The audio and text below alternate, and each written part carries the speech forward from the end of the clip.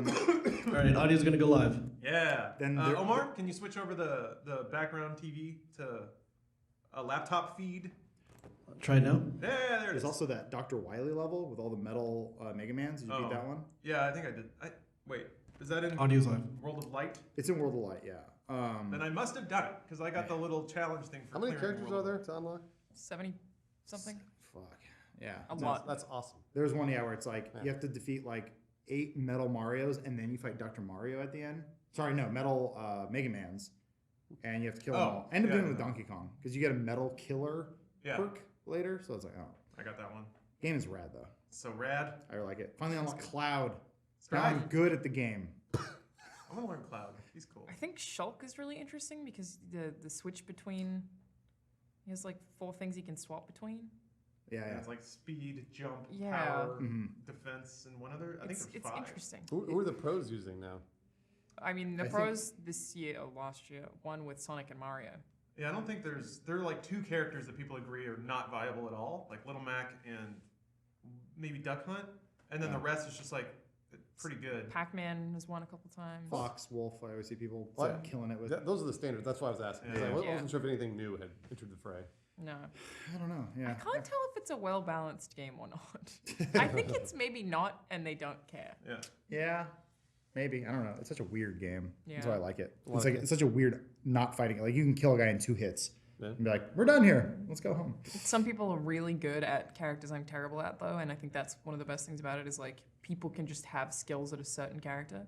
Like people who are good at King K. Rool, Oh, I'm fucking K-Rool's a terrible. motherfucker. I didn't see. I've seen a lot of people playing K. Rool. I'm He hits like really a good truck. at the K. Yeah. And his attacks. He are has so a literal big. cannon. Yeah. He can suck Incineroar. people into his fucking gun and then shoot them. Yeah. Incineroar is a lot of fun to play as because he's just a wrestler. Yeah. He will. You can be in the air, grab someone, throw him, and like magical wrestling ring ropes will come up. What are they on? It doesn't I hate matter. that one. Getting it's hit so with that good. sucks because you get disorientated as well. Oh, yeah. Oh, it's so good. Oh, Can I get a clap sync? Can I get a soul clip? There you go. Was that good? Yes, thank you. Was that good for you, baby? All right, good. Oh yeah. Yeah. Gross. Thanks, I hate it. We should start a Funhaus sex line. Those easily make money. Do they? Let's see what's Sex in the news lines? today. Yeah, they're I think huge. they made money back in the 80s, but I don't know about now. Yeah, There's a lot of porn on the internet. but Porn that I can watch for free. the thing is though, Videos. people still want the personal connection, and that's why they watch Twitch streamers. Yeah. Well, then they got the Twitch streamers like Amaranth. Who? Oh, shoot. Sorry. Whenever you sub, I'll do some toe touches. Yeah, Ah! yeah. Oops, shit, man. I like when they go. Oops, I dropped something. Well, Twitch streamer just got banned because she was doing the splits. Did you see that, Alana? She was doing the splits like or yoga or something like that, and like shook her ass. And then everyone's like, and then they reported her immediately. She got banned. I know. I felt bad for her actually because I was like, oh well, she's just showing off. Well, it's like the Instagram feed. They're like, here's some things you might like. It's all cosplayers and girls in yoga pants. I'm like, But they're right. I mean, I Yeah. do like these. Yeah, I know. yeah. I'm like, but it's just like, it's porn, but it's not porn. No, You know what I it's mean? not porn. Exactly, but it's it's like- respectable. That's what I mean. It's like that's the phone sex line is. It's not exactly porn, but it's like you still want the mystery. Is a sex line? I mean, a sex line is closer to being. It's just 100%. porn. That's 100% porn. Because they're gonna be- cosplay is Sometimes like you a just want hobby. to talk. They're going to be super vulgar and talk about Right. their vagina. Well, we don't have to do that with our sex line. No, ours. Yeah, Like ours how would be you said it, respectful. talk about That's a good their point. vagina. No, We're not going to talk about vaginas. We'll talk about Taxes? You're my yeah, yeah. you did you need to taxes have a so good this 3.5 year, baby. GPA in order to get our sex line. You be the X, I'll be the Y. Together we'll make a Z. Have you finished World of Light? If so, don't call this number. Unrelated, I started Give you Brave New Incineroar World, tips. and I'm not enjoying that book. Which one? Brave New World. Man, Yep. Huxley's a fucker, man. A lot of people don't. Yeah. Yeah. Is that a Star War? No. No. This What is is a- it? this It's is- an edgy it's, white boy it's an book. old, it's an Yeah. old famous book. Oh. Yeah, it's like people always go, "Are we 1984 It's or are very we Brave dividing. New World?" Yeah, it's very dividing. It's more of like the dystopian future where everyone is on drugs and having sex with each other, but you're unaware of the government being in control of you because you're just taking it. You're just so The opiate. yeah. The mass. You're just so desensitized to everything. Sounds very Whereas edgy. 1984 was more about control, but today's future is sort of a a mix of the two. It is. Yeah. We're like, war is depressing. Ooh, Smash Brothers. Speaking of which, Let's do a show. let's talk about some right. video games. I think we got enough people in now. We good? Holy shit! It's already 10:48. Yeah. Oh, We'll get through. We'll get through. We'll get let's through. do it. go. All right, go. Hello, everyone, and welcome to a happy 2019. Oh, it is happy. I feel great right now. And here's another episode of Gaming Weekly That's starting right now. Do we have an intro? Graphic? No, that's Oh, I'm saying no, it's starting. The episode is starting now. Oh, I forgot how the show works. Anyway, today we've got huge Blizzard breakdown. Sorry. Today we have a huge Blizzard breakdown. The question is, are they dying? No. And is everything on fire? What? Probably not. And you need to chill out, guys. What's your problem? Me? Yes, you. Oh, all right. And I mean, that's fair. We'll also be talking about some of our favorite games from 2018. That's last year. And what we think people kind of missed out on. But first, let's talk about this Blizzard story. Yeah, since Diablo Immortal was controversially revealed back in November, bloggers and tube lords have been decrying the death of Blizzard. We're two lords. You can't boo us. Yeah, I mean, you're making a game for the current most profitable market in the entire games industry. You're screwed, Blizzard. Right, but on top of announcing a mobile game, a bunch of interesting shit has been going down at Blizzard over the last 6 months, and Activision Blizzard stocks are down another 10% after a pretty steady decline since the start of October. That amounts to a 26% total drop in stock price in 2018. That's really Stop bad. booing over That is really bad for them. Yeah, the internet is taking that to mean that the flurry of angry the internet is taking that to mean the flurry of I'm reading this wrong. You get it. Yeah. The internet is taking that to mean the flurry of angry comments they threw at Blizzard developers really did make an impact. But the truth is probably a lot less dramatic. I mean, negative comments do destroy us on a daily basis, but large corporations are probably a completely different story. Yeah, so let's break down the story a bit and see what it means from a business perspective rather than a YouTube comment section one. Please don't be mean to us. Stop being Alana, mean. please don't be mean to This us. is why I lose sleep at night. So first up, yes, Blizzard stock fell, and they failed to meet most of their revenue estimates for the year. They predicted their fourth quarter revenue to be $3.05 billion, so a little over $3 billion. That's a lot of fucking money. It is, yeah. They missed their estimates of $3.06 billion. Ooh. Poor Blizzard. Only 3.05 billion, huh? How will they survive? God, they're so rich. Yeah, they are. I guess, yeah, no more free massage Wednesdays. And they'll have to sell the over yacht. Oh, that's a good yacht Overwatch pun. Oh, I jeez. did see the note in the document that said Photoshop. Yeah. Oh, okay, good. Oh, thank God. All right. Everyone watching live will be a Photoshop. We'll be in there soon. But really, they didn't make as much money as they expected to. That is a reality, and that's always bad for stocks. They weren't dramatically short, but any shortfall is enough to bother investors. They're really skittish folk. They really are. Yeah, they really are. Their active monthly users were down by 2 million too. Oh, wow. Why do we think that happened though? Was it because of the Hearthstone players who were so disgusted by Diablo Immortal that they rage uninstalled the game? Is that a thing? Probably not.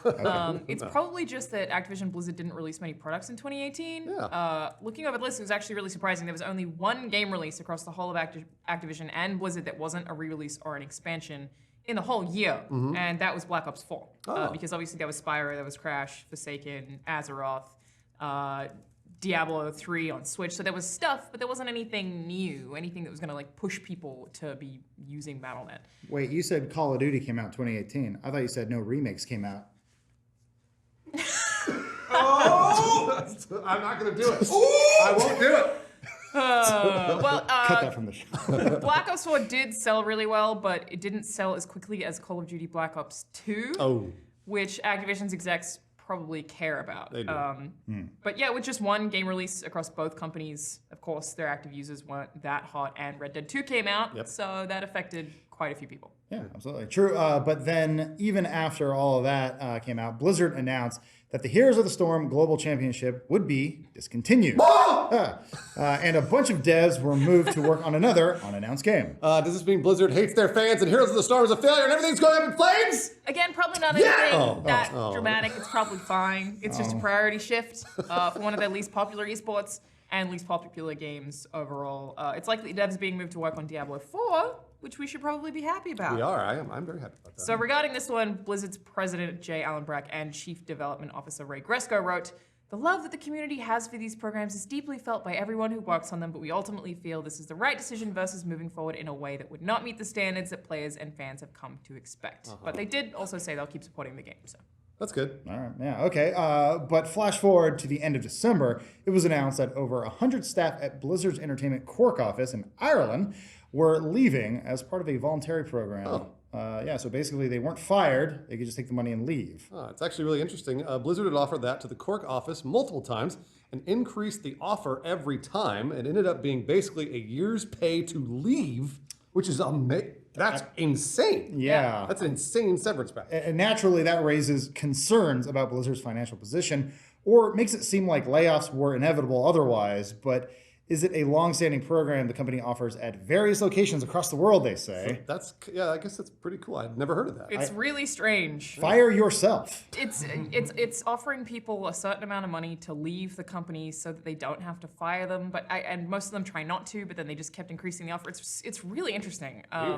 It should be mentioned that that office is mostly customer service as well. It's not like it's dev teams. But yeah, regarding that one, Blizzard's statement said, this program, which has proven popular in the past, gives eligible staff the option to make the most of incentives while proactively pursuing other career opportunities. No one is required or encouraged to participate in this program, but for those who do, we work hard to make it generous. All right. That's awesome. Yeah, and now to bring it back to 2019, with another weird and possibly troubling story, Blizzard fired its chief financial officer, Spencer Newman, for an unspecified reason on December 31st, 2018. So they stated that the firing is unrelated to the company's financial reporting or disclosure controls and procedures. So on January 2nd, only 2 days later, Netflix hires Newman to be their new chief financial officer. I would find it very hard to believe that it had nothing to do with the money they didn't make. Yeah. There are a couple ways to see this if you want to build the narrative that Blizzard is in trouble. Maybe Activision is trying to install more of their own management at Blizzard, so they're pushing former executives out. Yeah. Could be a very good story. Or current and longtime executives of Blizzard don't like the direction the company's taking, so they're bailing ship, which could also be very true. And as always, we did some actual investigating, some journalism, if you will, and we have some exclusive info on this one. All right, so now this is a rumor, but word is that Newman, the former Blizzard CFO, was taking interviews at Netflix while on paid leave from Blizzard. We don't know why he was on paid leave in the first place, but it's typically a bad look to be interviewing around while you're on a company's payroll. It sends a message that you're not invested in your current job, and from the sounds of it, Blizzard made the decision for Newman and fired him on the spot. Granted, if this rumor isn't true, firing someone so high up raises a bunch of red flags. Either he did something wrong, or he's leading Blizzard in a direction they can't afford to be in. So we reached out to Wedbush Securities Equity Research Managing Director Michael Pachter to see what he thought about this one, and he said the CFO departure is definitely unrelated to any of that. Start that quote again.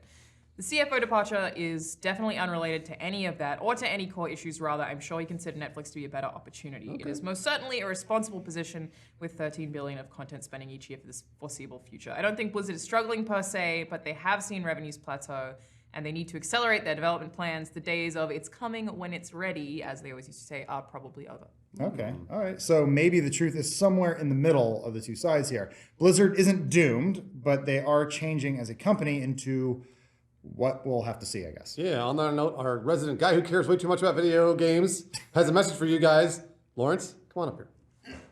We're not clapping. I'll clap. What? I like Lawrence. Hey everybody, it's time for the first Gaming Weekly op-ed. So first of all, disclaimer at the top of this, I'm currently dating somebody that works at Blizzard.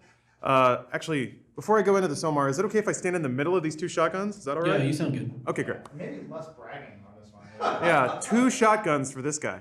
So yeah, disclaimer off the top, currently dating somebody that works at Blizzard. Depending on how you choose, that sways my opinion. Thing is, I've been playing Blizzard games longer than I've been dating this person, so I've chosen my allegiance here. So to get started... So I've been bummed out, honestly, by what I've seen in the news cycle lately regarding Blizzard. So I just want to get some stuff off my chest here. Let me start by saying I get it. Okay, I get all of it. Blizzard's Diablo Immortal announcement sucked. It wasn't done well. Blizzard primed their core audience to expect Diablo news, and instead of Diablo 4, it's some China money cash grab mobile game trash.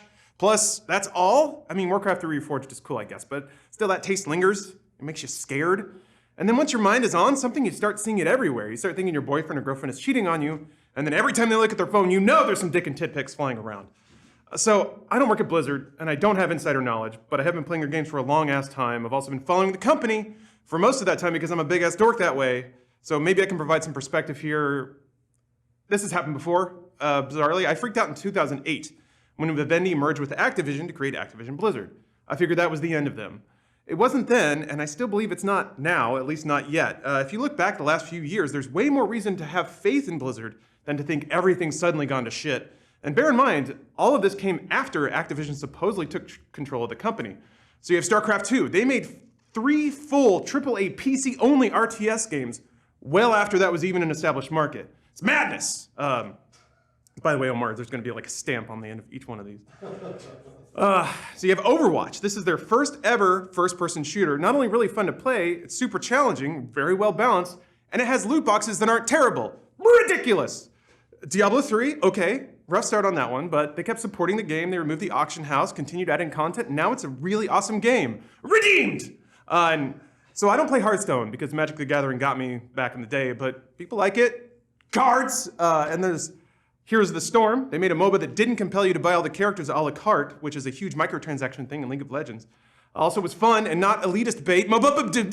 So I get how Diablo Immortal may seem like the end of Blizzard being a warm and fuzzy developer, or at least the start of the end. Everything about it reeks of a cash grab, right? And that's what everybody's really sensitive about now.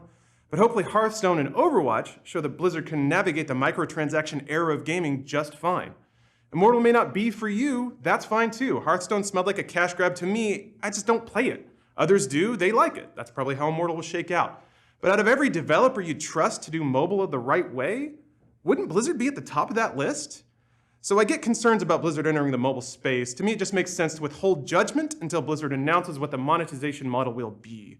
And apart from that, maybe give it a shot. I played it at BlizzCon and it was fun. It felt like Diablo, and that demo was better than any game I have on my phone right now. It's just a bunch of gacha crap.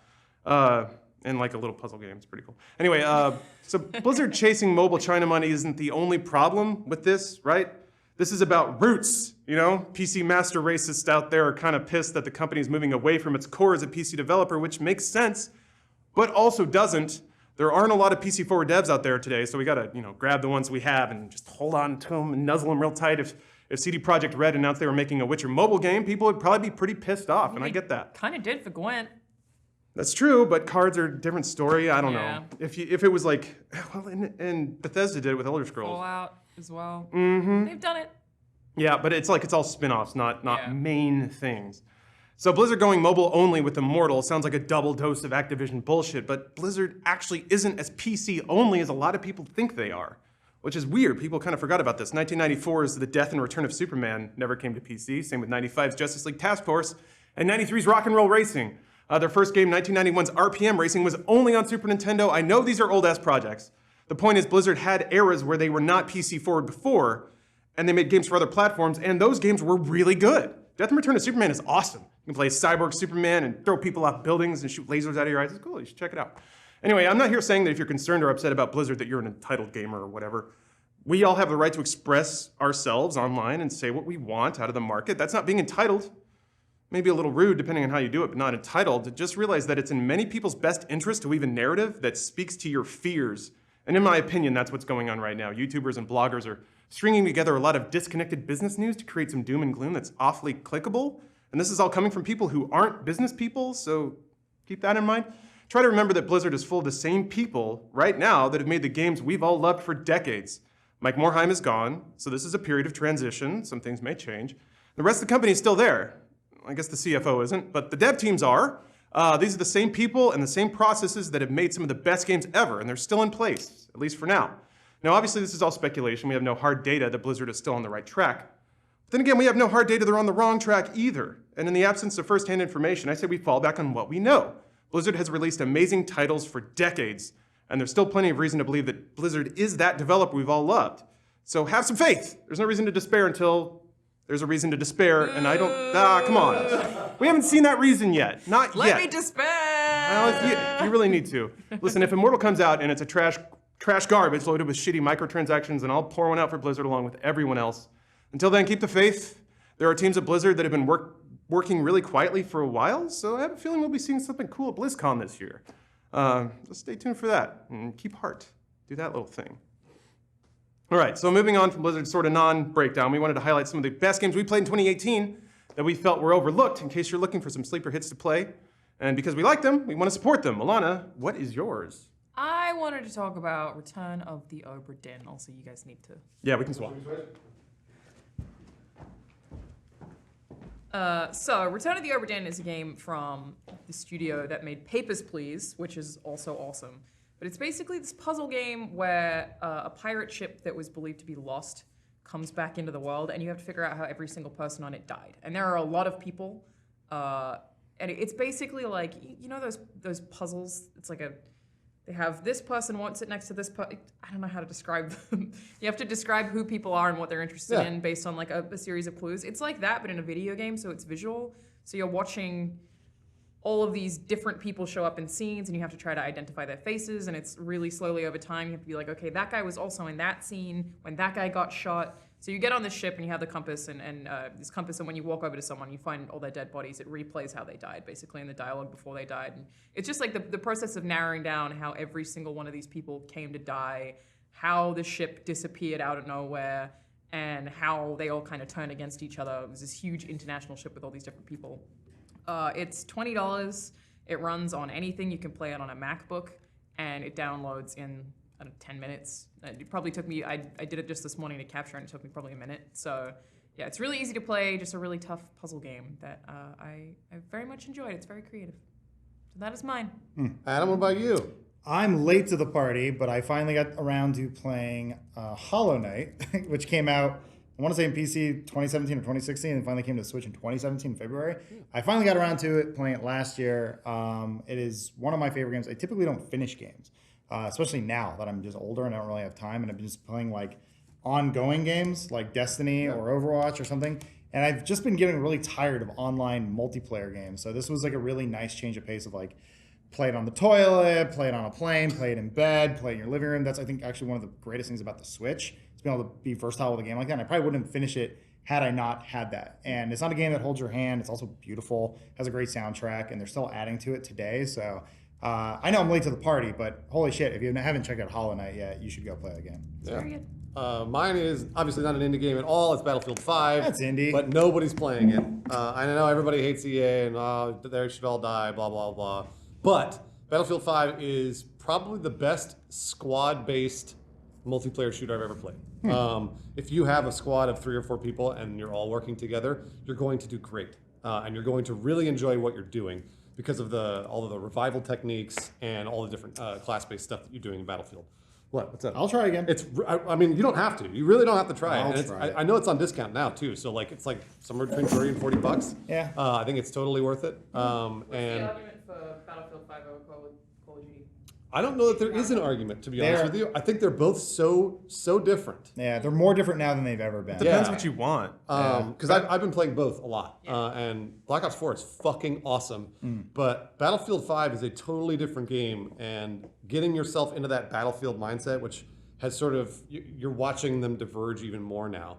It's something that you just, if you like it, you're really going to love Battlefield 5, but nobody's giving it a chance. But you need 3 other friends who also really give a shit and That's the want problem, to yeah. play together. And it's hard to find a good squad in that game. It is, it's very hard. I wonder if the release schedule was part of that. Absolutely. They fucked up everything when it came to Battlefield 5. Like, they really did, and I'm a huge Battlefield fan. They fucked it all up. But once I got into playing the game, I was like, wow, this game is great.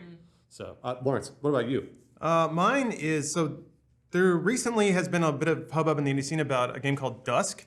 The same publisher put out a game earlier in 2018 called Medieval, which is similar vibes, except if Dusk is sort of the modern Heretic, this is the modern Hexen. So it's kind of like mystical and magical and shit, and there's like wands and staffs and stuff, but it's the same kind of old school shooter that's been brushed up for the modern era. The levels are all huge, they're really good looking. It's got that weird like retro but modern aesthetic about it, where it looks really cool. It's just super fun to play. Levels are big and fun to explore, bosses are huge. Just that old thing, and like the music stings are pretty good. It's just a fun game to play. It's well made. The map design is great. I recommend it. For a lot of people, I think, are on Dusk right now. So if you finish that off, please, please, please go check out a Medieval. It's basically the same thing, but more of it. Good stuff. Cool.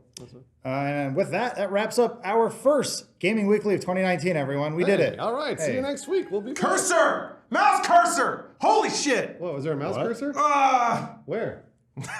Not anymore. I got you, viewers. I know you were freaking out about that. What was he talking about? I think it's on the B-roll. Yeah, you Oh, okay. Yeah. All That'll right. be fine. That's scary. I thought he had a stroke.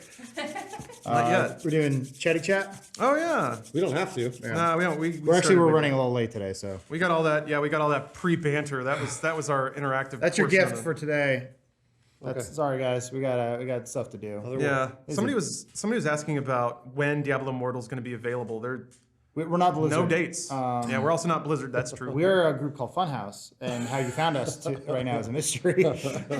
But we might. I don't know. We might have insider info. We got our finger on the I pulse. mean, on it. only ew, gross. Lawrence definitely has his finger on the pulse. That's disgusting. What I I don't just like said. that. I don't like that. What I just said is gross. No, I don't like that at I all. don't ever What are want to those? say it again. What are those graphics to your right there? Well, your left, my right, Lawrence, on the screen. What is that? Those little. Oh, that's the award. That's the Yeah. that's the Yeah. statue. Sorry. Okay, yeah. It was reflecting Mine. on Alana's face, and it looked like she had this giant face scar. Gotcha. And I was worried about Alana's face, and I I went. wish I did. I was like, oh wait, no, I've that's always just. wanted to look like Geralt. That's just. Or the girl from Mortal Engines. No one saw that movie. Real quick, Kadene's asking if there's going to be another Smash Brothers gameplay. I don't see why we would. I mean, we probably could cut another thing. we out could. of I guess that. we could do a tournament or something. Maybe. Oh, I yeah. found a- Oh man. I found a ROM hack of Mortal Kombat called well, I didn't find it. I saw it streamed called Mortal Kombat Chaotic, where there's like 300 Mortal Kombat characters, including just like a bear. So I want to try to get that running. Maybe we can do yeah, a it's gameplay cool. of that. I'm down for more fighting tournaments. Those are always fun. Yeah, Those are fine always sauce, man. Thank you. Oh yeah, Vine sauce. Yeah. I just get him mixed up with Vsauce. Me too. Yeah, I've never heard of whoever that is, but I know who Vsauce is. Fine sauce is bad. Vine sauce is he does the ROM hacks, and then Vsauce does science. I don't know. There's some I thought they were the same person for a long time, and I was really confused. internet's confusing. Thank you, guys. We'll see you next week. Sign up for Jake Paul's scam. Yeah. Yeah. Box how service. how will one or two people destroy YouTube? Tune in this year. How long do you think? Put chips down. How long before some kid like runs up credit card debt on that website because of Jake Paul? I would think that's I already mean, It's already happening. 25 minutes ago. Yeah, it's already Thanks, happening. Jake. What is he doing? What is he selling? Nice.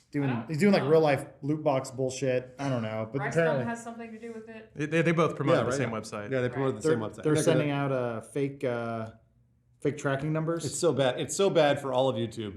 Oh, it's so bad. They're sending out fake tracking numbers? Yeah. It's really, really bad. I wish I could shake Jake Paul and be like, stop it. Well, he's cashing out. Whatever. I know. It probably won't affect us because we don't. Well, wait, we did that Toraba thing. Well, no, it's not that. It's like, I mean, it's just bad for all of the YouTube ecosystem because then it's bad press and everybody, and then everybody just shit on us, and all the advertisers are gonna go, wait a minute, pull my ads from everybody, and Yeah. then we're gonna all be fucked again. So, Jake This Paul. guy's a Nazi? Yeah. What? It's like, yes, but. Okay. No, but. Jake Paul says the N word in 2019. What do you think? well, I don't know. Good guess. I think Hitler rises from the dead and Starts a YouTube channel? What he calls his great grandson, Jake Paul, the Pauls. Jesus. Hello, my Aryan boy. You came out of the tube perfectly. He's like, duh, I like YouTube. we're sorry. Ouch. We're sorry, everyone. Burned him up. Thanks for watching, guys. Okay, Thank bye. you. See you next week. Stop ruining Get outta here. my work life.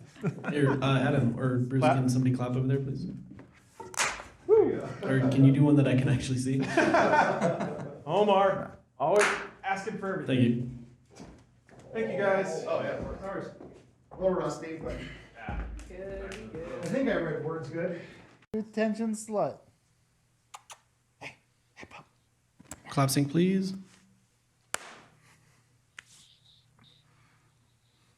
All right, I think I'm ready. I think we'll just ping pong the lines. All good.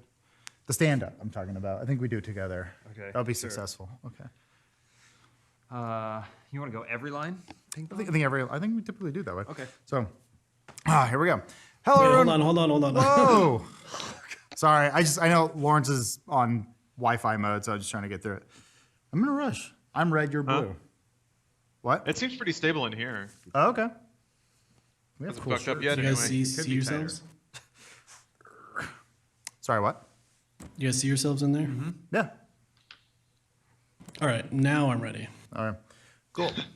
Hello, everyone, and welcome to another episode of Gaming Weekly. Hi, how's it going? It's been a busy week. Steam is dead. Yeah, didn't we say that before and like every week since, Lawrence? Oh yeah, but this time it's really real. How will Steam live without that corridor closing division tech?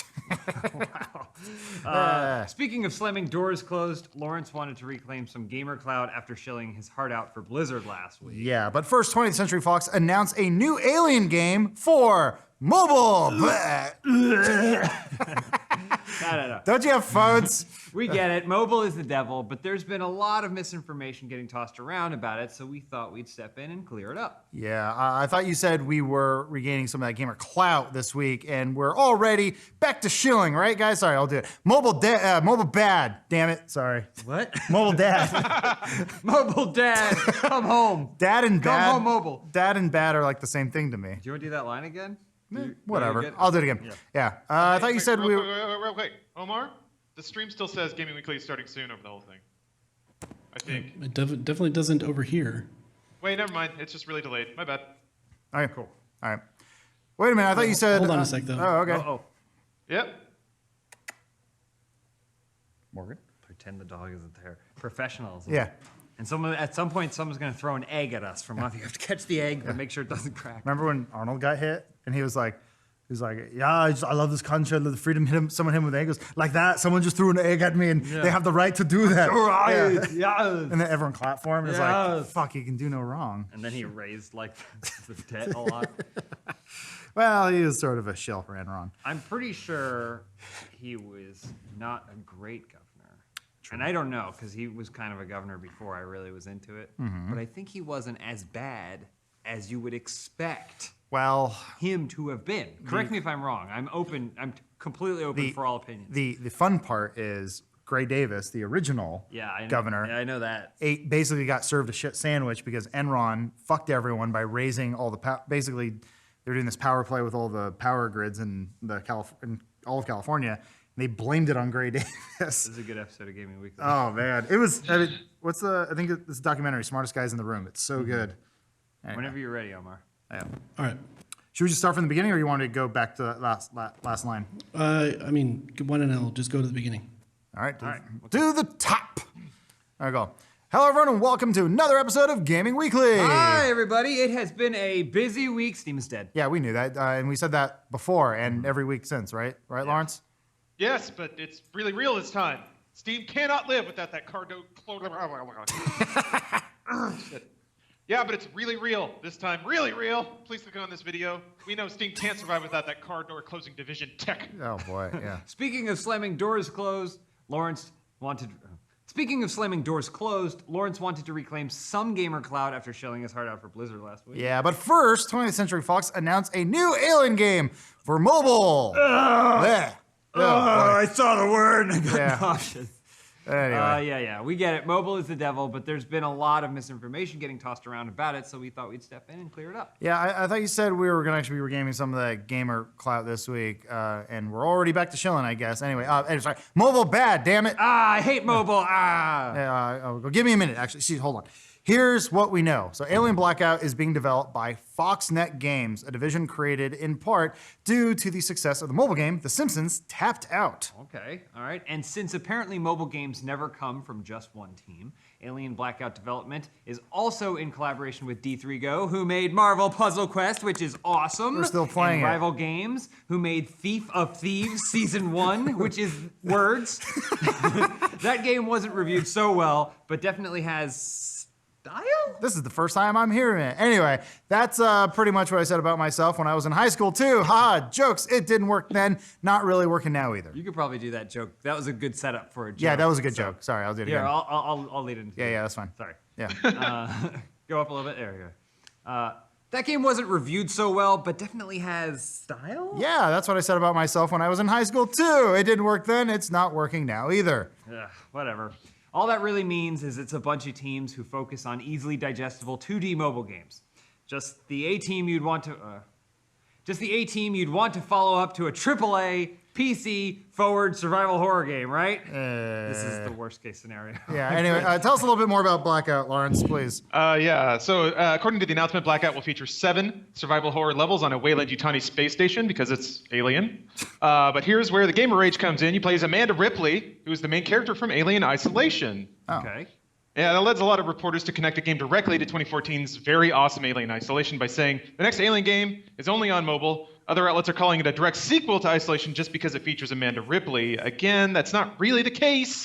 Don't fall for that clickbait. Unless it's ours. then Okay. You gotta click on it. Well, I mean, still, look, we get it. We know how bad this looks. Alien Isolation was an awesome, spiritually authentic Alien game. We would love another one, but instead we get this sort of Five Nights ripoff mobile trash, right? How dare you? What? Five Nights is a masterpiece, no matter what platform it's on. Anyway, so yeah, watch out, Amanda. Aliens are coming. What? Maybe you could watch an ad to unlock anti-alien spray. Or recharge your anti-alien generator for just $2 more. You once after 4 hours, you have enough energy to do the loader suit for 3 seconds.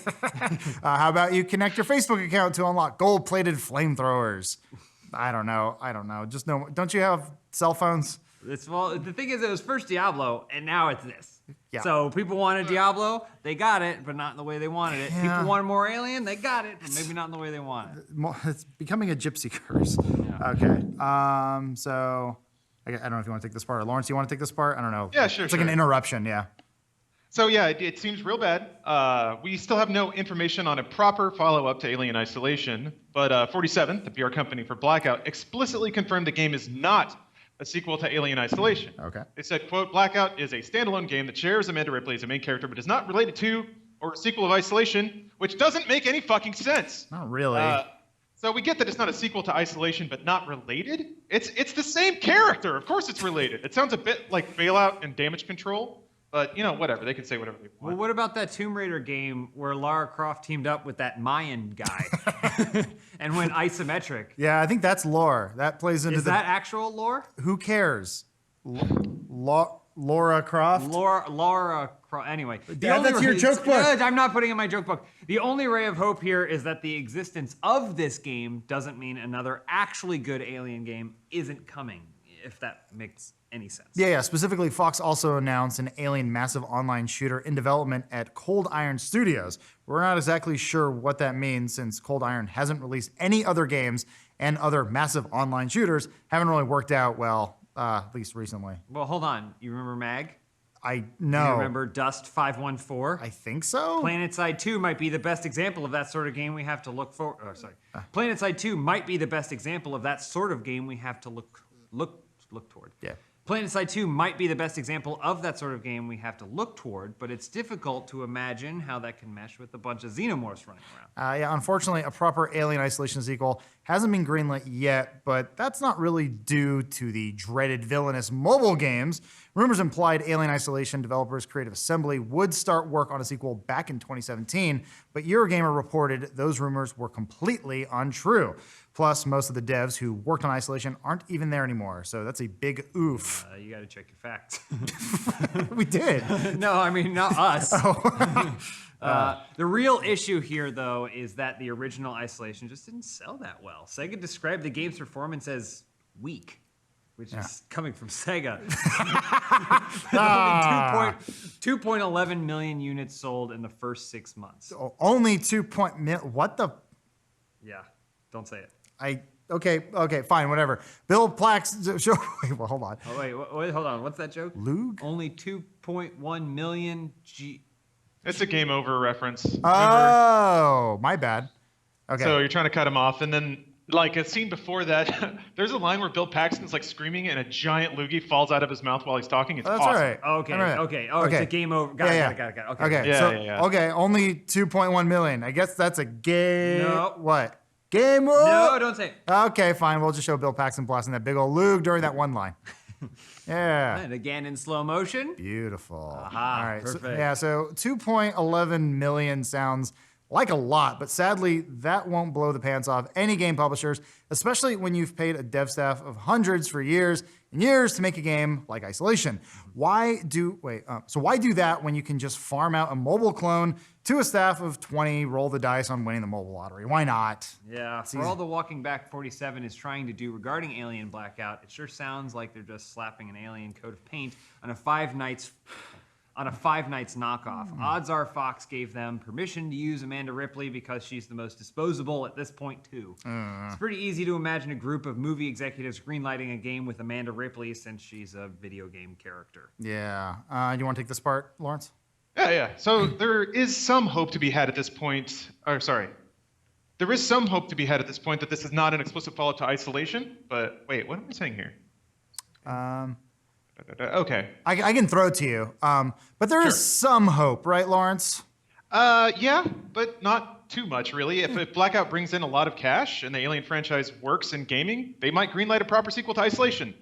Or they'll just crank out mobile games every 6 months. God damn it. There's been a lot of times where publishers try to do a big blowout AAA game, and if they don't get loads and loads of cash, they just get scared away from the proposition entirely. It sounds like that's what's happening with Fox and Alien. They tried Colonial Marines, they tried Isolation. Neither one of them seemed to really hit all that much, so they may just be done with it. I'm the exact same way with lottery tickets. Oh yeah. I'll scratch off the first number. If it's not right, and I haven't already won the jackpot, I just throw the whole ticket away. I think this is just a good moment for people who own IPs to realize that the time of Alien and Predator is done, and we move on to Highlander. Okay. A Highlander match 3 is what I want. I'll give you $5 if you can say the bad guy's name from the second Highlander. The second Highlander? Exactly. What's the... I never saw it. I don't know. no one did. Yeah. Speaking of abandoning all hope, Steam is doomed. Doomed. Are you sure you're not being overly dramatic? Doomed. Yeah, maybe a little. But Epic Games has announced that they are partnering with Ubisoft to bring Tom Clancy's The Division 2 to the Epic Games Store instead of Steam. There's an Epic Games Store? What do they think of next? It's currently pre-orderable on EpicGames.com, which guarantees access to the game's private beta, but it's also available on the Ubisoft store when the game is actually out. Yeah. Tell us a little bit more about that big ol' press release, Lawrence. Yeah, there's a fun quote in here. Quote, Ubisoft and Epic will work to integrate key components of Ubisoft and Uplay's and Epic's online services. Oh, wait, hold on. Ubisoft's Uplay. Okay, let me take it again. So here's a fun quote for you. Ubisoft and Epic will work to integrate key components of Ubisoft's Uplay and Epic's online services to provide gamers from both ecosystems with more seamless social features and interoperability, which probably means it'll just function like Steam. You buy it from Epic, it kicks you over to Uplay, you got to register it there. Huh. It's really annoying, but then you get to play your game. Huh. Yeah. They also said that the two companies will partner on additional select titles to be announced during the coming year. So probably, Assassin's Creed. Or Skull and Bones if that ever comes out. Or Anno 1800. You can't say that. You can't say that. Is that bad? No, this is the internet. You're not allowed to say the A word here. I'm into Anno. Since Epic launched the Epic Games Store, they really haven't had much trouble attracting indies, but getting more AAA publishers on board is harder when Steam is so goddamn popular. Yeah, please remember that there are over 125 million active Steam accounts. So if Steam were a country, it would be the 10th biggest in the entire world. Obviously, that means Ubisoft could potentially lose sales, and 125 million accounts won't see their games there. But Epic promises to take a way smaller revenue cut from sales than Steam does. Yeah, Epic takes 12% instead of Steam's, honestly, kind of absurd 30%. Otherwise, how would the games get to you? How would they get there, Adam, if it wasn't for Steam? But by the most average base Steam sales math we could figure out, for the same amount of sales, the original Division would have made Ubisoft almost $60 million more on Epic's store than on Steam's. That's not a small amount. Yeah, either way, the user base isn't there yet, but the profits are. The gamers are pretty likely to follow, but we wanted to know what some actual developers think of the changes. Awaiting responses. And we will await their responses. Call us, developers. I think we have someone on the line. Yes? Lawrence, are you a developer? I am, and I like money. All right, there it is. Well, you should have picked a different career path because it's the executives that are getting paid. Actually, speaking of reclaiming lost value, Lawrence is here with a follow-up to last week's corporate shitfest. Take it away. Oh, I said shitfest. Sorry. Oh yeah. Yeah, I'll do it again. And hey, speaking of reclaiming lost value, Lawrence is here with a follow-up to last week's corporate shillfest. Yeah, so we got a lot of dislikes on our last video. So after I got done drawing my blackout curtains and having a good cry, I looked into it further. I mean, unlike Blizzard, we actually listened to our audience. A lot of people complained that we didn't appropriately represent people's gripes with Blizzard, and they were right.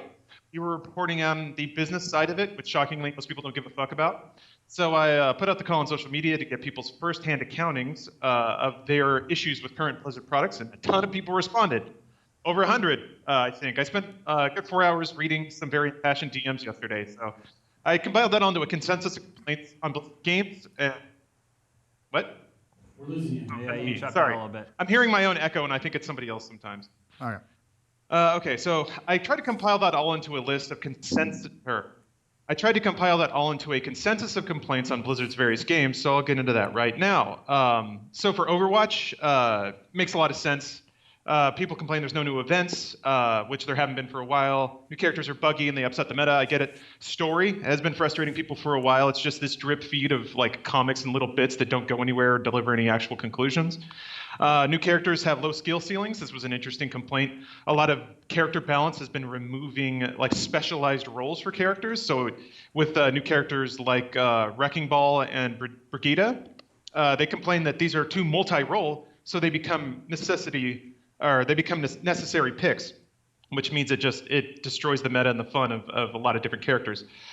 They say balance patches hit too often, which makes the game hard to get used to or develop new meta, and that players are way too toxic, that Blizzard could probably do a better job of enforcing reporting or use role select instead of just looking for group to make sure that players don't switch to DPS when they don't get their way. I think the biggest problem as it relates to Blizzard as a company is a lot of people perceive that with Overwatch, they've moved a lot of development effort onto the Overwatch League, which makes sense. Blizzard, I think, has put a lot of money into Overwatch League, and I think they have yet to see any of it come back. So they're probably doubling down, trying to extract money out of that initiative. It's a pretty classic big corporation move. So I can see how that would lead to some concern for the future of Blizzard based on the operation there. Diablo, surprisingly, most people were cool with Immortal. They were disappointed with the announcement, but they're okay with it coming out. So that was kind of interesting to read. With Hearthstone, people are mostly upset that the last few expansions didn't upset the game mechanic at all. It was just kind of more of the same. Saw some complaints that there are cards that have actual RNG on them now, which sucks. I mean, you have the randomness of the draw on top of randomness on individual cards. Yeah. With Heroes of the Storm, a lot of people were really upset at how the cancellation of HGC was done, namely that there wasn't any communication with anyone in the community, which is kind of a running trend. StarCraft 2, shockingly, a lot of people are okay with. Well, it's a dead game, so whoever's actually still involved with that community was okay with it. Personally, I still watch it. This year's WCS was really great, so no complaints there. World of Warcraft. Now, this is the big one. This is the one that I think has a lot of people super worried about a grand sea change in the way Blizzard operates. Real quick, Lawrence. Battle for Azeroth Lawrence, has a real lot quick. of problems. We're muted. And I read a lot of people saying the same stuff. I tend to think accurate. Hey, Lawrence, real quick. Yeah. Just not to interrupt, but what year did World of Warcraft come out? Yeah, it's about 15 years old. Okay, all right, go ahead. So, yes, we're entering what could be considered the deep twilight years for World of Warcraft. It's hard to imagine any other game that's been active for this long. So it's getting a little weird, but here's the problem. People really like Legion. They were really okay with it. A lot of the improvements made there were apparently rolled back, and rolled back in concerning ways. Namely that now a lot of the progress is time-gated, so you cannot just sit down and play the game, which seems like a trick to reinforce monthly active users. You have to like log out, log back in. Certain world events only happen at certain times of the day. So it's almost like Farmville's shittiness, where to progress and see all the game's content, you have to come back at certain times as opposed to just playing the game. There was a big problem with the beta. A lot of the changes Blizzard made to Battle for Azeroth, players did not respond warmly to in the beta. And apparently a lot of those threads were locked or just outright deleted. And then when Battle for Azeroth did come out, everyone was like, no, we hated this in the beta. It's still here. Why didn't Blizzard listen to us or change any of this? Problem with drops, that all the drops are just random now. There's no guaranteed progress. The Valor point system from expansions ago is gone. It's just random drops. You can get token to roll random drops again, but it's still just random. And there's an in-game store, and a lot of people perceive that Blizzard's development efforts are going towards custom items for the store and not to items in the game. So all of this wrapped together, it really does feel like Blizzard is sort of doing the shitty development thing where they release an unfinished product and focus their efforts on microtransactions and little hooks that they can pull to get people playing as opposed to just making a product. I get it. It actually makes a lot of sense after reading a lot of those complaints, stacking up against the recent Blizzard news, how those things combined could also make people think that Blizzard is starting down a very dark path. There were some quotes that stood out to me, and this is me. This is Lawrence touching gamers here. I want to read some of them. Quote, mobile games and shilling other companies. Oh, sorry. Let me start over. Quote, it felt like the Blizzard of the past, StarCraft, Diablo 2, Warcraft 3, etc., were aiming to have a mastery of a genre, go very deep in the niche, and be the standout RTS or action RPG. But market forces have forced them to realize that they can't rely on that core base of gamers and need to. God damn it, this echo is driving me crazy. I'm gonna mute. I'll meet you. You're Okay, jumping thank out you. a little bit too much. I gotta reset my brain for a second. So I muted I'll it just skip now. all these quotes because I've been rambling too long. There was one Reddit thread that I think summarized it very well when it comes to World of Warcraft. Quote, the game we play today is not a game at all. Instead, World of Warcraft is a data gathering index of daily user actions and patterns. It's a research tool to help scummy marketing people decide what to put on sale, how much to charge for a Fox mount, or which adverts to fill the game launcher with. You no longer see me as a player, but instead as a payer. It's from a Reddit post, which I think summarizes a lot of the concerns people have with World of Warcraft, which I think then parlays into some of the headlines we've seen, which give people a lot of concern about Blizzard. I can see the narrative forming from a World of Warcraft point of view, and I totally get that. I think being a more casual consumer of Blizzard products, especially given Overwatch, how it's formatted and how it's been executed, maybe not so much in the last 6 months or so, given the perceived shift to Overwatch League. But yeah, I can say at least that I've had my mind changed a little bit. I can understand concern a lot more from the consumer perspective now than just the business perspective. From the business perspective, I think it's still business as usual there. I think they've still got projects in development that are still sort of classic Blizzard mentality, that aren't so much focused on microtransactions or forcing people to log back in every day to get their shiny gold coins. We'll see. I think this year's BlizzCon is going to be either proof of life or we can write them off forever. Okay. All right, that's a lot to take in, but that I appreciate you going through the effort of taking other people's opinions, considering them against your own, and Yeah, you didn't even touch on why they make my favorite character in Overwatch gay. So that's interesting. I did get a lot of reactions saying, "Why'd they make Soldier gay?" It certainly seems like they would just do that as like a band-aid. They're raising the gay shield, right? You can't be mad at us because you made somebody gay. Yeah. He wasn't heterosexual, so they didn't make him Okay, gay. hold on, you're kind of dropping out. Start at he wasn't heterosexual. So Let me see if I can. This echo is so hard to talk. Here, sorry. I'll mute We're gonna you. mute you for just so that way you don't Sorry, have to hear okay. the echo. But we just want to make So sure. yeah, that's an interesting thing, right? It's kind of like they slapped a gay band-aid on some community woes, and I can definitely see how it comes across that way. However, Blizzard didn't make him gay because he was never heterosexual to begin with. There was never anything in the game saying he is a woman. This dude is a woman fucking man's man. There were hints. People didn't read into them because, kind of like myself, you just assume that someone's heterosexual unless something else is said. So the timing of it is suspect, but I give the Overwatch devs the benefit of the doubt here. I think Soldier was always homosexual or bi. They just didn't put a pin in it until the fortunate timing. I was going to say the game has a giant talking ape. The least of my concerns is the sexual orientation of any of the characters I'm playing as because, hey, it's a video game. Well, there was also the photograph that is the reference point for everything was also in the same Overwatch comic that Tracer was, I don't know if outed is the right word, but revealed to be a lesbian in too. So I don't know. It's all there. My hope it was sort of like a pseudo Battlestar Galactica future where we just put away any sort of sexuality stamp on anything. You fuck whatever you want, you be with whoever you want to be. It's Overwatch. It's the future, and it's perfect.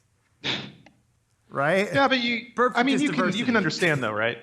If somebody fucks up and they're like, "You can't hate me because I'm gay," like it's not a good look. But I don't think that's the case here. No, I don't think so. I don't know. If anything, my only gripe with Overwatch really is the lack of lore and sort of the extracurricular, or sorry, the expanded universe videos that they've been talking about for years and we've seen bits of. I thought we'd have an Overwatch show by now, but that kind of bums me out because I feel like Overwatch is rich of that lore. But as a fan, I'm kind of checked out. I haven't played Overwatch in a while, so. Yeah, same. Overwatch is over 2 years old at this point. That's kind of the weird concept that people have, that a good game will grow and be playable forever. I don't know where that mentality came from, but I don't think that's intended. It's just known that games will get an audience, and that audience will dwindle over time. So Blizzard needs new products. I think that's the big thing, and they don't have any, aside from Warcraft 3 Reforged. There's no outro here, so should we just didn't write one, kind of sorry. improv our way through this? Yeah, thank you for watching Gaming Weekly this week. We'll be at you next week. Hopefully you don't hate us anymore, like that whole thing, whatever. Okay. That's fine. And with that, we're about done here for this episode of Gaming Weekly. Thank you so much for watching. Lawrence, thanks for Skyping in. Oh, my pleasure. It's a blast from the past. I didn't remember how hard it was to talk when I hear myself echoing in my own ears, but it's a blast of nostalgia. I love it. You've grown weak, Lawrence, just like Duncan MacLeod grew weak after the events of Highlander 2. For more Highlander news, tune in to Gaming Weekly here every week. We'll see you on the battlefield of the Highlands. Nice. Okay. If you want to get out of here, Lawrence, go for it. Or are we all good? We got everything? I think so. I don't know if you want to stick around and answer some questions and hear your own echo. That's right. T-Rex is like the Kevin Spacey defense, right? When he was first accused of harassment, he was like, "You can't be mad at me. I'm gay." I didn't see that at all. I mean, Kevin Spacey did that. Oh no, Kevin Spacey. Yeah. I wasn't making that comparison to Overwatch in any way. Where they're like, "You can't be mad at us. We made a make-believe character's sexual orientation more clear." I'm like, No. I don't. People kept saying that. I was like, I don't know. If that's I'm what gonna you blow need your to be mind. mad at, I don't know. Maybe your sexual orientation, as much as it matters, doesn't have to entirely define who you are. Maybe the type of thing that he wants to have a romantic life with isn't as important to him as the fact that he has devoted almost entirely his life, which is the point of that comic, that short story, to another pursuit, in the pursuit of the protection of all kinds of people around the globe or whatever, right? So it's just a part of us. I did get to look at some Rule 34 yesterday, though. There's some good stuff. The thing is, the Rule 34 was already there. It's not like now now the hammer drops and everyone can finally feel like they're okay drawing him that way. There's No, a it doesn't lot matter. of there's a lot It of was there good before. Trust me. lot of good Soldier Reaper art. I'll just throw that out there. Ooh, baby. That's kind of what I come at it as, is the timing is weird, but how would they have revealed that earlier and have it not also be weird? Unless there's like a little pop-up every time you pick a character. It's like, whoa, hold on. You know that guy's gay, right? I mean, it seems very much like their intention from the onset of the game is to have a cast of characters that represents diversity. Like when you think about that, everyone from the whole globe is included in the game in some way or shape or form. And as they add more characters, it's also more and more diverse, even like down to like body types. Like there's all kinds of people. And I could also understand how, okay, well, if you're Zarya and you're like a more muscular woman, they can't reveal that 2 years into the game.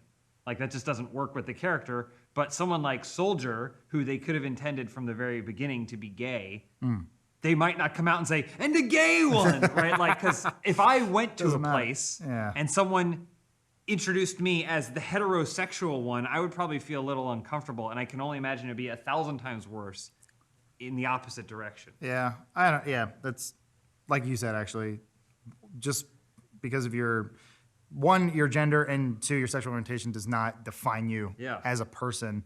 But if you can figure those things out, you're on the right path, because it's like you should really figure out what makes you a unique person and what your attributes are. Like, are you a good person? Are you good to other people? Are you? How many push-ups can you do? How many One session. pull-ups I'm can not you talking do as over the well? course of a day. Come on, Yeah. guys. But like, yeah, if you can get those base things done early, cool. You know, you figure that stuff out. But like that, don't let those things define you. Just try to be a. It's a video game. It's also a video game. It's a video game, so I understand them being like, here is the layered response to our characters. Yeah, I'm trying to find any Hey. good questions here, but you got a question? What the fuck? No, What? not a question, but apparently they retcon Diva out of being a StarCraft pro in the Overwatch universe.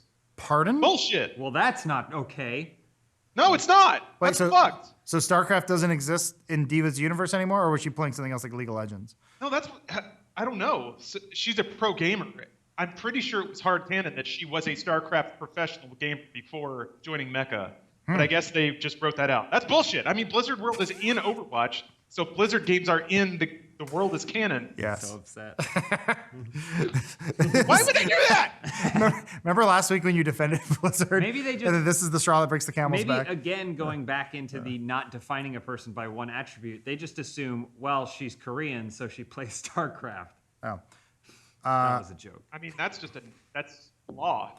Yeah. There's a question from. If you don't play StarCraft, they chop your hands off. We got a question from Majin Lin. James, are you actually putting together jokes for an upcoming stand-up? I'm always keeping track of jokes. I have a notepad document that I just, if I say something and it has the cadence of a joke and people laugh, I will write it down. And usually it's not funny when I say it a second time, so we'll see. But yes, I am intending to do more stand-up. Come to my show at Yuck Yucks. Yuck Yucks in Montana. Oh, we tried to do a show at Yuck Yucks in Vancouver, and they said no. When I found out there was an actual place called Yuck Yucks, it made it way less funny for me to say that I'm doing a show at Yuck Yucks. Yuck Yucks is like the perfect terrible name for a comedy club. Yeah, I mean there is the Comedy Store. What's the one? There's also there's Laugh Factory. Laugh Comedy Factory. Story. There's Flappers. Flappers also all these weird Icebox. These are all the big ones. Anyway, someone T12 or sorry T-Rect says I'm still mad that there's no Canadian heroes in Overwatch. We don't know. Maybe there's no Canada in the future. Maybe they just haven't come out and said, "Oh, we're Canadian." Yeah. They're not making it part of their identity. One of those voice actors has to be Canadian. I don't know. But yeah. This is some poor shit. I'm still reading this Blizzard. There's a Blizzard post from the lead writer on Overwatch.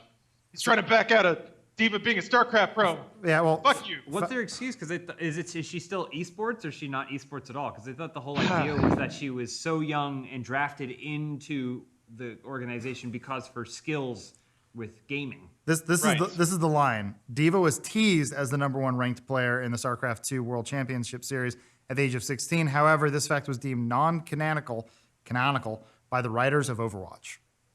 Yeah, they say that she is a world-class pro gamer. She has played StarCraft and really likes StarCraft, but that's not the game apparently that she was a champion of, which is dumb as shit. There's no other game to be a champion of in Korea. If it's the future, it might be StarCraft 3, and they just don't want to announce it yet. Think about it. Fucking Crossfire? Fuck off. This is a question for James. Any more WWE 2K videos? I think a new game just got announced. Listen, if they stop making the games worse and harder to play, because I spend, let's see, 5 days making us as characters. Yes. And then I spend another whole day teaching everyone who doesn't play those games how to play the games, because you would think just walking up to a turnbuckle and pressing a button would get you on the turnbuckle, but that's not how it works. And then the next year, they change it. Yeah. Bruce also forgets every single week, so even if I taught him, I have to spend another day teaching him how to play it again. So it's way more effort than it's worth. That's fine. Anyway, I think that's it for question time. Thank you guys for watching live. We're going to have to get that. Omar's got to start editing this together now. So thank you, Omar. Hey. Do we have an Omar cam? Is it gone? Show Omar. Omar, show Omar. There he is. There you go. He's wearing a white shirt today. Whoa. It's at actually, that. it's a Funhaus shirt. Yes, Funhaus. Look at that. Subtle. Is that out? That's promotion. Yeah, is that out? Is that available? I mean, I must have got it. I got it from the store. Oh, you bought it? Yeah, dude, they don't send me stuff. They send us boxes of shit. Yeah, but not in big boy sizes. Yeah, they do. That's our complaint, because we want tight ones. But Yeah, we always, tighter. that's why we're always wearing Nintendo and Tiger face shirts. Yeah, give me- as opposed to Funhouse stuff. This is a Chun Lo shirt. Anyway, all right, that's it, guys. We got to go. Thank you so much. See you next time. Lawrence, get back safe. Yep. I'm gonna go eat some tacos. Eat some tacos. All right. That's what you do in Austin. Tacos for breakfast, tacos for lunch, tacos all the time. Tacos in Austin. Bye, everybody. Hey, everyone. Welcome to Gaming Weekly. We're pretty clearly in a different place today. We're on location in some place in Silver Lake playing Mortal Kombat 11. Yeah, we don't go on location for just anything. No, only ripping spines out and eating brains. Yeah. Not really related, but this episode is sponsored by Mack Weldon. They help keep your guts inside your body, so that's important. You can get 20% off your order at mackweldon.com using promo code GamingWeekly20. Well, I really hope that that's... Someone's getting murdered right next to us.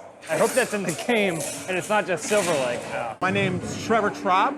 I'm the producer for the Core Technology Group in NetherRealm. All right, Trevor, you said core technology, right? Yeah. So this is... What does that mean exactly? Is this the fighting game mechanics? Is it the graphical systems? Is it all of that connected? It's more the graphical systems and stuff like that, and the animation system and stuff like that. My team manages the engine that we use to build our games and stuff like that. Okay. So the animation system, physics system, online rollback system, rendering, everything. You guys have been putting out some really incredible tech Yeah. that gets iterated on. just from the promotions and from the focus on the bloody or death blows and stuff like that. Excuse me, what are they called? Say again? The like final blows? Is that it? Fatal blow. Fatal blow. Yes. It'll get there eventually, I promise. It seems like blood was a big focus this time. Yeah. So we spent a lot of time developing our fluid simulations, like to get them super, super realistic and how you would imagine like an amazing explosion of blood would look like. You know what I'm saying? We spent a lot of time like that. It was a big focus of our time. Yeah. I imagine that can be difficult. Mortal Kombat always has this incredible ability to just land right in the middle between disturbing and cartoon.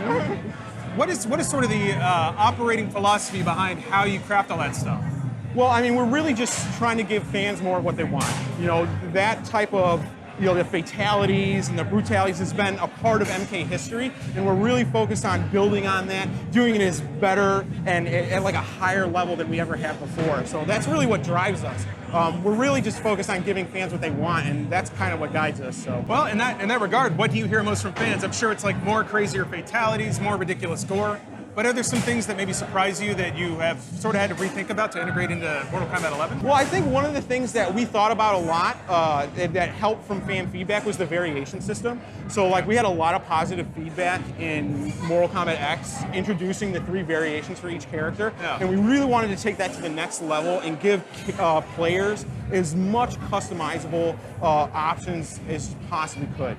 So that's one of the things we're really proud of. And if you get a chance to play it, it is really, really deep right now. Yeah, I'm interested to mess around with it.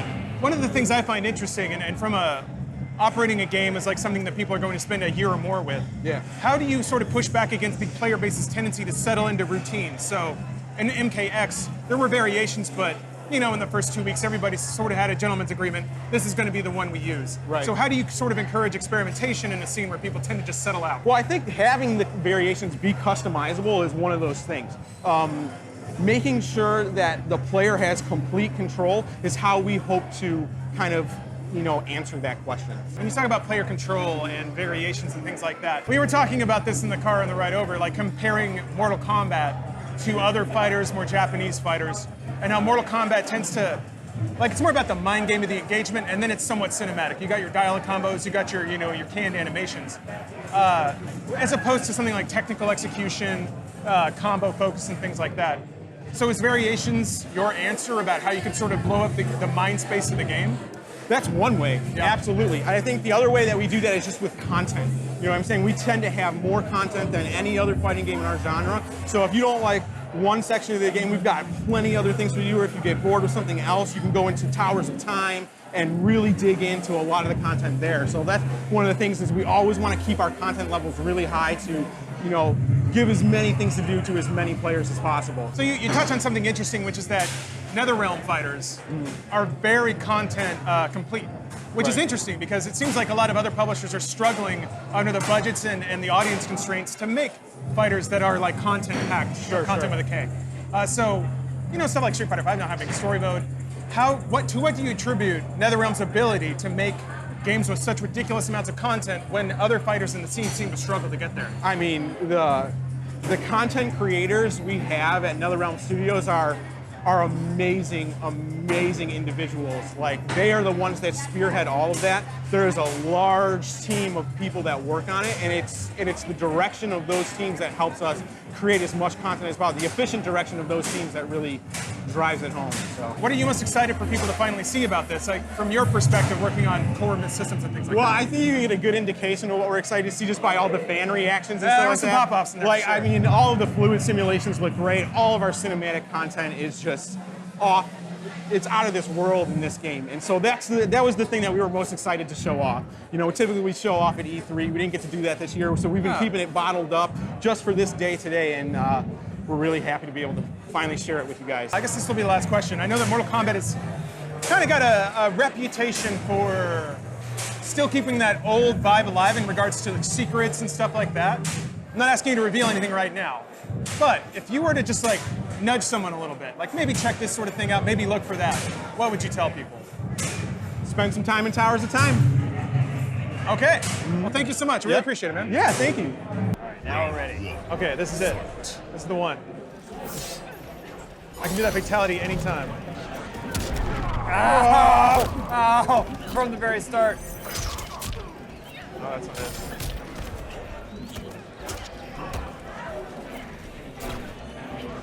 understanding, you can rattle off combos whether they connect or not. Ooh, nice. What's the? Let's see what the boost to power up your move. Oh, it's usually guard, right? Usually tap guard while it's coming out. Here, you want to check it out?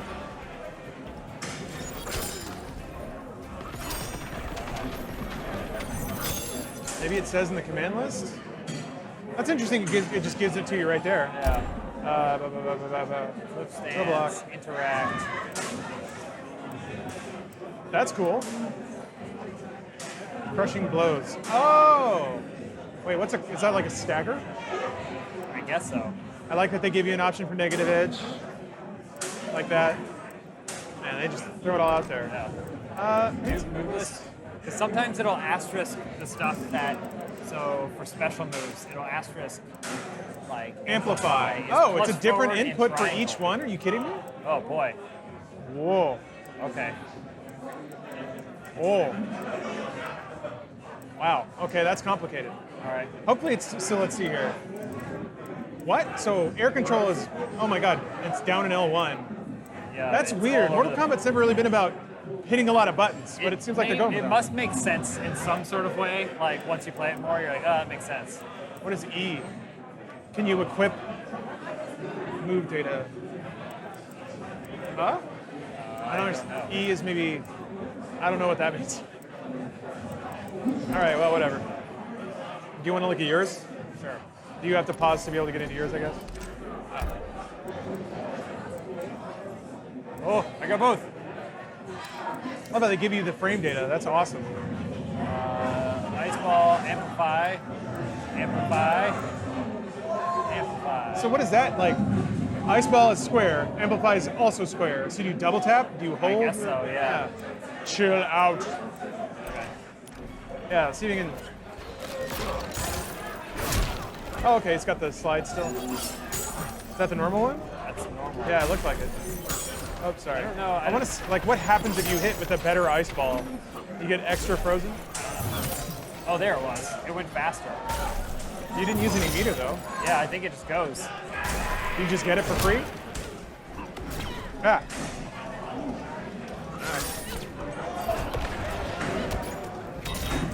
What is that move for? Ah. Oh, it's not a one and done. You get your fatal blows back as long as you're in. Jesus. All right. Oh, you get. Oh, I must have used it. Are you gonna timer scan me? Ah. Executioner. I guess they're trying to make it about hitting more buttons, which is kind of interesting. Also, so you got that gun on your hip. Need you to use that. Oh.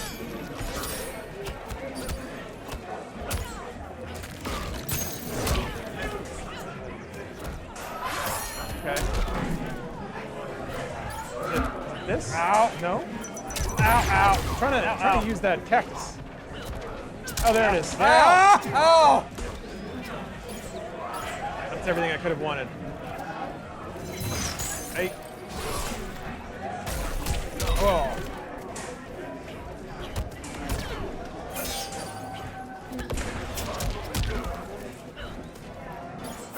Yeah.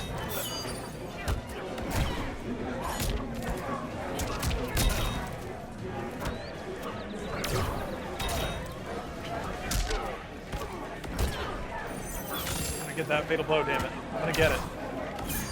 Ooh! No, I'm not. Can you kill with a fatal blow? I think Yeah, it it does. pop up and then fatality. Oh, I was just curious if it would take you to 0 health or like 0.1. Uh-oh. Oh, come on, don't do it. Don't do your head it. too. Ah. I'm not done. What else is there to do? Dang it. You weren't dead enough yet. Oh, look at that tongue flopping out. Could be more frozen, I guess. What piece is right under the Y right now? That part of the jaw? I think it's the jawbone. Ugh. Awesome. Let's see here. I mean, I totally forgot about Scarlet. Yeah, me too. Let's see. I'll try New Boy. I just realized we said. Well, no, actually, it makes sense. Never mind. Oh, it still has the variations. Boone's main. Okay. This is weird. This variation has like 2 of the same move.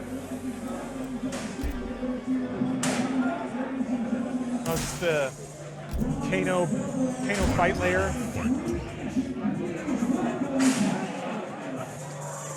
Oh, that's so awesome. Remember when they had stage transitions? Oh, that'd be so awesome. I miss that stuff. I mean, Injustice had that a lot. Yeah. I got my fill.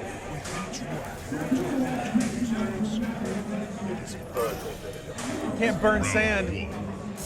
Oh yeah. Sand puts out flame. Wait, I thought it was what? Down, down. Oh! It's down, down R2.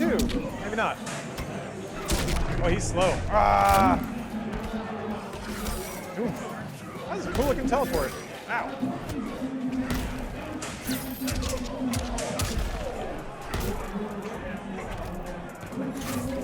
There. Ooh, oh, that's cool. Is that the augmented version? I don't know. Take that. Oh no! I got lucky there. Wow. That's in, I guess there's like a window where you can get hit after you teleport. So like if you're just throwing out attacks, you'll eat one as soon as you teleport. Oh. Ha! Ah! You look kind of like Thanos. A little bit. Ah! One of these days. One of supers. My my blind no setup super will land. I wonder if you can juggle into those things. I think they did. In the demo, it seemed like they showed them. Round 2, fight. I'm really curious what the defensive meter is for. Oh. I feel like there's got to be more setup to that. Ooh, nice. There's Kano back there. Ow. There must be. Ow. That.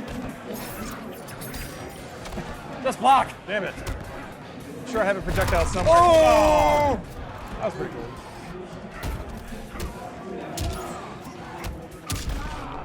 His timing is weird.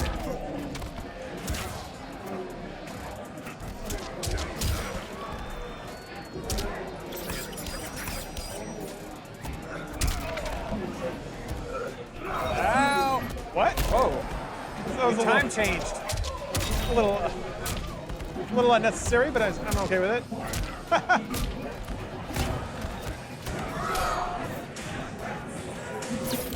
Keep thinking I have a projectile, but I don't know what it is. Ow. No! No! Oh, you sucked me out of my teleport. so, yeah. And you knocked my mask off. Oh! Oh, Jesus Christ! I'm okay. I'm okay. That's what happens when you fuck with time. Time will Those fuck are with two you. special moves. Spear, amplify, triangle. All right. Teleport. Maybe instead of it's like back forward triangle instead of square. Hey, good shot. What? You want to tag your signatures? Oh sure, yeah.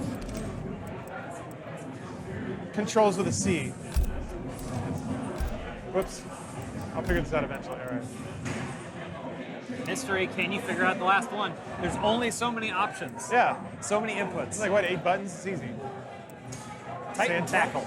That was my nickname in high school. Sounds fun. Also Big Fist.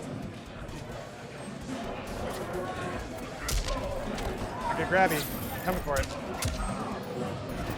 Goodbye. Come on. Oh! Oh, there we go. That's the combo. Ow, ow, ow. Ow. Damn it. that one's overhead. Ow! Ow! God.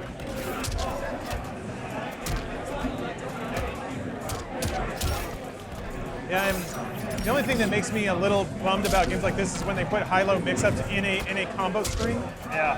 Tekken is huge about that, and just, I don't know, it makes the game so much about memorizing strings. No! What it was. Can't get in on Forward, that. triangle.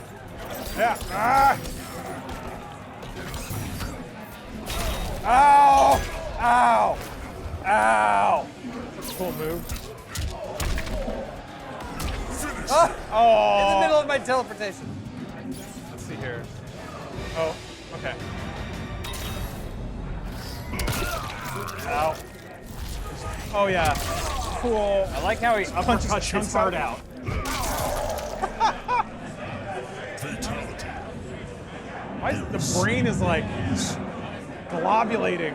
I'm still unclear on when Scorpion is or isn't a skeleton man. I guess at this point it's like he has hell powers that he just summons I guess so, yeah. whenever he wants to. It's like Ghost Rider. Aha. Remember that part in Ghost Rider where he was fighting the Waterman and he was getting his ass kicked and he was like, wait a minute, I'm a Ghost Rider. I can turn into Ghost Rider. And then Yeah. he did and he won. Abirad is a genius. So with no meter, does it mean there's no limit on how often you can amplify? Is that why it's more difficult? On what now? Like when you amplify your moves, Yeah. there's no meter accountability. Yeah, I don't. Oh, maybe there is. It must be that one there. The bottom sword right. meter? It Yeah. doesn't get consumed when you amplify though. Unless we're not doing it right. Yeah, it did. Oh, that did. Okay. Yeah, usually it does that great flash. So it looks like it fills up automatically too, which is interesting. I don't know what the defensive meter is for. I would assume combo breakers. Let me here. Get me in a block string and see if I can break you out of it. Oops. Oh. That was an amplify. What? But I think I did it accidentally. Hold on. Let me. Does just corner escape? Does that use half meter? Let me see. So slow. This stage is really wide. Wow. Okay. Yeah. Okay. That did? Yeah, I used half meter. Okay. There has to be something that uses both meters, right? Oh, that used So both yeah, yours. yeah. I Okay, guess so there's stage a meter interaction. for defense and a meter for offense. Okay. Well, the defense seems like it's mostly stage interaction, but I guess it's like a very fast move that you can use to get out of pressure, which makes sense, I guess. Okay, wow.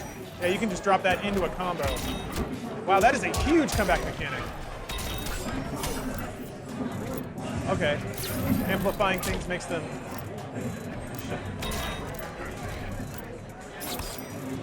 Yeah! Oh, Yeah! no! I didn't think... Yeah, Mortal Kombat has damage, or damage on special move. It has damage on everything, doesn't it?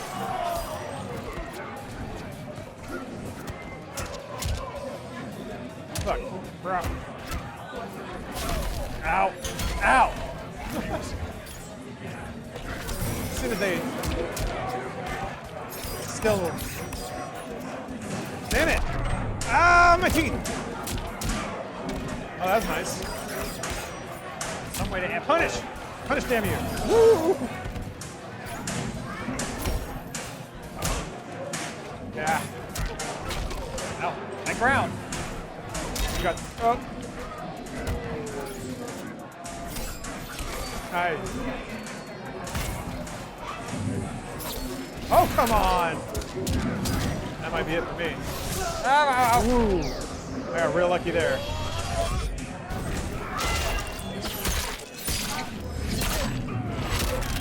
That one. Yeah. That boom one is the one that looks like it hurts the most. It's just the spine compressing. You want that harpoon, don't you? I wonder if there's got to be a push block or something. Ah, that's not it. Oh no! No!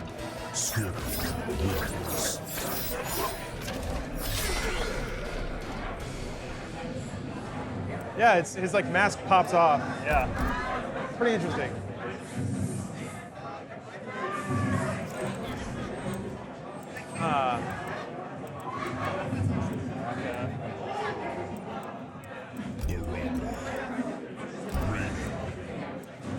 God mode. That sounds fun.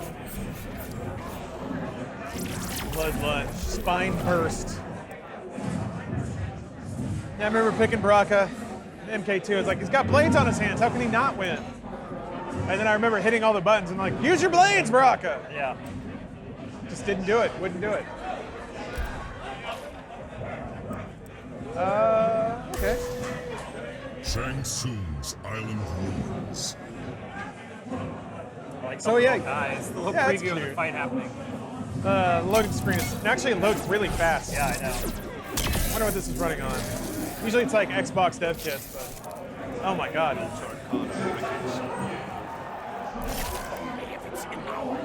Got some plot going He on. looks like one of the RNG guys from Shadow of Mordor. Yeah.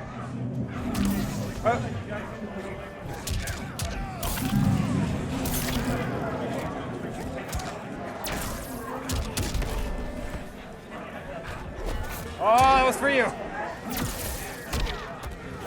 Ow, ow. Whoa.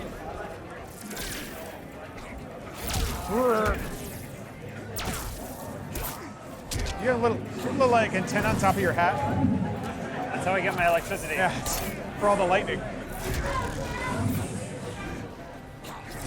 Ow, that was nice. How do I fly? No.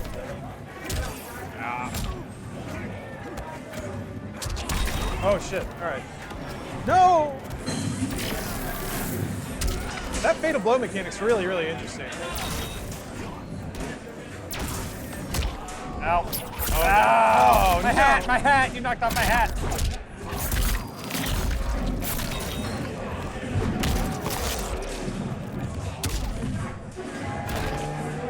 Does that stay there? Uh-oh. Oh no.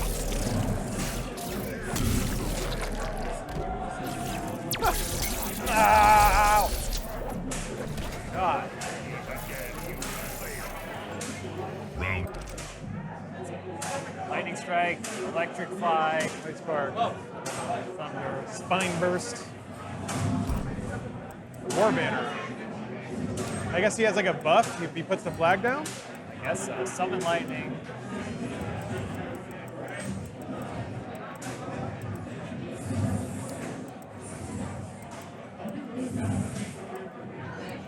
Amplify L. See, that one's Amplify L1. There's a bunch of stuff. fight. Blade spark. Oh. That's his. I guess that's his unique. What is this? Am I shooting spines out of myself? That's an interesting way to get over like people that spam projectiles. Yeah. All right.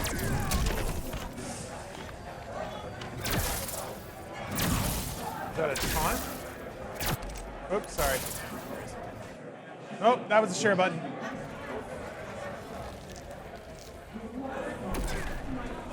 Careful.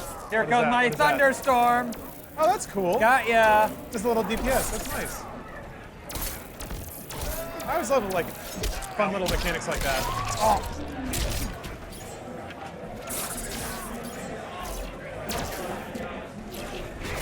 Oh. Ow.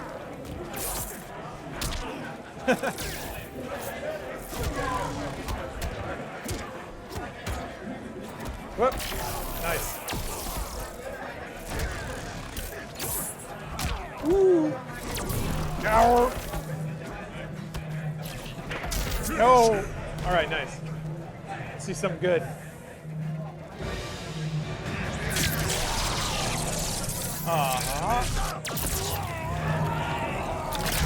Oh.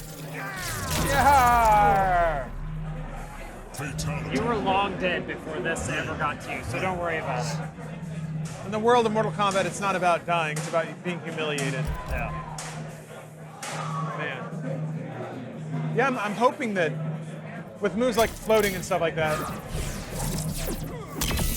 I am hoping they put in moves that just kind of neutralize projectile spam. Because that is just, there are ways to get around it, but I've always felt like in fighting games, there's something that's easy to do and something that's hard to counter. Yeah. So like when somebody's just spamming projectiles, it was a big problem in MKX. A lot of dudes have like teleports and stuff, it seems like. That's true. What happens if you're just being obstinate and not playing that character? I guess that's on me. I gotta pick the right character for the encounter. Ow. Get off me. Nice. Oh.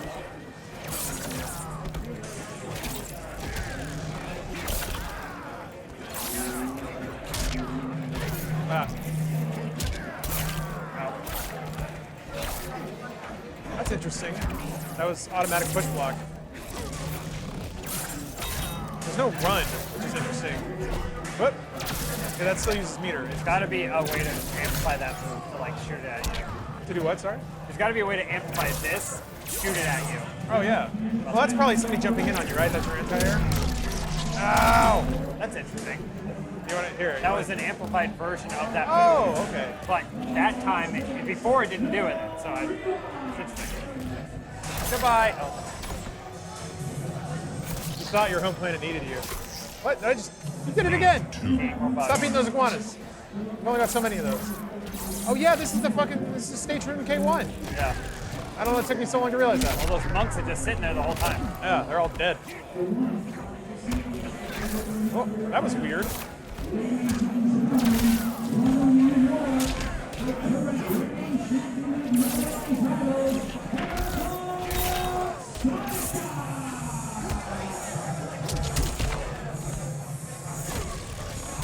These overheads are wild. Oh. Ah, what? Oh, you did a brutality. Woo! Hey, nice job. I just got my pocket heart. Let me whip that out. I love those. And MKX, those are so great. Like, they're great little surprises. Yeah, it's I don't see any other brutalities out here, Lawrence. just fatalities. Just boring old fatalities. Anyone can do that. That's game journalism right there. Yeah, I always like that because it's like, at a certain point, fatalities just get kind of old and they're long, and you're like, God damn it. But a brutality, if you know how to pull it off, just bam, you eviscerate your opponent and you move on. Yeah. Blood port, done with that. So let's see, 1, 2. That's a decent roster, and I know that NetherRealm tends to like. Yeah, it's gonna fill out that whole circle. Exactly, with DLC. yeah.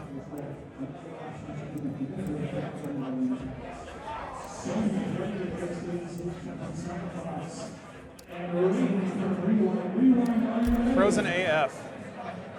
Keeping it youthful. Special Forces. Are those your characters? The silhouettes on the loading screens? Yeah. I think they're the ones you picked. That's awesome. I wonder if it's like actually AI or if it's just a canned thing. I don't know. They cram these games full of so much detail. I don't understand how they can do it.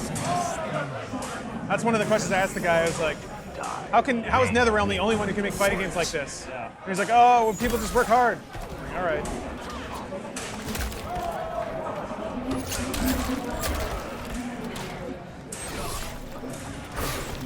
So it's weird. There are movesets under the variation, but they don't seem to work. Those are like her uniques, right? For that variation. Yeah? Ow, ow, ow, ow, ow. Hurt me. Yeah. That is really annoying. Oh, no. No. Ooh. All right. Ooh. Ow.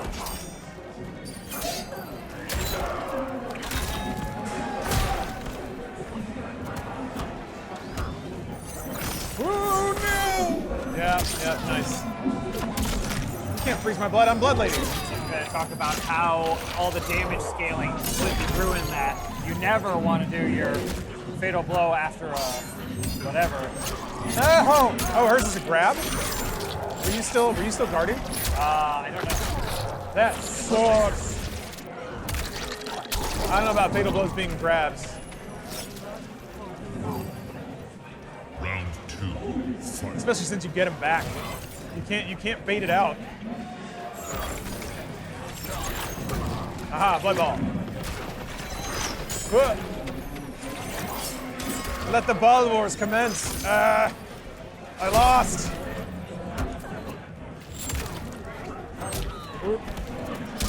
Ah, my teeth. I'm surprised he even still had those teeth. Yeah, right. everybody in Mortal Kombat land recovers really quickly. I'll heal. What? Oh, that's kind of cool. For that. What? Oh, he's got the one up. That is a lot of range. Holy crap. You want to look up your finisher? No. No. Are you trying to do something? Yeah, I was saying, do you want to look up your fatality? Oh, yeah, sure. Ooh. I don't think we've seen this one yet. Yeah, hard Down in condition Fort sounds Circle. new. Did it even say distance? I don't think Yeah. it matters anymore. Mid? Okay. Down in Fort Circle. It even tells you. All right. Finish him.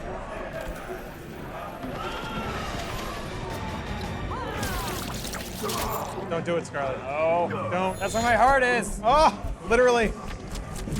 Feeling it. Ah! I loved you. Fatality. Starved to live. Oh my gosh. Look at it. Look at his face. He's in so much pain. Mamma mia. Despite Simitimo. We do need a stereotypical Italian like chef Yeah, absolutely. in Mortal Kombat. What about his rolling pin, like bash people across the face, shove sausages down their throats? Round 1. Fight. Yep. You know, I just realized, and I'm kind of ashamed it took me this long. Scarlet doesn't have giant titties. That's true. Is Mortal Kombat the most progressive fighting game ever? They're almost entirely covered. Yeah, she's like kind of wearing clothes. It's weird. Sonya's like pretty normal looking. I'm sure they'll release costumes They better. that salvage that. And we haven't seen Melina yet. That's true, yeah. Sindel, everyone's favorite milk. Ow, ow, ow, ow, ow. Dang it. Oh no! That was awesome. Ow.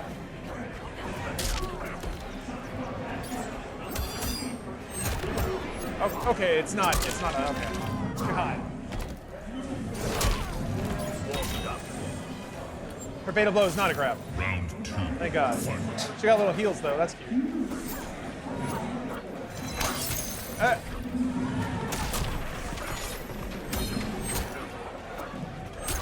There's a combo in there somewhere, I know it. It's all like triangle shapes. So like square, triangle, Yeah. circle. Nope.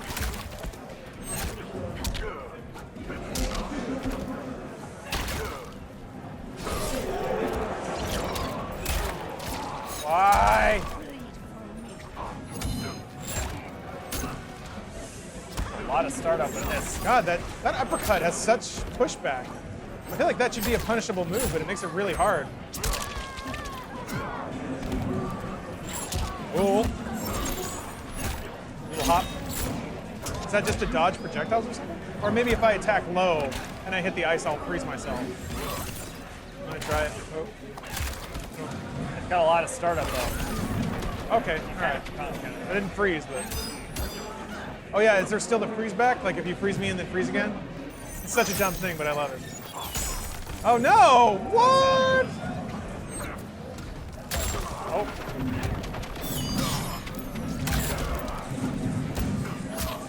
Ow. Hey, I love blood. I'm blood lady. Blah. Keep hitting R1 to throw. What does R1 even do? Interact. Oh, okay. Not a combo. Ah! God, that's so gross. They even have like fat tissue in there and stuff.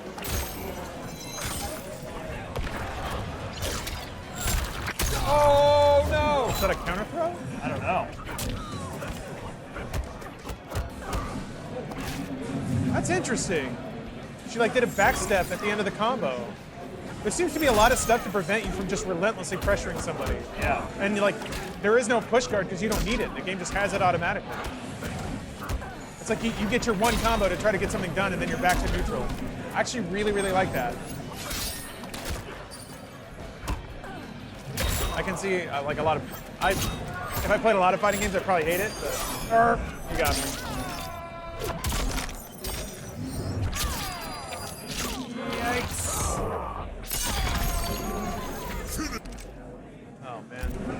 Did he only have one? Oh, okay. So I did. You did Icecutioner, I think. This is the spine rip one, right? Hey, it's me! Oh! This is the best place to grab the spine. Yeah, through the It's always front. fastest way. God. Fatality. Sub-Zero wins. They've been there were like developer interviews and stuff on other Mortal Kombats where they talk about the meetings they have where they get in a room and try to decide new fatalities and like pace them out. I just like they come back from K11. All right, everybody's tired. Like, Yeah. people with coffee. We're on Sub-Zero. We got to rip out a spine. So it's like from the front. All right, we'll start with that. Upside down. Okay, good. And then they whip the skull back on. Well, I like thinking about Sub-Zero. He's like, I got another tournament coming up this week. I gotta think of some new ways to rip out the spine. Got to workshop some ideas. I don't know. Were there any fatalities listed we haven't seen yet? I don't think did we see this guy's? He only had the one listed, and we've seen his where he punches their bodies out.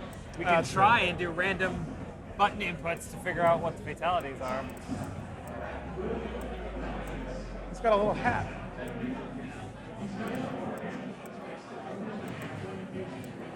Let's go plain Baraka. Gears. Really. See, it says like down circle, but I don't know. When I tried that, it didn't seem to do anything. Black Dragon Fight Club. Maybe that's like gives you ideas for combos and stuff. You watch that. I'm just trying to remember like Injustice. It's all like back triangle down. Like Yeah, very simple D-pad inputs, which is weird. This is such a pad, like gamepad fighting game. yeah. I'm just not used to it, but I've at least gotten over myself. I used to think pad players were children. See, you're not doing shit. Down circle. Just a kick. Oh, maybe that's it. Oh, yeah. This is what his unique was down forward. Yeah, so I guess it's just like one pretty non-important move. That's a big old combo. I'll take it. I'll take a few. See what happens.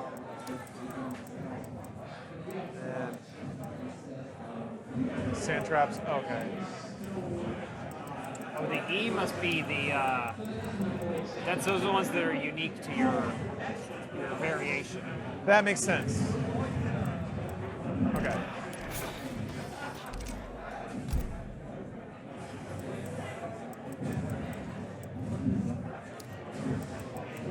It's an F block. Force block.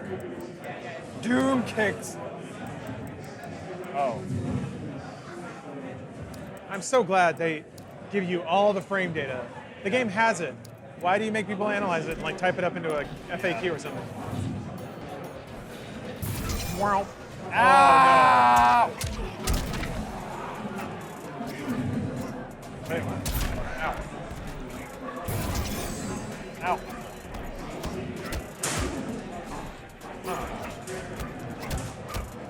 I don't know how to do that.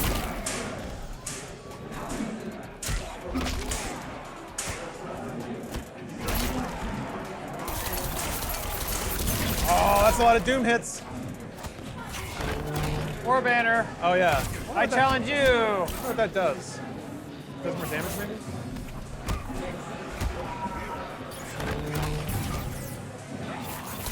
Oh no! Jeez. 16 hits. Doom kicks. See, that's just a regular combo, but it did that.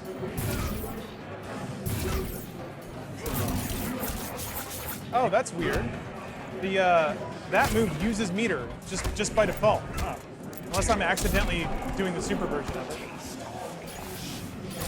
Why does he keep whipping out? He's got a little snack skull? Oh, he was keeping on himself. Yeah. Yeah, that just uses meter. Huh. So I guess there's some I guess they don't okay. Maybe that's how they control spam. Interesting. Ow. Ow.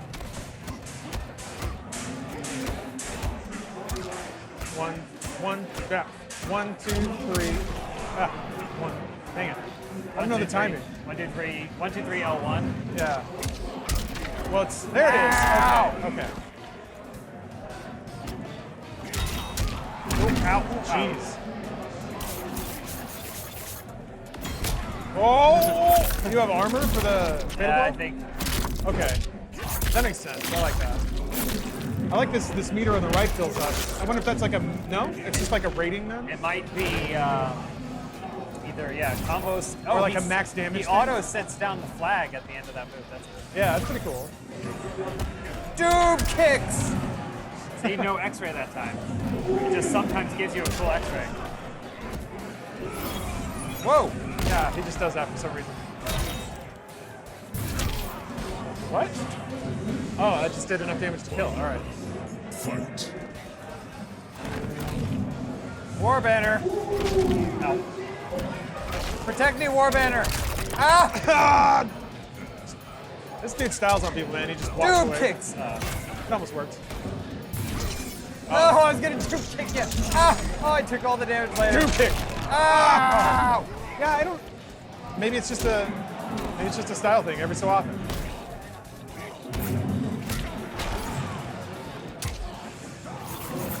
Walk into it. Ah. Almost worked. Ooh, no.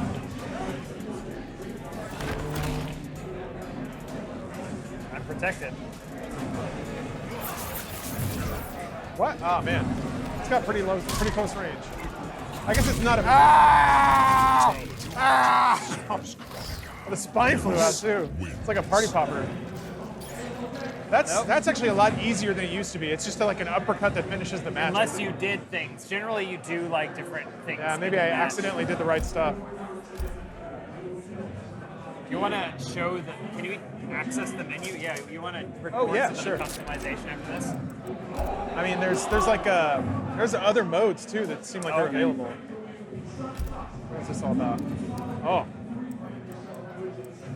Oh, they give you everything. Wow. Match recordings. They've been making fighting games for a really long time. So I Lower guess- the health bar? Huh. Yeah, it's crazy. Oh, environmental interactions. Yeah. Quality of service? Oh, that's nice. Ping. What? They actually tell you what the input delay is? You can't just blame it on that no matter what now? Wait, text to speech. What? Speech to text. All right. Huh. Set it to full. You got it. HDR? Nice.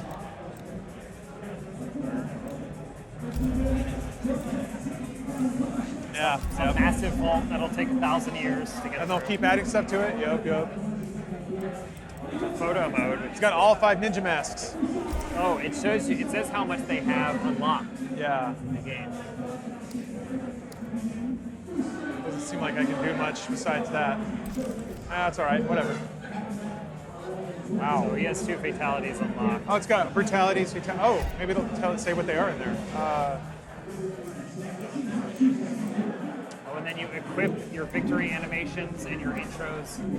You like basically make a loadout for your character.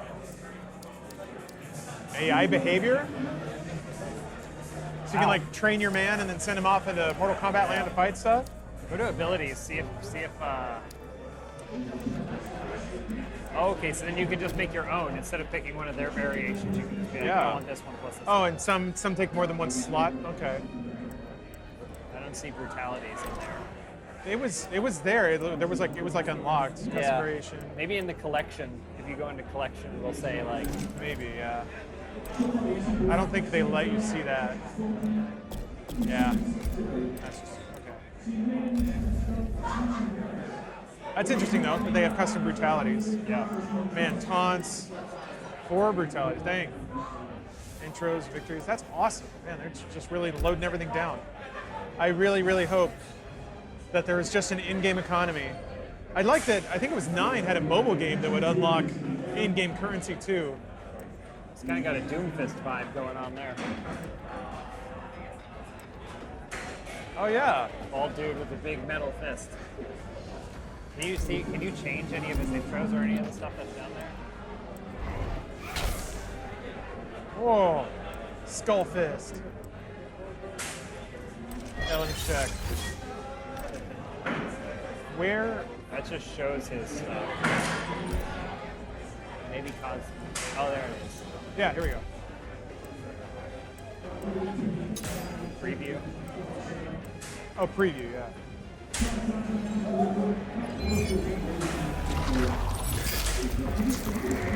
Yep. All right. I appreciate you coming here to fight me where I was lying on the ground. Oh, wait. Oh, wait. and then fatalities. Yeah. There we go. Okay. Okay. So it's just It is kind of like old stuff, yeah. that timing. Well, let's see. Hold triangle during Titan tackle in the corner. So that's probably he smashes them against Yeah. the wall Boosh, and boosh, smashes boosh, their boosh. head. During throw, hold back and L1. Let's see if I can remember those. During Titan tackle. It's too bad you can't tag those, but I understand. See where he is in this. See what the image is. Okay. Let's see. Oh, look at that. There's like rarity stuff. So it says mortal, elder. It's like green and purple. Yeah. You can unlock more rare brutalities, maybe. Man, that's actually a pretty cool setup because you'll be playing online. Somebody will have like a crazy brutality you've never seen. Yeah. That's pretty sick. What? So what was it? Back Blood and vials. L1 during throw, and then hold triangle. Hold during triangle in the tight corner. tackle. Yeah. Curious. It's all. Oh. Okay. All right. Okay. Time tower. Yeah, let me check this out. Yeah. Hopefully it's 2-player. It's fine. If you want to do it, go maybe locked out. These are probably like events that they can update online. Yeah. They had a lot of that stuff in MKX. 5 fights, classic. Okay, then you get, there's all the currencies. You could do one. Go ahead and try one. Sure. And then try and get that brutality. Yeah, let's see. Oh my gosh. There's blood points, skull points, and coins. Completion rewards. At least they actually show you. Oh, Christ.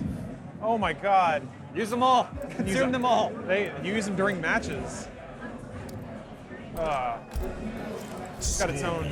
Oh, yeah, what's up? I have to ask to start wrapping it up just because we're running out of these spaces that are flowing in and out. So Okay. whatever you, at your earliest convenience, let me know and then we'll get it wrapped Sure, up. no problem. All right. So give us a try, see if we can do brutality. Yeah, here. We can both be this dude, figure it out. Gears.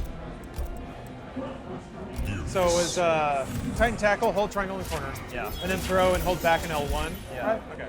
So I guess you just keep holding. Yeah. You just do a back throw and then L1. The other one was some sand of time thing. Hey, it's my new intro. There you go. Oh.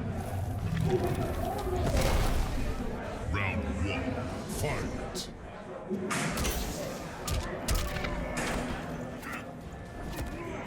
Holy crap. Ah. Oh, man. Hit you with that clam.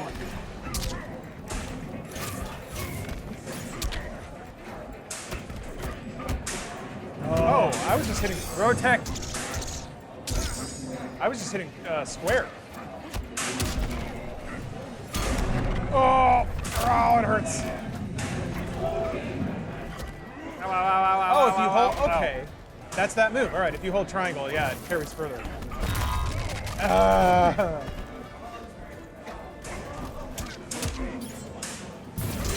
Oh, you know what I'm gonna do.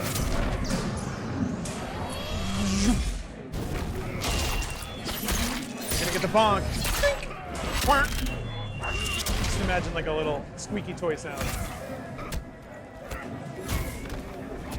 Oh, no, don't put me down. Oh. I always like that, yeah, so much of Mortal Kombat was knowing all of your moves and exactly where their hitboxes go. Ow, ow, ow. Huh. You? Ow. Nice.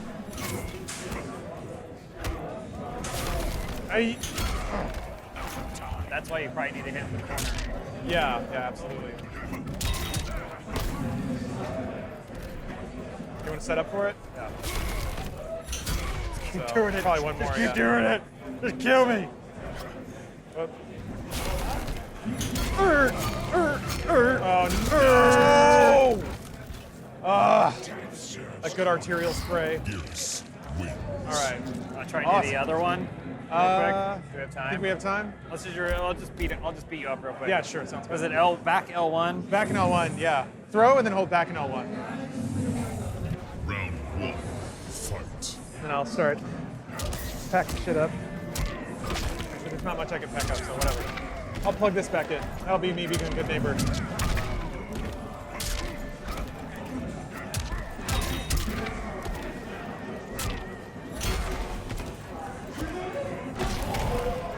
Oh no, I don't like what's going to happen to that one. Back L1 is him getting thrown onto that little platform. Fight. Something bad's gonna happen. Just pulls down your pants and smacks you on the butt. Look at how foolish you are. Like patty cake on your buttocks. Little sand buttocks.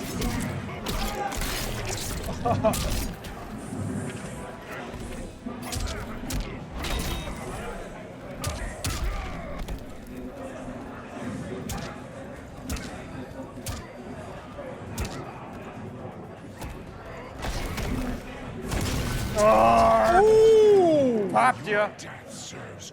Popped open like a crash test dummy. Oh my Goodbye. gosh. I'm back to Sand World now. All right. That's pretty sweet. Oh man, so what did you think? There's a lot going on in that game. There's a lot of changes. I'm always amazed how they can make Mortal Kombat again and again. Yeah. And I'm still like excited for the new stuff. Feels like it's a lot of what I enjoyed about the previous games and the Injustice series, but now there's like slight little tweaks, like the Amplify system is like a little bit different, and the brutality system is like a little bit different. So. Yeah.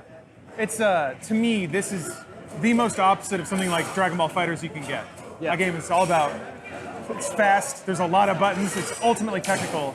MK11's more about just the mind game of footsies, and once you land those big hits, it always pushes you back to neutral and you start again. Yeah, we were saying, because we were playing it earlier, and it felt like an MMA fight where the ref kept breaking up the groundwork and saying, no, back to your feet. The game is constantly bringing you back to your feet and saying, like, all right, square off again, and then try and bang your heads together again. Yeah, on the drive out here, we were talking about like how momentum works in fighting games and how even if you successfully block a string, that doesn't mean it's your turn. Yeah. In MK, it absolutely means it's your turn, or at least you're back to normal. Yeah. Which I appreciate. I think that some people get really frustrated at fighting games when the game does something they're not expecting.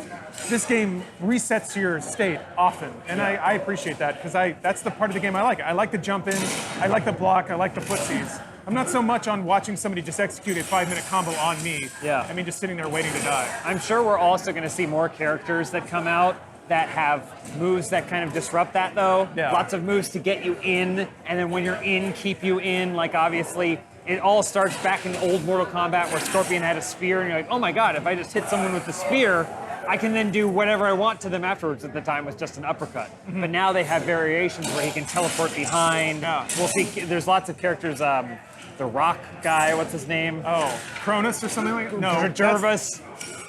The Rock Man. There's too many. He has a combo that literally brings a projectile behind the other opponent and on it a hits low. I think, yeah. And so, like, and then there's a follow-up where you grab him and throw him, so. all kinds of stuff that I'm sure we're going to see that it's like, yes, you are neutral, but it's not always going to be jumping in or who can get that first attack in.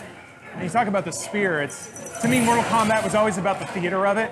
Like, I've frozen you, and now there's this tension. What am I going to do? And this game has so much of that. Even just in the animations, it's like, you'll just bash someone and then just stare at them for a little bit, and then you got reset to neutral, because your guy will walk backwards and it's up and fight. Yep. So, to me, it's like, it's very spiritually accurate to what Mortal Kombat always has been. It's got that theatric element. And man, the death blow system is so interesting. Because it comes back. If you whip it, you still get it back. So Yeah. it's the most comeback mechanic.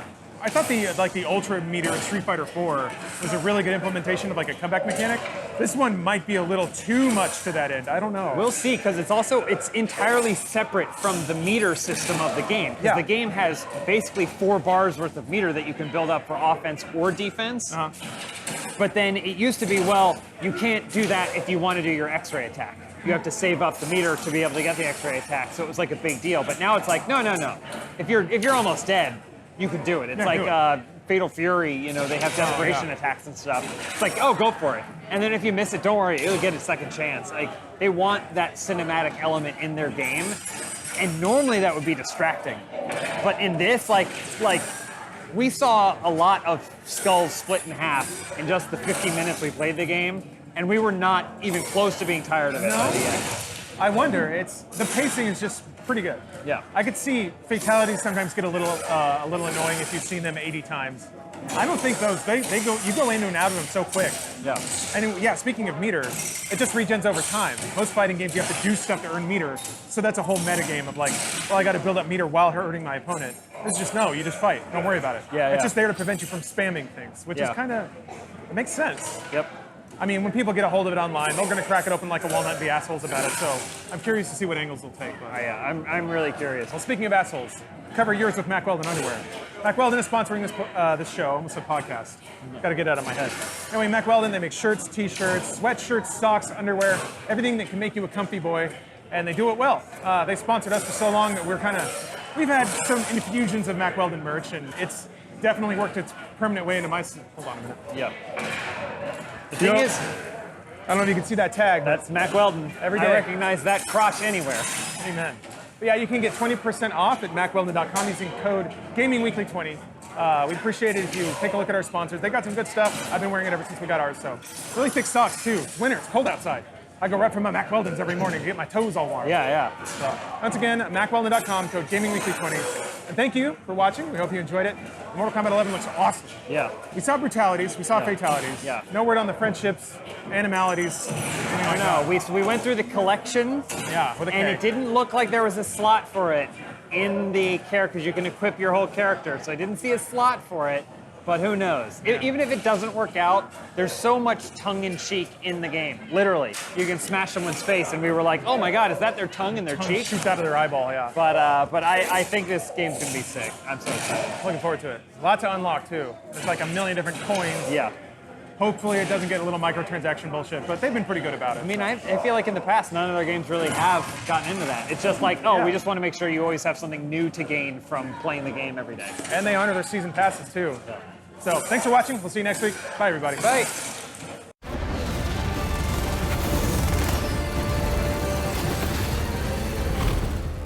Being one of the only people who didn't already know that going in, and then he leans over and fucking tells me. Yeah. It's like, why didn't you just let me watch it? James Cameron made this amazing movie, which has this amazing twist a third of the way into it, and then all the commercials ruined it. I was gonna say, I'm sure he probably fought with the studio. He was upset. trailers. I'm sure of it. Yeah. I mean, he was like, "Don't reveal it. It's a great twist." The marketing was going to be, they failed the first time with one Terminator. Now they're sending 2, and they're going to kill a son. You're like, that's kind of lame. This is stupid. But then get down, and you go, oh, cool. Instead, the commercial's like, he was the bad guy. Now he's the good guy. Arnold's good guy. I think it says it like immediately. Like it doesn't even. No, the first commercial was like, you remember him as bad guy, but he's not anymore. He's a good guy. That happens. I don't remember him as a bad guy because I didn't really see that one. Yeah, I was. No one did. That's my entry point. Yep, I was about 4 years old, and there's a VHS sitting on my coffee table, but I probably won't ever see that movie because I'm too young for it. Yep. I think that first Terminator was like 84 or 85 or something like that. Yeah, super low budget. I remember watching it very young, and I've mentioned this before, but I had a friend who would watch everything. We'd watch everything, and it didn't matter the rating or whatever. All kinds of horrific violence didn't matter. We'd watch it, except he wasn't allowed to watch the sex scenes. Of course. That was like the rule, which I think is hilarious. Because he has gone on to have sex, but as far as I know, hasn't murdered anyone. So, is he a sexual deviant? No. Yes, he's got weird kinks. Yeah. So it didn't really help. From but a scale of George Lucas to R. Kelly, where does he land? I don't even think he's on that scale. George Lucas? Where is he? Is he asexual? I think he's basically asexual. Oh, okay. Was he married? Yeah, Long he time. Yeah, but kids. He could be married and be I think they were asexual. adopted though. Oh, were they? Which isn't, I mean, adoption's great. Adoption's fantastic. No, yeah. I just assumed he was like, no. He's like, can't Hayden do it? Just like that. Can't Hayden do it? So the Terminator came out in 1984. There you go. Budget Yeah. was 6.4 million. Box office was 78.3 million. Oh, it did really well. It did How did- super well. How did Piranhas 2 do? He produced that one. Piranhas He directed it. 2. Oh, Piranhas 2. Okay, I was thinking Piranhas 3D. 3D. Yeah, 3D. Alright. 3D is actually pretty good. Budget was only Piranhas 145. 2? I've seen it. That's nothing. That feels a little high. Wow, 2 stars. James Cameron's the man. He's the engineer of directors. That's He so has cheap. like a blueprint for how to make a movie, and it always works. Yeah, he goes. Didn't they It, just it film? profited at the box office. Didn't they just Yeah. film 3 avatars at the same time or something? I think it was. Yeah, it's like 2. It's 2 or 3. And I don't know. He's got to have some new technology or something because he always does. There's always something new that he's like trying. Yeah, we set up 8 cameras. Like, okay, settle down. He's dude. like, no, the Matrix already did that. yeah. They're way more. But he's like always filming. And they're all underwater. Everyone James in the Cameron chat is saying they see autumn. Like, where Oh, yeah, are they Autumn's seeing in autumn? the. Yeah. Remember Some when strangers. James Cameron came to Attack the Show? I wasn't- produced the I segment. know. I'm telling you. I Remember absolutely he came remember. and he was like showing off his 3D camera. and stuff? He loves Attack of the Show. He loved it when it was. I was going gonna on. say, you can't love He what's came dead. like 3 times to Attack of the You Show. should message him. See if he wants to You come. can't love what's He'd dead. do an Jesus avatar. Christ, Adam. To do an avatar, Bruce, message him. He'd be do like, it right now. Pull out your phone. You're Call like, him. who? Call him up. I never got his phone. You go, You go, it's Jim. pronounced Bruce. Yeah, his friends call him Jim, by the way. Yeah. We call him James Cameron. I know. That's what I call him. Kind of like how Good friend Jim. when Bruce first introduced me to you, I said, Bruce is like, here's Jimmy. Here's Jimmy Willems. He'll be working with you today. Jimmy. And I said, oh, nice to meet you, Jimmy. And I call me James Cameron. Are you ready? Should we start? Okay. Hey, let's make show. Did we clap? Do we need to clap? We clapped. I already did it. Oh, excellent. Fantastic. And started prompting. Oh yeah, it's got to do that. Oh, yeah. Actually, I don't know that you have to. You can. If I don't, it'll go like click, click, click. It'll Okay, go all to right. clicks. Prompt All right, I'm dog. Go right ahead. Remember that? Was there a .com? What was that? What was the ad I'm thinking of? What? It's like prompt dog. I don't know if there was an ad for Prompt Dog. Dog. Yeah, what was it? Something dog, right? Prompt dog. I think even Expedia. Expedia.com. That one? Not at all similar. Maybe I'm thinking of Lycos. All right, well, go right ahead. Remember commercials for web browsers I and do. search engines? I do, yeah. Use Yahoo. What the? Anyway. Hello, everyone. Welcome to another episode of Gaming Weekly. Resident Evil 2 is out today, if you're watching the show on YouTube, that is. And we've played it. Yeah, we also played Alien Blackout, that mobile game we sort of trashed last week, and we like it. Oops. So yeah, we really are internet commenters in real life. To be fair, I only sent like 2 death threats this week. I only doxed one person. Good for you. You're a hero. That's true. But moving on, people also keep leaking content from the Dreams beta, and it is super cool, but you can't see any of it. Sorry. Sony slapped a massive NDA on that bitch, so none of it is actually allowed. Yeah, well, first up, we can talk about the Resident Evil 2 remake. Yeah, if you didn't already know, this is a full remake of the original game, not a remaster, not a re-release. The whole thing was built from the ground up in the Resident Evil 7 engine and lets you play as either Leon or Claire, encouraging multiple playthroughs with unlockable secrets. Alana, you put a bunch of time into this game. Should people be excited to play it this weekend? I already know your answer. Yeah. I mean, you saw it as well, Bruce. Yeah. It's really, really, really good. I think it's better than the original Resident Evil 2. I think it might now officially be my favorite Resident Evil, beating RE4. Wow. But I also really like 7, and the stuff that this does differently to 7 is obviously the perspective's different. It's not in first person, so it looks different inherently. But it's also just the gore in it is really extreme. So when we played it, last week? Yeah, last week. That video's up right now. Yeah. You shoot a zombie in the head, and the bullet wounds all stay. That's cool. So everywhere that you shoot them, it just stays on their body. That's really cool. Oh, it's disgusting, but it's very gory and very cool. There are a couple of criticisms that I have, but they're all really minor. It feels really short. Getting through Leon's campaign, which is the only one that I've gotten through, is 8 hours. And then you can play through his again, and you can play through Claire's, but they are very, very, very similar campaigns. So the two of them sort of follow the same path, except for one character and a slightly different ending, but it doesn't feel all that replayable, and it's kind of short. We had this weird audio bug when we played it for the first time, which I haven't been able to replicate, where everyone sounded like they were whispering. It was really strange. Yeah. It was a really strange book. None of the dialogue came through, but sound effects did, which was really odd. There are some areas that drag, but mostly it's a really good survival horror that I think virtually anyone who likes survival horror or Resident Evil will love. I can't really fault it for that. It's probably one of the best I've played in a long time. There's one huge issue that I have not seen, that most people have not picked up, that I definitely have the biggest issue. It's not Resident Evil 3 Nemesis, the best Resident Evil, right, James? Nah. Okay. Didn't even get his support on that one. No. Nobody's support. I don't even know what he's talking about. I just didn't like the tube top.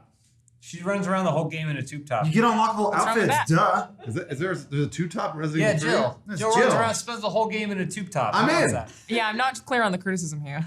Well, that's weirdly enough not the only horror game we played this January. Alien Blackout is the latest installment in the Alien franchise, and it's a mobile game. Spooky. Those are the worst types of games. We hate those. Cash grab.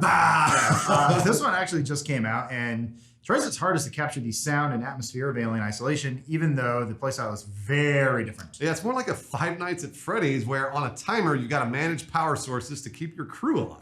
And none of them matter that much, but it is worth mentioning that you play as Amanda Ripley, who was also the main character in Alien Isolation. So they're trying to keep the thread of familiarity there. Yeah, it's not a sequel, more of a spin-off, because of course it's a mobile game, motherfucker. You know how I feel. I mean, it just came out on January 24th, and Alana put a lot of time in that one as too. Where do you find the fucking time? It's a good question. My mom's been here. It's been a week. So I don't play mobile games at all. This kind of feels like a mobile game for people who don't play mobile games. I think they even said that. It's scary. It's really easy to put up and pick down, but it doesn't have like shit flashing out and asking you to buy stuff because there aren't any microtransactions. So you're sort of just controlling all these different cameras, looking for the alien and trying to get a crew to all the different places they need to go to be able to escape. But it's really, really, really hard. Because it's Alien. He shows up when you don't expect him, and power goes out, and you're trying to close a door to lock him off, but you're too late because you've used power somewhere else in the station. So it's a lot more management than Five Nights at Freddy's, even though the concept is kind of similar. The dev team actually said the concept came from the part of the movie where David is opening and closing doors to funnel the aliens through. So that's what it was inspired by. And yeah, you've got 4 characters who all have different skills, including Amanda, who's obviously the engineer. That's why she can control everything. Oh, sorry, not including, there's 5 total. And they talk to each other. There's tons of dialogue. It's pretty well scripted. And it just, you don't really need to worry about any of them, but if you lose one of them, you'll lose their ability. So that you can still survive without them, but it's mostly just that it's super spooky. And the sound design is fantastic. It encourages you to play with headphones, and I totally would if you have the option to, because you can hear when the alien's coming, and even off camera, like you'll be like, shit, he's totally about to come into this room. And Yeah, so I know it's you already said it, but what about the microtransactions? there mobile are game. none. Oh, No that's great. microtransactions. Game costs $5 or $4.99. That's it. So how come last week, Alana, I wasn't here. Last week you didn't like the game, or I guess the impressions initially were you didn't like the game, and now you're like, oh, you know what? Actually, it's cool. Yeah, Lawrence was that actually. My hot take. So I that's wrote okay the though. script. But what is the difference between you and Lauren? No, I was gonna say Different people. That's yeah. that's the reason I'm asking. It's because I want to make sure that like, hey, sometimes people don't like. I'm betting that if I play this game, I'm probably not going to be like, oh man, I love this, $5, totally worth it. Like, but you, on the other hand, you're loving it. So I would be surprised if most people who like traditional video games don't like this. Okay. I think the hardest sell is to get them to play a mobile game, which was like a difficult sell for me. But the controversy surrounding this and people being mad about an Alien game was like, why don't we talk about it and see if it's good or bad? Because people were very mad about it existing. I would bet that everyone in this room would enjoy this game. But that was basically an impression that I don't think is invalid. Is it feels to people like if they're coming out with an Alien mobile game that we're not getting a core Alien game that we want, especially after Isolation. People have been waiting forever. We're still getting those though. So there's still a shooter in development. In theory, this shouldn't take away from that. Aliens Colonial Marines 2. Finally, No. the sequel we deserve. I have a we question. Yeah. Yeah. Can you play as the star of 90s television sitcom Rock in the game? Wait, it's ROC? Yeah. Remember? I remember the show. Yes. Yeah. He was in Alien 3. Remember? He killed a guy. Okay. That's, What about no, but good pitch for not in DLC though. Yeah. Here, I'll do you one better. What about the weird guy in the wheelchair who was in Amelie from Alien 4? What about the dad from Clueless? What about Paul Reiser? And finally, we've got impressions of something we haven't been able to play because people keep breaking NDA. Yep, the PS4 exclusive Dreams is currently in a private beta, and even though they aren't allowed to, a few people who have access have leaked some pretty awesome creations. So far, someone's managed to very closely recreate Silent Hill PT, or at least the hallway. They just posted a 30-second clip they made. We don't know about the gameplay part. Yeah, someone else managed to recreate a scene from Dead Space, complete with green lights on Isaac's suit, but again, without interacting with the stuff, it's hard to know just how spot on it all is. Yeah, it all looks really good, but Dreams can be misleading. Of course. Is that the game or life? I was gonna say Either? both. What is it if you dream about teeth, you're dying, money? You have your period. Wait, what it no, I is. think it's anxiety. I don't know. Yeah, All anyway. of the above. Yeah. So yeah, for anyone who doesn't already know, because Sony's approach to marketing, this one has been pretty weird. Dreams is a game, sort of, where you make things. But you can also just play stuff other people have made, and the options are pretty much limitless. Yeah, so I've seen this game in person a few times. The first time was back in 2015 at Paris Games Week, which is forever ago. That was 4 years ago. I think that might have even been when they announced it. It's so long ago, and we still don't know when it's coming out.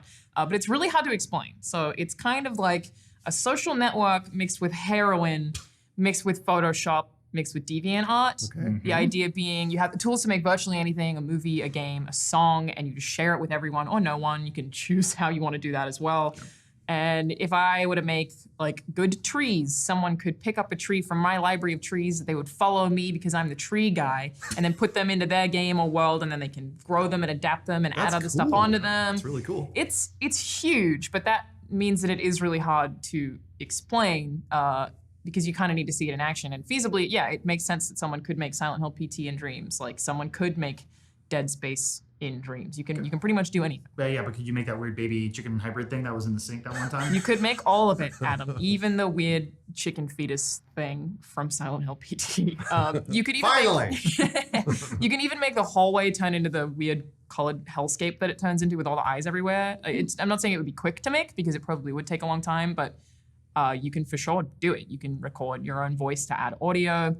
You can add in different triggers. I think the coolest thing that I've seen about Dreams is every time that I have seen it, I ask the team at Media Molecule questions like, can I do this? What if I did this? Could I do this? And they've always said yes. There has not been a single question that I've asked them that's been like, could I do this if I wanted? They're always like, oh yeah, no, we'll show you. And it's just like unfathomably huge and limitless. It's really cool.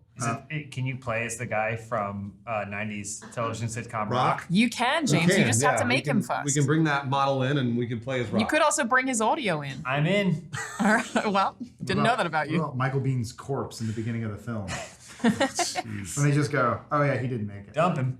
Seeing Dreams in action actually sounds like the best way to market this game, which is why even having the NDA seems like such a weird choice. People have loved seeing these leaks. And it's probably because the game's still in beta and PlayStation doesn't want a bunch of bugs getting out there because, of course, betas have bugs. Yeah, I mean, but I feel like that's normal and the gaming audience knows that regardless. Especially when you made something that is an insane 3D creation sharing platform or whatever the hell you call Dreams. And it's one of those things where we've been hearing about for years and are still just waiting on.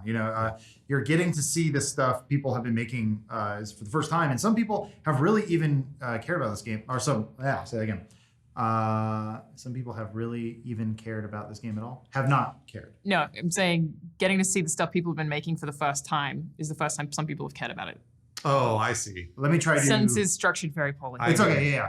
Probably sounds better in Australian. I think it's nonsensical either way. Yeah. Actually, the way that I've read that. Still, it's one of those things that we've been hearing about for years, and we're still pretty much waiting on. Yeah. And we're starting to see the stuff that people have been working and things that people really care about. They do, yeah. It's really cool. It's their first time seeing it, and they really love it. I think at this point, too, with the internet, we're used to bugs. It's okay. I think so. Yeah, and Goat Simulator is a thing. Like even us talking about PT and Dead Space, we technically can't even show you the stuff that we're talking about. I could be like, go to Twitter, but that would piss someone off. So I definitely am not telling you to do that. But it all looks really, really cool. And people are like, what is this Dreams game I haven't heard about? And you're like, duh, and you just let us show people what this game is. Maybe that is the marketing strategy. That's a really strange People marketing have to strategy. break NDA to market the thing. Yeah, that doesn't make any sense. I don't know. This doesn't make any sense. All right, well, back to writing death threats on Twitter. Here I go. You tell them, Bruce. And on that note, we hate all of you. We hope you have a terrible, terrible weekend. That is not true, and thank you for watching, everyone. We'll see you next week.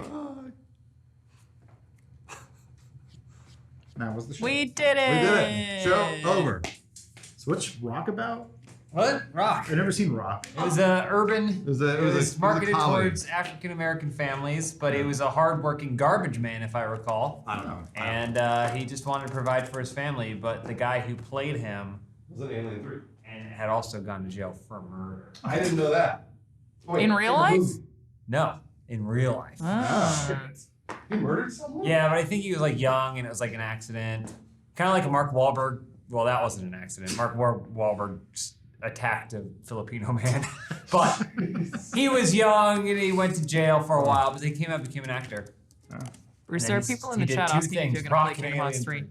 I mean, I'll play Kingdom Hearts 3. I've said it. Do you want me to put you on that gameplay today? 24, Scheduled it for 24 this hours. afternoon. Bruce will be playing Yeah. Kingdom Hearts 3. When is We it? can't promise that. I can. I think I put it in for 4:30. I think. That's fine, yeah. Yeah. Alana literally made a deal with the devil. Said, "Yes, I'll take Kingdom Hearts early, but I'll make But Bruce we play have it." to make a video. That wasn't That's fine. technically the devil. It was the demon at the top of the mountain. I saw all the reviews. Didn't Polygon have an issue with it? With what? No. It was weird. There was like people were saying like, "Oh, everyone seems pretty good about it." So Polygon had some issues, but it was a weird thing. So you were like, well, "I don't get it." The person reviewing it was really like all in. They were ready to go. It's like that's probably the worst person, I guess, maybe to review Kingdom Hearts because they're probably expecting too much. Polygon was like, How do you even pick someone to review fucking Kingdom Hearts? I do it. But then, so it's the cross between you either have to know everything to understand everything, or you're just like this guy. I'm the guy who the last time I played Kingdom Hearts was Kingdom Hearts 2, and I got that I watched that final cutscene where they're in the field of all the Keyblades, and then they announce all that other stuff. And I went, I'm good. I'll wait till the third one. I've just been lying dormant for 10 years. I've only played 1 and 2, but I don't remember them as well as you do. I'm what? Huh? you're like chicken pox. I am like chicken. Adam likes Yeah, it when you say system. that about him. Like herpes.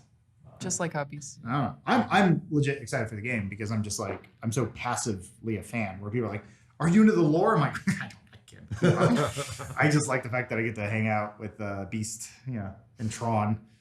Beast? Beast is in the first one, I think, or maybe the second one. You go Hollow Bash From X-Men? yeah, the Beast X-Men. from Beauty and the Beast. That makes a lot more sense. No, wait, okay, hold on. Disney owns both Yeah, X-Men. No, I know. Now we could get the Beast and Beast. Beast and Beast. It has to be the Beast from the early X-Men comics, though, before he got blue fur and he was just a regular man with hands for feet. Bruce, it seems like classroom, people actually want you to play Kingdom I'll Hearts play it, 3. yeah. I was going to play it, but I'll totally play it if you want me to. I'm guessing though the first hour is going to be cutscene heavy. yeah, we're not allowed to show any of the cutscenes in the Let's Play, so I have to cut all of those out. Oh boy. So I was just going to skip those We're and not have the game streaming ready this for you. I demand Bruce play the whole thing from 5 p.m. till the end. I'll play. Well, I won't play For that our one. charity. But I will play the game if you want me to, Alana. I know you want to play it, but I'll play it I don't really mind. if people are asking. No, I just think Bruce has to do 24-hour stream. Yeah. Just me? That's the- you. if the Game well, Grumps I'm can not do it, you staying. can Are do you it. kidding me? The only condition is that we get the guy from the '90s comedy show Rock, Okay. to come in and be my He gets his 1 day pass out of jail. apprentice, He yeah. comes over here. yeah. Him, James Cameron, and I don't know. Are we there's done? another- Are we there's, doing- there's another question here. Yeah, we are technically done. Did Bruce see that Weezer covered No Scrubs? I did see that. How you feel about that? The Teal album. You know what? I remember him. I thought it was kind of cool that it did it. I think don't so, know, everybody too. else was shitting on him, but hey, I thought it was cool. Blink-182 did something today? What'd they do? I don't know. They Is it they aliens related? maybe Well, did he's not music there anymore. of some kind. I'm not really sure. I think they just have a show that they're doing. There's Rock. Hey, there's Rock. There And it goes. then- Which side are you guys? There is that. That's on our left side. Oh yeah. Do you think you're connected to that monitor? No, I'm trying to get it for you guys. No, yeah, we could see Rock. Yes, thank you. I see the guy that was indicted for murder. or It's the whatever. middle guy, right? Yeah. Okay. Charles S. Dutton. Okay. I barely remember Alien 3. So. Before we wrap up the stream, there's another question just from JT Rabbit. Says, are we gonna get any Arizona Circle news soon? We were just talking about that. Yeah, today. I think actually, but That'll be up to Elise and Josh. I don't know. Wait to find out. Find out. We can't give you anything yet. It's hard to get a dictator to do anything, but we'll see if Elise gives you a little. Yeah, that's what I think of when I think of Elise. Yeah, Dictator. Yeah. So, tyrannical being. you guys see that? Let's see. When he was 17, he got into a fight which resulted in the death of a man Dutton claimed had attacked him. Dutton was convicted of manslaughter, but 7 years in prison. Oh, so he's out. No, yeah, he went before he was ever famous. Gotcha. But he's a felon. Who is? People asking us to play Sea of Thieves. I guess Sea of Thieves got popular again. Bruce plays it all the time. Certainly not. I play it all the time. You should do gameplay. I'm down. I love Yeah, I don't want to anymore. Oh, okay. That's the end. We're not playing CC. Bye, guys. Alrighty. See ya. No, we should. But what about now?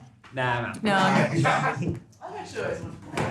Oh yeah, you'd love it. You'd love it. We can play it. But I want to let Lani try to get ready to understand. No, I tried to get her into the beta. I would like to play that. It looks good. It's a very good video game. I think doesn't immerse you in hypersalinated water.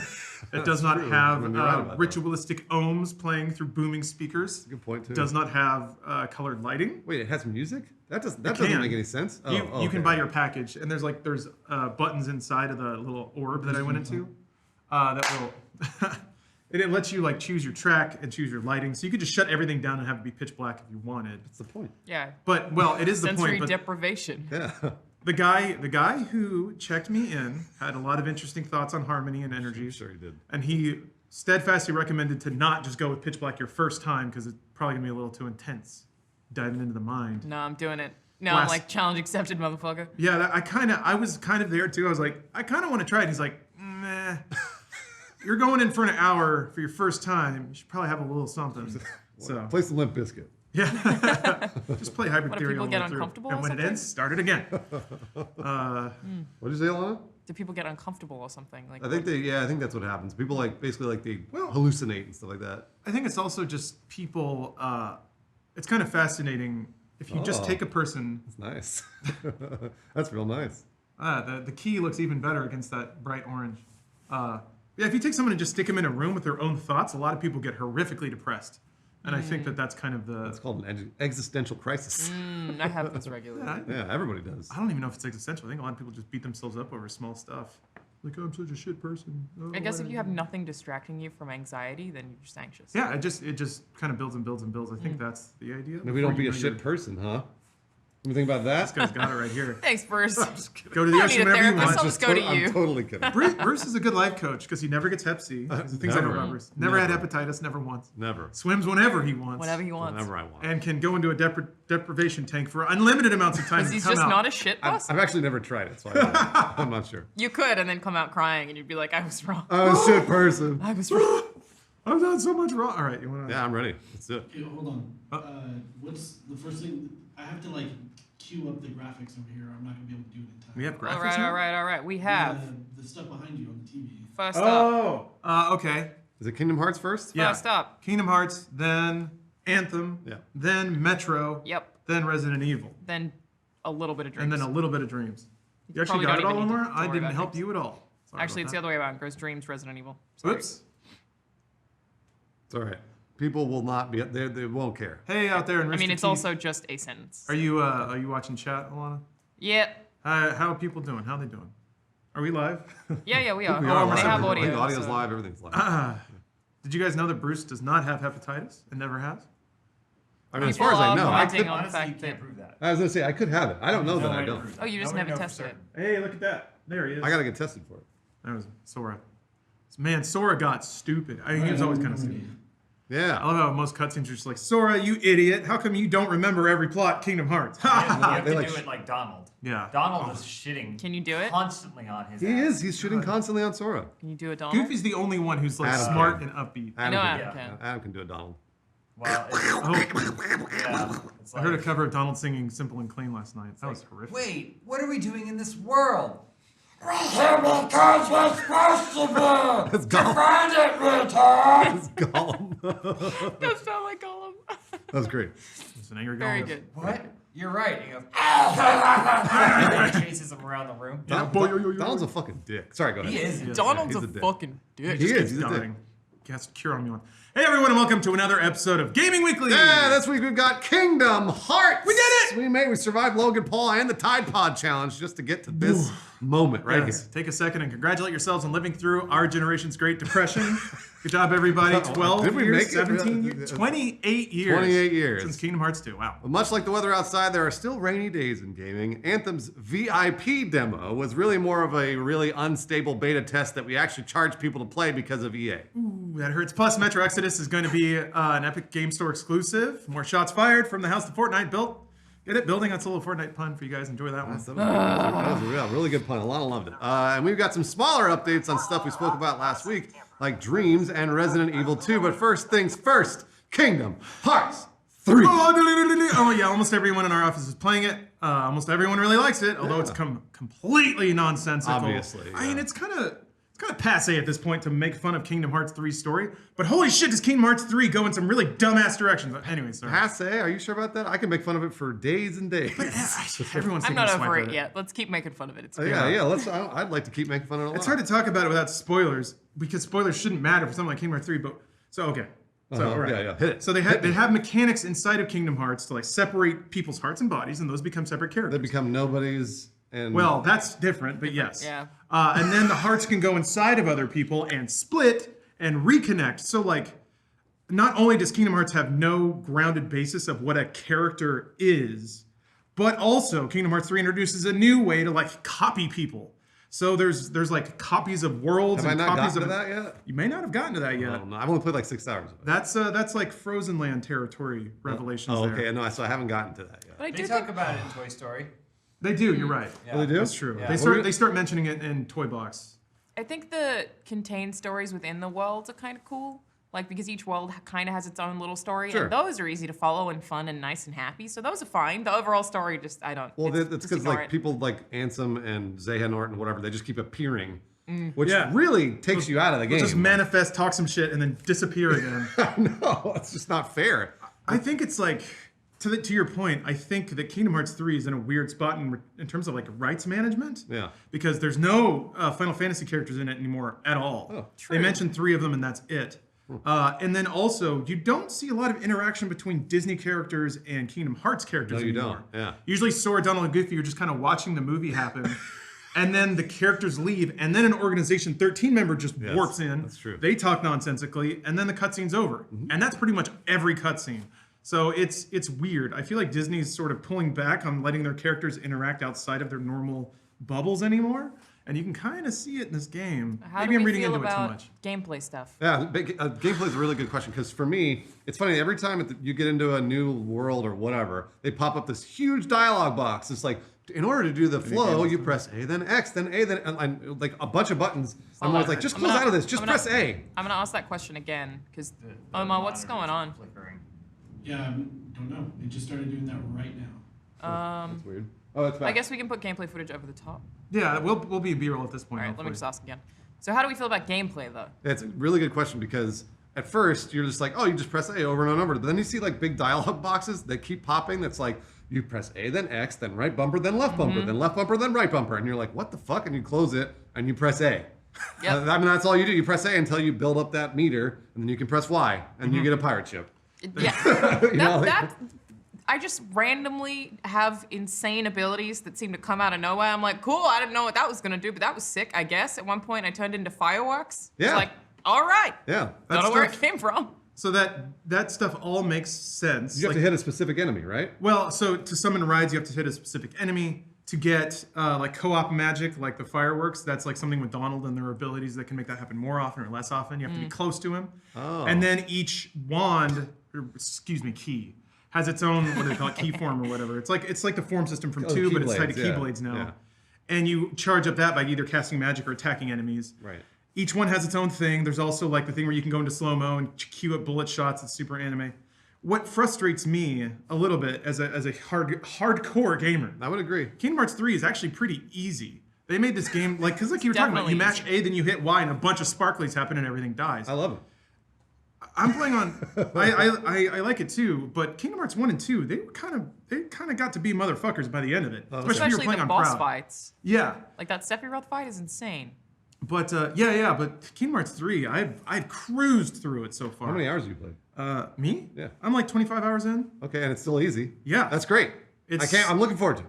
What difficulty are you playing on? Proud. Okay, yeah. I was waiting for the dumb term to describe hard. Yeah. Of course he's playing on proud. It's not critical mode. Look at it. You see the thing he did? He did this. But, I mean, they give you so many tools to never die. There's like the Mog coin that you buy, which is basically like a continue on the spot. You get Rage Form if you get low on life, which just re-ups your life again. Yeah. You have to kind of just not hit buttons to die. So I kind of get it. Like if they want this game to be approachable for kids, makes sense. They lean real heavy into Frozen. There's like some things that kind of make sense and some things that don't.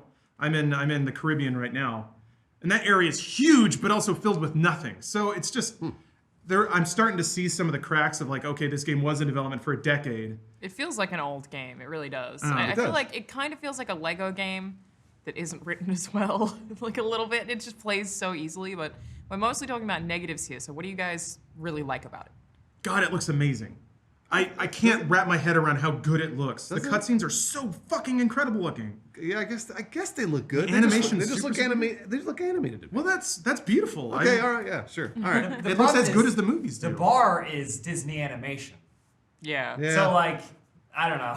Frozen Land looks incredible, and they spoilers have the whole Let It Go in there with like cutaways to Sora being like, but like when she stomps and makes her ice castle, it looks fucking phenomenal. So like the tech behind this game is ridiculous, and just like some of the special effects and the ride summons, they all look incredible. The ride summons are amazing. I was gonna say a positive for me is that the barrier to entry is very low on this game, so that it's easy. Yeah. Like when you walk in and everyone people like Lawrence bitch about it being easy, but I love that it's easy because then I can just be like, oh, cool, I'll just press A, and then I got a sweet roller coaster that's blasting through enemies and stuff, and it looks amazing. I'm very much enjoying playing it at the same time that I'm playing Resident Evil 2 because Resident Evil 2 is almost sadistically hard. Yeah, and it's a real punishing. gamer's game right there. It is. It's really difficult. You can shoot a zombie in the head 7 times and it'll still get up. It's so hard. And then that compared to a game where I just tap A for a bit and everyone's really happy and there's beautiful music is like, okay, this is a good palate cleanser. I feel good about it. That's true. You're right. God All bless right. that timing. Anyway, Kingdom Hearts 3 isn't all we got to play this week. The Anthem demo is also a thing that existed, kind of. Yeah, sort of. It was around. Hey, it's as real and functional as my relationship with my body pillow.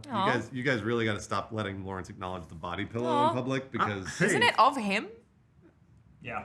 I'm validated That makes now. it weird. No, you're Yeah. not validated. You're not validated. I refuse. Before we give our impressions, let's just jump right into the disaster. The quote-unquote demo of Anthem was, for some people, completely unplayable. There's a bug that gave people infinite load times, which happened is to me. the best length of load time. So Yeah.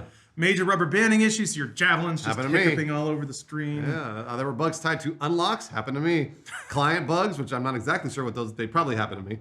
Basically, everything you don't want to have wrong with your game 2 weeks before the thing actually comes out. Yeah, and that's not even our biggest issue, which should have been our biggest issue. You had to pay for this broken mess. You can only access it if you pre-ordered the game or if you're a regularly paying EA Access subscriber. That means you're paying a subscription fee to get access to something so messy, some of those paying subscribers couldn't even get access to it.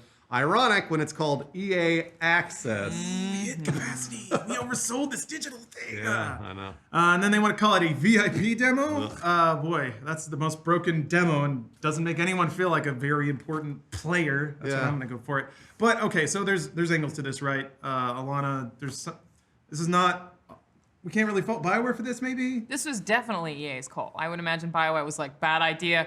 Game's not ready to be called demo. This isn't a real slice. We're just stress testing. Then people are really mad at BioWare for it, and that sucks. But yeah, I would 100% blame EA. It's them just trying to push Origin and Access amidst the Epic Games versus Steam war that's happening right now. That's true. I didn't think about that. Games as a service, baby. Yeah, the developers did actually release a statement about the content of the game, though. So, hey, Game Zone, what'd they say? So weirdly, really early on in their message, they started out by saying our war rooms in both locations were hotbeds of activity 24/7 all 3 days, which seems like bragging about crunch for a demo. It doesn't work. Guys, we worked so hard. It's still broken. We don't care. But we worked all night. Yeah, it's not a great look, but I guess I appreciate those people working hard. Thank you. I'm Sure. sorry that you work for EA. Why not? They then went on to talk about how they're doing more scale testing to be ready for the next beta on Friday or today if you're watching us on YouTube. But also wanted people to know that the demo actually wasn't a slice of the full game, as the word demo would imply. Very much backtracking here. Basically, they said there's a ton of stuff they've already done for the full launch that won't even make the public demo weekend, including weapons with 0% infusions, party gather issues, javelin unlock Happened to me. behaviors, fixes for players losing Happened to XP, general performance improvements, general stability fixes, them happened to and me. a few thousand more things. Jesus. Yeah. Apparently. So to me, this seems like a titling issue and an exclusivity issue. Don't make people pay to stress test your servers, and don't call it a demo when they are. It's just super gross. Yeah. However, I actually do like Anthem. Boo. I played it back at E3. Shell. It was one of the games that really stuck out to me because it's just super fun. I know you played a ton of it, Bruce. What I you did. think? I played like 6-7 hours of it, and that was all those bugs happened to me over and over and over. And I would crash out. And I was trying to get James to play with me, and he crashed out. He had to repair his hard drive. Corrupt my hard drive. Corrupted his hard drive. Yeah, that's he had insane. he had to do a check disk on it. But once I got into the game, it was really fun. I actually really enjoyed it. Just like Destiny, you get in, you get gear, shoot the you have heads. abilities. Yeah, I mean, like, there's this thing called a stronghold there, and the stronghold's like the big boss that comes out, and you all have to shoot the big boss, and there's ads and stuff like that. Glowing points. Really fun. It has glowing points. It was. I thought it was fun. I mean, like, I actually really enjoyed the game once I got into it. But holy shit, man! If I hadn't been streaming that game, I would have been out. I would have been Yeah. like, okay, this is crashing me 7 times. I'm not playing this anymore. Yeah. So, But I mean, hopefully enjoyed when it. it does come out, it will be more fun to play, or playable in general. But I mean, I really like the flying. Yeah. And the world is huge too. There's tons of verticality. They have just loads of places that you can dive into. So your javelin heats up or can overheat, and if you dive into water or fly under a waterfall, it'll cool cools you off, down. And I yeah. really like that mechanic. It just makes traversal more fun, and you have to be Did thinking you go? about Did it. you go underwater? Yeah. Going underwater is really scary and kind of claustrophobic, so it's pretty neat that that's Yeah. part of the game because you do feel like you're flying around in a totally open world in Anthem, and it's beautiful. It Yeah. is gorgeous. Yeah, we don't know that much about the lore yet, except that it was supposedly like a world that was built by the gods, and then they stopped halfway for some reason. Huh. That's what the story of that universe So there's a is. fantastic element of unexplained things that they can drag on forever in a science fiction setting. So they can get people next to Perfect! Just like Destiny. Yeah, well, it's like everything. It's Yeah. everything. I know. It's, They there's like have, that's storytelling. I know. There's a playbook here. James, can I ask specifically what happened to your hard drive? Like what I what, got the what happened? loading bug, so Uh-huh. it basically never stopped loading, and then it wouldn't let me. It took over my computer, so I wasn't even able to end task the process or anything, Mm-hmm. Yeah. and then basically had to hard reset my computer. And when I came back, I couldn't access my D drive, and then I had to run check disk on the whole thing, and then it That's- found errors and had to repair those errors, and then That's just bad develop. Like that shouldn't happen anymore. Yeah, no, I know. Unless Also, that's probably going to be our headline. It literally broke your computer. Anthem destroys What? computers. It did the same to me actually because I was trying to turn it up to like unlimited frames basically because I was like I got 144 Hell hertz yeah. monitor, let's try it, and it shut down my computer and it broke another computer that it was connected to. Oh my And I God. was like, oh boy! So I restarted everything and then I fired it back up and it worked. And I was like, okay. I have a pretty okay computer too, and I only got as far as the hub world, and it ran like garbage on medium settings at 720 for me. So Do we Oh, think boy. this is a game being broken situation or a crisis situation where the game is just so think- pretty that you have sounds to have like an both. excellent PC? I think it's both. I think that demo was totally broken, Yeah. and then also it required a lot of processing power and graphics power Yeah. to run the game. So, Because it is pretty. So not optimized, but it's coming out real soon. 3 Real weeks. soon. 3 weeks. That's like the way- February 22nd. I want to say. Okay, well, a game to be in that technically it state. depends because it's doing the same thing that Battlefield did, where it's like you can get Oh, the right.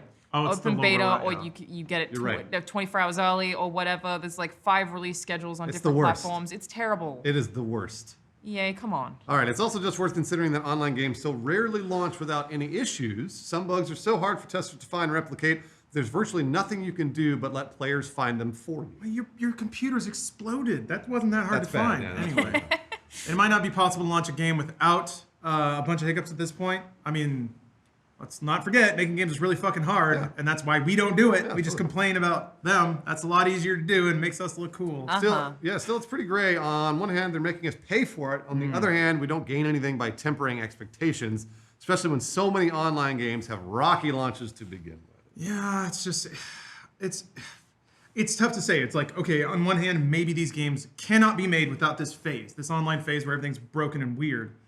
But you're accepting money for it. And if you're accepting money for it, then you owe people that. Yeah, you do. That's what you No, said you do. you're going to pay for it. So Yeah. I don't know. No, you're absolutely right. it's weird because I can see both sides, but also when, like Alana said, when EA or whoever forced it to call it a VIP demo that you're paying for, that I paid for, and then you get in and it crashes over and over and breaks things. I think that's inexcusable, honestly. I think we can draw the line there. I almost feel like that should be illegal, and it probably is in some countries. It probably is somewhere. Yeah, and it like, should be. It they- should be inexcusable. They legally should have to issue refunds. Well, I guess all they Technically. would have to do in their terms of service is say we make no guarantees about the operability of this in the launch I'm sure- window. which I'm sure they did. It would definitely violate consumer rights laws in Australia, for sure. Yeah. Well, it if hasn't- something is broken, you hasn't have to be able to launched refund yet. it. But they paid for it. That's the thing. I suppose you could What did you argue pay that, like, for? what is subscription? You paid for the subscription service for access to the EA Vault. This is just a Yeah. little freebie. This is we what all kicked the your lawyers way. are doing at EA Yes, of right course. now. Yeah, you're All right. right. What do you guys think? Does Anthem get a pass since it hasn't technically launched yet? Does BioWare have a responsibility to make sure the thing is at least functional before accepting any money to access it? Let us know in the comments. Lawrence will make a graph about it. You know I love those graphs. Tune you in next week for some graphs. All right, moving on to the next juicy controversy. PC gamers are mad again. I was already mad. Their $5,000 gaming PC dropped a frame 3 hours into Resident Evil 2, didn't it? Yeah, well, I mean, yes, that did happen, and it fucked Capcom. I'm coming for you. No, this one's more legitimate, even though that's still also legitimate. Yeah. And it represents a growing conflict in the PC marketplace. Yeah, to make it worse, there's not really a bad guy in this story. Well, maybe there is. It's kind of tricky. Yeah, okay, so let's talk about it. So last Monday, January 28th, Deep Silver announced that the upcoming Metro Exodus would exclusively be sold on the recently announced oh boy, that's way too wordy. Last Monday, January 28th, Deep Silver announced that the upcoming Metro Exodus would be sold exclusively on the recently announced and launched Epic Games Store, joining other exclusives like Hades and The Division 2. This is on PC, by the way. Yeah, given that the game has already been available to pre-order on Steam for a while now, this gets messy. Obviously, Deep Silver announced that existing Steam pre-orders will get an Epic Games code instead, and even those that pre-ordered a physical copy of the game will also get an Epic Games digital code. Yeah, wild. So the reasoning behind this is pretty obvious. Epic Store offers a better revenue split than Steam does, meaning publishers take home more of the $60 you throw down. Also, Epic seems real motivated to secure exclusives for its platform lately, probably offering some promotional space, sweetheart deals, maybe even some money. Yeah, absolutely. There's a lot of like, sign exclusive with us, we'll get you front page banner placement, and you don't have to fight hordes of hentai games on Steam. Yeah, you guys have seen this before. Greedy companies jerking us gamers around, making us register for garbage services. Gamer mad! Oh, okay, so not so fast. Deep Silver is doing us a solid and pricing the game at $50 on Epic Games Store to, quote, pass on the savings to the players, according to Deep Silver CV. Hold on, let me take that paragraph again. Oh, well, no, not so fast. Okay, Deep all Silver is right. actually doing us kind of a solid here, pricing the game at $50 on Epic Games Store to pass on the savings to the players, according to Deep Silver CEO Dr. Clemens Kundratitz. Is that a real name or fake? I mean, it was on the website. Exactly, it's a Bond villain. That's actually pretty cool. When's the last time a company could have made more money but chose not to as a solid to their player base? Yeah, it's neat, but I thought so. also let's not roll over so fast. Deep Silver's still coming out ahead with the price cut. So Yeah. 70% of $60 is $42. Yeah. 88%, which is Epic's revenue share, Yeah. of $50 is $44.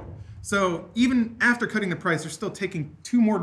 I mean, to me, it sounds like a win-win. Consumers win and they win. Do consumers win though? That's, I mean, I Dr. Clemens strikes again! He got us again! He got us! On top of that, it's not like people that pre-ordered the game get that price cut either. If you bought the game before Monday, you paid $60. If you buy it now, though, you pay $50.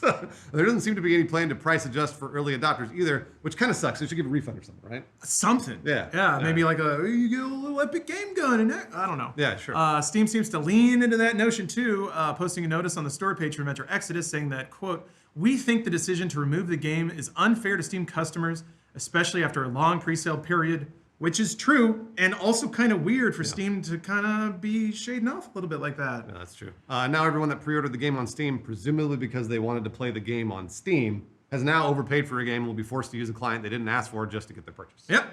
In return, Steam users reacted in classic fashion by review bombing previous entries in the game, like Metro 2033 and Metro Last Light. Lana, what happened with that negative swarm? Show 'em. So basically, the series original author, whose name I am not going to pronounce, posted a cheeky Dmitry grant. Glukhovsky. He's another Bond villain. Together we will rule the world! Yeah, Dmitry got a skin! He posted a gram January 30th saying, apparently the Steam was not enough for our Steam train. English is his second language. He's Russian, all right? All right, yeah, he burned us. Yeah, he was also making a pun. It's fine, I respect it. Comments flooded the post complaining about the Switch, to which Glukovsky replied that he is not responsible for the publisher's business decisions, that Epic will everything to help. He's getting there. Will do everything to help. Yeah. And that he did not have an impression that Steam gives a shit. Well, he said that did Gives not have an shit. impression that Steam gives shit. Gives shit. Do not impression Steam gives shit. I do not have impression that Steam gives shit. There you go. Yeah, you got it. Glukovsky. Epic will dances in everything an to alleyway. help. God bless you. Interestingly, Is that some offensive?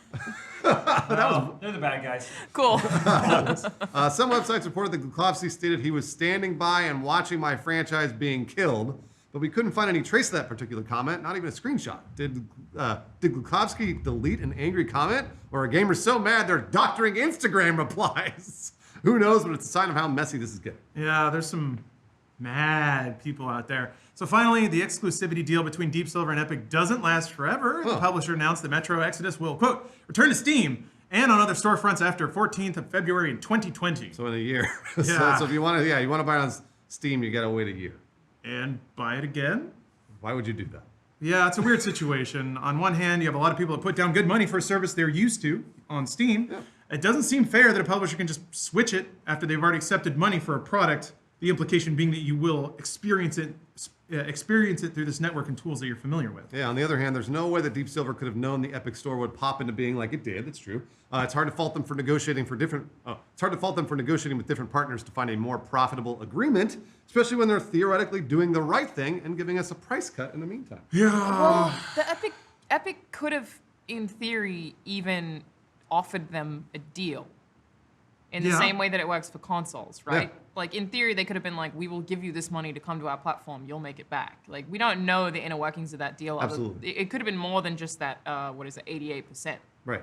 It probably is. Yeah. Because there's exclusivity involved. And there's no way that Deep Silver would say, yeah, we'll shut down and fuck over all the people who pre-ordered on Steam for no reason. That sounds like a good deal. Yeah. No, they got something in return. I'm going to guess promotion.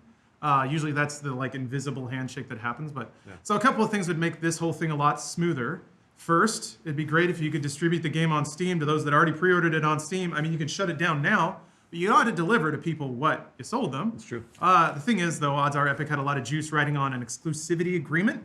It's hard to say how reasonable that request is. We don't know what Deep Silver's getting in return for exclusivity. Right. And that may, clearly it outweighed making a lot of people pissed off. Well, I mean, obviously they were willing to take the risk. Second, Deep Silver should find a way to make up that $10 disparity. This is what I definitely agree with, between the old Steam price and the new Epic Game Store price to the people who already paid. Anyone that already pre-ordered the game is clearly way more invested in the series than people who will pick it up now. So wouldn't you want to show them a little acknowledgement instead of sticking with them with a Sorry, this is my bad. So wouldn't you want to show them a little acknowledgement instead of sticking them with a higher price and a platform change, then shrugging about it? What you gonna do? I mean, you got to give them something. They seem pretty. They've communicated well so far. I think that they did the price cut, which I think shows good intention. Yeah. The one thing, that I have yet to see them really acknowledge or try to deal with is that $10 price difference. Maybe they're trying to figure out plans right now.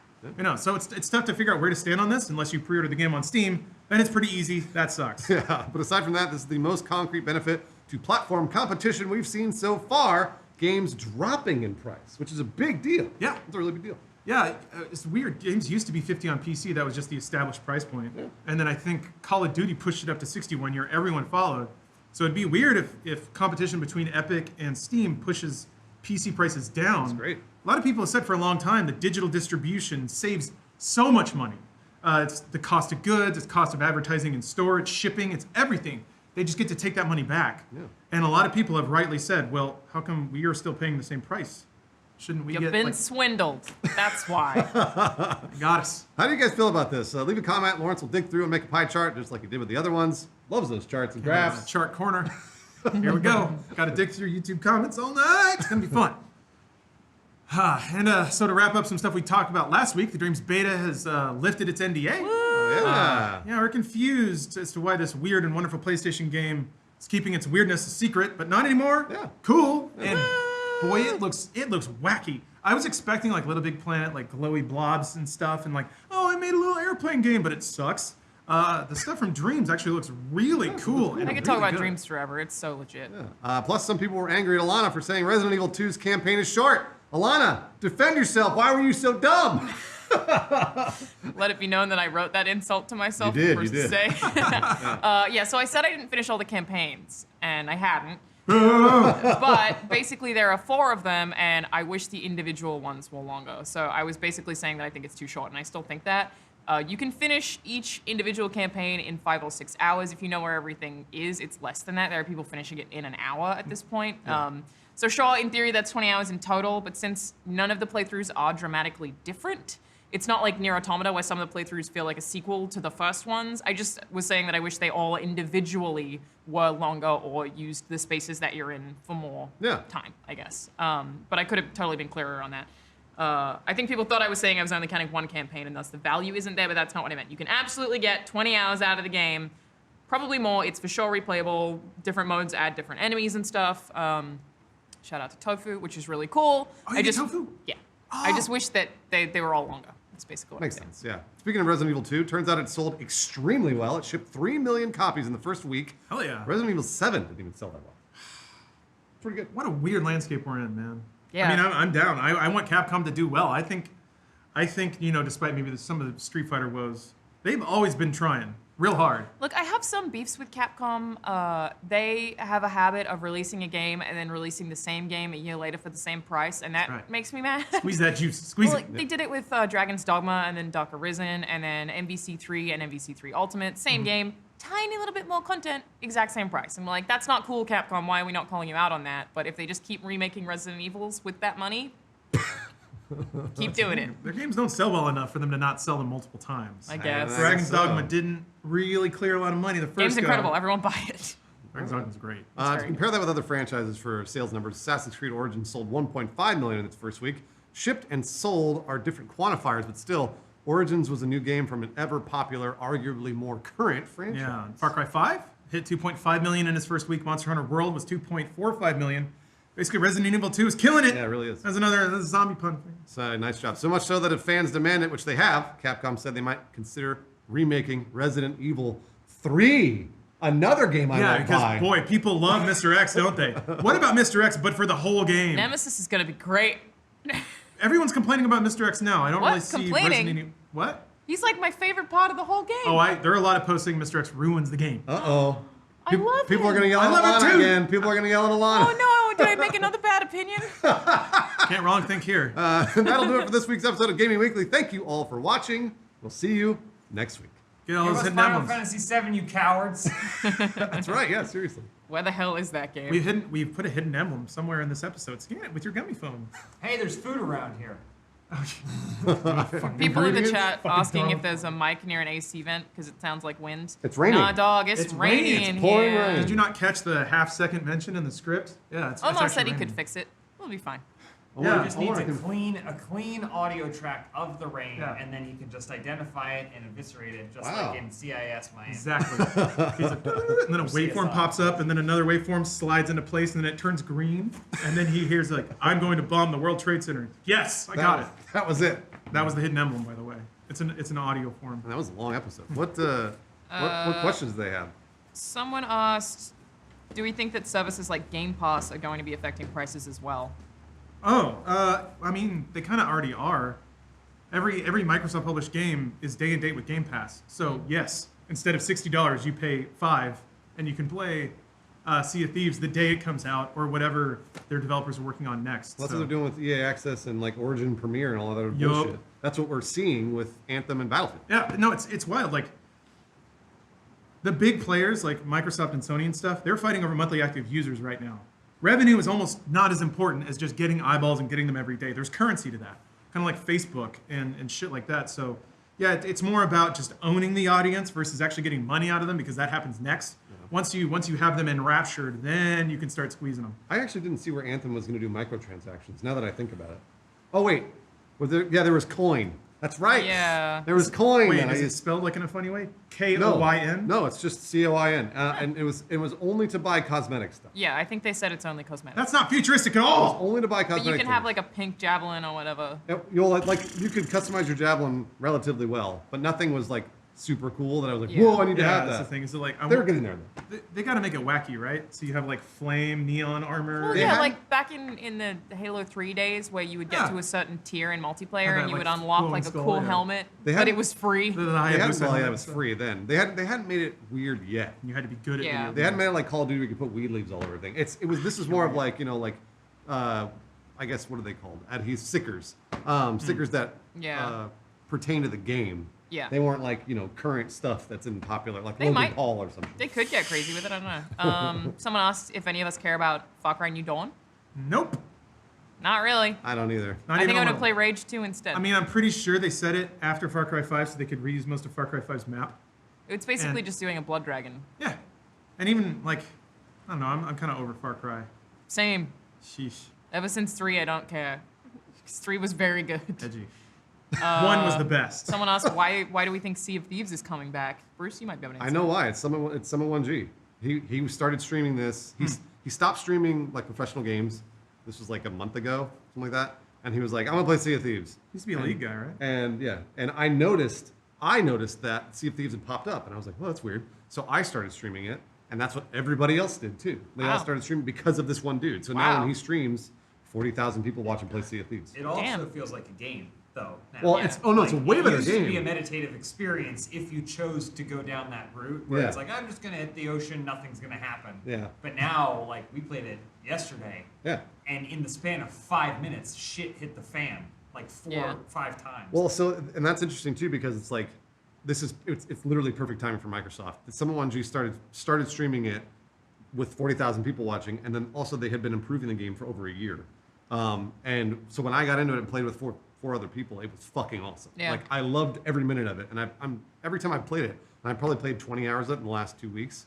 It's been exactly what James just described, where you get a shark hits you, and then a kraken hits you, and then you go to a raid, and then you picked up another quest, and it's just a bunch of things happen all at once. It was really super fun. fun yesterday. Like, yeah, I don't know when that video will be up, but we have a video coming. Yeah, Let's it's really play fun. Sea of Thieves again. It's really fun. There's one more question. Someone asked the difference between shipping units and units sold. Units shipped is the amount that they have literally like pushed out from their warehouse. That doesn't mean all of those units have been bought. Yep. Um, As far as the publisher is concerned, shipped is all they care about because they Yeah. make deals with retailers. So like GameStop say, yeah, we'll buy 250,000 units. They get the check for that, so that's revenue coming in. Thing is, like units sold implies that they'll run through that shipment and order another bulk shipment. So yeah, revenue comes into publishers in giant chunks. Digital's a little different. I don't know. Sales reporting got real weird because like companies aren't beholden to give you digital numbers. NPD stopped disclosing numbers. So it's a lot of speculation unless publishers want to brag, which sometimes they do. I mean, it took Xbox forever to talk about actual sales numbers. It's such a long time. Yeah, that's true.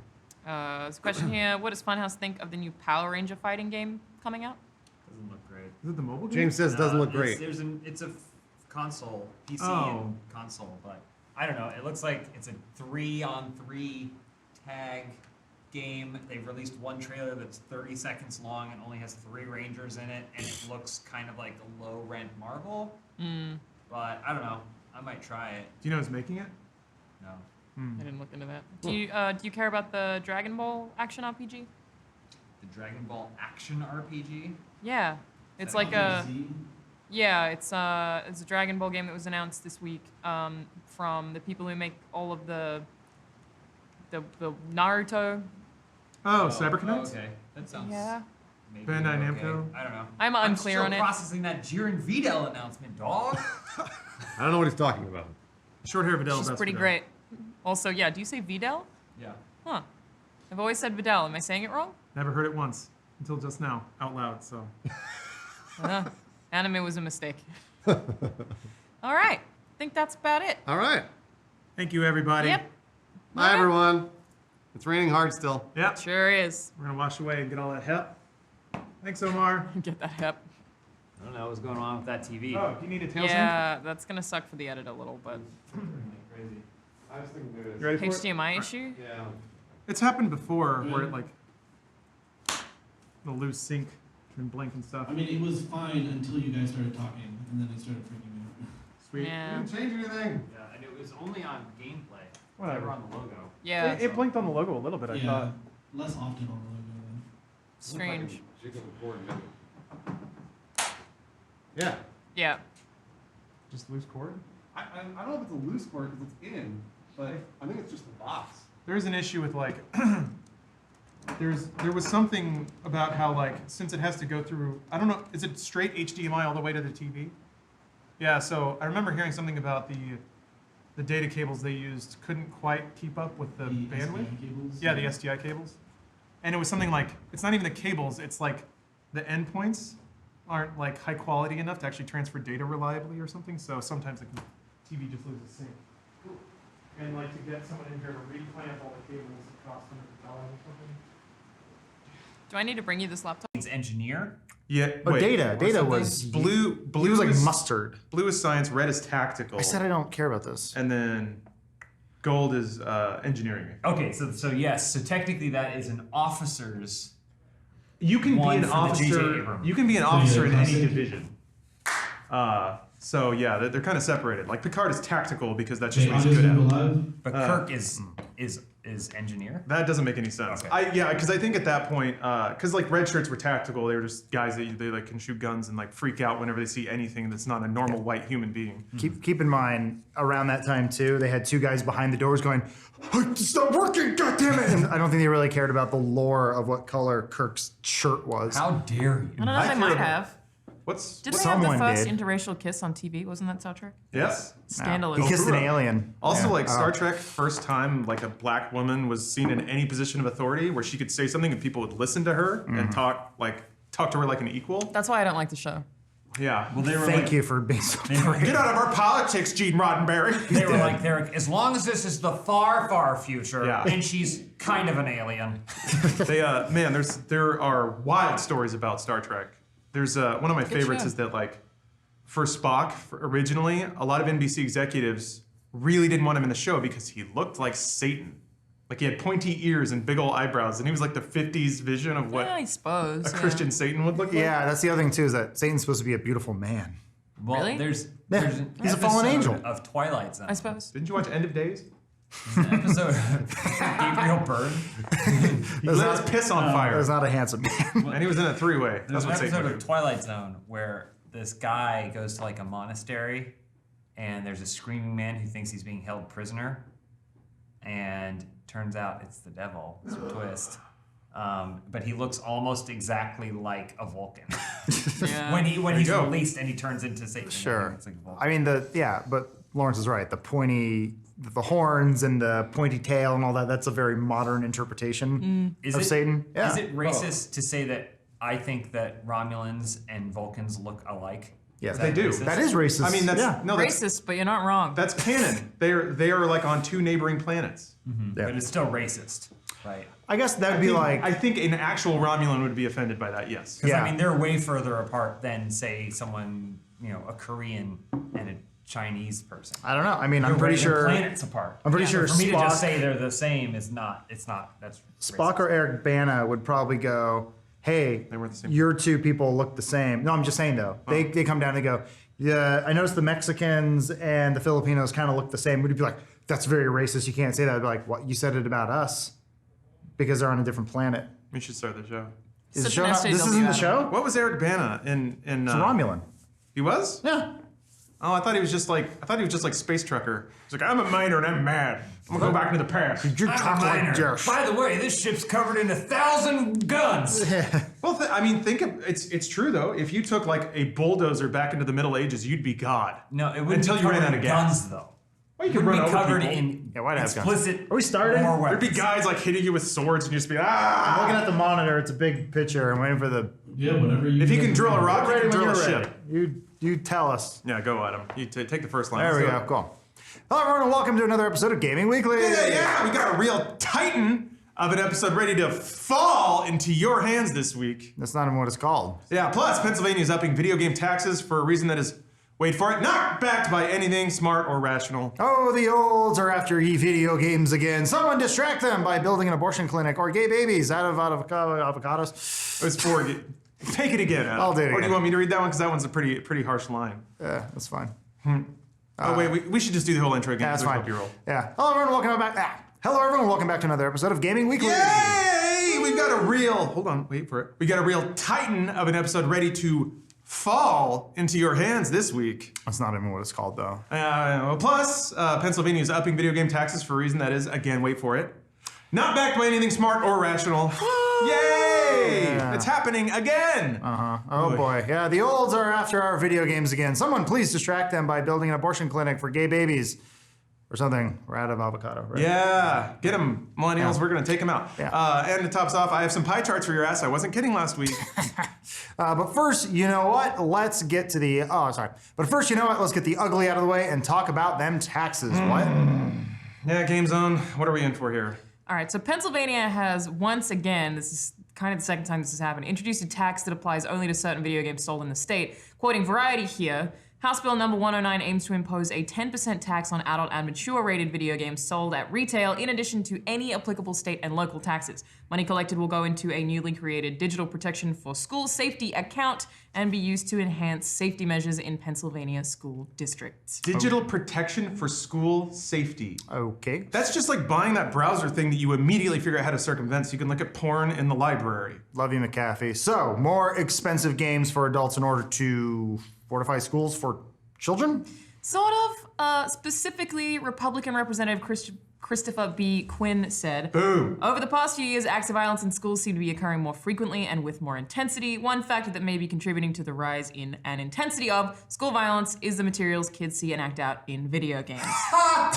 Proliferation guns? Fuck you. No, Yeah. it's Pac-Man. He went on to reference an article published by the National Center for Health Research that stated studies have shown that playing violent video games can increase aggressive thoughts, behaviors, and feelings in both the short term and long term. Everyone cites that one study because, like, look, that same article acknowledges that aggression and violence are not the same thing, right? Yeah. I mean, that's a really important distinction that I think a lot of people just don't even want to think about is that, yes, when you play a video game that's competitive, you can feel aggressive the same way that you would when you're watching a sport that you care about or are invested in. That doesn't mean you're going to be violent, though. They're completely different things. So I can understand how that concept seems unfathomable to some people, but they can often go hand in hand. But it's a very important distinction to make. It also says it is important to keep in mind that violent video game exposure is only one risk factor of aggressive behavior. For example, mental illness, adverse environments, and access to guns are all risk factors of aggression and violence. We like to chalk that one to, oh yeah, no shit. Yeah, and there are even other studies that say those factors are more likely to lead to violent behavior than aggressive actions from a video game. No, cancel video games, whatever. Yeah. Also, like, aggression is just the opposite of passivity. So you need to be aggressive sometimes in life. It's not a negative thing to be aggressive, just in the right circumstance. So whatever. Yeah. I don't know about you, but I personally have murdered hundreds due to video games. That's why you do it. Yeah, but that does not mean you should raise taxes, people. We're gonna bury all those bodies. We need that money. Yeah. But seriously, the ESA or the Entertainment Software Association also thinks this kind of sucks because it does. They call it a, quote, violation of the US Constitution. Ooh, them fighting words. This kind of is a form of censorship, right? If you increase prices on an art form based on nothing, or the context of that art, which fucks over developers, every kid in Pennsylvania who doesn't have a lot of money. Scroll up, sorry. This can lead to a form of censorship, right? At least in a capitalist society. You're increasing prices on an art form based on the context of it, which has no actual bearing in reality, which fucks over developers and every kid in Pennsylvania who doesn't have a lot of money, but might be passionate about the industry. Yeah, so Cory Barlog, friend of the show and director of God of War, which is a mature game and won buckets of awards, tweeted saying, such a shady and subversive way to try and make some kind of connection between games and horrible acts of violence. We must make our schools safer and put forth every effort to protect our children, but making M-rated games the casualty misses the plot. Yeah, especially when so many studies have suggested any link is totally false. Yeah, there was a decade-long study in the UK with a sample size of 11,000 that found absolutely no association between playing video games and mood or behavioral problems. So fuck this. Agreed. So here's the thing that really pisses me off. If they're gonna put a tax, set it aside in a fund, we're asking these same people who don't understand this problem to spend money to solve this problem. They're just gonna buy like a fucking browser blocker that they're gonna give a shitty contract to some other company who doesn't know what the fuck they're doing, and it's just gonna waste a lot of money. Thank you, government. If it's to fortify schools, I feel like they're gonna buy guns. They'll be like, okay, let's take those taxes that we made from the video games and then just arm every teacher in the school and be like, all right, solve the problem. No, the gun lobby would enjoy that. Overall, this is just like bad parenting. You don't want to take any sort of responsibility for the fact that humans are naturally violent in some way, Americans more so for some whatever reason, but to blame it on one single thing is so lazy. You have to look at so many other factors here, and this is just going beyond video games.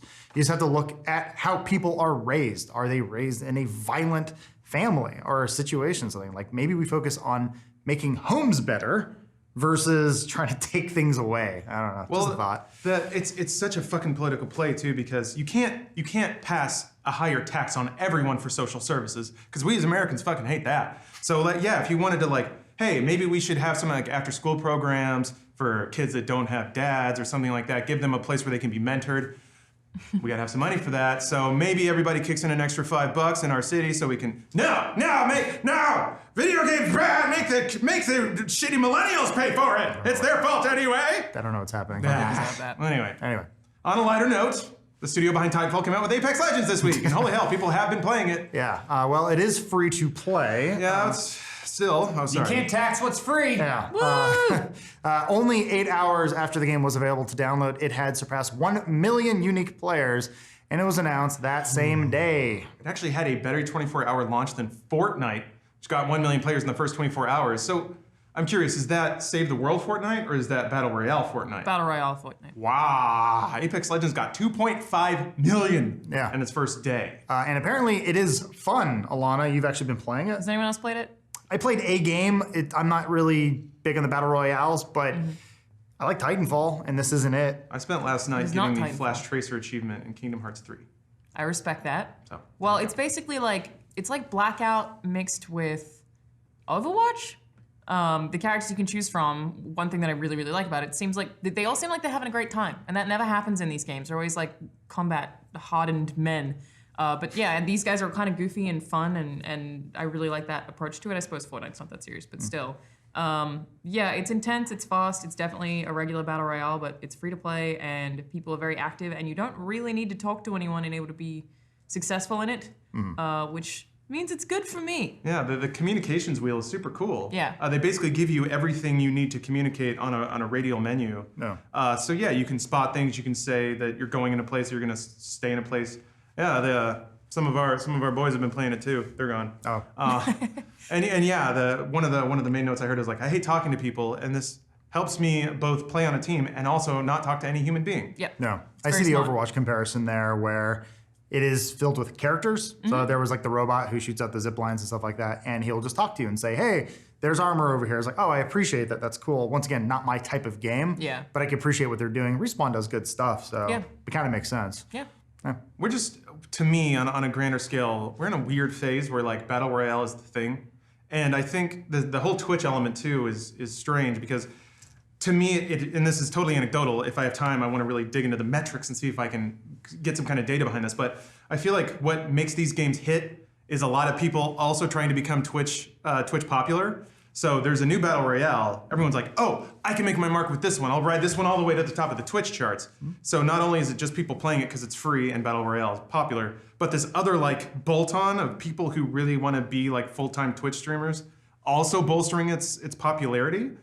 I feel it just makes it the thing, which kind of is it's just fashionable, which I never thought that would happen when it comes to video games. Well, the reason for that as well, I actually interviewed, I think it was 30 developers about whether or not they approach game development with Twitch and stuff like that in mind. And it's because basically every single match is going to be different, so therefore it's limitlessly entertaining content. Because the players are the people who are making the game interesting every single time that you play it, it's still interesting to watch for viewers, so it's almost easy for them to do. They don't have to create the interesting content, other people create the interesting content. They also did a Marketing 3.0 campaign where they found all the top Twitch streamers and paid them money, and also gave them the new hotness of something that their audience would want to watch. So it is a great way of advertising something new and not going down the typical E3 route. So this game literally launched the same day it was announced. It's wild. This is it. This is what it's like now. Goodbye, BioShock Infinite 4-year announcement videos. Gone. We still got Death Stranding, and Final Fantasy VII's in there somewhere. We got Kingdom Hearts 3. It's a dying breed. There's no more vaporware anymore, except for Final Fantasy VII. But it's not all good. We were actually told 4 days ahead of launch that Apex Legends was going to hard launch on Monday, And we were told it was going to be a Titanfall Battle Royale. Yeah, and as it turns out, it's kind of not. Sure, it's Respawn who made the Titanfall games, but there aren't any Titans and there's none of the cool wall running, which is one of the things I love personally. Yeah, Titanfall Battle Royale would have been really cool, I feel like. Also, when I think of Titanfall, I associate it with the wall running and fast movement and Titans. So it kind of makes sense they didn't brand it Titanfall. Maybe we can get a new Titanfall though? That'd be cool. Actually, no.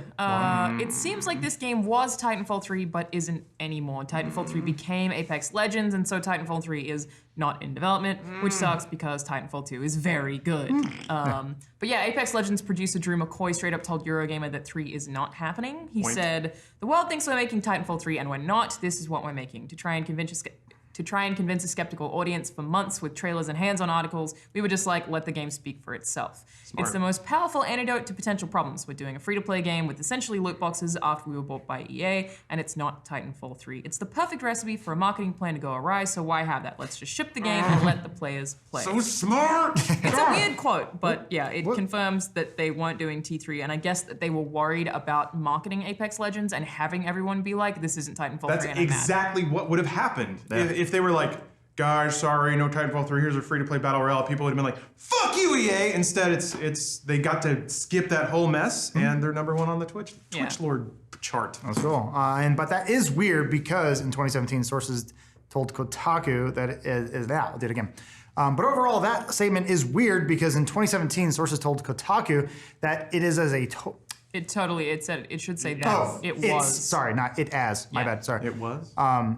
But what makes that entire statement totally weird is, But that entire statement is totally weird because in 2017, sources told Kotaku that it's totally in development, meaning Titanfall 3, and that the studio wanted to get it out as fast as possible. They said that they were worried They said they were worried it would feel dated if it came out much later than 2018, since it's running on the Source engine. Also, honestly, if it were a single-player campaign and multiplayer shooter bundled together, that's kind of dated now anyway.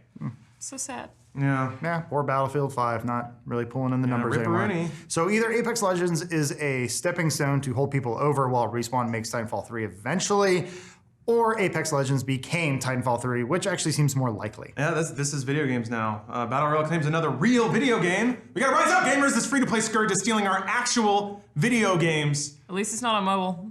Yeah, it's not on mobile, so it is hard to argue with the results, though. Absolutely, yeah. At the time of this writing, Apex Legends is still the #1 game on Twitch.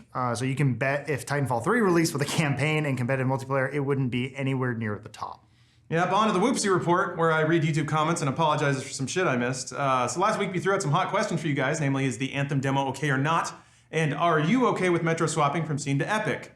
Crunched all that data, had the computers running overnight on it, had the boys in the tech center put together a little report for me. So let's look at that data.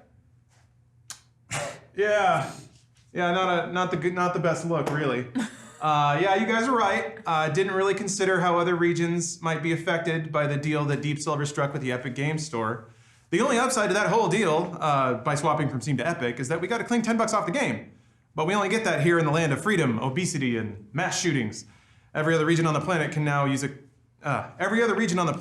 only use a client that's objectively less functional for the same price. There's basically no upside there, which means that non-US consumers got dicked. So yeah, that sucks. We give that an official Gaming Weekly that sucks certification.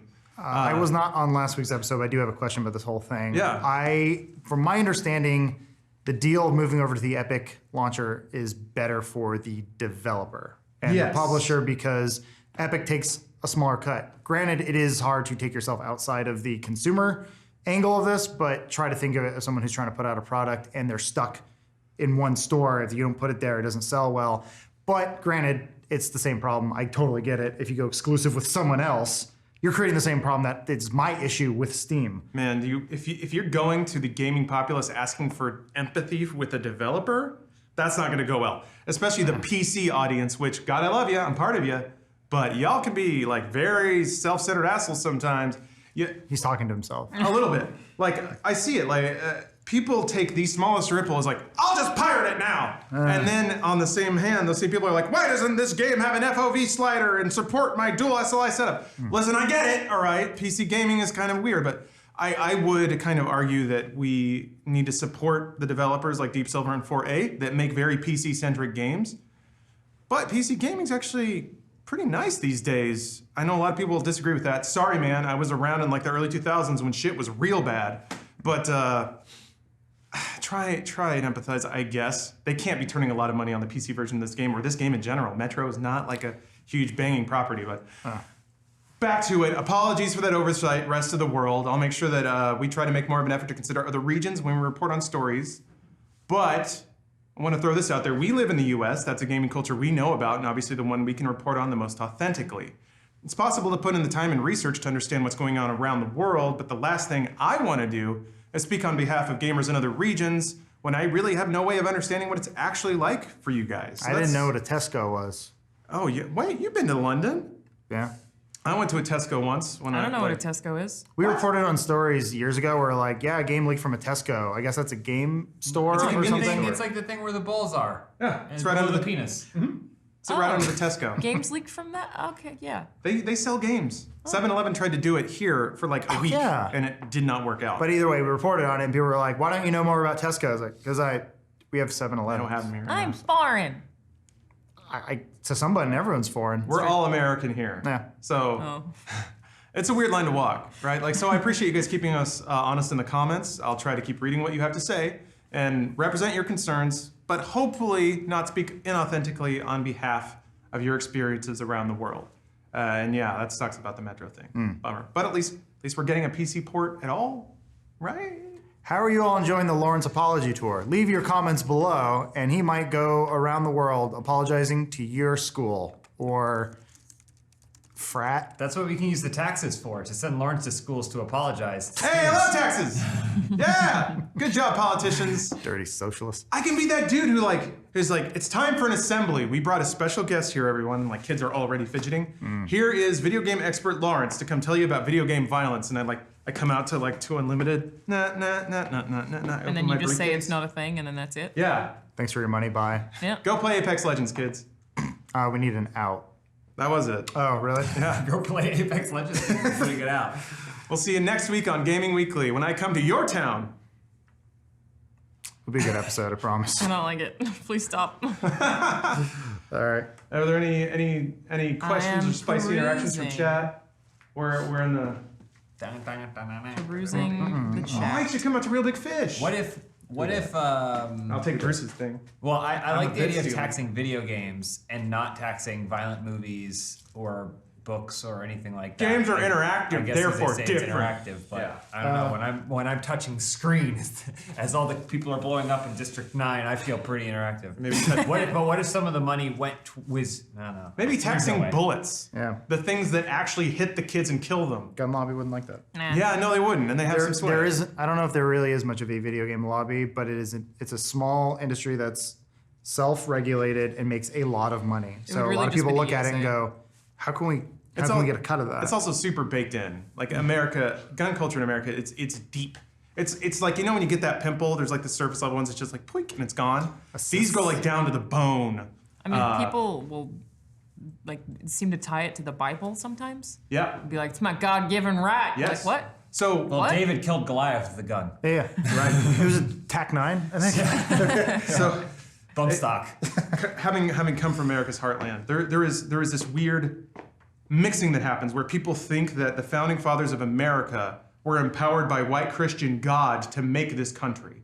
Therefore, this is God's country. It is basically the promised land. And it is the promised land because we are all free, which means we can have guns, which means if an oppressive government, a non-Christian government, comes in and tries to fuck with our livelihoods, we can shoot them because that's what God told us to do in the Bible. Teacher, can I go back to algebra class? No, you stay in this assembly! This is not an assembly. Mr. Science, I got to tell you about these games. Got a question from Majin Lin. Oh, yeah. How much longer do I have to actually play or get a current gen console and still enjoy multiplayer games? Do you think PS5 is coming out tomorrow? I haven't really gotten to play any multiplayer games since 2013. I think the question is like, how long are these servers gonna be active? Servers? For, How long like, are people gonna be PSN? playing shit on PS4? Look at how long Sony supported the PS2. I think is a good way to look at it, and PS3. I think you can see the PS4 being supported for as long or a little shorter, but it's like be the a top while. selling console of all time right now. The install base of the PS4 is so huge. Is it of all time? I think it's getting close. I think Wouldn't PS2 be is quite still there, right? Yeah. PS2, Game Boy, Game Boy's insane. and Nintendo DS. I think are the top 3. Isn't the Wii like insane too? It's up there. Yeah. Oh yeah. I think Nintendo Wii's in the top 3, top 5. And then there's the rumor about the whole PS5 being like super backwards compatible with everything. So Technically, the PS4 is right. PlayStation Now. eh. Yeah. And the problem, you need to think of a new way that you will be accessing games.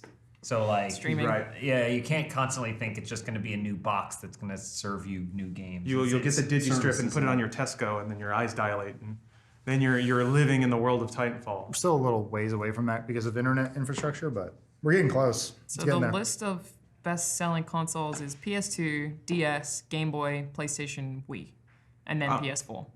Yeah, I mean the fact that it's, It's on not done yet either. It's so. cracked the top 5, right? Yeah, and it's got So- at least 2 years left, I think, of being like a point sale of product. being marketed. Yeah. Switch is climbing on up there too. It hasn't been on the market as long as the PS4, but I think if you adjust Switch is at launch dates, it's- 32.27 million. PS4 is at 94.2 million. Yeah. Xbox One, this is Nope. wild. So Switch came out 2017, 32.27. Xbox One came out 2013, 39.1. Yeah. Damn. Most of them smart, are in right? this office. Yeah. Holding up my monitor. One of them just holds up my monitor, yeah, which is next to a 1X. That's like, 2013 was so long ago. dude, that was such a misstep. Chillax Bro VCR asked, motherfucker. They really excited for kissed Metro Exodus? Yes, I love the Metro series. I love games that, and I alluded to this in the show, and people are gonna, like, I should have said it more tactfully, but the Metro series and 4A are one of those weird developers that like are kind of PC forward. So they always put out very technologically progressive games. They were kind of like Crytek back in the day. So I'm down to play Exodus just because I know it's gonna look pretty as fuck. And there aren't a whole lot of games that I really think about that There way. were a lot of bugs when I played it at E3 though. It wasn't A lot of It bugs. wasn't finished. It was almost unplayable. Those Russians have been cranking away on that thing. Wait. It's true. I think GameSpot did a preview on it and they said it's still buggy. So Well, Yeah. I mean, neither of the other. I'm Well, I worried guess about Last it. Light was pretty buttoned up, but 2033 was buggy. I love that game though. Yeah. It's such a good game. You guys throw the knives in between the armor. It's cool. Last Light's good. I like Last Light a lot. Last Light was much more like AAA shooter. I saw it at a E3 demo years ago, and I was like, "That is a beautiful game." Yeah. They did some amazing cloth physics, but they showed the demo level where you're like sneaking into like, or you're running from somebody, but then there's like a Nazi rally that you have to kind of sneak through. Ooh, that was weird. That was like a weird fucking Yeah. creepy demo. And there's So- titties. Are there? Yeah. Oh. You go to Titties like and this. Nazis. It's true. Yeah. Oh, Nazi Subway titties? Nazis. I don't think the Nazi Oh. did. No. It was just Nazis like don't have titties. sad, broken down, Yeah. underground lady titties. Don't make me have a confused boner. Yeah, that's the saddest boner I've ever Yeah. had. You go, yeah, no. There's some dudes who are No, really but into racist though. It's a racist. Was it- Someone asked anything super secret happening this 2.14.19, which is Valentine's Day. Oh, you're referring Yeah. to the machinima stuff. No, I don't know what's going on there. So Oh, the weird Twitter bullshit. yeah, I guess like somebody got laid off and they still have the password details or something, so they're just fucking with everybody. Joel. Nice. Joel, Joel. we should have Fucking told them this, about Joel. that. Miss Spelt said any ideas on Division 2? We're playing it today, so Yeah. we should have something up. Is it out? soon. No, It's a it's demo? private beta, so I need to, for whoever wants, I think I put you guys on it. The three of Yeah. you actually. I need to just send you an invite through Private Uplay, so I need your Uplay accounts, and then we'll figure that shit out. We'll see. Is it still in New York? Or it's in DC now, right? It's in DC, and it looks pretty nice. Looter shooter. Yeah. Is there snow? Yeah. We'll see. I didn't get into the first one, but everyone said that it got better, so. There's Yeah, it was just such a shell of a game at the start. It had like a 60% player drop in the first week or something. It was brutal. huh. terrible. I mean it was just shoot the heads until they die. Tom Clancy's Destiny. Yeah, Got it. It was Yeah. it was Moving on. Yeah, it's Destiny Yeah. with a Tom Clancy shell. Yeah, I already have a Destiny. I'm gonna use my Just- tack grenade. This last question, because I know that you guys have. The Andman77 said, you guys played Kingdom Hearts. Yes, Yeah, dog. What are the impressions of the Kingdom Heart? it's really fucking good. I gotta kill Right. more boats. I'm glad it's here. I'm glad it exists. I don't think it's the best Kingdom Hearts game, but What do you think's the best Kingdom Hearts game? 2. Okay. A lot of people love Birth by Sleep a lot. I haven't played that. I've only played the mainline series, so Yeah, same. there are definitely times where you're like, wow, somebody spent all this time making stuff, and then no one really did a pass on it to make a game out of it. There are entire areas that are just there. That's not part of the game. Like in Corona, There's the city, like the kingdom area. You never go there in the game, but it's an area you can go to after the fact, and they sprinkle like hidden emblems and treasure around it. But I like that though. That seems cool. I'm glad that they did it, but it's pretty clear that it was just a fragmented and weird development process. There was just a whole wing of Square that was like, yeah, we're making Frozen Land.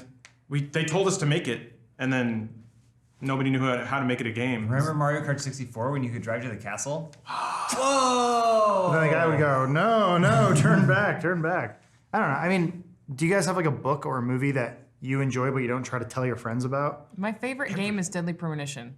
It's a bad game. I think have it Premonition's tattooed on me. awesome. It's terrible. Kingdom Hearts is a reminder that you can like something that other people don't have to like. Yeah. And that's how it's always been for me. I'm like, this thing is fucking weird, and I don't think I even get it. The thing about but I Kingdom enjoy Hearts, it. though, is that if you talk about not liking it, most Kingdom Hearts fans will be furious at you for it. They'll be like, Fine. how fucking dare you? You're just like, oh.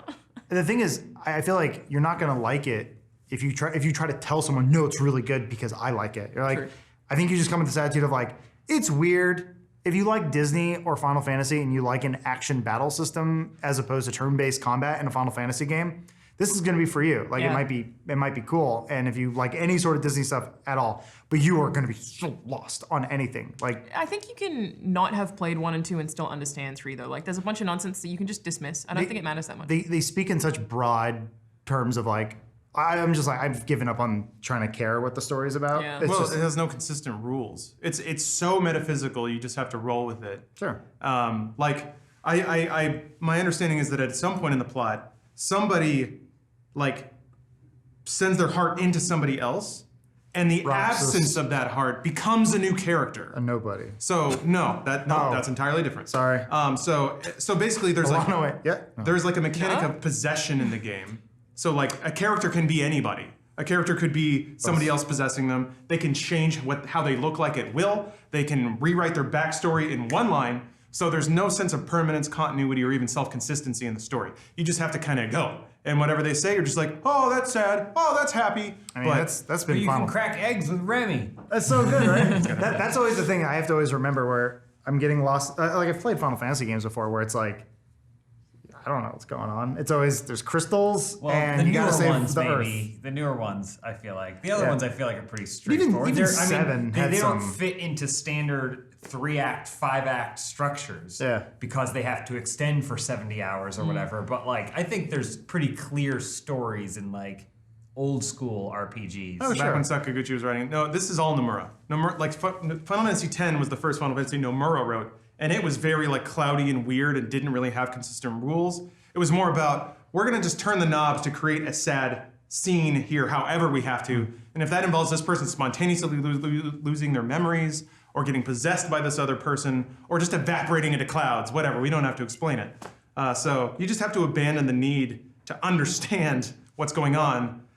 And that can be tough for people that need to understand, actually buy in emotionally to any of the characters. I actually think it's a cool benefit of being a game. Because a game doesn't only have that one aspect to it. Yeah. Of if the story's bad, I can't enjoy it. Like there's tons of amazing games with terrible stories. And I think this is for me, it's super fun to play. So when the cinematics happen, I just go, this is just a hurdle between me and getting back to the game that I like. Yeah. Kind of like the difficulty might be in some other game that doesn't have any story. Yeah, Skip most of the cutscenes as well, so. Yeah, it's just a little kind of jarring when they're like, "Oh no, Buzz Lightyear has been possessed. We got to stop this man in leather outfit who's doing this." And they go, "You're right." And you get on the Splash Mountain ride, and you're just killing everything around you. You're like, "This part's fun. I really enjoy this, and it makes me want to go to Disneyland. Good job." Lawrence has also talked about it before too, but it's funny how it's like, oh my god, Buzz Lightyear is possessed. Do you fight Buzz Lightyear? No, you fight a spaceship. Yeah. like you know, it's never interacting with the Disney Can't touch characters in a him. meaningful way. Yeah, there's my biggest issue with it is the pacing in the cutscenes.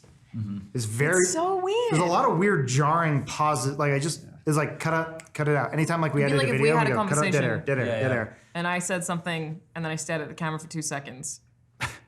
And then you said something. Yeah. It's really strange. I kind of want to go. Also, I came up and I waddled up to Adam and went, "Laren, bitch!"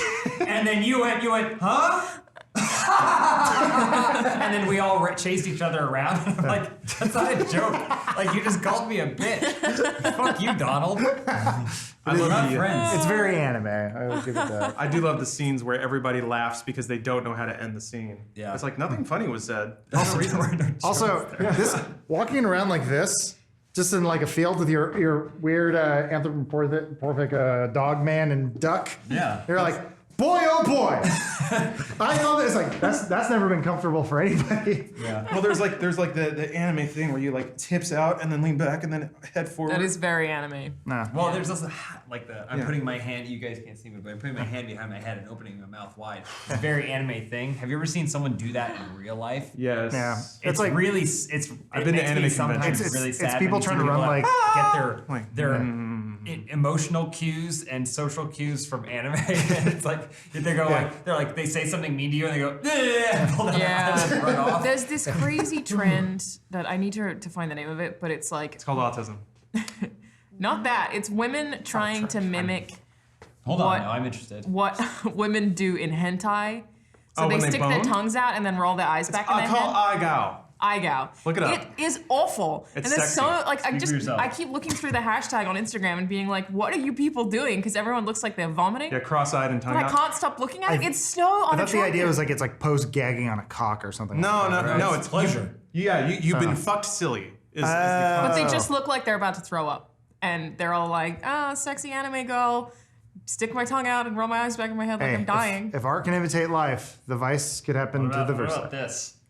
What sexy anime pose where you're having sex and then you pull your clench up? You just you're not touching anything. You're just being entered and you're just Jesus Christ. One aspect of that, despite the very attractive proposition of a girl hating any kind of penetration, what I said. They pinch in the elbows what so he their boots said. stand up. Just FYI. Okay, got it. Yeah.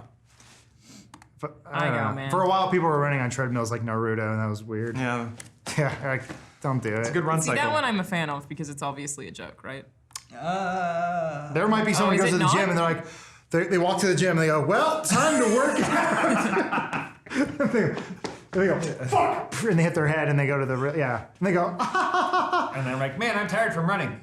And then like one small cloud comes out of their mouth. Anime's the There's greatest. also the anime trope of like characters just flailing their arms whenever they're angry. It's just people yeah. doing this. No. It's just whenever they're mad. And also appearing on someone's upper left shoulder and then below on their right and then up Yeah. off their head Yeah. and then in front of them. Yeah. to this day though, when I ride my bike or anything, if there's any like tree in the way, if I move my head out of the way, I still like to believe I'm Vegeta moving my head quickly while someone's punching, but just right here, and he's going, ha ha ha ha. You're like, well, they animated 3 frames. I mean, that's realistic. Dragon Ball is realistic though. He's right. Yeah, I think it might actually be a documentary. Yeah. I think so, Events yeah. happened in real time. I don't know. That's Aqua Team reference. Weirder things have happened, so. I always imagine there was in Batman the Animated Series, there was like some goon fighting Batman, and the back was just a still image of Batman with like an arm going in the way and just like slapping his hand out of the way multiple times, just unflinching. It's like, I always imagine that when I'm looking at my Twitter feed and I'm just like a hand slapping all the stupid tweets out of the way. Your own tweets? It's when he's deleting his I have last my ones. own profile bookmarked so I can look at it. Any, You can tweet any other, Lawrence. Thanks me. Any other deep thoughts, or should we get out of here? People ask what platform we're playing Kingdom Hearts on. Doesn't matter. I think that it's optimized for Xbox One X. If that's Oh. why you're asking. Digital Founder said PS4 Pro is better. Really? Whatever. It's like Xbox One X drop like goes from like 60 to 58 in some cutscenes. It's Unreal Engine, so it's Unreal 4, so I assumed it would just be good on all platforms. I mean, it is. Great if it comes to PC. That'd be crazy. We'll see. Get some mods in there? Oh man. Have you seen that? You walk around like this all the time. look like he's in Monsters Inc. Yeah. Okay. Yeah, cool. The real pros at Gal get a little drool drop coming off the tip of their tongue. I just find it so off-putting, but I can't stop staring at it because I'm like, what are you fucking doing? It's sexy. They make It's full, not sexy They make at full all. bleach shirts of Gal, like so. It's just a bunch of girls who are like. I mean, I've eyes seen like the bugging out. hentai version of it, which like on t-shirts, which is fine. I People agree. doing it in real life. What? Art imitating life, imitating art. Yeah. on. It's a mess. With arms behind people. I mean, it's supposed to be a mess. It's prelude to a mess because and like when dudes come in hentai, it like not only fills the vaginal canal, but sprays out like in a V formation. So, you know what I'm talking about. Oh, I'm sorry, dude. Fuck, dude. All right. I End of the apologize. show. I'm gonna put my hands behind my head and walk Another away day. high steps. Thank you, everybody. Need anything else? Eurovision. He was just this kid with a straight face doing the dance, and Katy Perry's like, I want that freak. Put him on my dance troupe. Sounds like my Katie. Yeah. Backpack Kid is more popular than any of us will ever be. Just so I'm you okay guys- with that. Just so you guys know. I'm just letting you know. My goal on this planet is not to be popular. Just letting you know. That has never been my goal. It is to have I know. I'm fine with that. You never want to be number one. You want to. Backpack Kid's not number one. Yes, he is. He's the hottest thing this world has ever seen. He's the next big thing. Yeah. He's the current. He's big on the thing. way down right now. I'm just saying, the higher you shoot, the faster you're going to come down. You got to be careful. That's what Gravity we're- is a thing, people. That's what I'm worried about for Apex Legends because it exploded so fast that it might just burn I out. just don't think it has the look. You have to get babies involved. That's why Fortnite is so successful. Tetris 99 taking over the Tetris airwaves. Battle Royale, yeah. Tetris is not going to be. Tetris 99. There's a weird vibe. I can't explain it, but so yesterday I saw like the announcement or whatever. They're like, Apex Legends is killing Fortnite or whatever right now because is. it's like on Twitch. On Yeah. Twitch. Currently, right now, it is. It's a microcosm or whatever, but it's like you're seeing Ninja playing it and everyone else is playing it. And then I'm like, I'm curious because Fortnite had dropped to like the 5th place or whatever. Because also like there was a World of Warcraft tournament, all this other stuff. So it's like all the CSGO had something going on. But what is it when you go to Fortnite and there's the top players there, but he's sort of like, I'm it, I did it, but he's late. You know what I mean? Like I mean, he's still probably making $20,000 a month playing. I'm not worried about the money. I'm just saying like. What do you mean late?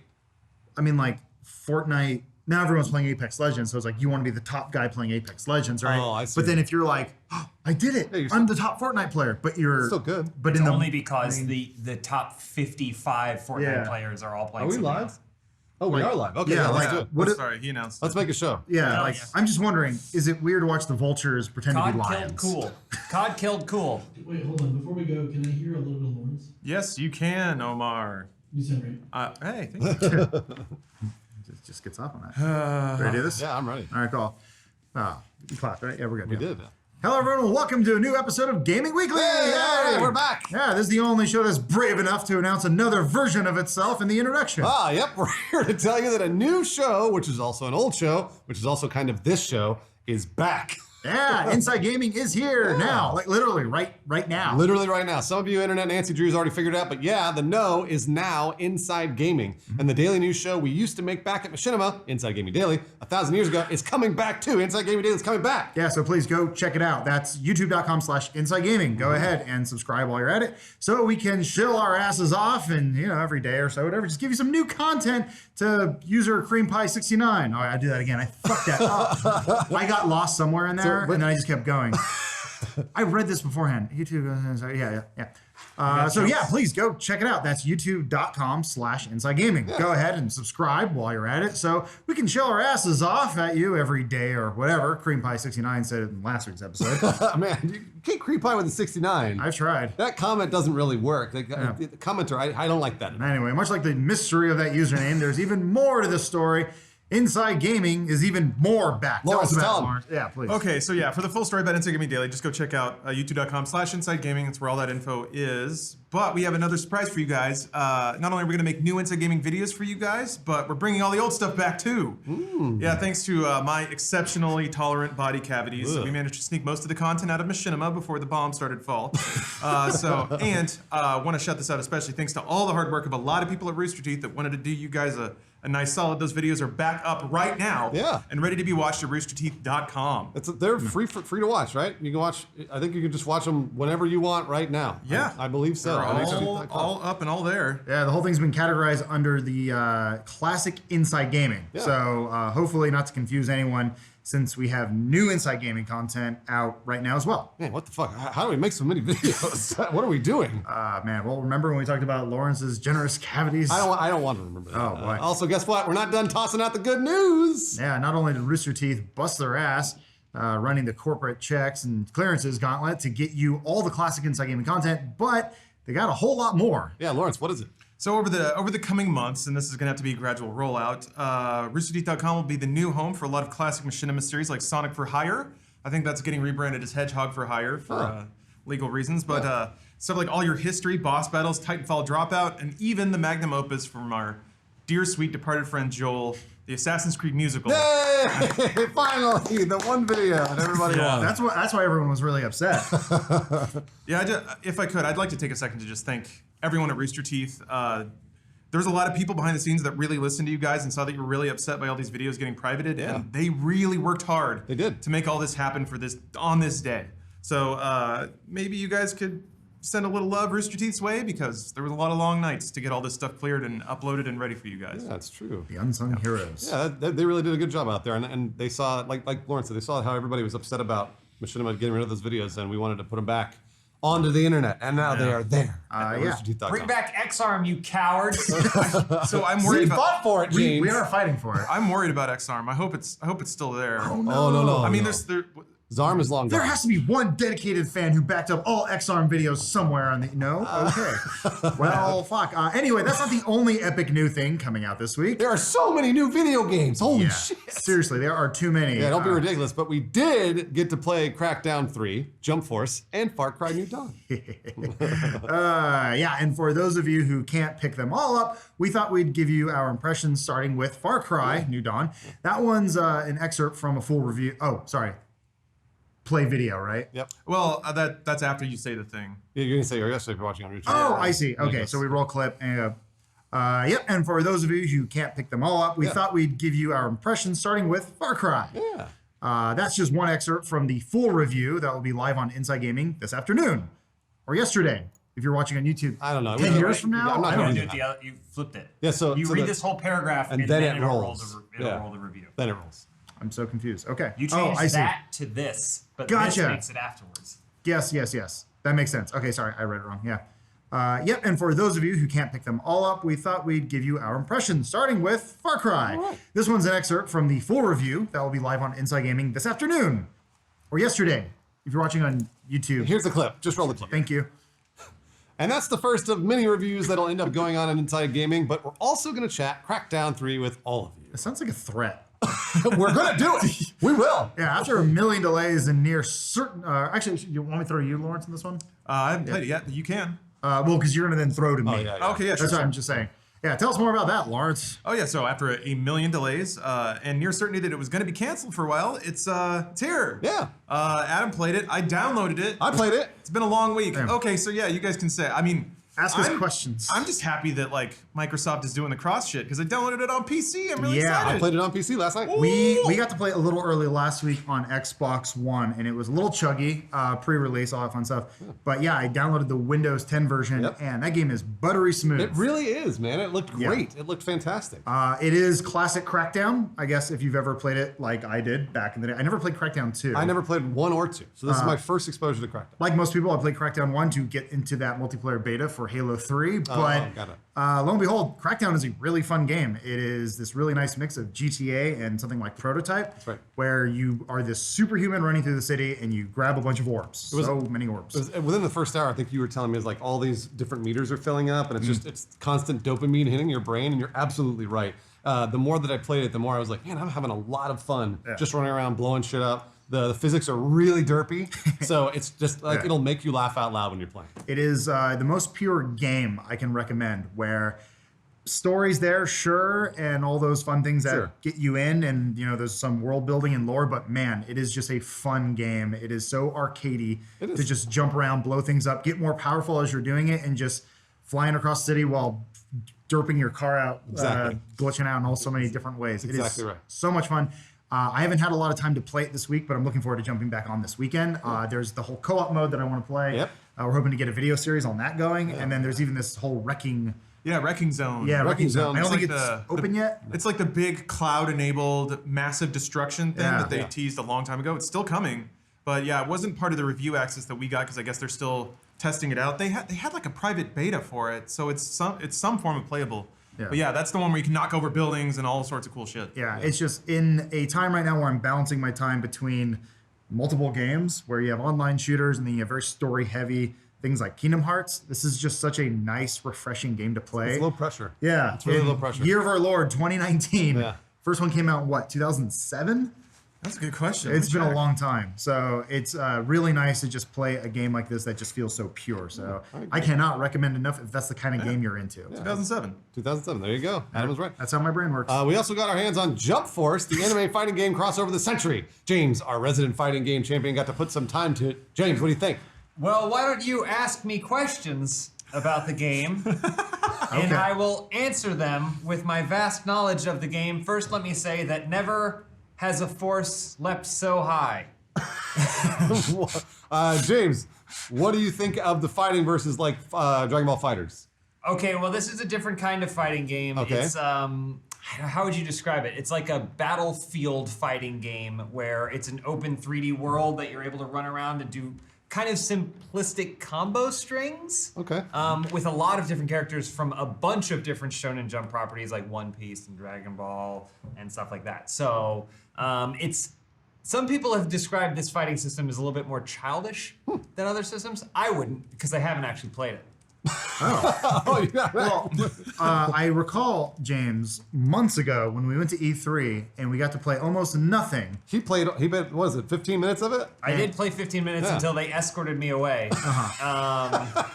It's just a different kind of fighting game. I think it's a more entry level, easier to get into fighting game. It is kind of weird that this is happening in a world where we already have Dragon Ball Fighters, which is also entry level, but with an extremely high ceiling. I'm sure someone who really loves those Naruto games is going to yell at me and say, "How dare you? Jump Force has the highest ceiling. You can hit AAB." But it's just a different kind of fighting game. But again, I haven't played it. James, how do you feel about the fact that the game is filled with like aliens that shoot lasers out of their hands, and also that dude from City Hunter that has a gun?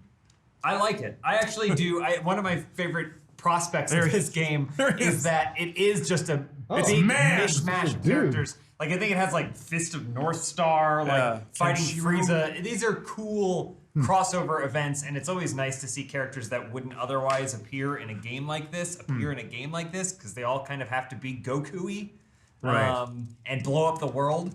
So I am excited to play it.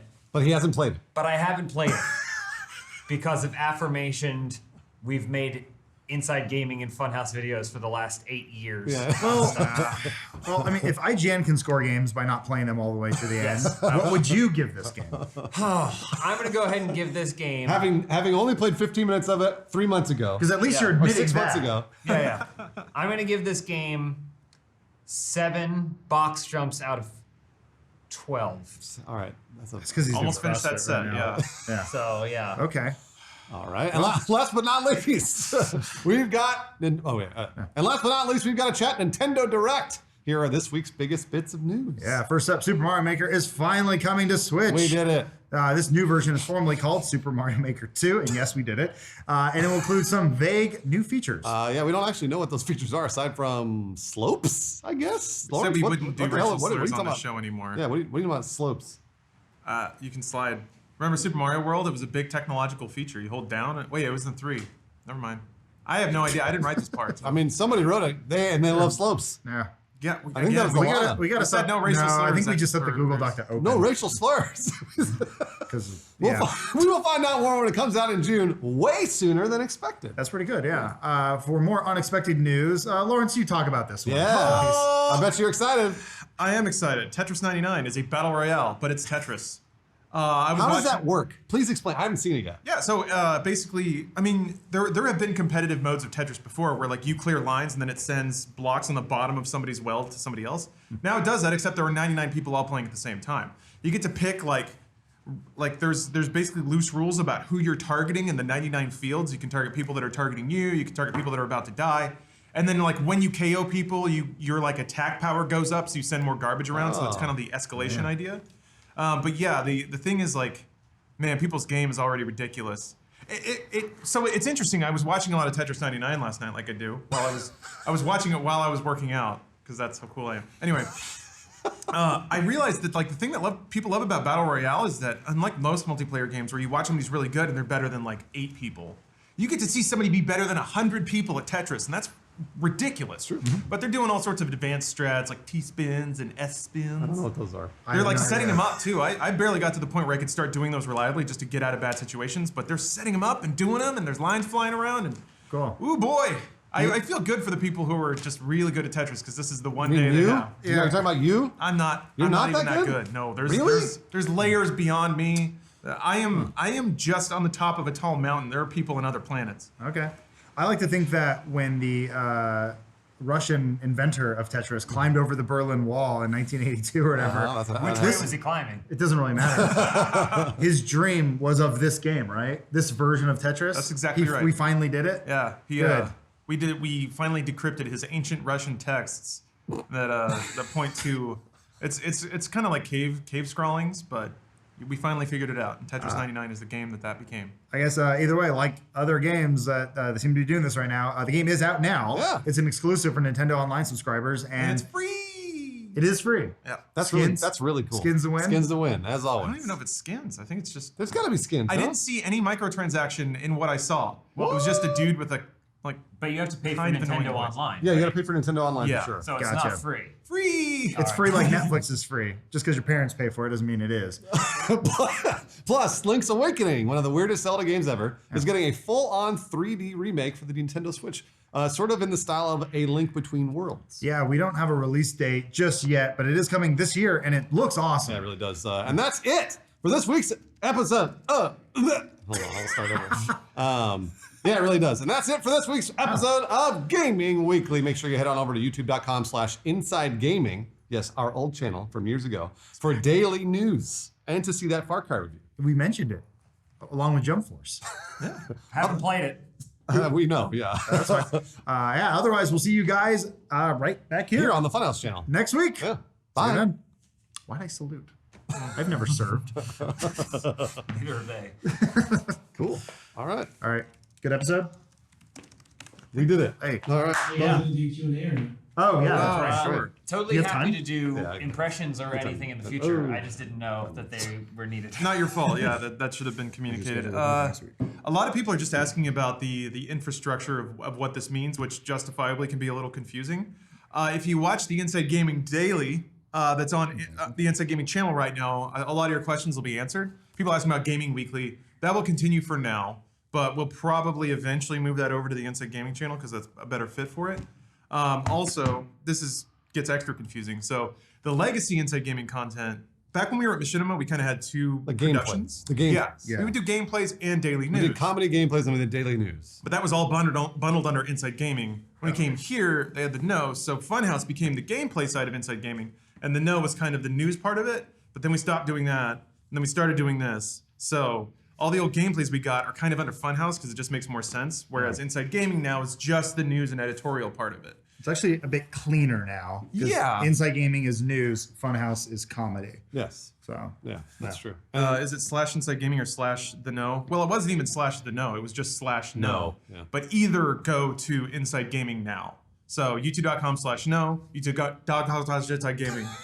I'm really tired. It was a long night last night. And Funhouse still have Gaming Weekly, Yeah. which is a once a week gaming news show that is Yeah. very similar to Inside Gaming. Yeah. But either way, it'll go up on Fridays like it always does, and it'll kind of push to youtube.com/Inside Gaming. which is what we did with the old Machinima channel It back in the is. day, It was we is. did the news over there and we said, hey, we also have a gameplay channel where you can go see us. So But it's now the opposite. I know, it's Now crazy. it's the gameplay pushing to the news.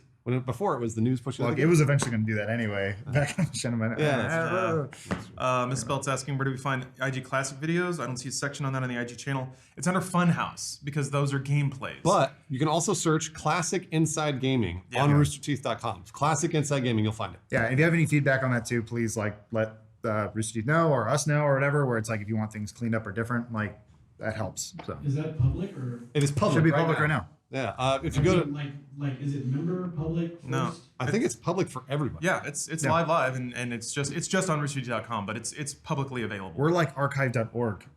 Yeah. Omar. Bluefy wants to know if you're going to wear the Recon helmet again. What? Yeah. Do you still have that from 8 years ago? Yeah, I was gonna say. I mean, like when we started doing the gameplay channel. Oh God, I'd stopped doing that a while ago. I don't know. No. Do it again. I mean, yeah, Bring sure. back Machinima. We are doing that. We were in 2 episodes of Red versus Blue. I think we peaked. I don't think you get any better than that. Dawsboy, the Inside Gaming stream has already happened. That was last night. Somebody was asking if there's a way to watch that. There is an unlisted link for the live stream around, but now that the mystery is out, we can probably just upload it or Make something. it public. Yeah, do you want to Maybe watch to Rooster Teeth? You want to watch 5 dudes talk over other videos? Spend 30 minutes trying to figure out tech problems. There was like and 7 webcams on it. I saw it. There were so There's many. only one T-shirt. Yeah. It's if you guys want to know the classic Inside Gaming stuff, the gameplay, it's roosterteeth.com/series/classic-inside-gaming. Got it. If you want. Are we bringing back the yes? Well, Strat, you'll just have to watch tomorrow to find out, won't you? Ooh, well, that's a Teasing good it out. tease. Gotta get those views. Bang, bang, bang. Good tease, Lawrence. The views go. I'm gonna watch for that one, and if I don't see that one, click Yeah. up. I'm coming for you. I'm gonna ban you. I'm gonna ban your ass. Can I ban people on Rooster Teeth? Sure, do whatever you want. Uh, You're king now. We've made you king of roosterteeth.com. Oh yeah, some people were asking about the division of talent. Again, that is addressed in the daily, but real quick, the no is now Inside Gaming, which also means that Brian, Nick, Caden, and Aaron are also working on Inside Gaming content. So they're there working on Inside Gaming content. We also got, if you followed Machinima on social, probably talking to the wrong crew for that, but Patrick, Connor, and Zach from Machinima's old social channels are also working on Inside Gaming as well. Also, Autumn is now editing Inside Gaming Daily. So that's the new family. Been nice and repackaged. That's what Inside Gaming is now. Yeah, and then we'll be doing 5 dailies a week. Yeah. Yep, Monday through Friday. We'll be looking like this. Yeah. Yeah. 2 guys. Yeah, we really invented this format. 2 guys yelling the news at you while we cut to a 3rd guy so that we can get around us when we flub our lines. Yeah, I mean, no one else really picked up. I guess because it's a lot more efficient for one slightly overweight, pale, bearded man to yell about how women are ruining games into his webcam. Then 3? Yeah, then Yes. 3. How dare you call out all those YouTube channels? Oh no, they're so rich. What am I gonna do? I mean, honestly though, that is the format now. It's the Philly D. Yeah. Sit in front of the webcam. I'm going to talk to you directly. The problem is, I don't think any of us are opinionated that much, where we can just yell at you and be focused for that long. Yeah, I don't know. We all have ADD. we'll see. I mean, This works. But this is like the nice middle ground of low budget YouTube and over budget G4. It's like right there in the middle. like over budget machinima. The Inside Gaming show got a little weird after we left. They like got him a nice set and lots of TVs and lighting and everything. It's like if the core is not working, they're like, the problem is the background. They don't like the set. That's what it always is. It's always the set, guys. I've heard people say that. It's It's like, always the set. And when we change that set, you can't see it, but Omar, if I move this camera, is that going to destroy everything? I want to show the fact that our set is a giant wooden wall leaning on another wall. All right. Here, move camera 3. It's the tall one back there. Oh, okay. oh yeah, look at Oh, that. yeah, that's right. You don't even have to move the camera. You probably just roll the tripod. Yeah. Also, We keep in found mind, these chairs. yeah, our I found these chairs. Oh, yeah, there it is. It's leaning on the other wall. Hey, that was my hard work, okay? That is Omar's hard work. It's true. I'm looking at the broadcast room right now. It is Omar. Omar, can you show us our broadcast team? There's Omar in the window. That's it. This is him. So much space. Look at that chair. He didn't even find that chair. Those lights might not be real. I don't know. It could just be a prop. But either way, it's like, I don't know. We kind of pride ourselves on doing a lot Inside with a Gaming little. Daily had a sound guy, a camera guy. It did, shit. yeah. We don't even have that. Well, we replaced them with a tripod, a CD stand. I actually missed them, but at the same time, you're right. We did replace them with stands. James would always make a joke that C-stand will one day replace Ty. C-stand is the most versatile tool in all of film.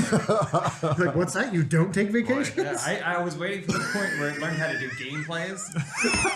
Just be a C-stand. What happens when the C-stands unionize, man? We are fucked. 20,000 Yeah. likes. They're going to unionize before we will. God damn it. They are, you're right. Get sick days. Any other burning questions? It's 11:03, so. Oh, shit, I gotta go. Yeah, Bruce sorry. definitely got to go. Guess what? We got more shit to do. So thank you for start watching. doing our actual job. Yeah. Somebody clap before you all leave. Thank you guys. Please watch Inside Gaming, or Merry I'll be Christmas. homeless. Yeah. I gotta go play Jump Force Sunday. Go try to masturbate extra sensually today. That's my tip for you guys. All right. Yeah, no, that's what happens. You I get didn't have older. sex and I didn't You get- I didn't whack one off. You And I get was just older. like, That's what happens. After like 2 days, if I see a rock that kind of looks like a boob, I'm like, all right, well, there it is. there's like it's like a metronome. It's like every 2 to 3 days if you keep a rhythm going. But then if it goes past a certain time, I just forget. I'm just like, How are you not reminded by everything that kind of looks like women? Lawrence, your sex drive is off the charts. Right? Well, No. it's very contextual for me. Like if I'm single, I don't give a fuck. I'm just like, I'm not thinking about anyone sexually. I'm fine. yeah. I just like turns off. Weird. I mean, Yeah. that seems convenient. Yeah. I think it was the opposite for me. I think, It probably would be for most people. yeah, I don't But if know. I'm like, Alright, I'm I'm not gonna make actively audio attracted live. to someone, fine. then I'm That's just good. like, There's a good discussion. whatever, I'm fine. Yeah. I'm not even thinking about it. I think, Yeah. because I think when I was single, I was like, I wasn't even masturbating that much. It was just more of like about trying to find a companion. Yeah. It wasn't even about sex. Can somebody hold on? See, I'm like that. Can you now. clap, Bruce? It's like, yeah, sex is cool. Yeah, I mean, wait. well, but you've also been married, and like you and Jess have been together a long time. We've done it all. I mean, I didn't say that. I've seen everything. I didn't It's all say- done. I didn't We're in say a scat now. All right. Tonight's the night, honey. I'm gonna shit in your mouth. Gross. This isn't live, right? Pretty sure it's live. No, it super is. That's why I said it. 'cause Come on, it's baby. Funny. I'm opening up the soft serve machine. Ugh. What's it called? Is The hot that Carl? usually about poo?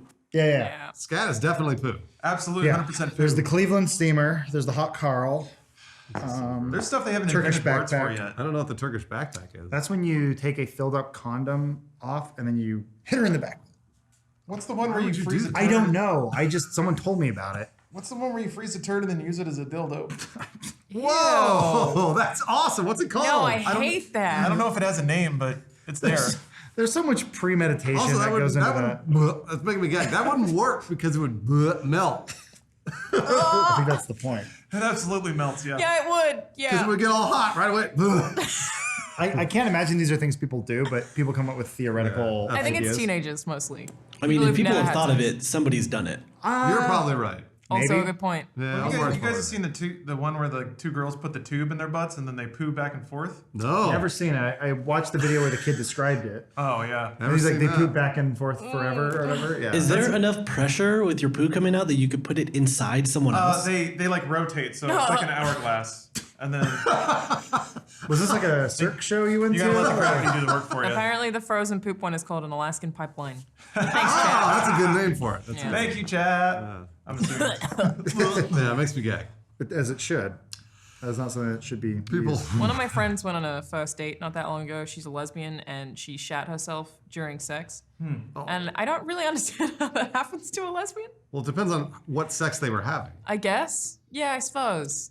Because I mean, like, were they going? Do you think that lesbians just go straight for anal? Like, Were I they, don't know. yeah, well, were they going Well, no, down I on mean, each it- other and like she farted and like shit herself or like? Maybe. I She I could have really, like I picked didn't her up and ask, spread but the cheeks and like. Were they shat herself. scissoring? Yeah. I didn't They don't feel scissor. right to ask. That's fair. From what I understand, no one scissors. That's what I've heard. It's yeah. a myth. Yeah. It was Doesn't a. seem like it's more theatric than anything. It was created by men who didn't know how women had sex together Well, I mean, when they were filming yeah. It porno. reads well on camera. That's the important thing. Does Yeah, it? but only to men. I don't think lesbians watch it. So I can't Good speak. point. All right.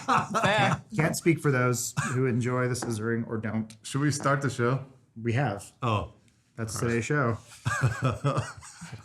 I'll just Did we sing clap? Song We good? Oh, we did. I We clapped. did. yeah. Okay, cool. Ready, guys? I'll do it again. Whoa. Oh. We're not recording? No, we're recording. I just want to make sure I am prepared. That's important. Elmer's gotta Somebody buckle said down.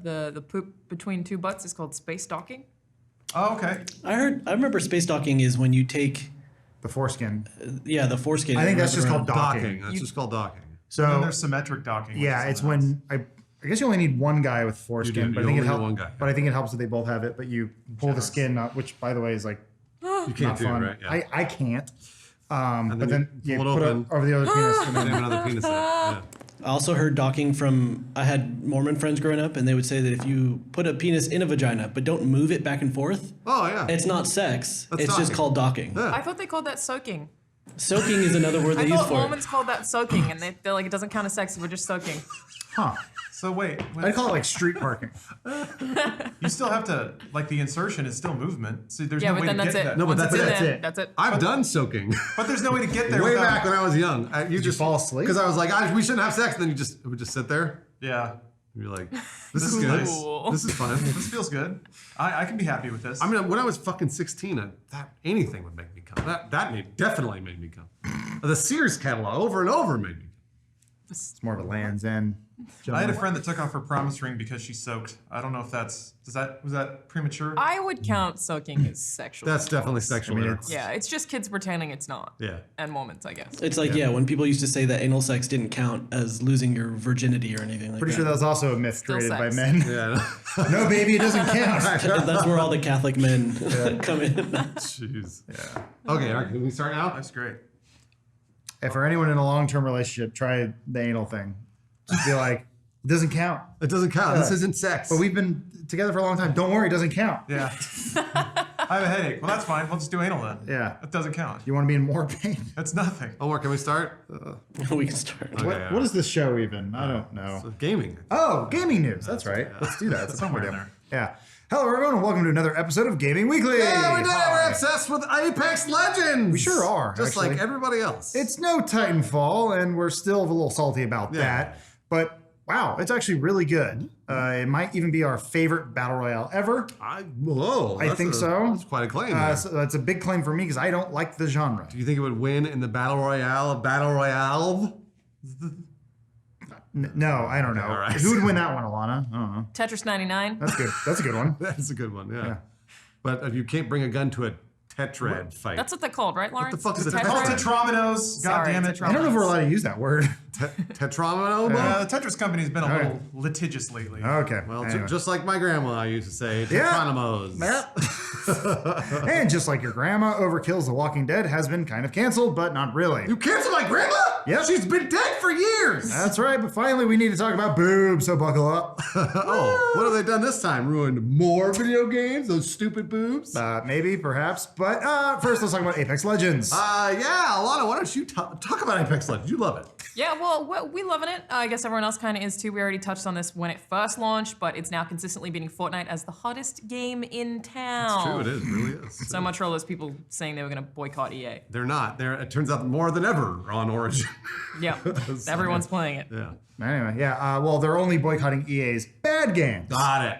That makes sense. And Respawn doesn't make bad games, dude. Apex Legends actually got 25 million downloads in its first week, destroying Fortnite's record, which was 10 million over its first 2 weeks. Still not a small feat. Good No. work all in all. No, those are huge. It's fine. Plus 8.28 million hours of Apex were streamed on Twitch in one day, topping Fortnite's 6.6 million on July 20th. It had more than 1 million concurrents at 1.2. Yeah, a pretty big part of what is probably that. EA asked, fuck that.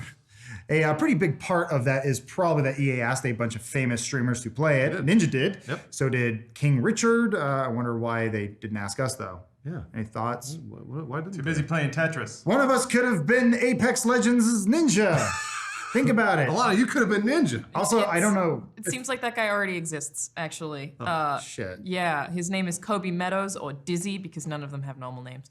And it's looking like he's the best Apex player in the world. He got signed to a pro team and on that same day killed 33 of the 59 opponents in one match. No! He killed more than half the server?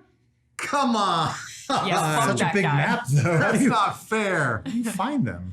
Sometimes I get one kill. So we're like 3 minutes away from him milkshake ducking, right? He's gonna. No, please no. We're gonna dig out some tweet. He's gonna. I don't know. We'll see. Internet lore is weird. Well, look, I could have done the 33 in one day. I could have do that. I could do that in the first hour. When I started Apex Legends, I was a pro. Sure. Yeah. A week ago? Where's your contract, Bruce? I already got it, Lawrence. I didn't tell you about it. Wait, so there's pro Apex teams? Yeah, they started that really, really quickly. Yeah, it I was a good can't idea. keep up, the man. speed of this is starting to worry me. They gotta get ahead of Other way, everyone other way. else. Other way. Huh? Up? No, other way. Oh. Down. Oh, There right. we Sorry, go. sorry. But even if we aren't going to be the next esports gamer superstars, We are. Oh yeah, we still really do like the game. Oh, yeah. Alana, you've actually been playing a bunch of it. Yeah, so have you, Bruce. I know, Adam, you only really played yesterday, right? A little bit. You gotta yeah. win. I You finally got got a fucking win. I don't have a win yet. I'm finally digging it. I've gotten second 10 times now. It's ridiculous. What's it like to be a loser? It hurts, actually. So I played Fortnite, I played PUBG, I played H1Z1, I even played Arma 3. I played pretty much all of them, but Apex Legends is already my favorite of all of that bunch and the one I can see myself playing for the longest amount of time. And I keep trying to pinpoint exactly why I feel that way.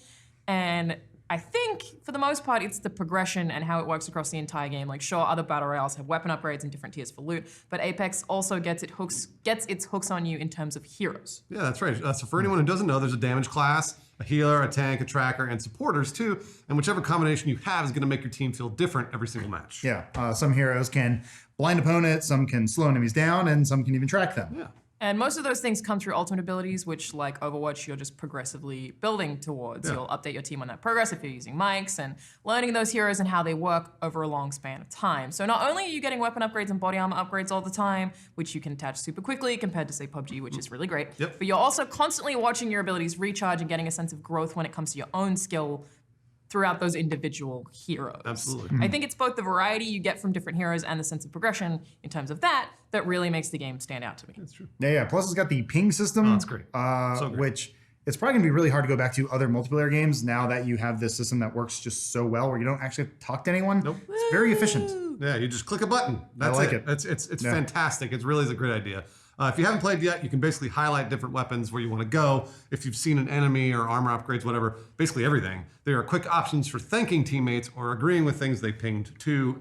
It's just fantastic. Yeah. Overall, it's probably the most effective battle royale in terms of communication, I guess, or lack thereof. You can even use it to warn your teammates of enemies, locations, when you've been down, which is really handy. Yeah, so when you're knocked out and you're crawling around, you feel like Enemies you there, can't do enemies anything. there. You can tell people where they are. And a lot of people forget about that. Last but not least, being from the team behind Titanfall, just feels really good. Yeah. First-person shooter, but it just feels good. It's fast, tight, very easy to pick up and play. Solid weapon variety, some cool options for traversal across the map. Also, new weapon came out this week. Yeah, the Havoc. Yeah, It's so really, they'll probably really be giving cool. us lots of updates with new weapons and stuff. You were saying you love the progression. The thing that I think finally clicked over for me is I love that everyone has Hanzo's ability to climb walls. Oh, it's Yeah. great. Once I figured that out, it became a new game for me. I was a little sour on it when it first came out because it wasn't Titanfall. I wanted a Titanfall battle royale because I love the traversal mechanics in that game. Yeah. And so that bummed me out a little bit. But once I figured out, it does have a little bit of it, Yeah. I was pretty much Got the sold. climbing and the zip lines and the sliding. I love the acrobatics of the game. I think it's fun and it feels tight. I think it feels better than Black Ops. I would agree. Yeah, I think so too. I would agree. I really like Black Ops Battle Royale, but this is somehow topped it. Yeah. We do have to wait to see how this whole thing evolves, of course. Yeah. But right now, I think we're pretty sold on it. Absolutely. I mean, also it's a free game, so Free game. Totally free. it's easy to be sold on that. Mark my words, there are going to be Titans in this game at some point. Ooh, you think so? I think so. I think they're going to change the map. I think they're going to maybe make it 100 and add some Titans. They should, because it's Titanfall. It's How not would though. that They should. work? I don't know. We got a whole I new think they're story on gonna- how this thing is and isn't Titanfall. I think they're going to do it. Mark my words. All right. That said, there are plenty of microtransactions in Apex Legends. Unlocking the 2 locked heroes takes a while. It really takes a long time. Yeah. There are tons of cosmetics to be unlocked, probably so many that it wouldn't be possible without spending a little money. Yeah, none of us have spent any at all, by the way. Just Nope. putting that out there. And we're still having a great time with the game, but they're here. But they're there. Yeah. Oh, yeah, sorry. Yeah, and just so you know, none of us have actually spent any of our money on it or the company's money. None. Nope, we're not touching it. But just so you know, they are there, and it's actually a little surprising. More people aren't mad about it. It is EA. It is microtransactions. You should hate it, but I guess it doesn't matter when the game's good. It's just odd to me. People seem to be giving this one a free pass. That's free to play. I guess. That's what it is. I did notice that when I signed up for Origin Premiere, they gave me credits inside of Apex Legends that I used to unlock that new hero. So you did give it money. Well, I gave it for Origin Premiere access. I gave Anthem money. Kind of counts, yeah. I know. Trust me, I'm an idiot. Something people do seem to be mad about, though. Overkill's The Walking Dead. We actually spoke about this game when it first came out. What did you call it, Alana? I don't remember my exact words, but basically it's uninspired and boring, which I think is like the worst thing that a video game can be. There are a bunch of technical issues, but it's not completely broken. It's just extremely repetitive and uninteresting, which sucks because it looked cool based on initial trailers. It looked like Left 4 Dead. It does turn out, though, that it actually made $3.7 million in revenue in the fourth quarter after launching in November, which sounds like a lot of money, but I guess it's not. Nope. Oh, tell me more. Well, Payday 2 made $2.2 million in the exact same quarter, even though it came out in 2013. Oh. Same company. Oh. Yeah. So 3.7, actually not that much. Okay. Apparently, Starbreeze AB, who are basically the parent publisher, had a pre-tax loss of $135 million in quarter four, which is way up from a loss of $7.3 million in the same quarter the year before. Basically, Overkill's The Walking Dead's commercial failure almost completely destroyed Starbreeze. My God. Yeah. They even filed for a reconstruction in early 2018 due to a, quote, shortage of liquidity. I think it's liquidity? Liquidity. Yeah. Sorry. They even filed for a reconstruction in early 2018 due to a shortage of liquidity, which, sure, it's some lawyery bullshit, but it doesn't mean they sold the rights to System Shock 3 to make some money back. So that's... It does mean. It does mean. Wait, it does mean that? They sold System Shock 3. They sold it back to the, THQ? That's what happened? Wait, who had that? THQ Nordic? I don't know who had it originally, but They were- Wait, They did you sold see the it thing about to- THQ Nordic today, though? Yeah, they got more money? Yeah. They're going to keep buying studios? I'll do that line again. I'm sorry. How's that happening? Yeah. God. Yeah. They're going to own us soon. They even filed for a reconstruction in early 2018 due to a shortage of liquidity, which sure is some lawyery bullshit, but it does mean that they sold the rights of shit. I'll just take it from here. But it does mean they sold the rights to System Shock 3 to make some money back. So that's cool. Is that cool? No, I mean, don't someone know. might actually Shock. make System Shock 3. Oh. I want it. I want it. They keep showing the trailers. I just want to play it. Yeah. So why that's newsworthy right now, the PlayStation Store sent a bunch of notifications out to people who have pre-ordered the PS4 version of the game, Overkill's The Walking Dead, saying it's canceled. Wait, that what? Yeah, this is one of the first times I've ever seen this happen. Basically, people who had pre-ordered the game got a notification saying, "Thank you for pre-ordering Overkill's The Walking Dead. The publisher has notified us that the game is canceled. As a result, we have withdrawn the current pre-order from the PlayStation Store and will cancel all pre-orders. You will receive a refund of your original payment source within 5 to 7 business days. If your original payment source is unavailable, we will refund your purchase amount to your PSN wallet. Sorry for the inconvenience." Wow. This is bad. That's a big wow. Yeah, that's really bad. Wow. Well, then when your game is responsible for the insane amount of publisher losses, it makes sense that they wouldn't have the money to finish the console ports for the game. Yeah. But confusingly, they're also saying it's not true, which is why I really wanted to talk about this one. So basically, anyone who's pre-ordered the game on PS4 got a thing saying that the game has been canceled. But then Publisher 505 Games tweeted saying, "We just wanted to clear up the position on the Overkill's The Walking Dead on console and confirm that the game has not been canceled, purely postponed while development is ongoing. We will share further news as soon as possible." Well, Okay. what? Wait, so it's been postponed, not canceled. Yes. Delayed? That sounds like a delay to me. Okay. That actually comes after an earlier delay. It was delayed from November to February, and now from February to the infinity. Yeah, so my guess, and why I really wanted to talk about this one, is that it's a lie. Starbreeze AB is a publicly traded company, and their stocks took an enormous dive in November last year, right after The Walking Dead came out. They technically have two stocks, Star A and Star B. The corporate structure is really odd, but they have pretty similar rise and fall, so let's just group them together. So for example, Star B went from 8.35 on November 6th, the day The Walking Dead launched, to a low of 0.6 on December 3rd. It tanked them. It's really bad, a brutal drop, and the company's probably still on the brink of destruction here. Yeah. So announcing the cancellation of the console version of the game right now could drop their stocks even lower and formally completely tank the company. Yeah. I think it's going to happen. They're just not ready to tell everyone yet because business. Man, they also might get sued, or because if They there's could. a chargeback, like if Sony does all the refunds and they bill it back to Starbreeze, and Starbreeze has to pay, who knows, hundreds of thousands of dollars to Sony to comp it, Yeah. they may not have the money, and they may not be able to make like certain debt payments, or I don't know. Oh, man. That's bad. I mean, a ton of fascinating stuff has happened to Starbreeze. Like they had, I forget the term for it, but they were raided by another company. Yeah, yeah. It was like they had all their stuff leaked. Like they've just like, it's been a disaster every year for them. God. Well, for people who got that weird message on PSN, I guess stay tuned. Don't get your hopes up on the. Don't get your hopes up that the game is still going to be coming out. But of course, keep in mind that it hasn't officially been canceled either. We'll just keep you updated. Yeah. But I don't know. It doesn't sound good. That's a bummer. That's all the way a bummer, all the way around. Now on to one of the most important talks we will ever address on this show, Gaming Week. Boobs. Boobs. Big Oh. video game boobs. I thought that was a typo. That's No, why I it's waited. not. Oh. But this time, it's the lack of them. Oh. Yeah. That's a change. As So- usual, our virtual breast enthusiast Lawrence is here for some hard talk. Get it on the matter. No, boobs are soft. Big old video Unless they're game. fake. That's what he was going for. That's right, boys and girls. We shouldn't be exclusionary here because everyone loves boobs. Everybody loves them. No matter what you identify, one of the 25,000 genders. But if we're being honest, there hasn't been a whole lot of tittage in video games lately. So this actually first occurred to me, or rather I realized it when I saw a NeoGAF ad from Rurouni Kenshin back in December, titled, quote, "Is there any fan service in Western games for straight men anymore?" Yes, it's from an anime avatar, because of course it is. But there's still an interesting point to be made here. So the thread points to Shadow of the Tomb Raider, noting that out of the 34 costumes in the game, none of them are sexually revealing or titillating at all. Okay. Similarly, the Spider-Man character Black Cat, that has always been a sort of voluptuous femme fatale, is wearing a full-body catsuit in Insomniac Spider-Man. Even a bizarre incident where Twitter user Lena Laser, I'll take that again. There was even a bizarre incident where Twitter user Lena Laser pointed out that Lady's design in Devil May Cry 5 is way more frumpier and more masculine than her previous designs. Such a harsh thing to say about someone. It's true though. So it might be true. And a lot of people dogpiled on Lena for saying it. And she was just like, look, I like seeing pretty girls in games. What's the problem with that? And to put a big embarrassing nipple on the top of this boob sundae, everyone's favorite idiot, One Angry Gamer, pointed out that Jade's design in the upcoming Mortal Kombat 11 is far more demure and covered than her previous creepy, botched 80s tit job look. That's just kind of synonymous with Mortal Kombat, or at least it has been. They all kind of look like, just like porno rejects. But it's getting better. God bless you, NetherRealm. So he kind of shot himself in the foot later, and without a hint of irony, calling for the world to consider boner culture. Is there boner culture? I didn't know that. I mean, there used to be. That was basically guess. video games. All video games were all about boner culture until I want to say suppose. 2012. There's enough people on this planet that you can have a club for anything. Doesn't make it good. Boner club. Everybody shows up with boners. I mean, that was just high school for us, so whatever.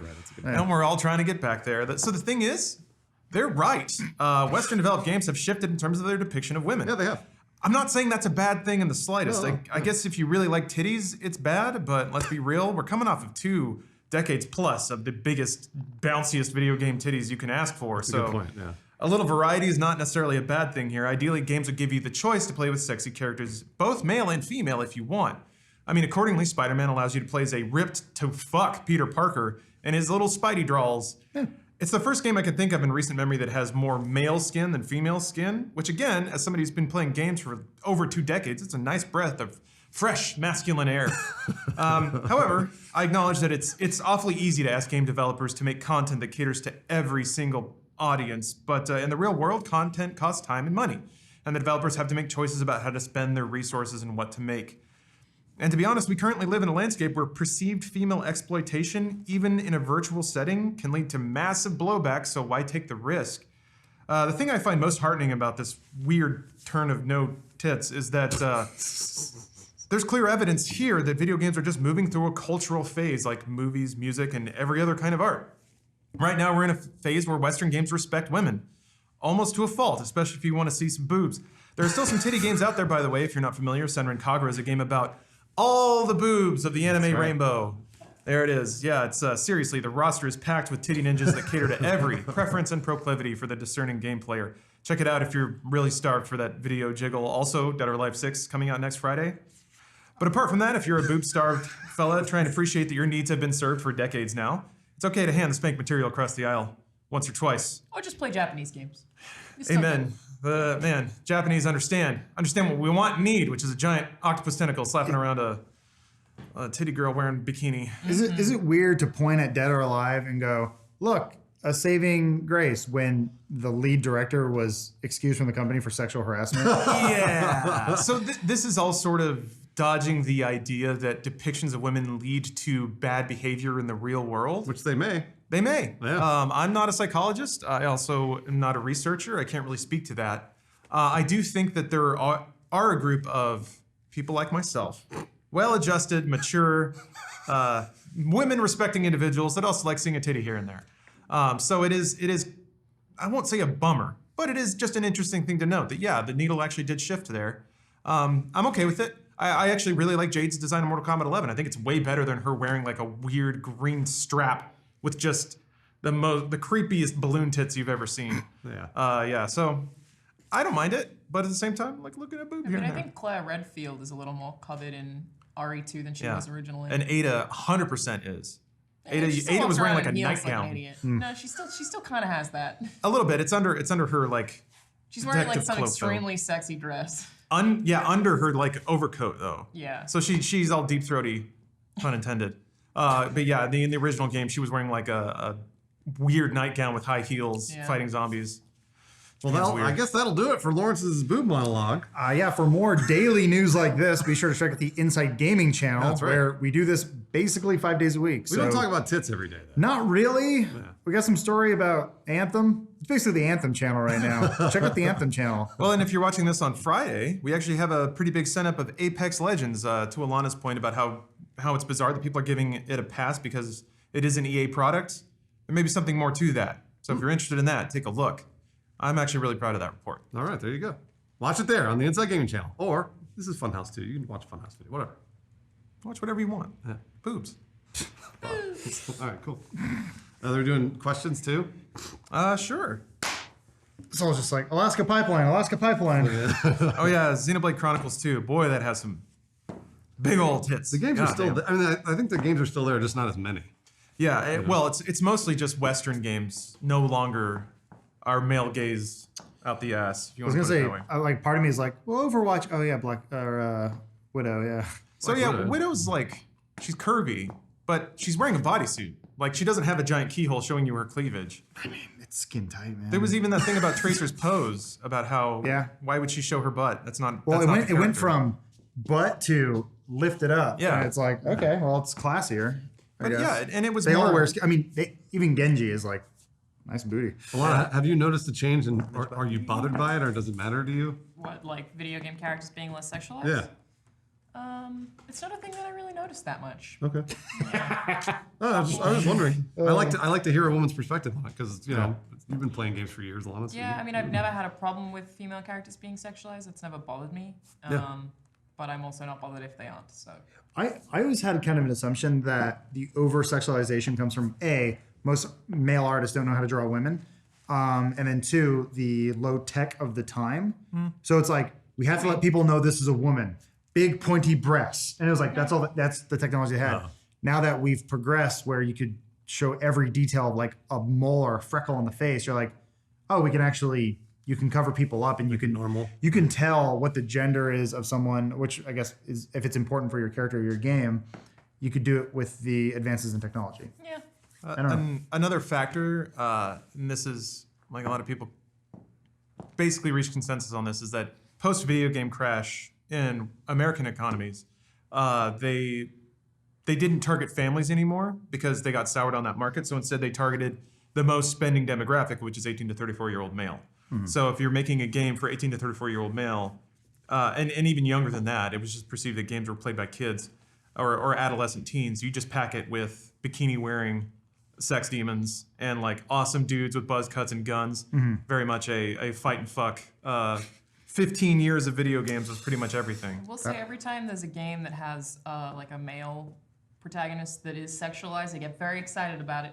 I do too. Like Dante. Dante is Yeah. super hot. Girls That were- thing with the pizza where he's naked and it's just covering his junk, excellent. When Geralt's a good one. When the first one came out, I remember it Nathan was Drake. like Nathan Drake's like PSN? charming, but not that sexy. No? God of War. really by the 4th one when they were showing him with like he's like, oh, I'm old and tired, but he has like this perfect sculpted chest with Yeah, just but a he's little never bit like of hair. shirtless or like in a position that is sexual. He's Okay. just always like a charming, attractive hero, but he's never like he's never inherently sexy. It's like Game of Thrones. The more penis I see on Game of Thrones, the more I'm like, all right, cool. They're doing the down the middle approach. They show a lot of penis, show a lot of tits. Always We're good. flaccid though.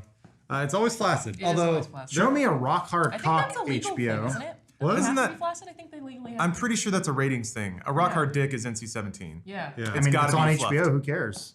Well, then either way, I get an NC-17 rating. Yeah, I think standards of practice is like it I'm becomes paying for porn. it. Give me a rock hard All cock. right. I mean, you can go get free porn, Adam. It's not. Oh, I'm paying for it. Whatever. Arthur Morgan. I'm always fascinated by this. See, 'cause, I like, love Arthur. Yeah. And like He I wasn't think- really sexual. not sexy. No. Yeah.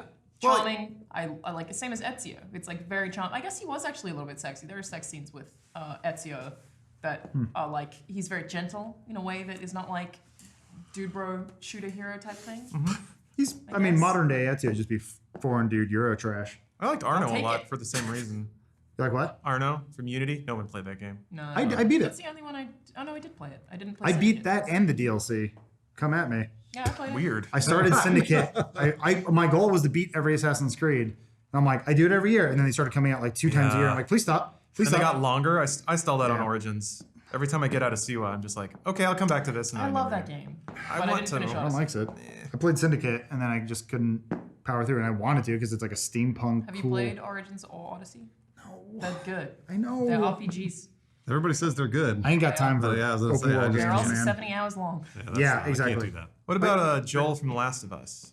No, not at all attracted to Joel. No? Isn't it sexy how his daughter's dead? Nope. Oh, It's just No, it sad. doesn't do it for me. No dad kink? I think he's too fatherly. Leon from Resident Evil? That is a I very think pretty man. Leon's a hunk.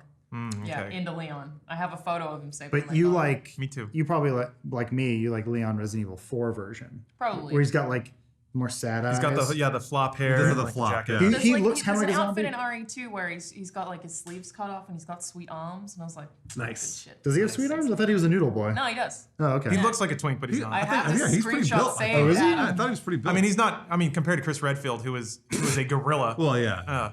It's hard Yeah, to he's say. not huge. Chris Redfield. But in my experience, most women generally are not looking for a gorilla. Usually they're not. Usually they're looking for it. That's just in my a experience. soft boy. They want Not a soft somebody. boy. No, Not they a want soft down the middle. boy. You want somebody who looks like a football player. I would say like soft Like a good boy amount of until muscle. shit gets serious, Sorry. and then they like take their shirt off, and it's like, holy fuck. Oh, the Ned Flanders approach. Yes. Yeah. Or Willie. I don't know. Yeah, There really are only good 2 one. characters that use that joke. I would say it's somebody that's like you're driving and having a discussion about some emotional bullshit, and then you get a flat tire, and then they just get out and change the tire, and they're like flexing real hard, and then they like wipe some sweat off the brow. Sure. They get back in the car and keep driving.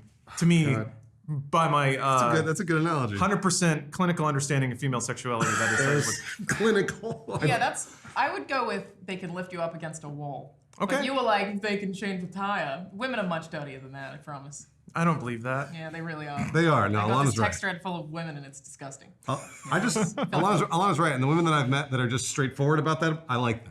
I've always liked that about them. When they're just like, yeah, we're just as dirty as men. Just fucking take it. Yeah. Absolutely. There's a post that I've seen, it gets circled around, where it's like a woman is saying like, what I want is like a real man, a man who, none of these gym boys. Like I want a man who like works on a farm and like moves hay and he gets real muscles and comes home to a home cooked meal. And based on her avatar picture, she's a little heavier than probably most. And the comment immediately was like, I don't think he'd want to be working with farm animals all day just to come home to another one. Oh, jeez. Oh, my gosh. Sick man. I have seen that countless times. Well, there's that one of like sorry Mexicans, this is only for white men, and then it's just like every race checking in, like burning it up. What? What are you talking about? It was like the Mexicans were like, no, sorry, we're gonna have to pass this one off to the Asians. There's some jobs even Mexicans won't do. There's a yeah. photo of a woman. Yeah. Oh. Gosh. I They only saw the passed it to the thumbnail. Muslims, and then the guy was like, sorry, we don't eat pork. I was just like, Oh. no. Oh, fuck. There's some really clever people out there. Almost, turns and then out. just shaking his head. Sorry, Omar. I know, we're still live. Oh, that's Yep. fine. Are there any questions? You guys want to talk about the Chicano culture that's popping up in Japan? What? I don't know. I just saw a thumbnail for it. Okay. What about the Final Fantasy 15 roster? Ooh. Lauren? Those are some good-looking boys. I'm an Ignis guy, but I mean that's obvious. I'm forgetting all of their names. There's Gladius is the big one. Not into Gladius. Isn't it Gladio? Prompto is the Gladio. Sorry, yeah. I'm probably most into Noctis, actually. He's so emo. Just a bunch of Yeah, bros but- going on a road trip. The rest of them are too specific. Like the English one, what's his name? The cook? Yeah. Shit, I just said it. Ignis. Prompto, Ignis, Yeah. Noctis, and Gladio, right? Yeah. Prompto's too much of a bitch. Ignis is too weird. Do you hear the discussion happening right now? Yeah, I've never played the game. Gladio's too... Oh, I'm Gladio. They have some feeling. There's some feel talks between Gladio and. Yeah, but he's still like, oh, feelings, Gladio. You should be happy about this, Lawrence. We have a Final Fantasy potential ad sales thing coming through. I'm very happy We got a about it. pretty hefty budget for Final Fantasy costumes. Costumes, yeah. I know. It's 14 though. That's gonna be pretty. No, they said no limit on. Do whatever. They said they're like, you do whatever Final Fantasy you want. Yeah. Yeah. Sick. I got some links saved. Yeah, you're gonna Cloud. I'm assuming. That's not what Bruce is I think he's going to put me in a women's costume, which is fine. Oh, you're gonna be Eris. Oh, Which is Tifa. fine. Okay. I'll be Tifa, yeah. Oh, very good. I mean, speaking of video game tits, yeah, Tifa. Absolutely. Yeah. Although her character's gone through some phases over the years. What does that mean? Well, like in the original, kind of like Adam was saying, it's low poly shit. So she was She's just wearing a tank top and polygons. suspenders. Yeah, and It's a like when you miniskirt. it's like when you build toys out of Legos. You're like booty shorts, These really. are the boobs. Was it a miniskirt? I think it's a skirt. Yeah, she's with black. She was like a black small skirt. little leather skirt. Why do I know Yeah, I this? think so. And then in Advent Children, she was wearing like a full body leather battle dress. It was pretty cool looking. Was it in the movie? Like, Final Fantasy Yeah, characters the have direct whole, to like, DVD, Lightning even though I starts saw it with a in mini theaters. I skirt saw it in and then theaters, ends up too. with Really? fucking Yeah. armor. Yeah. That was the only Like thing she I know looks about cool the Final whole Fantasy. time. And Lightning Returns, there was a mechanic about changing her into pretty dresses. That's how you got stats and stuff. I really liked Lightning Returns a lot. Nobody played it. No, didn't play it. You get a cool little ball gown. It enhances your fire damage. I played 13 and then was like, you know what? I don't want more of 13. Yeah. Viewers watching from Lawrence's perspective, pretend you're in the middle of speed dating. And you're on the other side of the table. And he's like, I really like Lightning Returns. Like, and time's next. More. All right. Any other questions? Are we good? Should we break and We podcast enough? get this bad boy I done? guess so. All right. I am playing Tetris 99. Tetris 99 is awesome. I gotta step my game up though. You have a gameplay coming down. Bruce got me hooked Yeah. on Apex, so now I'm giving Crackdown a break.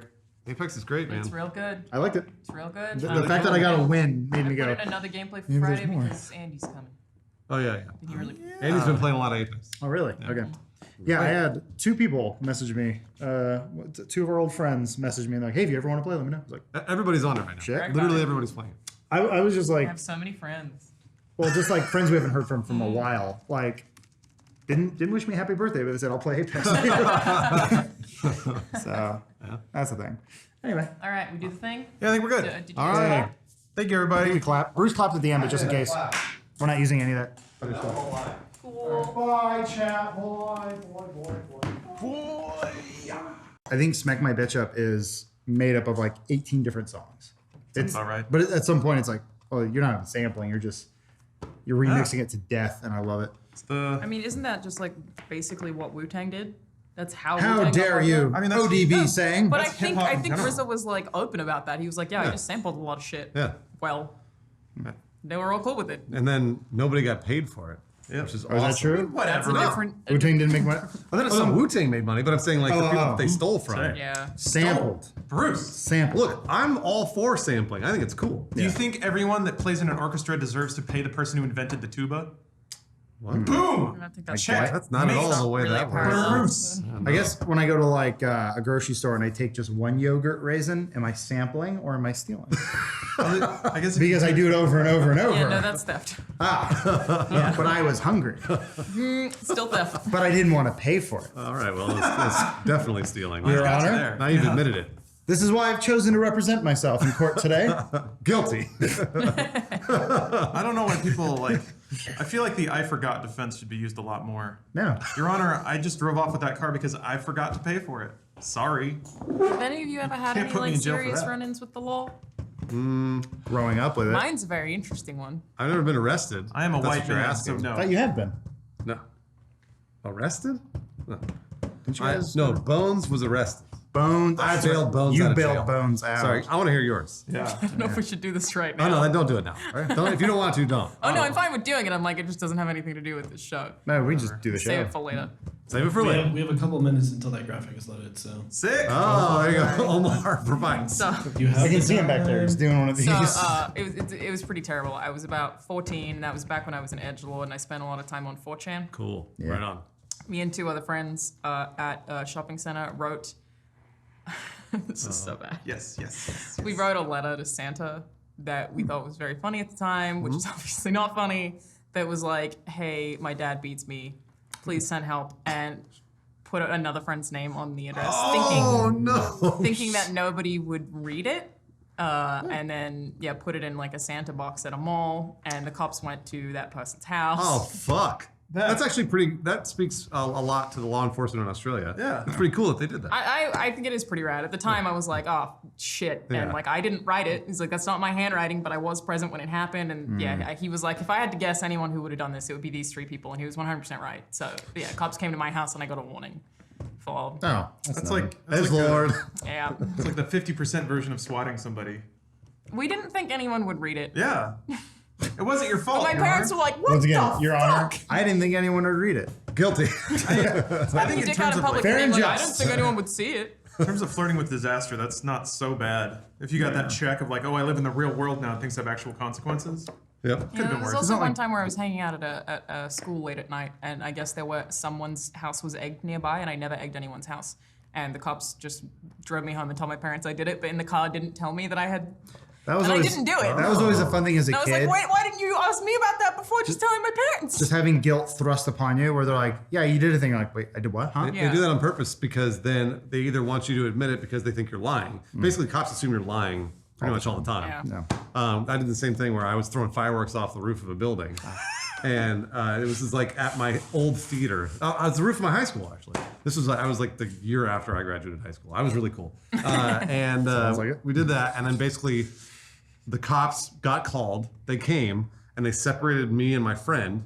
And they were like, what were you doing up there? And then I said, we were looking at the stars. And my friend said, we were throwing fireworks. I was like, what the fuck? Like, because I afterwards, basically, but the best part was they let me go and they drove my friend home. Because he admitted guilt. Because he admitted guilt. And I was like, why did you do that? Yeah. You should never have said that you I did it. didn't egg anyone's. I was always really against that. I did not egg shit, but I guess there were eggs vaguely nearby, and so they told my parents, and they were like, I don't buy that. Like, my parents were like, she wouldn't do that. Well, they were Just right. hanging out at a school at night. So my mom had a roommate growing up, and then like every other weekend we'd go hang out with her white trash family up in Lancaster. And Lancaster. yeah, and it was like a big family. It was like up there. it's not a great place, but I was young. I must have been, I don't know, maybe like 11 or 12, and I got like cornered by it was like a group of friends. And one of them was like, they were trying to like push a girl upon me. Basically, like they're like, ooh, and I was like, I don't know what's going on. I'm too young to understand this.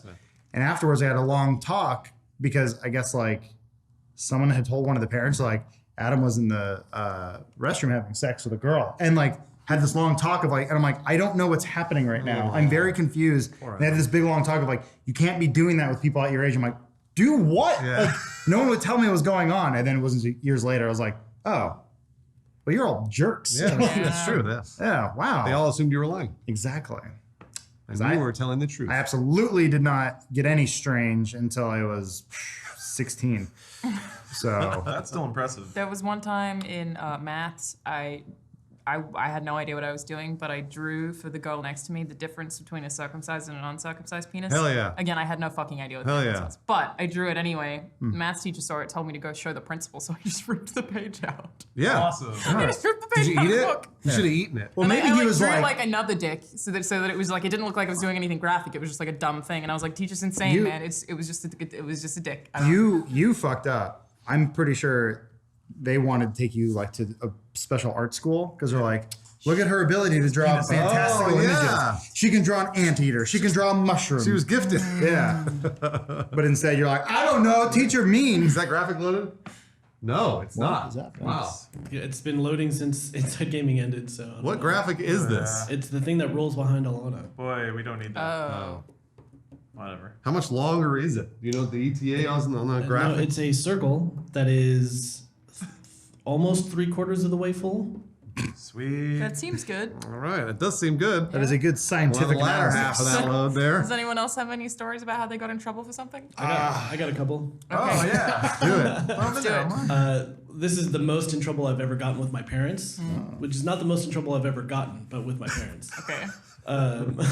One time we were being stupid. We were, I think, in 9th grade. We took a stuffed rabbit, tied it to fishing line, put it on one side of the street, went to the other side That's of a the street, great idea. and we were pulling it across the street Yeah. as cars would go by That is because not a good idea. I mean, I don't know what we were That's a expecting. fantastic idea. But Oh, like, that's for sure bad. people would have gotten in car accidents. Yeah. But the Did they? very first car that came through, cop car. Nice. Oh, you didn't do it, did you? Oh, we absolutely did.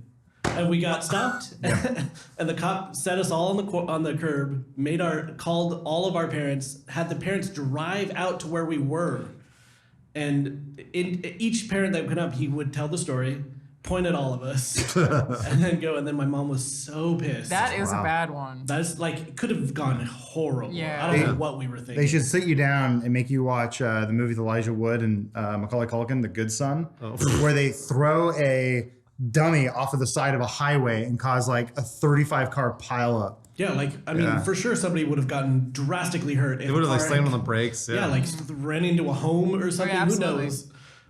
Next one is we were shooting fireworks, like Roman candles from Where car to are you car. Americans getting these fucking fireworks from? You get them Roman like candles you can get you anywhere. can get them like an hour and a half outside the city. They send you a gun Seriously? in the mail here. It's pretty easy. Yeah, that's a good point. But we were driving down one of the main streets in our town that I grew up in, and we were shooting Roman candles at each other while we were driving. That's awesome. And we got pulled over and actually got like sat on the curb in handcuffs. But they didn't call our parents. He basically just yelled at us a bunch and then let us all go. He put you in handcuffs? Yeah. Just so we could yell at you? I mean, I think he That's was to scare like, you. he was Steering you like, straight. I don't know what he was planning on doing, but then he realized it would be too much work for him or something, and then he let us all go. Wow. Oh, you were under 18, right? Oh yeah. So like, yeah, charging you would have been complicated. He was probably just hoping he could scare you a little bit and then let you go. When I was working at Magic Mountain, I would drive home with a friend of mine, a guy who worked there. He had his license, I didn't have mine yet, so he'd drive us back.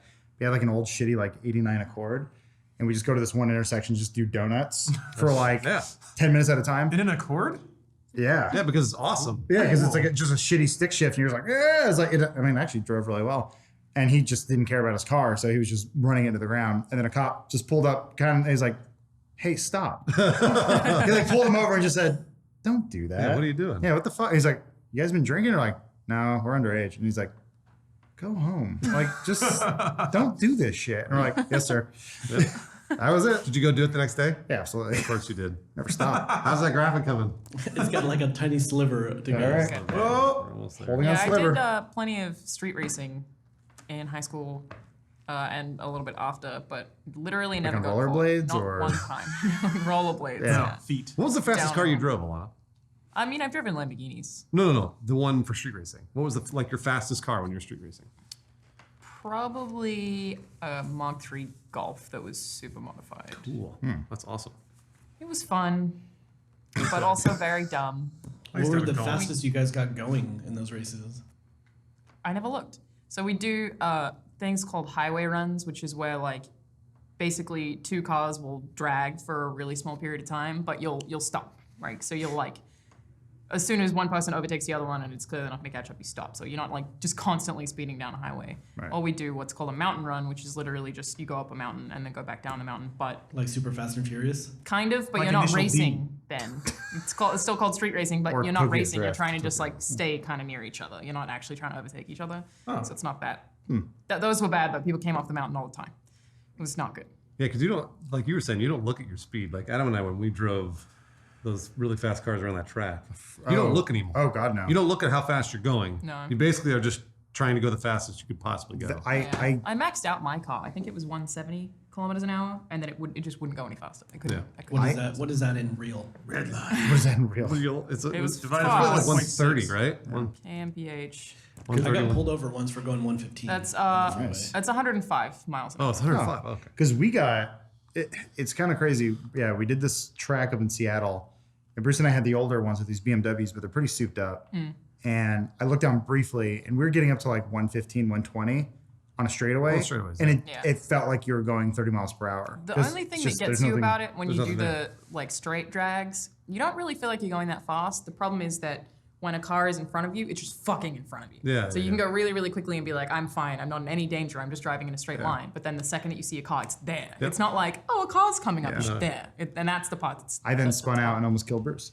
That's right. I had to slam on the brakes. I hit a berm to make sure I didn't hit Adam. It was very, very Holy nice. shit. Yeah, it was was pretty close. rad actually. It was How really did that fun. happen? We were on the track. It was doing the racetrack. It was a thing. sales thing. It was from Wow. Machinima, yeah. Yeah, they were like, "You're gonna race around this thing, but like make it look fun." We're like, "Okay, cool." So we're like taking turns real hard. Get really and close to each other. I took one turn way too hard and spun out almost. I was like gonna hit a tree like We had footage of it, but now it's all gone. It was one of those things I was really proud of because I reacted in time Correctly. to not hit him. And I was very happy about I it. could have, but I didn't. We also rented a Ferrari. That was fun. Oh, yeah, we Yeah, drove I that. forgot about that. Drove that from San Francisco to LA That thing for a whole week. That thing The drive's wanted not to even be. that good though.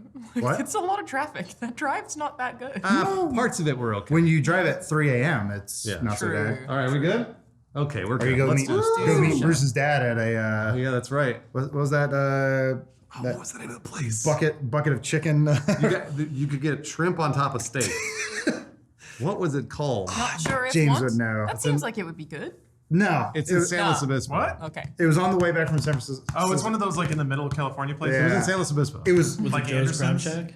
what? The Crab Shack? Joe's Crab Shack? No. It No, was it's not a chain. It was like Well, McClintock's. McClintock's. That's what it is. Oh, Is that the name of the McClintock. movie? I mean, maybe. Whatever, who cares? Oh, yeah. Should we start? Let's do it. Yeah. Video games. Here we go. Yeah. Well, hey everyone, welcome to another episode of Gaming Weekly. Hey, all right. We got Pokemon. We love those. Yeah, we love literally my favorite video game franchise to ever exist. So cute. Wow, Pokemon. Wait, hold on, wait. Alana, you can't just write whatever you want in the script. That's not how the show You works. write your own fucking scripts then. It's up to do. All right, just keep going. There's like 3 full paragraphs about how Pokemon are cute and everything. Okay. All right, here we go. We're also going to be chatting about Metro Exodus and our impressions of that since it came out about a week ago. Yeah, plus the whole THQ Nordic disaster. Who thought it'd be a good idea to do an AMA on 8chan? Seriously. THQ Nordic. But first, Pokemon happened during this week's Nintendo Direct. Alana, take it away. Ooh, yeah, so we saw the next generation of Pokemon games, which are going to be called Pokemon Sword and Shield, and they'll be coming to Nintendo Switch later this year. Ooh. Basically, this is the official reveal of the 8th generation of Pokemon with our 3 new starters. I don't know what you said. Shut up. I'm very excited. You've got a grass type, Grookey. Grookey. Who's basically a monkey. Fire type, Scorbunny. Scorbunny. Who's no rabbit. And water type, Sobble. Wait, did you say Scrabble? Sobble. Oh, Sobble. Got it. Close okay. though. All right, understood. He's a lizard. He's everyone's favorite. And also he looks very sad, which I like the name Sobble. 'Cause he sobs. Sob. Yeah. I think it's very cute. Little Depression's a real problem in Japan, you know. The suicide rate's really high there. It's Yeah, serious it's shit. not good. It's the perfect nation. One thing about the way these 3 look is their designs are pretty basic, which I really like. It could mean the rest of Gen 8 is keeping things simple, even though we actually didn't see any other Gen 8 Pokemon at this point, not even the Starters Evolution, so we don't know what they look like. One of my complaints about some of the newer generations of Pokemon is that they get really elaborate with color schemes. Like they just kind of chuck a bunch of bullshit on them, so they're kind of over-designed, and it's hard to tell what type Pokemon are, so you Yeah, can I spend have that half of a same fight problem. being like literally, I have that same problem. right? Yeah. I knew you'd relate. God, so relatable. So these 3 line up very much with the exact kind of Pokemon that they are, so I'm hoping the rest of the generation follows suit. It's Pikachu! No, it's Sobble. Or No. Incineroar. He's cool. If it's not in Smash Brothers, I don't know what it is. It was Hoot Hoot. Okay, nerd, Alana. We've also got a new region. The Galar region? Don't know. Oh, Galar region. Yeah. Yep, this time around, the world of Pokemon is full of Victorian architecture and looks like it might be loosely based on the UK. Oh, okay. There's a big structure that looks like it could be Big Ben, and it looked like there was some kind of soccer football segment, like the character puts on a soccer football uniform and enters a stadium, which is European as fuck. I'm just saying, if there was a story being done in the UK, you wouldn't call it an elevator, right? You just call it a lift. We don't want you to change. So wait, if Muggles are called No-Mages in America, what are Pokemon called in Europe? Mugbloods. All right. Thank you. There's also a part featuring some snowy weather where it looks like players might have to change into different clothing to survive, maybe Breath of the Wild style. Oh, that's kind of fun. Is that Wild right? style. I don't know how hard they would go. Style. We were just talking about electronica. that's actually a street art style. Sorry. Let Alana talk Wild about Style is a Pokemon. character Yeah. in the Lego movie. Let her talk about Pokemon. Give her Thank you, platform. Bruce. I thought you would never ask / say that. Okay, so I don't know how hard they would actually go on survival elements, but it is worth noting that this is for sure a core Pokemon game. Unlike the Let's Go games, there were gyms, random encounters in tall grass that led to actual battles rather than just throwing the Pokeball. So it is for sure a part of that core series. We don't know what new mechanics they've introduced yet. I guess we have to wait for E3 for that, or maybe some other kind of direct. But yeah, it's coming to Switch sometime this year, and I'm pretty stoked about it. I haven't been hard into Pokemon since like Generation 2. Even though I have Pokemon tattoos, it's whatever. We don't need to talk about it. Nerd. We've seen some fan art of people that are hard into Pokemon. Nice. Yeah. But yeah, I've been looking forward to a core game since the Switch was announced, especially since it means it's playable on a TV. It's been a really long time since we've been able to play an actual core Pokemon game on a TV. You could with this Pokemon Stadium N64 attachment thing that would let you play Game Boy Color games on your TV. Long ago? Yeah, that's the last time we've been able to play a core Pokemon game on a It was TV. Coliseum on GameCube, I think. But Yeah. it was still, you had to import your Pokemon, and all it did was the Pokemon battles. It wasn't a game. Just made too much money on the Game Boy. Yeah. Got to buy that cord so you can plug it into Eric Smith's machine and get Mew, maybe. Maybe. Remember him? Yes, I'm really excited about getting to play it on TV. I don't know why, especially because this one looks really pretty. Like I liked the color a lot. It looks more dense graphically, so Cool. exciting stuff. Lawrence, I think it's way past this. Oh, there it is. All right, Alana, we're sadly gonna have to cut you off like an alcoholic at the bar because we were doing. So we're gonna be talking about the big boy video games. I fucked that up. Sorry, do that again. Yeah. All right. Sorry, Alana, we're gonna have to cut you off because there are big boy video games we got to talk about. Get your bullshit ass, pussy ass Pokemon out of here, huh? Pussy ass? I got a level 44 pussy ass. He's a fire type. Let's talk about Metro Exodus. Yeah, this game came out last week. So many other goddamn games came out in February. It really did. And it, of course, is a first-person shooter with survival horror type atmosphere. Alana, you played a bit of it. Would you recommend this game? Anyone else played it? Yes. Yeah. Yes. Lawrence, would you recommend it? To certain people. Metro is this is the best Metro yet, which is a dumb thing to say, but it's it takes the Metro lore into some brave new places, which doesn't mean anything to anybody. Like outside of the Metro. Yeah, you leave. I know. Hold on. I can't go outside I mean, the Metro. it's probably one of the biggest changes, which is really strange, is that it's not really in the Metro that much. It's actually really open. It feels almost Fallout-y. It's very much set outside with really big levels, for sure the biggest levels that we've ever seen in the series. So there's tons of exploration and weird characters and like little hub worlds that you'll come across type thing. So it feels very different to the other games, I think. Is it still sad and Russian? Very much so. Very Russian. You have a cutie Russian girlfriend and wife now, though. She is cute. She ain't gonna survive. But yeah, it's. I chose to play it in like Ultra Ranger mode, which removes all UI and makes it very difficult. There isn't even that much UI anyway. Yeah, it's actually a really fun experience to play it that way. Also, don't do that. Don't do what I did, because It's hard. It's hard, and also there are a lot of button prompts that if you haven't played the game yet, you don't know. So it almost feels like playing Dragon Slayer, where there's a door, and I don't know if it opens or not because there's no prompt.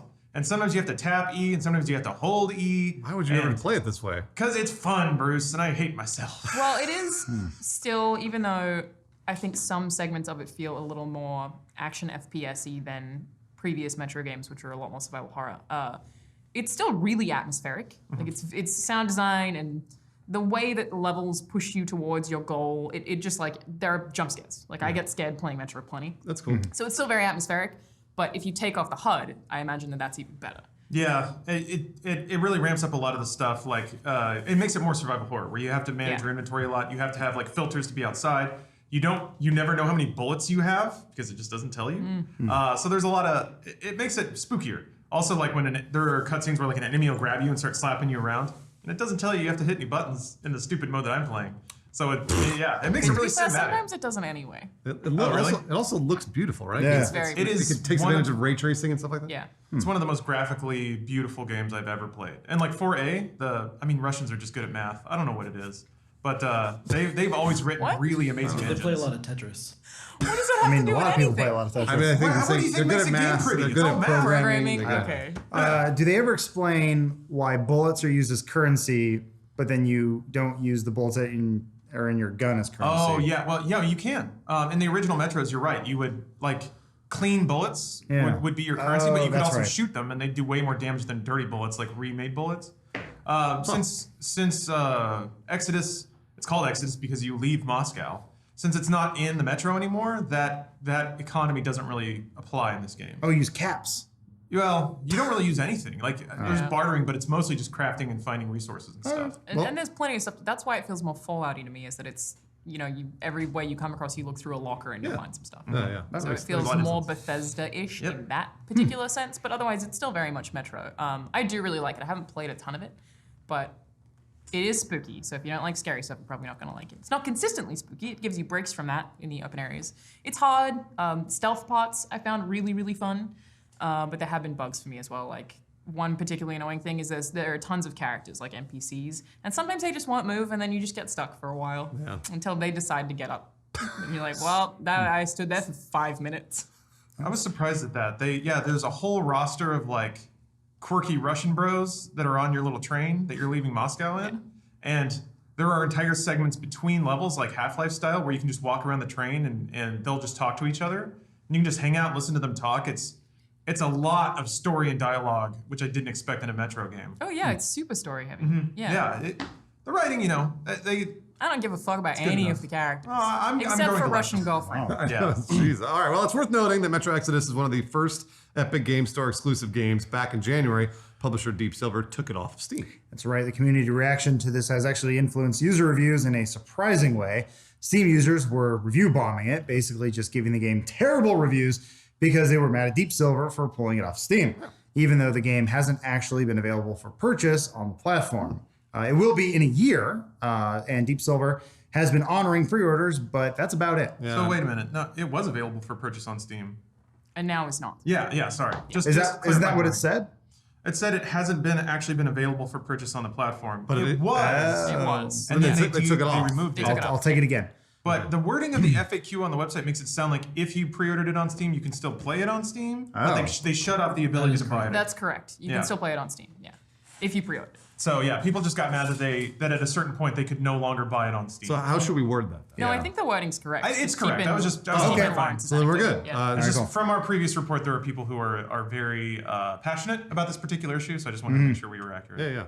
Okay. Now the game is out. Users have sort of flipped to giving it passive-aggressive positive reviews. Yeah. Like there's a bunch of reviews talking about the game's high quality, but they all end with, if only it wasn't only on the Epic Store, or hey, great job, A4 Games, but leave the Epic Store, Deep Silver, because fuck them. Yeah, it's really strange. That one was almost verbatim.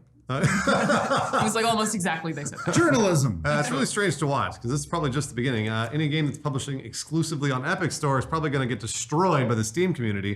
The question is really, is it going to matter to anyone? We'll keep an eye on how Metro Exodus sells anyway. Yeah. Now, speaking of weird PR situations, wow, do we have a doozy for you this week? Yeah, you probably, Real quick, let me get in again. Sorry, I'm pretty sure it's 4A, not A4. That's what I thought too. oh yeah. Yeah, you're right. That looked wrong. Yeah. I thought my dyslexia was kicking back in, but here we are. I'll do it again. Like there's a bunch of reviews talking about how the game's high quality, but there's a bunch of reviews talking about the game's high quality, but they all end with something like, if only it wasn't on the Epic Store, or great job 4A Games, but leave the Epic Store and Deep Silver because fuck them. Oh, geez, why are you so angry? It's really strange to watch. This is probably just the beginning. Any game that's publishing exclusively on Epic Store is probably going to get destroyed by the Steam community. Yeah. The question is really, is it going to matter to anyone? I guess we'll keep an eye on how Metro Exodus sells anyway. Who knows? Now, speaking of weird PR situations, do we have a doozy for you this week? You probably heard by now that THQ Nordic, for some reason, decided to hold a public Q&A on a website that was banned for child porn, amongst other things. Many of them. So we're supposed to say like potentially child porn. There's definitely child porn on there. We're but supposed to say legally it's potentially? supposed to be like maybe it has drawn. child Allegedly. Oh. There was I saw somebody in the comments saying, well, yeah, what they don't say is that the liberals went on and posted child porn so that they could get it shut down. No one says that. We didn't do it, they did. porn. Yeah, no, both of those sites. Yeah, are just fuck full of off, child by the porn. way. Okay. Jesus. I have no political agenda in this story whatsoever. Confirmed, Adam is pro child porn. You heard it here first. 8chan is the dark web. And why a publisher would hold a Q&A on a site like that is beyond us. So very beyond us. Yeah. They announced the Q&A on Twitter and then, really went ahead with it and got involved with some weird conversations. Yeah, because it's 8chan, one user asked where the big titty lolly's at, with a photo of a dude groping two young-looking girls. And Philip Brock, PR and marketing director at THQ Nordic, replied with, "You got them already, we'd say." Why did he reply? Doesn't make any sense to me. I don't think he knew what any of those words meant. This is one of a number of comments people are really, really mad about, and with good reason, I think. Definitely not something you'd usually see someone at a major publisher say, but it's not quite that simple, right? Yeah, so I wanted to recap this real quick so we get to the weird meat of the story. Basically, Philip Brock made a statement saying, "I personally agreed to this AMA without doing my proper due diligence to understand the history and controversy of the site. I do not condone child pornography, white supremacy, or racism in any shape or form." Can you imagine how shitty your week or day has to be that you have to make that statement? You're tweeting that? That's really, Wow. Hopefully none of us ever have that. He continued and said, "I'm terribly sorry for the short-sightedness of my decision and promise to be far more vigorous in my assessment of these activities in the future. This was not about being edgy. This blew up, and I very much regret to have done it in the first place." And I believe him. A lot of outlets covering this are being like, this is inexcusable, they should have known better. I frankly don't think THQ Nordic has any fucking idea what they're doing at all in regards to most things. They're a really small publisher that acquired a really big name and a lot of big properties, but have mostly just released remasters at this point, with the exception of Darksiders 3, a game that obviously had a way smaller budget than the previous games in that series, which were published by THQ proper. They're basically like fronting as this big publisher in aim to secure more funding, but when they screw up and do stuff like this because they don't have a tremendous amount of experienced staff, it bites them in the ass. Yeah. I have met a few THQ Nordic employees, including Reinhard Paulus, who was involved in this whole thing. And where their unsavory responses are concerned, I genuinely think this was a bunch of dudes who don't speak English as a first language trying to fit in with a community who approached them to do an AMA, not realizing that the broader gaming community would even notice, but of course they would. Yeah. But I think they just think that they're a lot smaller than they are, and they're not putting the pieces together. Got it. So they're innocent. Not quite. Also, one they're thing dopey. that is worth noting that is very strange and complicated, there are 2 THQ Nordics. Oh boy. It's a mess. There's Okay. THQ Nordic GmbH, who hosted the AMA, which is owned by THQ Nordic AB. THQ Nordic AB is the one that owns most of the developers, like Coffee Stain Studios, for example.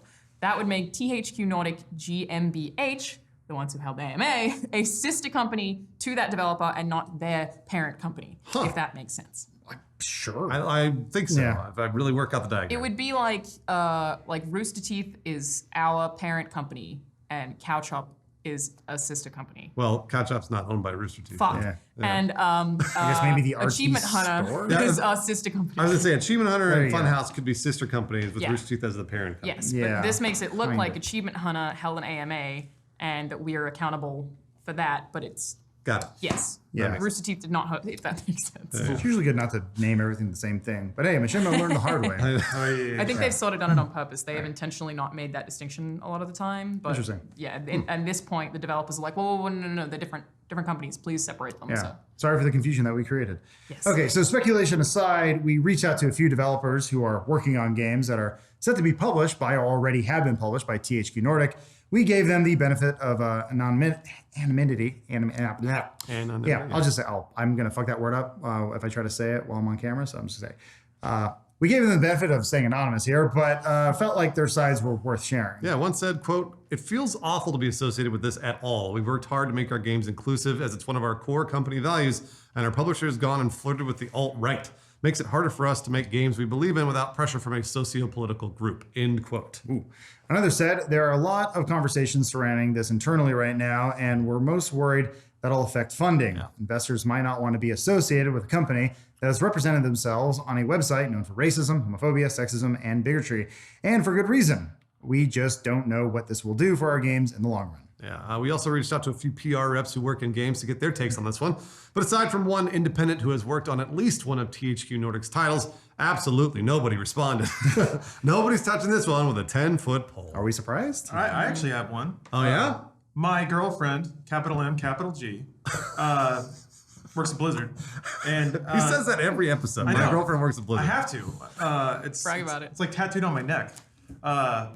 So she basically like came in, kicked over a chair, and then started yelling about how engaging directly with that audience causes problems for everyone. Oh, yeah. Because it emboldens them to be basically talked to like they're adults. Yeah. And once that starts happening, then they start reaching out to more legitimate places. So they start flooding into forums and like hitting up people's social media.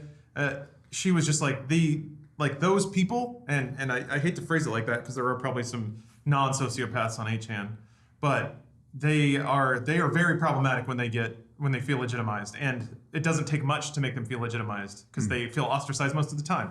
Yeah. So yeah, she was frustrated because instances like that have ripple effects on everyone. That is true. And it changes the temperature of how companies interact with their consumers. That's right. Across I the board. called 4 people or 4 devs specifically, and most of them were just like angry that this had happened at all, like in a way that was like, why the fuck would you talk to those people? But like I was trying to get business quotes mostly, and they're all just like, well, now we're worried that THQ Nordic has screwed up our funding and no one's going to work with them because they're associated with the alt-right or whatever. I think there was an SJW comment. That one seemed to bother the developers the most. Yeah, you guys shouldn't censor your games to pander to SJWs or whatever. And then they said, don't worry, we won't. Yeah. And it's like, but a lot of these devs are like, no, we actually are trying to be very, very inclusive, and we Yeah. don't want people to think that we won't do that. And it's like very complicated issue. So. Also, I'm gonna be honest, man. I kind of get it. Like 8chan is a PC-centric core audience, but they also steal every game.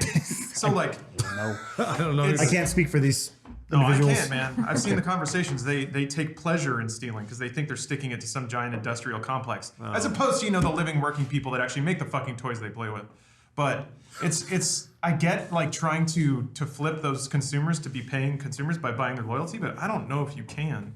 Shit, man. I saw a lot of threads, not on 8 but on 4, when Metro announced Epic Store exclusivity, and all of them are like, good, now I have a reason to steal it. Like that's all it takes. Just one little blip in the road, and they're like, good, I'm gonna steal your thing now. And they feel empowered to do it. Fuck those guys. Well, there it is, your story. And as always, I like to leave you with a message, this one being to publishers. Please think about the shit you do and how it's going to affect developers and their games.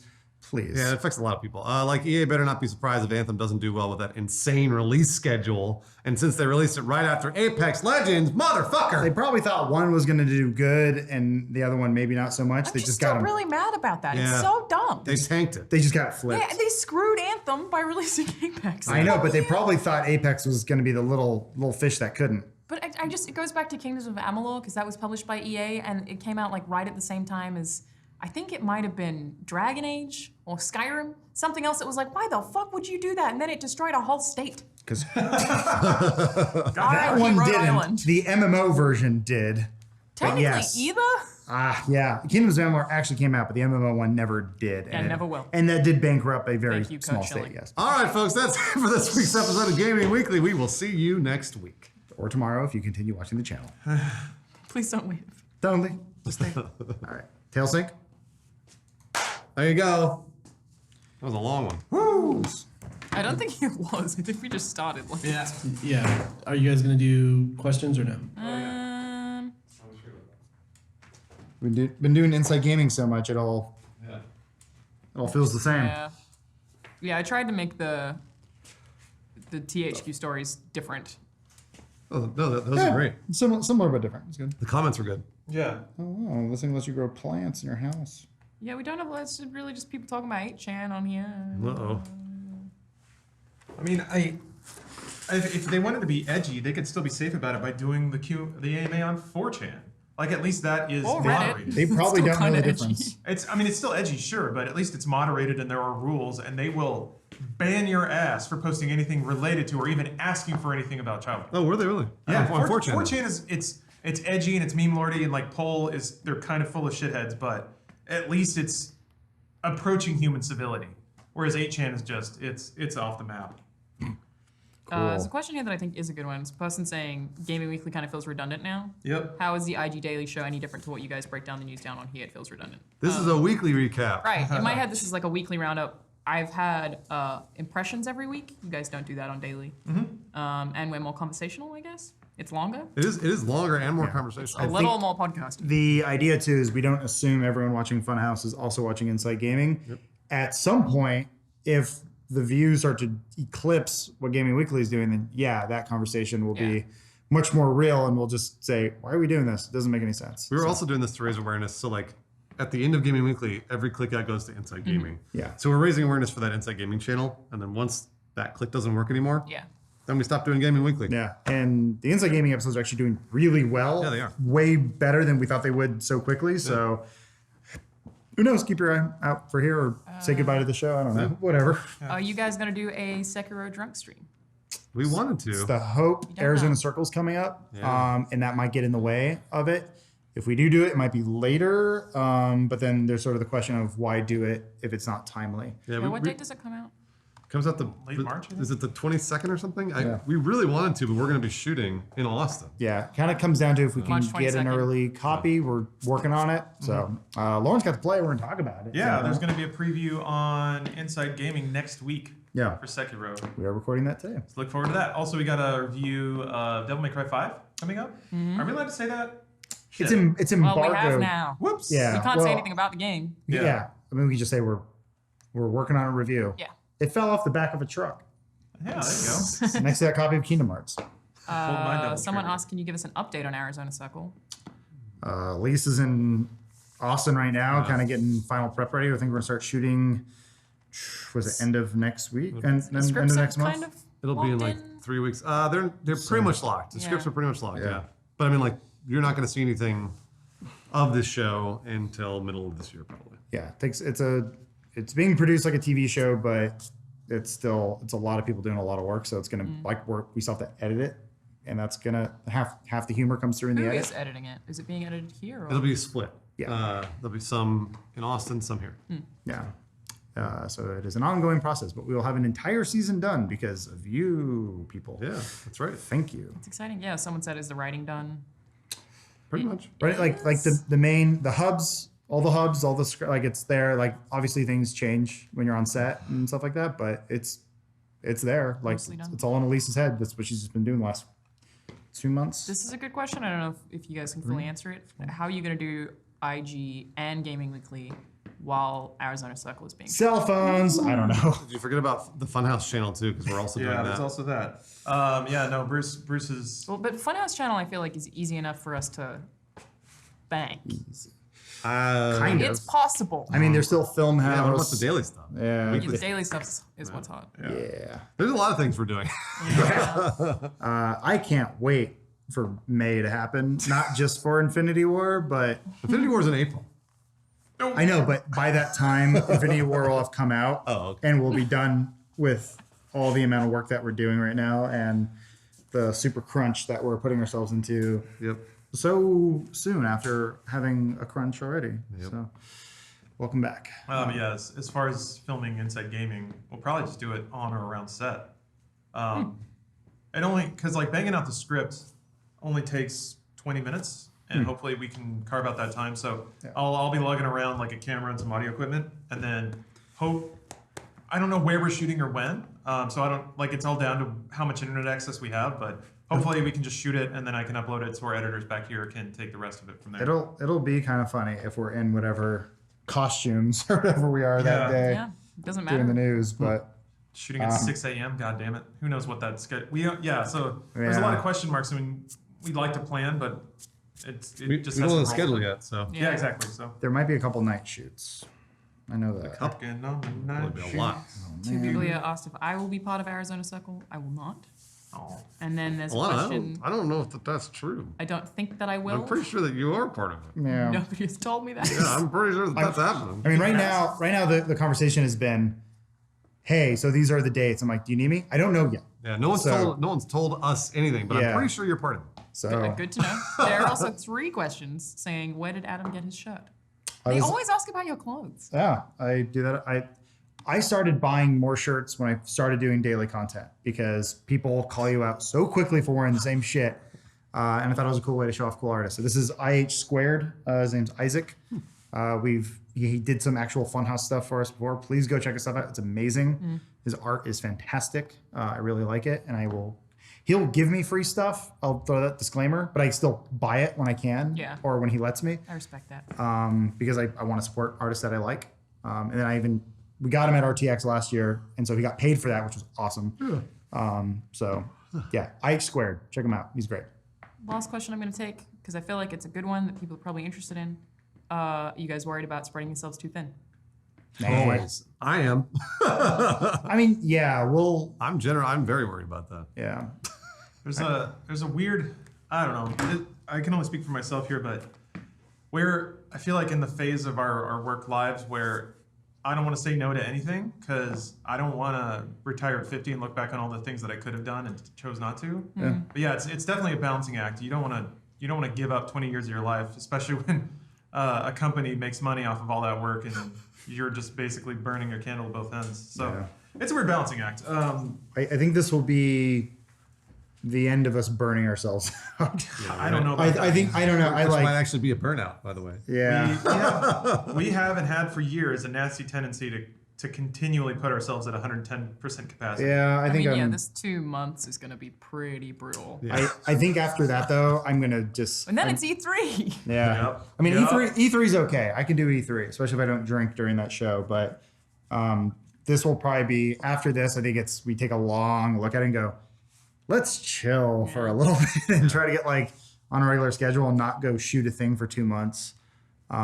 But it's like Lauren said, I didn't want to miss this opportunity. I thought this might be the one time I get to make a show, like a skit show that's completely different than what we've done before. So I felt bad because I missed, I think, a day or two for the pilot because it overlapped with the vacation I had planned months ahead.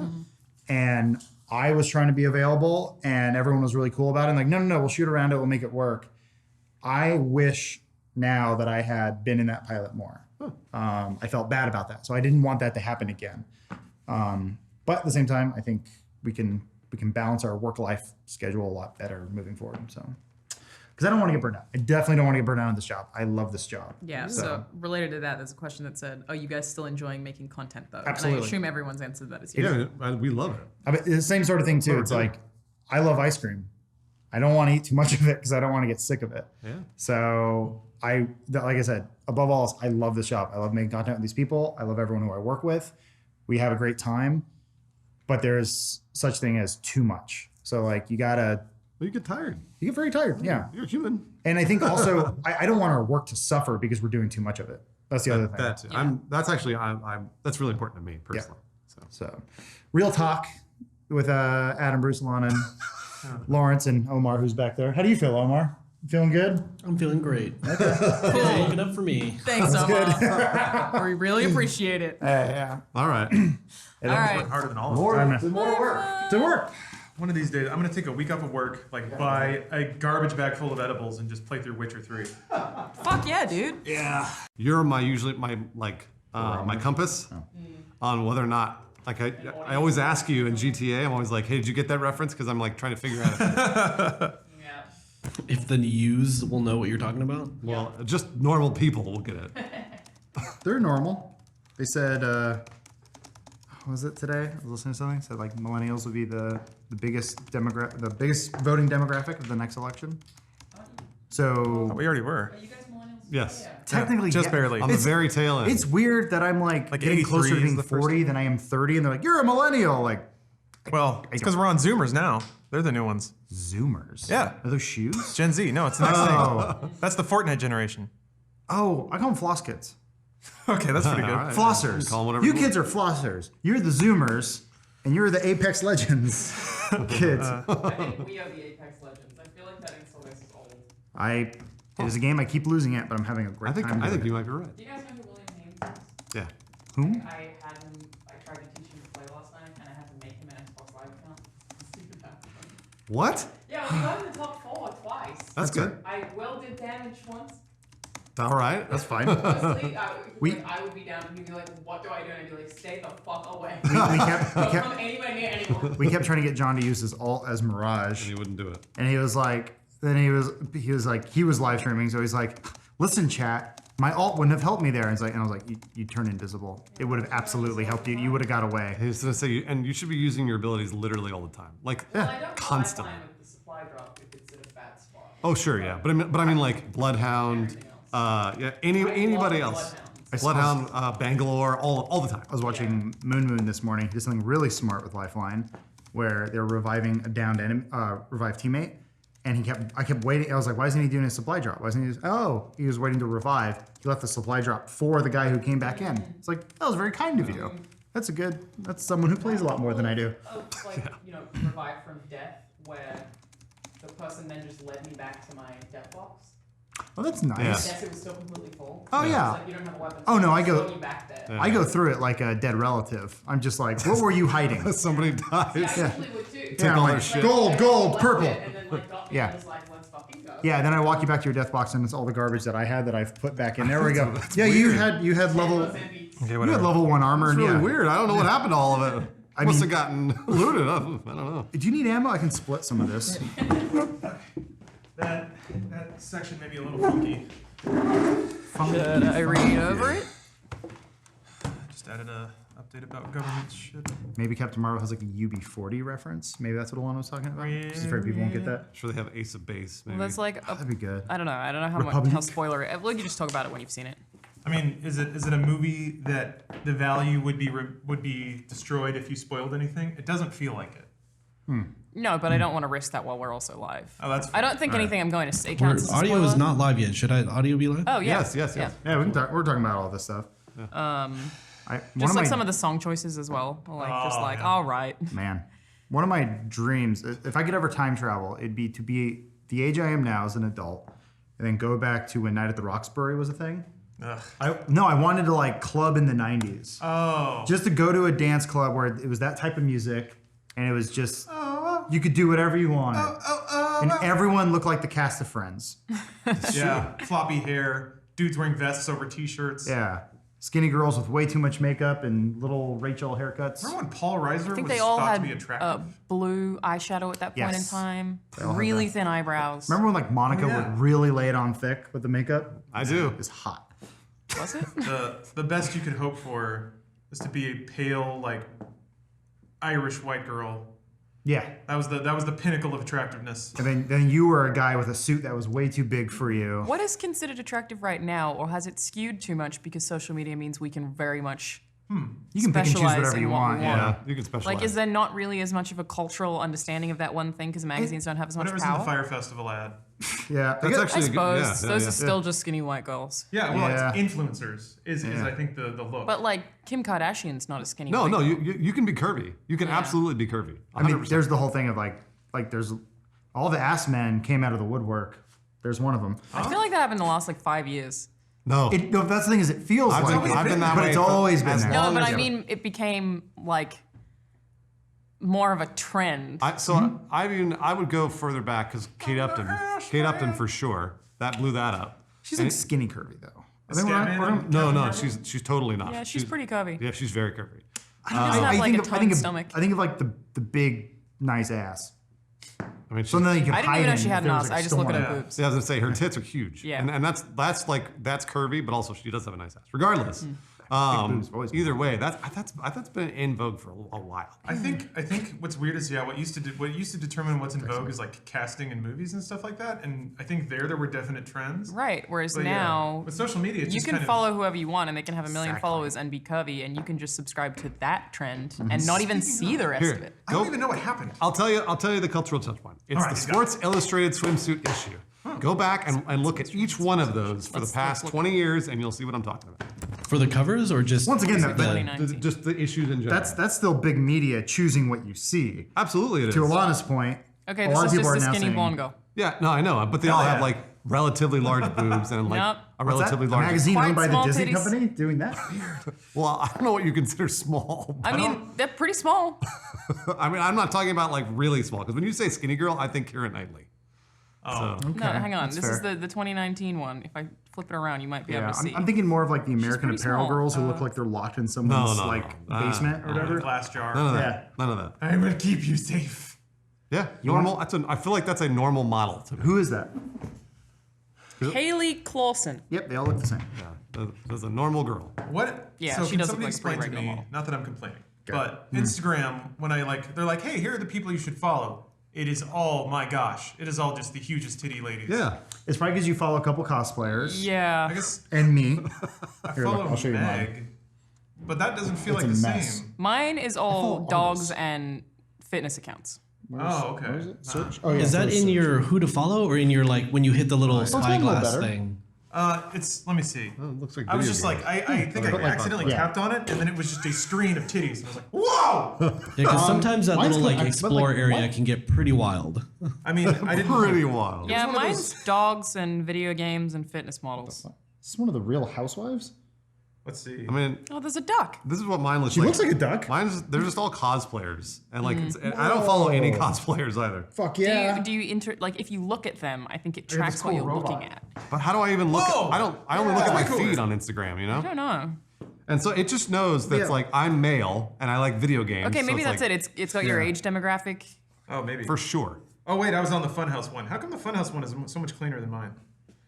no one Mine's uses finally cleaned up. It used to be real. Oh, there it's Let's getting see bad here. again. I tapped the switch button. No, For thank you. Oh, goodness! Oh, is that? I thought that was Yeah, I Steven's mostly just have girlfriend. dogs. Like mine's a lot of fucking That's dogs. awesome. That's fucking rad. I hit the search That's button, what and I'm there's a doing girl about like it. licking her fingers and rubbing her boobs. And follow this guy. How does this happen on Instagram? We should start. Whoa! We should start our episode. My feels God! We should do it. Hang There on, are some I very found a blessed hot women girl, out there. everyone. Happy Hot girl, shut up. Thursday, everyone! I love soccer. She's just jumping up and down on a bed. I like this. Which team do you support? And it's a girl on a bed just bouncing her ginormous titties. That is relevant to soccer. I love those ones. It's like, how's everyone's Sunday? And it's like, flop. No, I'm a big fan of, like, I got a new shirt, but then you can't see the shirt. No, It's it's on the floor somewhere in the back. Yeah. Not related. What? How Feeling come? cute today. I'm always fascinated by what's like allowable, because man, ladies like if they show their clavicles on Twitch, there are dudes just like bellowing, "Get out of here! You're ruining it!" Meanwhile, Instagram is like, "Good God." It's just a Anytime wall that of I've had a things. photo of me in a bikini on Instagram, the comments have been terrible. But not terrible in a way that's like, I want to fuck you. Terrible in a way that's like, I want to burn you at the stake. I hope you die. People get so mad about it. It's similar when I wear a bikini too.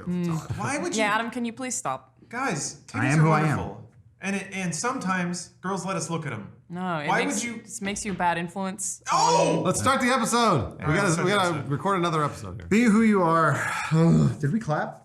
No. No. Yes. No. There we go. Omar says yes. I don't remember clapping, but I'll clap again. All right. Weird. Let's do it. Go. Hey everyone, welcome to another episode of Gaming Weekly. That's right, gaming weekly, not daily. This week we got censorship scandals. Namely, a game that, oh boy. You don't have to say it, Adam. Yeah, I'll say we it. just did a whole episode where all we did was say I'll that. say it. That's fine. Okay. Yeah. Namely, a game literally called Rape Day is not being allowed to be published on Steam. Which is good. Plus, we have our review of Devil May Cry 5. And Nintendo's diving into the world of virtual reality, which was some really unexpected Wednesday afternoon news. That's true, but before we talk about that beloved, happy, family-friendly Nintendo content, let's go ahead and get ourselves demonetized on YouTube. And done. Hooray. Basically, the game we mentioned earlier is a game developed by a studio called Desplant. It describes itself as a game where you can rape and murder during a zombie apocalypse. Why? Apparently, you can control the choices of a menacing serial killer rapist Terrific. to verbally harass, kill, and do things to women. Oh my gosh! When it still was up on Steam, it looked to be a sort of choose-your-own-adventure style rape simulator. Alana, you wrote this, right? Yeah. Okay, good. I just want to make sure. And some parts of the community were wondering if that might solely exist just to test Valve on their keep Steam unrestricted policy. Oh my gosh, Alana, please. So tell us there about is this. some small amount of merit to that. The idea that people just think this is just to bait Steam. The developers wrote in an FAQ on their website, at some point in the future, game historians will look back on visual novels such as Rape Day as game historians look back on games such as Grand Theft Auto Now, or even the first time nudity was shown on television. No, they won't. So that does make it kind of sound like a test for Valve, but the reason I don't think that that's all they were out to do is because of a post that they put up on the game's Steam page titled Controversy. This is from February 19th. It said, despite what people are saying in the discussion, the game is marked as adult. It's for a niche audience. If it's not your type of game, you definitely don't need to play it. As others have said, I tried to make a game that I would enjoy playing, and there are other people like me. 4% of the general population are sociopaths, etc. That seems kind of genuine to me. Sure. Like, he legitimately just wanted to be like, okay, well, I enjoy the idea of sexual assault, and others do too, and if you don't, it's not for you. I don't know that we should normalize sexual assault. Yikes. Normalize murder, Bruce. How are you okay with murder? No, that's not true at all. Contradiction, Bruce. Not I got you. not our place to tell you what to think, but make your own decision. I'm just gonna say, I don't want to normalize sexual assault. I'm gonna say that Nah, right I'm now. cool with I think that. a lot of not being people in will be video with games. you on that. So to bring it back to Valve's unrestricted policy, they basically say a game will only be removed from Steam if it's considered to be trolling or if it's in some way illegal, which doesn't sound like this game is. Yeah, or at least the developers are trying really hard to make it sound like it's not a troll, so their game doesn't get removed, which is what happened to Active Shooter, a school shooting simulator that Valve removed from Steam last May for that very reason. Yeah, I know. Sorry, it's heavy. It's exhausting. It's a morning. Yeah, and I get to do it twice. It's like my Groundhog's Day. It's great. From what they wrote on their blog back in June last year, Valve makes it sound like there's pretty much no other reasons a game could get taken down.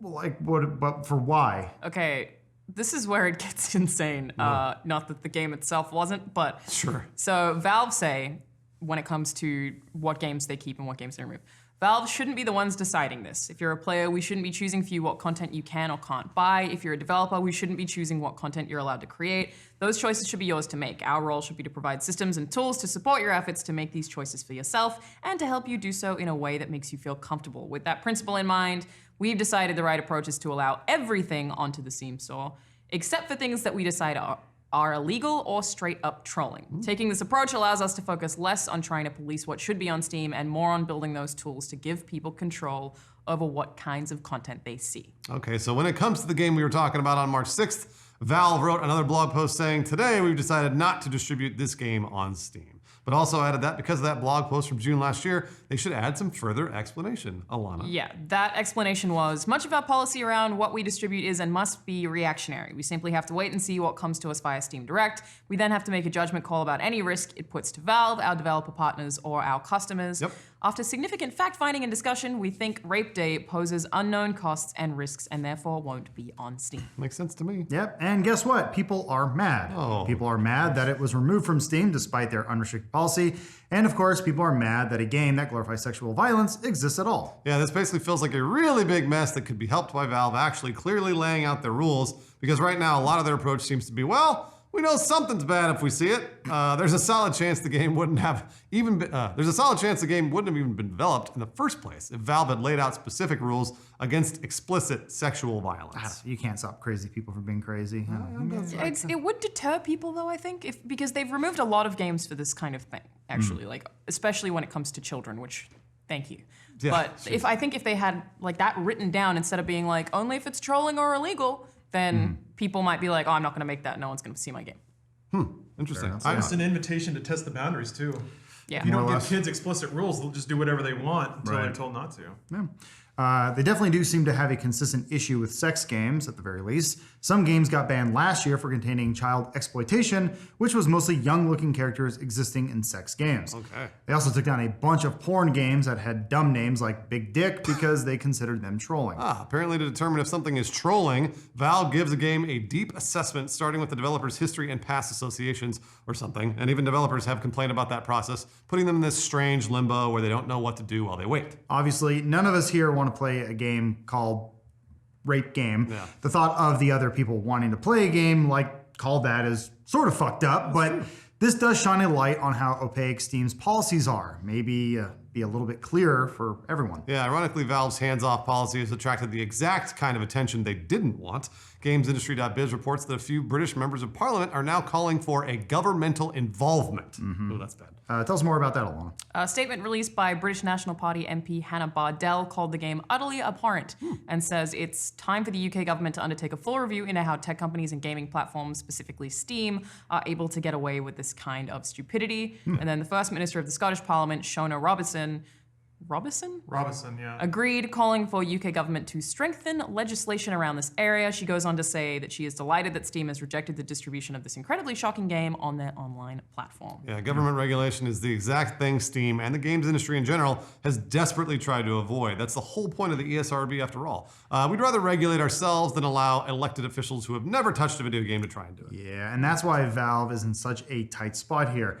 They want to dodge the accountability involved with making judgment calls on what goes on Steam and what doesn't, but ignoring the responsibility too long just leaves a wide open door for the government to start butting into their business. Okay, please. Oh, yeah. But there's something else that they mentioned in that blog post where they spoke about like what they censor and what they don't, which is that it's really hard for them to figure out what would be allowed in certain regions culturally.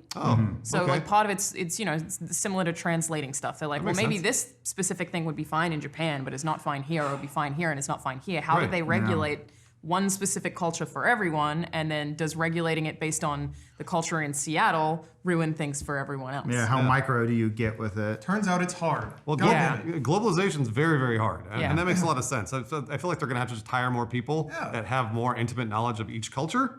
So in that way, that helps a little bit more. I mean, like rather than just that's a huge they undertaking. want robots to do it for them. Because robots are free. That's true. Well, not free. Yeah, this is the R&D and It's stuff. just like, if only we could write an algorithm so we don't have to hire 100 people in every region to actually run this company that makes billions of dollars. Yeah. It's the same fucking... It's this culture of tech companies not being responsible for what happens on their platform that they created. Yeah. Damn it. It actually really frustrates me. Yep. We're getting there. I mean, like YouTube, it's funny because YouTube is the same problem right now, and they also have been having to hire thousands of people to watch videos. True. Yeah. And they're going to have to keep doing it. All right, I'm on a much lighter note. Let's move on to a much lighter note. Here we go. Yeah, we reviewed Devil May Cry 5 on Inside Gaming, the other channel we do new stuff on. The full review is over there on that channel right now, but we thought we'd give you just a little bit of the meat here today. Oh, Adam, you actually played a bit more of it since that video was recorded, and you have to do The thoughts. video's supposed to play. Yeah, we got a clip. Okay. Yeah. Got a Show clip. the clip, Omar. Play clip. Oh, here it is. His name's Nero. He has an arm. He has an arm. Devil Breaker. This Can't does wait. have audio, but Can't wait to go back and play that game. Is the audio not playing? Bang, Not bang, for us, no. bang. Not for us. But no, we can't hear it. Maybe the live stream can hear it. Maybe they can also hear our mics. Does anyone have live chat open? Let me check. Bang, bang, bang. Put my devil trigger. Oh yeah, I don't think the audio is playing for the live stream. Oh, okay. I guess you have to edit that in. Yeah, it's fine. Oh, it's wait. definitely on the original I can file. hear us over it. Yeah, that's funny. We're like giving commentary over it. somebody had an Yeah, S. there is no audio. Okay, we can just fix It's that just later. our mics over. Well, hey, whatever. That's fine too. We'll try to do sound effects for it. Swish, swish, bang, bang. Slash, slash, pow, pow. I'm Dante. I have a sword. Savage. Yeah. Slash, slash. Thing fell. I'm actually kind Lizard of man. bummed. What's up? Well, in the middle of a bunch of nerds educating me on why DMC is actually the world's worst game. Yes. I really liked the announcer from DMC, and they have like announcer packs and like music packs for Devil May Cry 5. I was kind of hoping that they would add the announcer from DMC back because that's my favorite. I think you're in the minority there, my friend. People. No, there's a thing anime nerds do where if there's 5 of them mad about something, they're so mad that they make it seem like hundreds of people are mad. Oh. And apparently there's a best friends Let's Play where they really break down how bad. Fuck off. Somebody did actually send me a list of like, here's all the reasons we hundreds of anime nerds are mad. Some of it's valid, some of it's not. Somebody was like complaining about the color mechanic and how that made it dumb, and actually it made it better. Because when they start mixing blue and red enemies, you have to like decide who you're gonna hit. Oh yeah, I forgot about that. I liked that. It was really good. Yeah. I liked the game. I definitely liked the game. I don't know. It's a weird thing. I'm not going to tell you if you like something, you're wrong. I can say if it's just pure entertainment and people are divided on it, like you don't like a certain Marvel movie, but I did, or vice versa. It's like that's okay. That is okay. It's okay. You don't need to back it up with Wikipedia facts of why I'm wrong. Well, the thing is, and this is also a weird thing that I've seen happen a lot of times, is that there are some people who get really bent out of shape when they feel that their grievance is misrepresented. So I guess, but they didn't make the product. When it's more like when the people get together every week and recite all the reasons they don't like DMC. One of them is not that Dante had white hair. So whenever somebody says that, they get real mad. Well, they feel misunderstood. Yeah, that's the bottom line. Also, who cares if you're misunderstood? Why does that matter? It doesn't. I mean, they may feel misunderstood in lots of other areas of life as well. I think that is also the case. Also, what I honestly, whenever I see this process happen, when people get really, I'm gonna keep going about this. Oh, that's fine. Whenever people get really defensive about being misunderstood, it's typically because it did start there, and then they went back and were like, no, that's not why we're mad. Here's the real reason we're mad. Yeah, we're just watching it again. How long is the clip? It's like 3 minutes. 2.5. But I mean, we don't need to play the clip at Why are all. We there can edit that in later. Yeah, I don't know. The audio should be playing. It's just not coming. You can stop the clip. We'll come back. Yeah, It's fine. just And come back I'll- from Adam. Yeah, I'll come back into that. Okay. I don't know if are we? Yeah, are we live? The monitor shows something different. There we There go. we go. Okay. Hey, it's All us. right. Adam, you actually played a bit more of it since that video was recorded. Any updated thoughts? Yeah, I actually was mostly a moderator during that whole thing, having not played it. I haven't gotten to it more. I finally got to the part where you unlock Dante, and it is as good as ever. Not that I'm a huge Devil May Cry fan. I am a fan, but I haven't. You like the games. Oh, absolutely. You definitely like But the sort of games. more passively. I'm not. It doesn't define my life for what it is, but. I feel like it still feels like a good, fun, solid fighting game. It definitely comes from a different time period, which I've seen some other reviews sort of poke at and say is bad, but much like Crackdown, I'm okay with something just sort of staying as it is and being the pure thing that it is, and it is fun. At the end of the day, it is a fun game. I don't really like V. I'm not crazy about him. Yeah, I don't like playing as him as much as I like playing as the other two. I appreciate what they're trying to do with him, trying to introduce a new character in this sort of, this combo fighting, adventure fighting game, but he's not really for me. Do you just not like him as a character? His character's fine. I don't really know anything about him. He looks like Adam Driver He really and does look like some Adam Driver. sort of He does. You're right. like Superman that Alana conjured from a dream, but it's like, it's just, I don't know. Or actually, yeah, if Alana and Lawrence could have the perfect man, it would be V from DMC. I was going to say, speaking of pretty boys, Alana wants to talk about how the prettiest video game boys are getting made by Capcom. Actually, fun fact. Lawrence wrote that. Lawrence wants to write this all right, whole Lawrence. rest of the script is mine. Go ahead. The line that says, "Can we talk about how Capcom is making the prettiest video game boys lately?" was Lawrence. I thought for sure that was you. But The entire rest of it was me. No, it's Lawrence. Lawrence, True, though. talk about the pretty boys. I mean, Capcom's really on their game. I think Leon's hot as hell. Leon is hot as shit. There you go. Otto's hotter in 4. What am I saying? I mean, he's younger in 2. You just like a little more grizzle. So I think the spread of pretty video game boys in Devil May Cry 5 offers something for every taste and predilection. Which white guy do you like? You know what? I would actually go Nero over V. Yeah? But what about Nero Dante? Still Nero? Still Nero. Yeah. V at least would be, he'd listen to me, whereas Nero would be like, gotta bail, babe. And I'm like, you're just too edgy. You're actually right. V would be better in bed. Yeah. This is something we also, haven't you brought could up. beat him up because he's weaker than you. This is really He's important. probably very gentle when he gives head. We didn't. He's very toothy though. That nose too. This is a very important game mechanic that we didn't get around to talking about in the review. V has a button that you can push to make him pull out a book of poetry and start reading it out loud. Yeah. It's awesome, and it's also a game mechanic. You restore Devil Trigger by doing it. So He does that thing where he responds to people by reading and quoting poetry, which means he's probably not a very interesting person. Oh, I hate that. If you were to be like, "Hey, so what were your thoughts on this?" He'd go, "Nietzsche said, "You're fuck off." Like Didn't just Sephiroth do that though? what? Sephiroth did that, right? Sephiroth? Yeah. Didn't he occasionally just quote poetry? I think that's the same complaint. Yeah, but I will fight you if you say Sephiroth's not interesting. Just because you have the same hair. All right, finally getting to Nintendo. Nintendo! All right, Nintendo's getting into VR. Let's do it. Let's talk about it. Finally, yeah. But probably not in the way that you expected. Whoa, what a surprise. Yeah, they announced a Nintendo Labo VR kit. What? Do you guys remember the cardboard creation kit thing that came out on 420? I do remember that. Yeah. But how does it work, we wonder? Yeah, Alana, how does that thing go? So basically, it'll let you slot your Switch into a Labo creation for some makeshift VR. The main VR kit will cost $79.99 and includes 6 different staples, including a screen holder and a safety cap. The basic kit, which just has the goggles and a blaster, is $39.99. Okay, as per usual, you can buy some of the additional accessories from the main kit, which also includes an elephant. Pardon? And a camera for $20 a piece, so buying them all together is definitely the best value. Yeah, it's hard. There's a bunch of other stuff. There's like just lots of weird toy things that I don't understand how they're all going to work together, honestly. I don't understand. Maybe you need to buy it and find out. Maybe I do. No. Thanks, Nintendo. Yeah, it's hard to say how it's all going to work together, especially since it's 720p, but apparently keeping it social is important to Nintendo. Doug Bowser, the incoming Nintendo of America president, I love it, said in a statement, quote, "We wanted to design an experience that encourages both virtual and real-world interactions among players through passing around Toy-Con creations." Nintendo did say back at E3 that they don't think Labo has reached its full potential yet, so maybe this is it. Or maybe there's more on the way. But either way, the VR kit will be available on April 12th. Should we do a 420 stream with Nintendo Labo VR? Guys? It sounds like it's multiplayer somehow. Otherwise, I was going to be like, that's just people high with cardboard on their face. I mean, that's really what it is. I don't know. Lawrence, when does it come out? Does it come out 420? April 12th. April 12th. Yeah. Oh, April 12th. So we'll have it. It's almost a year, yeah. I don't know. Cowards. We need to find a way to make it a little more visually interesting than a bunch of people giggling around a table. Well, we need to actually play games this time. Yeah. Like we got Tetris, we got other. Well, I love we that. didn't know how long it was going to take to build any of those things. I love that It came video. out that day, I so love we it. unpacked Yeah. it. It was like build time 4 hours. Fuck. I don't know. That was basically how that day went. That's how long they take to build? Yeah, they take a long time. What? And we were fucking stoned out of our gourds.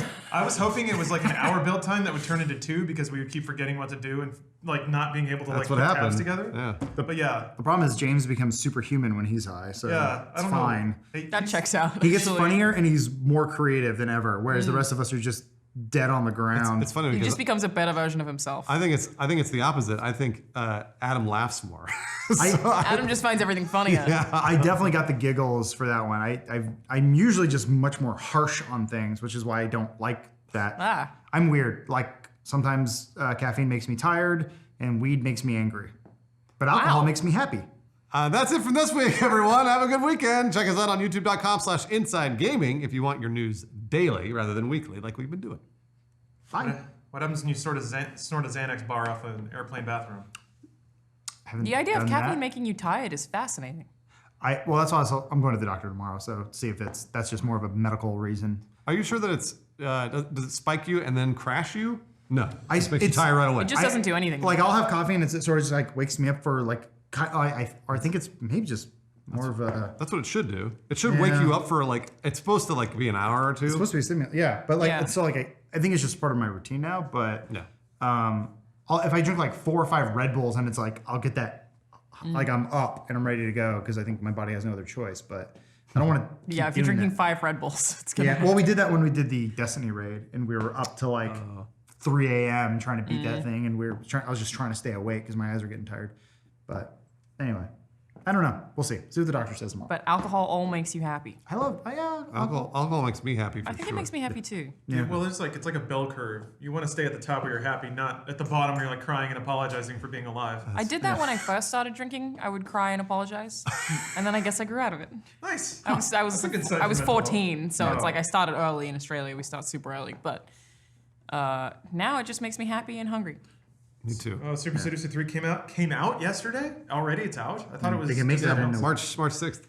Ghost McTavish asked, "Are you guys seeing Captain Marvel today?" I am. I'm probably gonna wait until like midday Sunday. Juan already saw it. I'm not in a huge rush. I don't care about women.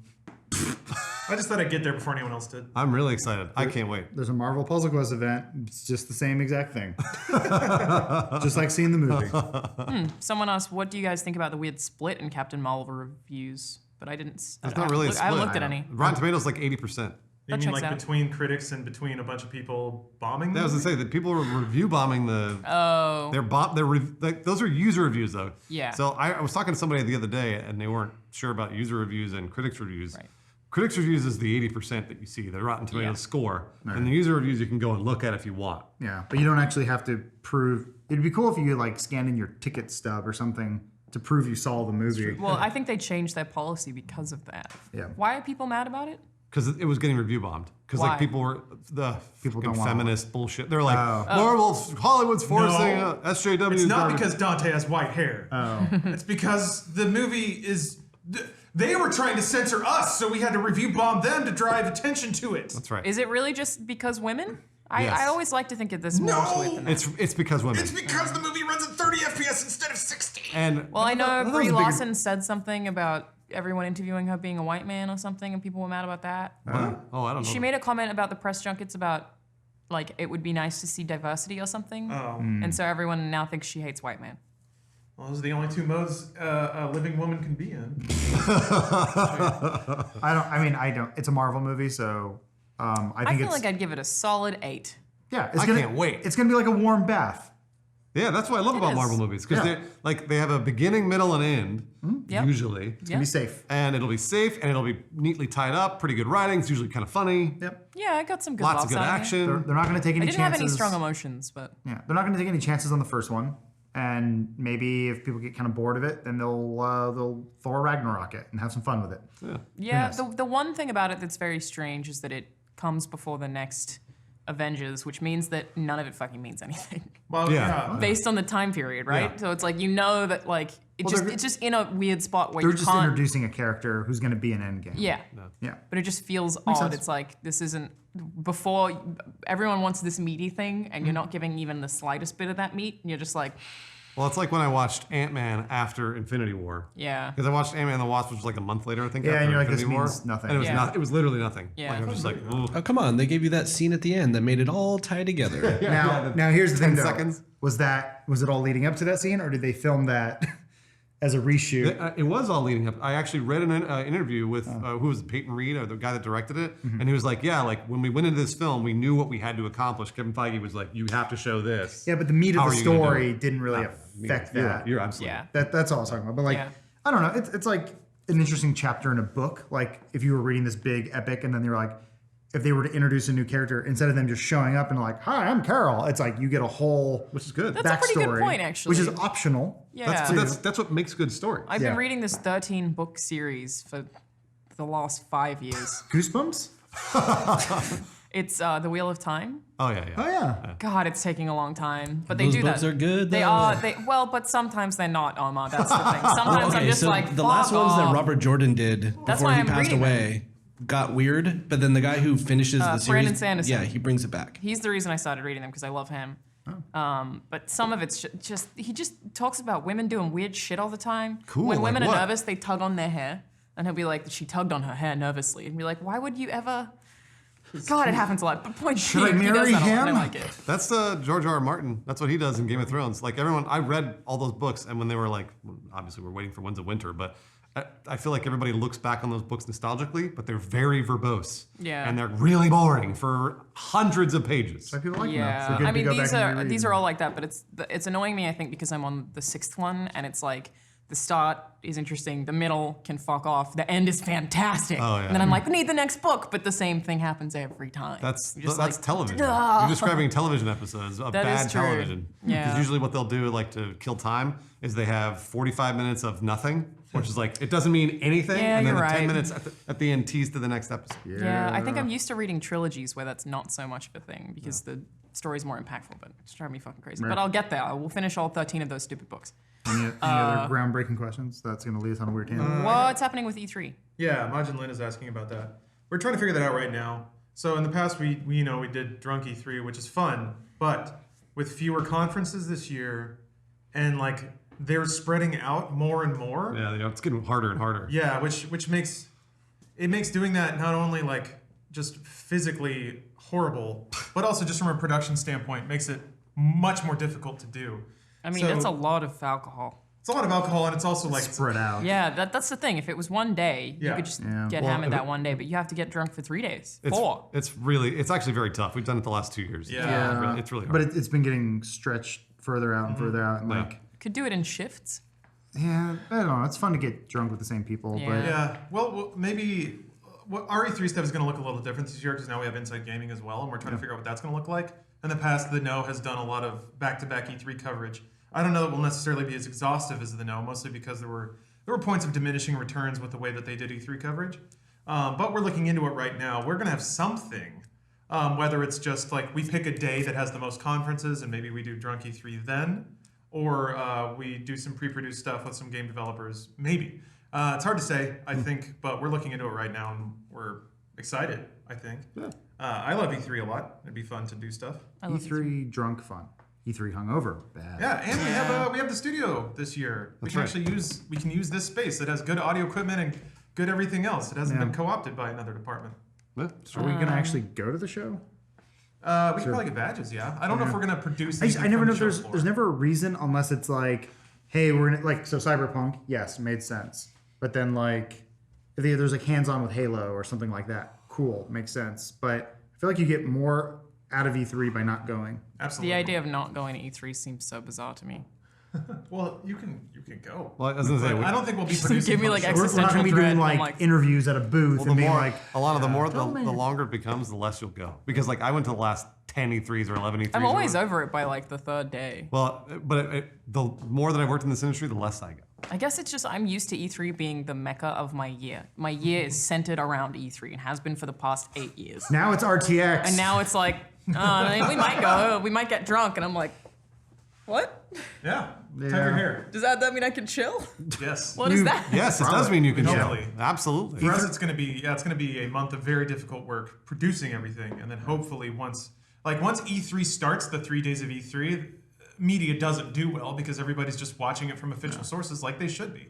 So yeah, if we're just showing the same demo people have already seen 6 times and asking developers the same questions, that's not good content. Yeah, we're also in a weird sort of state too, where unlike other outlets, especially traditional outlets like G4 and other places, they rely so heavily on E3. I'm sure IGN as well. IGN makes tons of money. That's their biggest spike. Not with us. Yeah, not with us. It's like we're just sort of we see a bump, but It's not enough. it's not really enough to justify it because we're sort of doing just like consistently okay, that we're fine. Whereas we don't have to rely and put so many resources in that. So it's actually kind of nice that we don't have to kill ourselves for it. Yeah.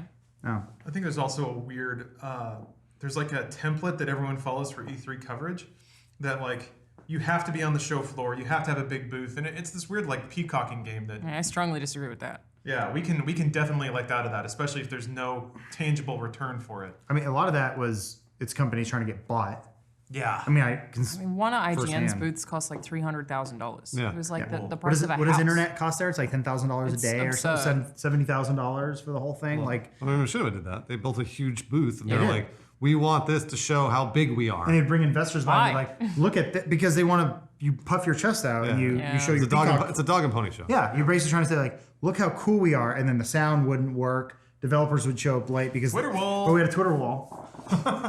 It was stupid. It's all pointless and it's a waste of money. Where we could do a couple days of coverage here, have fun with it, get a little drunk, and it will do about the same. Is that the year where they had an extra little thing thrown on top to make it the tallest booth? I remember that. And it cost like hundreds of thousands of dollars at the last minute to just throw a little dumb thing on top. Jesus. We were. I mean, it we worked. They we got were. bought. We were up in a little like Thunderdome cage, and then I remember you couldn't hear any of the audio for 2 days.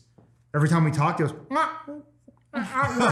Sound like a Banjo-Kazooie character. No, Animal Crossing. More or less. And then I think finally the last day they finally fixed it. But it's like it was always a nightmare. The whole show is just like Bad for us. In other news, when's the IG merch coming out? Hey. Soon. There's some logo shirts that are sent off to samples right now. So maybe a month. I'm actually not sure how long that process is, but that'd be cool. The engine is turning. The thing that, listen, I know Inside Gaming seems so professional, but that thing came together in like a month. So there wasn't a lot of time to do a lot of pre-planning and have merch ready. Look how quickly I can go from here. That's how big the studio Don't break is. the illusion, Adam. There's a few long strides there. Actually, most studios are small anyway, so who cares? Actually, this is a big studio, Yeah. all things considered. But yeah, appreciate your hunger to throw more money at us. Believe me, Rooster Teeth wants to take every last cent in your bank account. So we're working on it. Yeah, I mean, if we can prove this is a profitable venture besides just doing, ad deals or whatever and getting views, like, hey, if we can support this thing with merch too, that helps. Yeah. Proves we're doing something right, so that's cool. Plus, I really like the logo they came up with, so I'm excited to wear it. Exciting. Still got my old Inside Gaming shirt. Any other Pits are questions? getting a little worn out. What are your thoughts on Detective Pikachu? The film. I'm gonna go see it.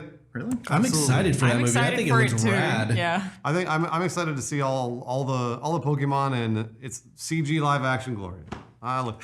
I think it'll be really dumb and really fun. Okay. But I think it's owning that. I don't think so- it's gonna be good, by the way. Oh no, it won't be good. I don't think it's. But like Ryan Reynolds is generally pretty funny. And Yeah, it'll be fun. Can we organize a midnight viewing party where we all go see the movie? Oh yeah, absolutely. Speaking of which, we need to organize, which I'm surprised about. Tickets are not on sales for in-game. Yeah. But we need to do that. Want to do for our midday office. our midday watch party? Yeah, Woo! for our office. Oh yeah, that's one of the benefits of working here, Alana. You're gonna like it. We'll go see Avengers. We played hooky. We all went and saw Avengers in the middle of the day. What I want to do That is was fun. I want to get the whole dine-in theater, but I don't. That's gonna be pretty tough to do. Diamond Theater? Dine-in. Oh, dine-in. Like rent out the entire thing. Not rent it, just buy all the tickets. I mean, if we that theater sucks though. What? The dine-in, Diners? the one near here sucks. We'd have to go to a different Oh, one. I like that one. I like that one too. Yeah. The weird plan community thing. Yeah, it's weird because you can hear the wait staff and stuff like Oh, that. yeah, that's Because right. like if you get a theater that's right next to the kitchen, Adam they're like, texts this. there's like, short ribs ready, and I'm like really trying to watch Hereditary right now. During Hereditary, that'd be I said, fantastic. "Strawberry shake!" and then you hear a door slam, and then the guy walks in and goes, "Here's your water." I don't have any of these problems because I can tune them I out. didn't know that from when I went. The movie theater's right here, and he stands in front of you and goes, Can't. "Do you want to pay now or after?" He can't tune it out. I understand. I get it. I do. Oh, I I'm understand. cursed. I went with you, Lawrence. I went with you and Stephanie. I saw Spider-Verse. Yeah, that was great. You had a great time? Yeah, I was Yeah. drunk as shit. Lawrence see. was drunk We saw- as shit. We saw Age Yeah. of Ultron. I remember we went and saw it near the office, and there was a child climbing on his father in front of us because he was bored. That's right. That's right. He was bored during I was there. that movie, which I guess has some boring moments, but still, you're a child. Please enjoy this. There's superheroes on screen. I didn't have anything half as cool as this. And I was your age, so fuck off. Nothing kids love hearing more than empathizing with their elders. That's yes, old man. I understand your life and time. Now I will be quiet. There was a rumor when I was in like elementary school. They're like, they're gonna make an X-Men movie. How they're gonna make Cyclops' eyes go bright? Maybe they put a light bulb in his visor because we didn't know about computer effects. They're all idiots. And then they made it, and it was Speaking of eyes, someone asked about Sonic. How do we feel about Sonic? Sonic will be the same thing. It'll be as bad or as good as Detective Pikachu. I think it might be worse. I think it might be worse as well because Yeah. Sonic has always been a garbage property. I'm just letting you know, it's always been trash. All of it. It's always been We trash. got a lot of hate mail about Sonic and IGN for saying that. People were very angry about it for a very long time. Who's people? Like 20 of them? Well, we got letters, you know, Only and Sonic people fans. would like draw Sonic fans don't know how to images write. of like They Sonic do. like punching staff members and then like mail them to us. Only Sonic fans had the time to put in, to mail letters to you. Yeah. It's trash. They all just want to fuck Big the Cat. See, that's the fascinating part of the culture. It's like it is sort of an entry point to being like furryism, which is kind of cool. Yeah, you're right. Yeah. I was like, oh, that's a fun little correlation. Yeah, I feel like that Sonic Fox guy probably a big fan. Oh, probably, yeah. I don't know. All I know is that when I was a young boy and Sonic Adventure 2 was out on Dreamcast, I owned soaps, the grinding shoes, and I know I saved all summer for those shoes. I worked at Magic Mountain. Broke your ankle immediately. Close, yeah. Yeah, no, Did you ever actually rail grind? Yeah, I mean, I tried. I fell a lot. Cool. They were cool. Well, no. Were? Well, see, that's the thing. Are. I grew up and went, was that cool? No. Yep. That's the thing. Sonic is always capitalizing on things that you thought were cool. Like, I bet right now that Sonic movie has fidget spinners. I bet the fidget spinners are in the super movie. right. I guarantee it. Yeah, Oh, it's yeah, gonna have someone's some gonna really go- dated memes. Yeah. Yeah. They're gonna be. Someone will say, "Oh shit, what up?" Yeah, he's gonna run into a fight. And go, come on, Tails, Leroy Jenkins. And he runs in and he goes, Oh, I feel like I'm cringing into the back of my own body. I'm like, That's why I want to go see it though. I do Oh, yeah, enjoy. sure. I do enjoy bad things. I hated that in the first Watch Dogs. They'd have memes on like billboards and be like, you're so late though. Moves faster than that. Yeah, I don't think you'd. All your base up belong to us. That was years ago. Yeah. Sonic's trash, just like Transformers. All right, that's the end of the show. I will give it. I will give it money though. I'll continue giving it money. Always. It's fine. I bought it on Switch.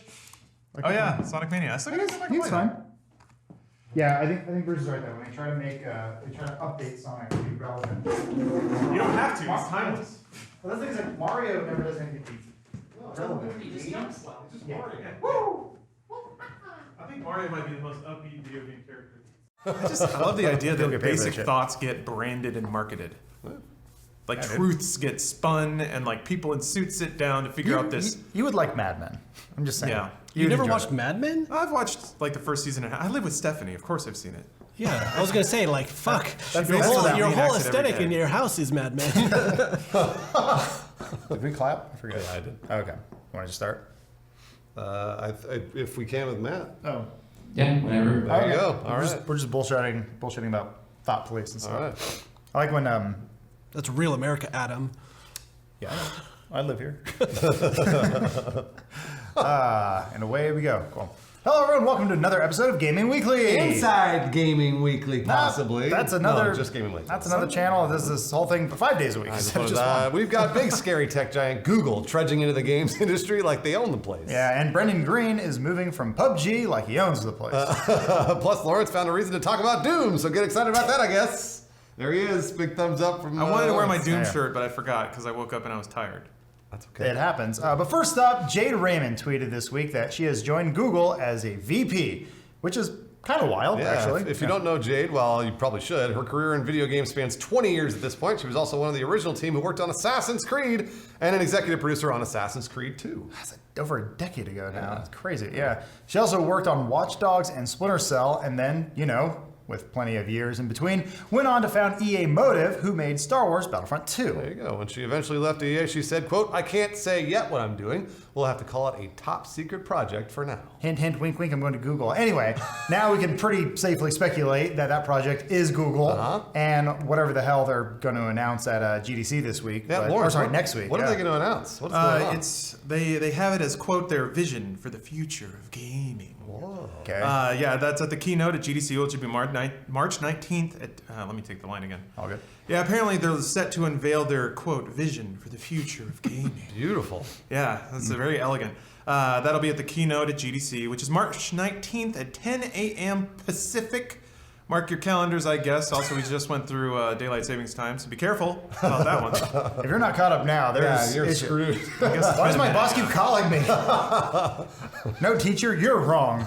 Anyway, Earlier this week, Google also put up a teaser trailer for GDC. That's basically a bunch of cuts of different environments. One looks musical, another seems sports related. There's a fantasy-looking place, a car garage. VR!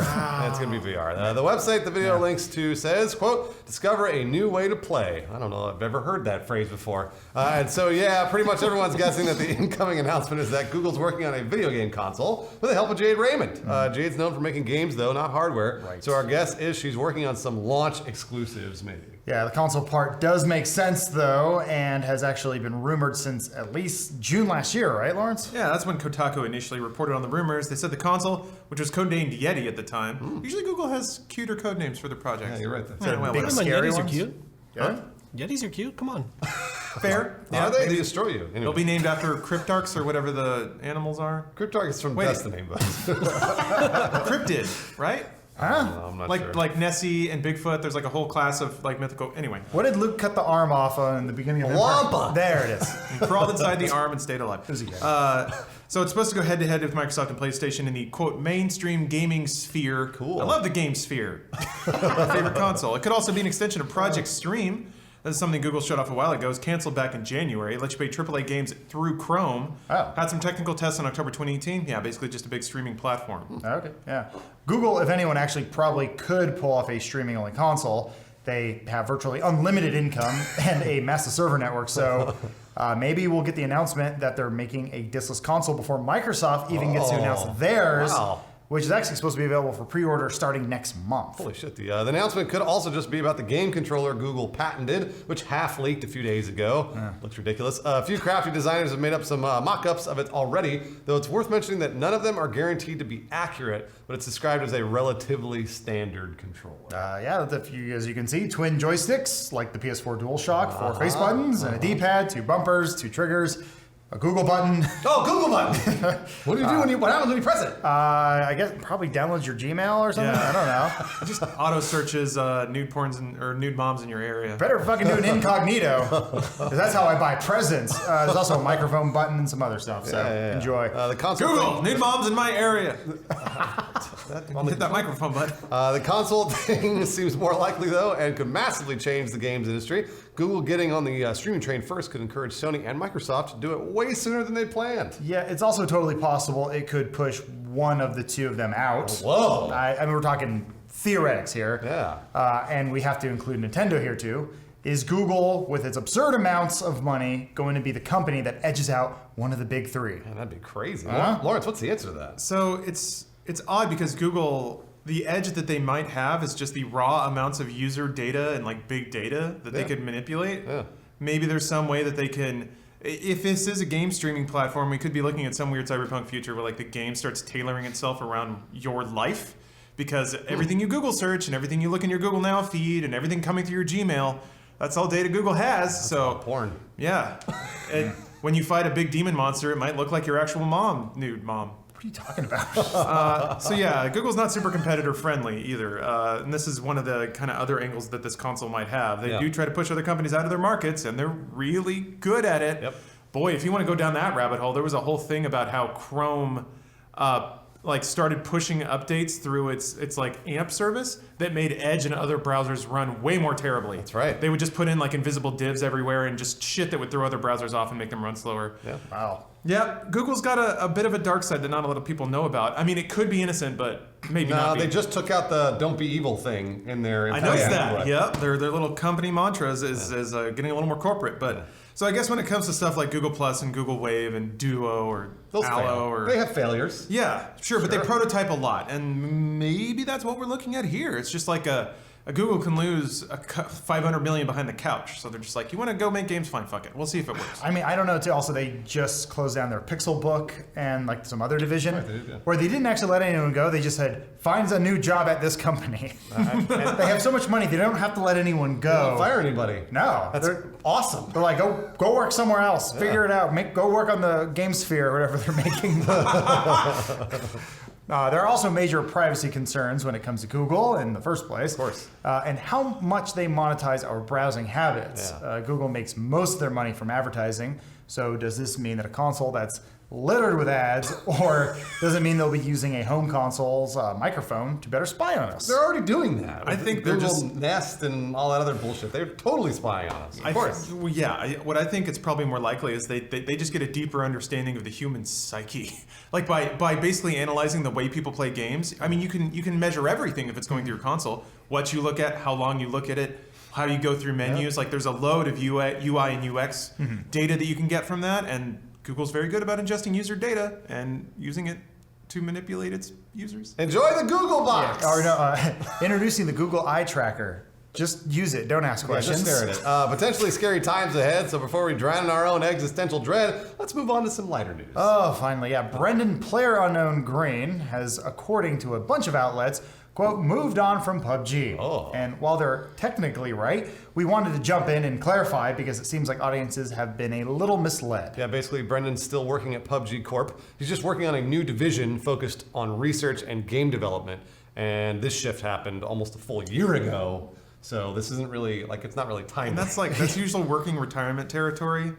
When you're like, I'm just tired of all this email, and then somebody's like, wait, don't leave. Yeah. What if you just looked into stuff?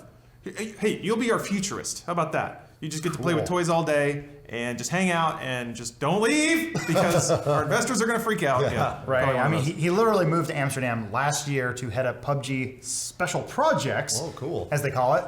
Though he's still consulting creative director on PlayerUnknown's Battleground Self. Oh, okay. Again, even though this actually happened a year ago, Green said in a statement this week, quote, "The past 5 years of my life has been all about Battle Royale. From the early days working on a mod to getting the chance to create my vision for a Battle Royale title, PlayerUnknown's Battlegrounds." I mean, his name, there's PlayerUnknown. His handle is on the box. PUBG. It's so long. Yeah. It really is. Is that the first?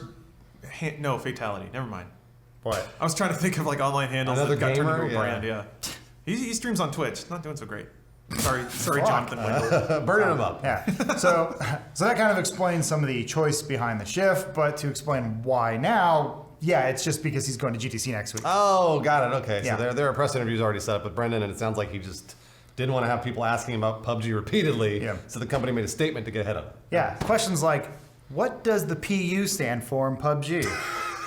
And then he puts his head down, looks at his publicist, they're on their phone. Well, Lawrence, it's kind of weird timing, right? It makes the interview cycle easier. It means we'll maybe actually learn about what he's been working on over there, unless he's just been playing PUBG all day. So I don't know. He's not actually leaving PUBG Corporation. He's still on their payroll, I guess. Yeah. Calm down. Is anyone upset? I mean, I wasn't upset. Calm down, I you didn't guys. care. Game's done. You guys are getting a little worked up. You drop in from an airplane and you shoot other mans and then or womans, and then you lose and you load in again and then you play Apex. Whoa! You must be having trouble cooling your jets there, Adam. Clearly. You sound angry.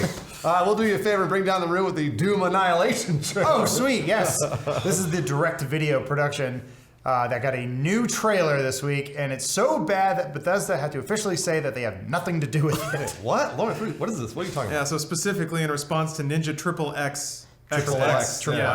Asking, quote, "I really want Doom and its software to give your most honest opinion on the new trailer for Doom Annihilation." Sorry, I gotta specifically quote. I don't want to misquote Ninja Triple XXX. So specifically in response to a tweet from Ninja Triple X. That's triple X. Is Triple the way X X double Triple X double X. Asking, quote, "I really want Doom at its software to give your most honest opinion on the new trailer for Doom Annihilation.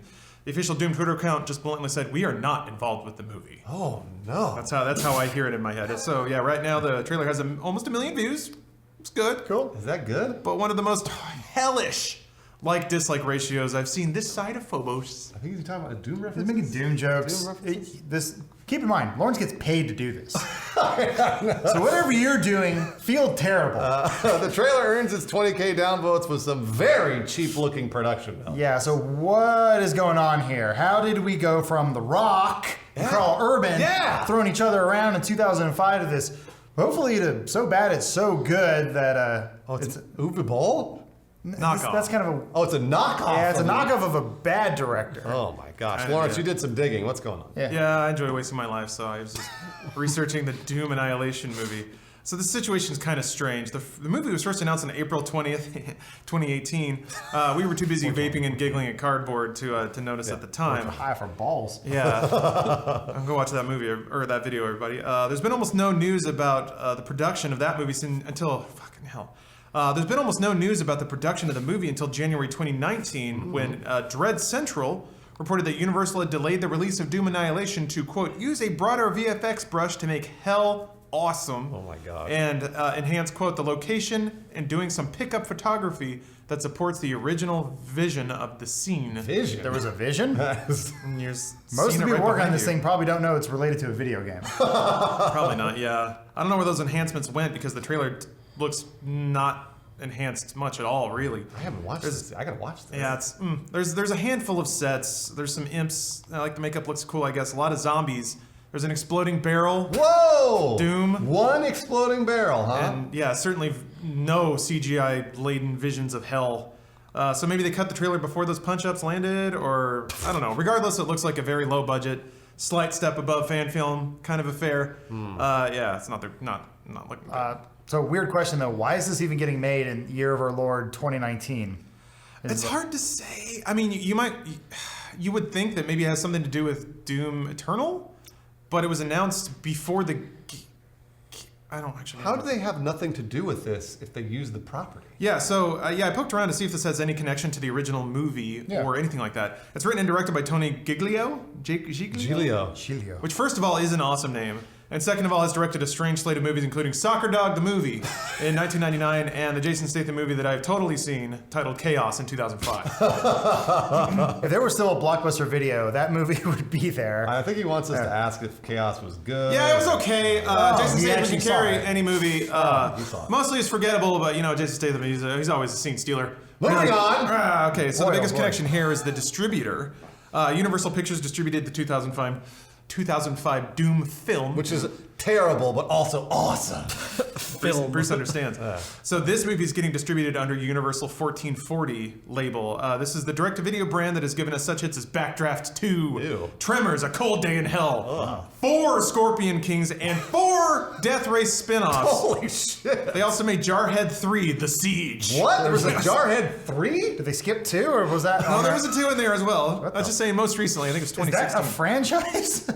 According to Universal 1440, yeah. I didn't know that. Holy fuck. Yeah, they just crank out low-budget direct-to-video sequels of any remotely popular movie franchise. So it's not entirely shocking that this is the label that would scrape together a movie around the property they used to own out of $20 and some Subway coupons. What's weird is the time gap. So why suddenly crank out a sequel or a spin-off to a movie that came out almost 15 years ago? Yeah. But that's also not necessarily uncommon for Universal 1440. They're in post-production on Undercover Brother 2, a movie that came out in 2002. So, yeah, apparently time gap doesn't mean anything. Okay. Part of me was like, maybe this is one of those weird distribution thingies where they just have to get a movie out to keep the rights alive. Yeah, but I don't know if those deals are even penned anymore. So is it safe to say that expectations are low or so low that they're pretty much non-existent? But maybe we can get a pretty cool, like, rad first-person sequence. I love that thing. That's the only thing Bruce references. It's the 2 minutes of the movie that's awesome. It is almost worth watching that movie for that one sequence. It's find it on YouTube. It's free on YouTube. Yeah, just find it on YouTube. Yeah, actually, probably no. So yeah, I mean, Carl Urban is always a delight to watch. He really is. In any circumstance. But no, on top of the trailer looking rickety as shit, the director also said that they're taking a different angle on that first-person aspect. Oh no. Yeah, right. Speaking to Polygon, Giglio said that the movie will, quote, be using the first-person perspective, but not like the first film for long, extended periods. Oh no. Adding that he, quote, wanted to find a way to give a nod to it, but not have it dominate or distract or take you out of the film. Translation, we got some GoPros, we don't have a lot of money. It's going to look like a paintball video. Look, that first-person sequence was awesome. That was awesome. And the reason it was cool is because the rest of the movie was garbage, and then you got to that and you're like, whoa, this is cool. The metal kicks up and like first-person reloading. Yeah. Like that's the dumb thing is the director's like, we don't want to take people out of our cinematic experience. That was the only time I was into that movie. I don't think he saw the movie. I think someone explained to him how it happened, and he said, no, we won't be doing that. We have one exploding barrel. And they use it. Mark, you have more to talk about here? Yeah. How? The director went on to say that the Marines will have a heads-up display and that the movie can the director went on to say that the Marines will have a heads-up display the movie can move into and out of as an homage to Doom. Is that an homage? Sounds kind of like Aliens, you know, when they were cutting around to the first-person cameras. Except Aliens was a good movie. Yeah. So, okay. Yeah. Bottom line it for us, Lawrence, please. We agreed you only have 1 5-minute Doom segment a month, and you're close to. You've hit 10 minutes. Yeah. You're going over. My group therapist really screwed me on it. Anyway, this looks like a cut-rate direct-to-video trash, but I'm gonna drink and watch it anyway. Of course you are. I'm down. Yeah.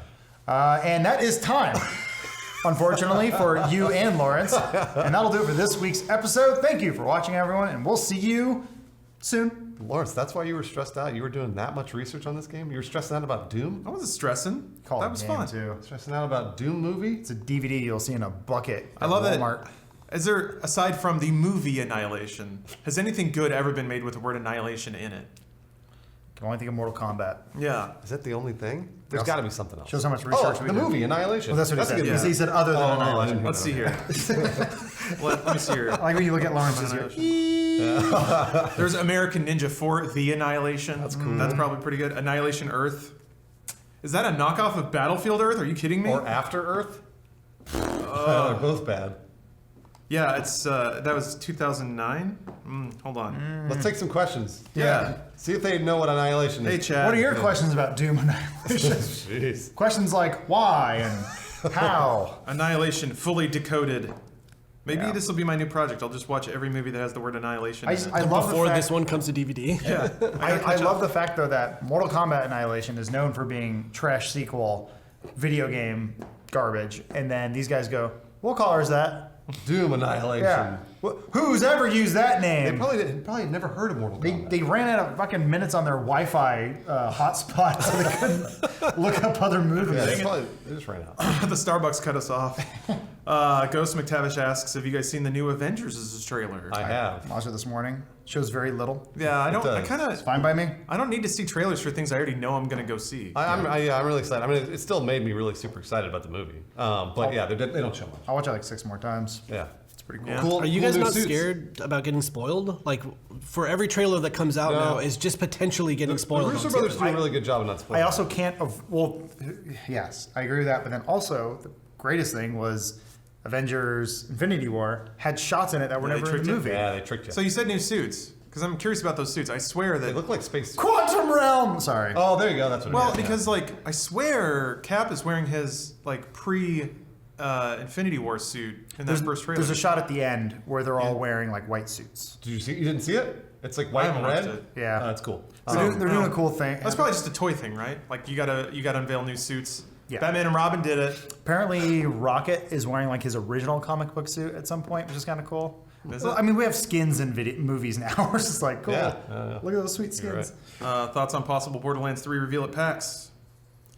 I don't know, man. Personally, I'm like, I think 7 years Do too I late. care? I don't care. Maybe. if they're still making fucking meme ass references and like the looter shooter genre, Borderlands was great when it hit because there wasn't really anything like it. But since then we got Destiny and Diablo 3 and like a Well, that Claptrap game was fucking terrible. there was a Claptrap the game. There was like, Pre-sequel? yeah, the pre-sequel one. It was ew. terrible. Yeah. There was that also wasn't Gearbox. there was the Wait, was it? Borderlands. No, it was like 2K Australia. Because they were working on Paladin. No, the Paladin. What's Telltale other one was supposed to be Battleborn. good, right? Telltale Oh, Borderlands. yeah, that was actually pretty good. That was what like the last good Telltale game. Yeah. Man, they slid hard. It was weird that nobody really like the Guardians game was trash. Oh, was it? Oh, I Yeah, thought, it was I thought real it never bad. came out. Yeah, it did. It was awful. Heard the Batman Telltale game's good too. That's what I heard. This is from Rahul, who is a Batman Oh, okay. fan, and said that like he's like it's one of the best like iterations of the Joker. He's like I think you'll really like it, and he bought it for me. I still haven't played it. Cool. I'm like I'm on it, buddy. Azahur wants to know when will Red and Link visit Funhaus. They don't book those here. They like to take selfies with celebrities in Austin. Oh, Rhett and Link. Oh, yeah, they were in Austin. That's right. They did the RT podcast. Yeah, I don't know. No, we don't. They don't know who we are. They don't care. We only get Rahul out here, and we're thankful for that. Rahul and Joel Rubin. Did you get your Xbox to mirror your PC? I haven't tried it. What? Tried it this morning. Yeah, they added an app yesterday where you can stream PC to Xbox now. That's so cool. Shit Any don't- game on PC? Yeah. Yeah, shit don't work. Oh, it doesn't work? Oh, oops. Well, never mind. Tried it this morning. What happened? What broke? It just didn't work? I mean, I'll try it again. I haven't restarted my PC in a few days, so maybe it's Did just you get got an error, or? Yeah, It just reboot, couldn't. man. It just couldn't find it because you just go like, Oh. Well, it's so weird because they're like, download this app, but then in the video they're like, use something else. And I was like, use the extend display thing, but it's supposed to pop up. I got my Xbox to stream to my PC, which I know it's been able to do for a long time. So it's like they're talking to each other, but I don't know. Shield I TV was is just wondering if still you got it to work. So I'll tinker with it. I mean, the Shield TV is already working, so and it's great. Yeah. I got no complaints, but it's wired. I know that you had Wi-Fi issues. I do. Let's see. People are speculating on It that. sounds like you have a disease. You have Wi-Fi issues. You guys heard Shadow PC streaming? Hey, I'm watching this on my streamed PC from Paris to Britain. Google's a streaming box. I'm very excited. I mean, I think based on what they showed, the clips that they showed, that's pretty high-end graphical shit. So it is either streaming or they actually have a really hefty box, and it's hard for me to believe they have a hefty box. So I think it is a streaming The platform. teaser is strange because if it means anything, I feel like it means VR because it's like first person for everything. I hate that. Man. VR makes no money. Like True. that's been just the market has spoken. No, that's true. That's true. You're So absolutely I right. can't imagine unless Google has some technological breakthrough where it's wireless and light. But I feel like we're at least 5 years away from cracking that nut. Yeah, you're probably right. Well, if they make it more accessible, people will use it more. Like the PlayStation one is the most popular one because it's the easiest one to get into. Yeah. Right. Even though it is the shittiest of the VR headsets. Plug and play. Well, I don't know. the Oculus, what's it Go called? or whatever. Yeah, The Odyssey. Quest. Odyssey. Yeah, it's one of these weird. I'm pretty sure it's Quest. Yeah, the Odysseus. I could be wrong, yeah. But yeah, it's like that is just it's just a phone on your face. So Well, it's because the Go was a phone on your face. The Right. Odyssey or Quest or whatever is like the same. it's all built in. Yeah, it's like the same level of VR as the normal Oculus, but all self-contained within the headset. I think that's more of the future. PC VR gaming is obviously better, Yeah. but I mean, our setup is a pain in the nightmare. Well, I also made it a nightmare. No, so. but you didn't make it a nightmare. We wanted to make it wireless. Yeah. And like making it wireless makes it even more of a nightmare. But even that, yeah, I mean, like, we're still in such the early days of VR. I don't know if Google has Is it- some magical breakthrough. Is all it of the a sudden. early days though? I feel like the early days are past and it's already on its way out because it never got easy enough to do. It might be. It might be like 3D TV. I think right now we're at the point where companies have invested too much money in it. They're like too bought in, especially Facebook. They keep trying to make it work.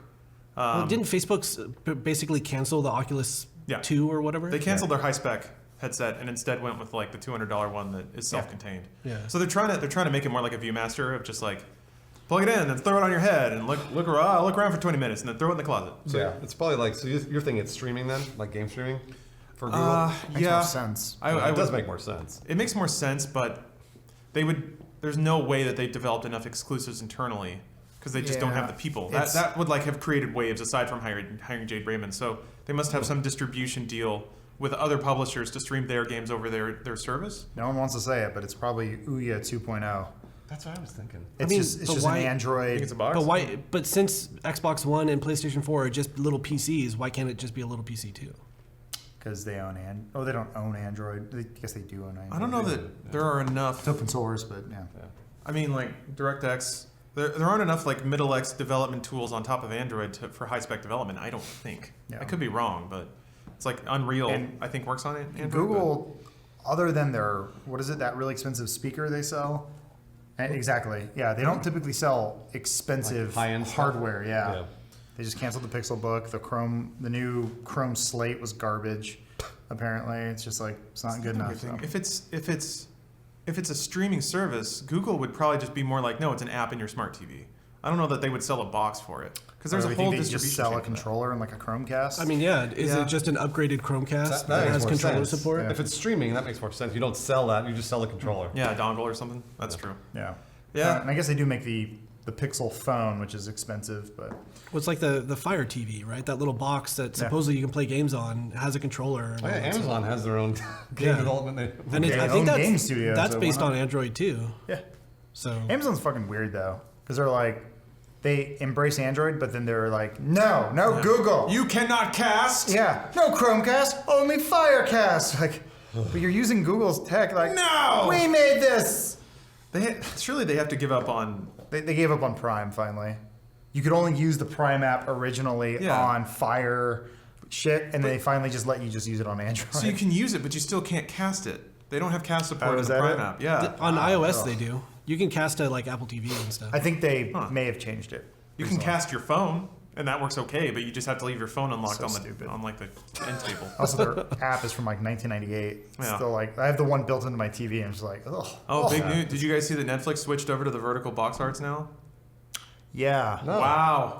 Wow! It takes What a up move! so much. So instead of thumbnails, you get a thing this big. Yeah, it where looks it's like a DVD case now. Yeah. Why? I don't So they know. didn't have to make custom art for every show, I Oh, guess. yeah, that makes sense. What's weird is they did that, but then they also still make custom art for shows. I don't know. Well, they make custom art probably They- for their shows. They also might be A/B testing too. Oh, Oh, yeah, that maybe. too, yeah. Well, yeah, they make right. custom trailers for a bunch of stuff too. Like they're doing a lot of fucking work for their.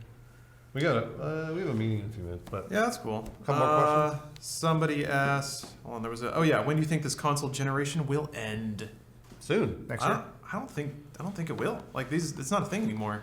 Oh, you mean like end for good? Yeah, Oh. because like 2024. the next PlayStation has to play. Like your digital library has to carry over. There's just not an option. Didn't they there. discontinue the Why PS2 has? recently? Like maybe a thought year they did, ago yeah, or but- 2 years ago? I thought they were like. I think they ended support for it. Yeah. So Yeah. They, like Sony won't do repairs on them anymore. But they don't. They stopped manufacturing them a while ago. Yeah, but that's what I mean. That's typically the end That's of the a. end of the generation. Yeah, so 10 years from now, I don't know. PS3, they're still going. So that's the thing. But They may like have stopped that one. Oh, did they? I don't know. that's like yeah. But that's when playing games is tied to hardware. Like you buy a PS3 and well, actually the original PS3 your discs still worked, but largely it was this chunk of like new format, new gameplay experience, new controller. Now, especially with like Xbox and like One X and beyond, Yeah. it's a box that plays all of the same things but better. And I- some newer games have enhancements that only this can use. Yeah, I think with the original Xbox and the original PlayStation, there were still improvements to be made, and they kept getting better.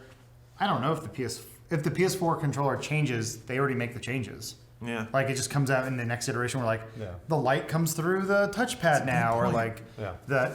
or at least the Elite controls. Like yeah, you don't get it the same way. When they announced the Xbox 360, right? It was like woman walks out, pulls it out of a bag, and puts it on, but didn't show the giant fucking battery or the power supply yeah. brick. Yeah, why not show that part? I guess the biggest thing for PS4 going forward is the controller needs a touchpad. You mean Xbox? No, PS4. The Whatever DualShock 4 has a touchpad, Now and I'm you trying to have think to of have like, that. Oh, well, if you're yeah. on PS5 with a PS5 controller and it doesn't have a touchpad, I assume they would include that, right? I don't know. I guess to me it was a little gimmicky. Like there aren't a lot of games that really use it or need it. I agree. So yeah, that's actually a good question for like the Switch. If it gets a Wii game, so say Skyward Sword comes out, they have to remaster it because there's no. It's got an IR sensor in it. Does it? But also the Joy-Cons are motion controllers. Oh, so you just using that way? Yeah, I don't think it would work exactly the same way. Because like the Wii U, actually, you could plug the stupid bar into it and use a Wii remote on it, like it was a Right, Wii. but I'm like, is it gonna ever get to that point where they go, "We're sorry for all those extra toys we made you plug in"? No. It's Okay. Nintendo, man. Yeah, They you made their had to money. buy them. Yeah. That's the point. The big thing with the Switch is if they go away from the touch screen. Like if they go to a thing that like is always connected to a TV. Oh, I don't think they'll ever go away from the touchscreen. Touchscreens are here to stay now for probably everything we use. Well, that's what's weird though. Holograms. Until it's like holograms. There are Mario Switch Maker games 2. you cannot play docked Yeah. because they're touchscreen only. Yeah. So that's kind of weird. Yeah, there's some Yeah. music games where you have to tap the notes, and that Yeah. honestly doesn't work on a They're TV. like playing in your living room. They're like, "Please touch the screen." Fuck. Oh, Have you had to do that? No. Oh, that sounds stupid. so that's what I wanna also play makes me. Smash Brothers. People talk about a Switch redesign, but Can't. what about really. Joy-Cons? Yeah, you can't change the shape of it. Because if you have a smaller or bigger Switch, you still have to be able to dock those fuckers on the end of it, and it's just going to look dumb as hell if they're not the right size. Oh, Christ, there's going to be an adapter. There's going to be like a fucking slide-on adapter, and then you slide it into your maybe. newer, smaller Switch, and it's just Click, this click. big... Oh, it's becoming a 32X. It reminds me of the stupid like analog stick add-on for the 3DS. You had to like sink it into this giant plastic tub that just added another stick to it. Like I 3 remember games that. The boat or whatever. yeah, the stick boat. Oh man. All right, we gotta go to this. Yeah. We gotta go to the merch meeting. We gotta go do our jobs now. All right. Bye, Thanks, everyone. everybody. Everyone that's watching. See you later. We'll see you around. Most dudes are at the urinal. It's Yeah. Oh, no. We don't look at other There are dudes. 3 angles: up, straightforward, and down. Yeah. yeah. You get like about 10 degrees of wiggle, and then it's no man's You land. could be I have getting a been- call from 911. You're like, I'm not gonna check my phone. Can't, because you might. accidentally- 911 calls you. What's that? Yeah, they're like, hello, you've won. An emergency. Yeah. Sorry, I was thinking of the pager days of when you get a call -911. I've been stuck in women's bathrooms in bars before because someone was crying. I was like, what did he do? You're like, there. Okay, let's do this. Oh, you got and to you like, stuck there for 15 minutes. But then, if it's like alcohol related sobs, It is, no but it's amount usually because a man did something well, shitty. of course. But And so usually you're like, you're so beautiful, you don't need him. It's does that work? fine. You, And then like you people pull can the rally boobs back. out. Yeah, no. Oh. Girls in women's bathrooms really rally together, and then outside of the bathroom they fucking hate each other. But in it, it's a safe space. That's so weird. Why? Dudes just No, no. refuse to make any and all eye contact. No. It will be. And then I just shudder when I hear people just like blaze out without washing their hands. Usually dudes will, like, there's one guy that will talk really loudly to everyone else in the bathroom. And everyone's just. And you're just Oh, like, really? yep, Yeah. yes, Yeah. yep. There's always that guy. He's always like, hey, bro, that shit's amazing. And you're just like, oh, gosh, please. Yeah, The worst- there's one loudmouth. The worst dude in the bathroom is the guy who comes and goes, oh, smells like shit in here. It's like, yes, it's a bathroom. That's where we keep it. Where do you want him to go? Go home? Like, you go in here, you do your business, and you leave. Shut the fuck up. My favorite power move is when two guys come in mid-conversation and they don't stop talking, and then they flank you at the urinal. Oh, so they're yeah. shouting over your head Yeah. while you're holding your dick trying to piss. That's Yeah. awesome. That's when you do the power move and just grab both their asses. Nice. And go, we doing this? Just like Hey, Omar. brothers. What would Omar do? All right, let's do the episode. Wait, hold on one You second. did clap? I clapped. You did clap, okay. Forgot, because we filmed the show very similar to this about 30 minutes ago. Yeah, I clapped. So I don't know where I am. And I haven't read the script early. I haven't either. Yeah, We'll be see fine. you there. It's all right. Cool, thanks guys, really appreciate it. And we had a show to do before this. I had to read that script. I also did. I read it last night, just so you Oh, know. man. I don't know how much it changes in between. It last hasn't night. been changed. I'm reading. Okay, good. I'm reading Arizona Circle scripts. Yeah, I still have to do that. Yeah, got a bunch of those together. I'll get there. At least you didn't have to write them all. Think about that. That's true. Yeah, Only, yeah. yeah. We just have to read. All right, make show good. Yes. All right, cool. Wait. What? We're not all Peak good. is just finishing loading all the graphics for the TV. Oh, right. How can I Oh. get the scripts for the three things I'm doing in Arizona Circle? I have That's no not idea good. what they are or who they are or what You the may roles have are. got them because there's been just a barrage of emails. Yeah. Of like, I was trying to remember. Yeah, is there like there's a master casting list so I know everything? I'm yes, I they believe said that Elise- yesterday. Elise shared you on it back in the middle of February, Okay. Yeah, possibly. I was intrigued by one of the casting decisions. All right, Only guys. because I'm like, I've whenever never you're seen ready. that. I don't think I've ever seen that character with a beard, so interested. So I wonder if they want me to shave this or is there like skin latex? You know how they do the bald caps? Can you do it for your face? So I don't have to shave. You Just can, but CGI it out. looks weird. Yeah, just Henry Cavill. Big puff. Oh yeah, Henry Cavill. I'm Superman. Hello, I'm Superman. You know that pickup we did? Did Could see you how clap the one mouth more was all time, weird? fellas? That reminded me of Superman. What? Just another clap, please. Okay. Oh, Thank you. man. Hello, it's me, Superman. Hello. Oh. Good to see you. Hello. That's like the worst part because when you see him, he's like supposed to be really happy that he's back. Yeah. And then he's got this really weird fucking smile on his Oh. face. Hello. It's weird 'cause It's if I so stare bad. directly at it, I can't pinpoint specifically what makes it wrong. No, but I it know just it's is wrong. Just looks wrong. I mean, yeah. that's the same Yeah, for me I as the haven't seen CG, it, no. like So the weird. faces in Star Wars. We're like, oh, I don't like it, but I don't know why. Yeah. That's not Leia. That thing Jacob did of you yesterday, Bruce. Oh man, it's hilarious. Oh, that's what I was talking about. Yeah, it's so similar. It's so funny. You have to see the pickup he did because we didn't say the name of the game correctly. Let's say Sekiro Shadows Die Twice, Oh. not Sekiro. We just said, hey, thanks, Sekiro, whatever. So they refilmed it. Bruce refilmed it in the same seat. Jacob cropped his mouth out. The best part was Jacob sat me down and was like, okay, we're gonna shoot it again. And I was like, how are you gonna put me on it? And he was like, oh, I don't know. Like I was like, you're gonna cut my head off and put my head on top of the other body because I don't have my old shirt. And he's like, I'll figure it out. And then he So, did, like, and it looks terrible. Sometimes the nose drops. It's really bad. It looks like Robert Smigel talking through like Arnold Schwarzenegger. But like, it's so bad. I wish we would just keep it. No, Yeah. it's Oh, not gonna. It won't it's work. I was the more I noticed, the more I laughed. So just like freeze frame and then just this little circle. just this. Oh, that's such a monster. It's funny to us. Oh man, yeah. Dang sales videos. Okay. Anyway, all right, cool.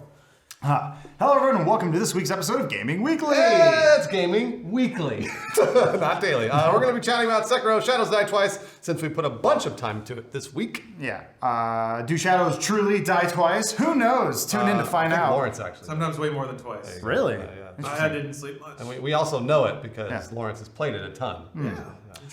Plus, we got some information. Plus, we got some more information about Halo's Master Chief Collection coming to PC, thanks to 343's recent Reddit AMA. Wow, that was a lot of acronyms. Nice job. We got into Division 2, so we thought we'd let you know. So we got into Division 2, so we thought we'd let you guys know if we think it's worth it. Yes, but first, Sekiro! Lawrence, what's up with FromSoft's latest title? Did you die once, twice, maybe thrice? So many times. So it's interesting because the title actually refers to a gameplay mechanic. When you die, you can resurrect on the spot because of your dragon blood. Which is cool. Yeah, it's cool. Yeah. And then that's something that comes back by killing enough enemies or letting enough time go.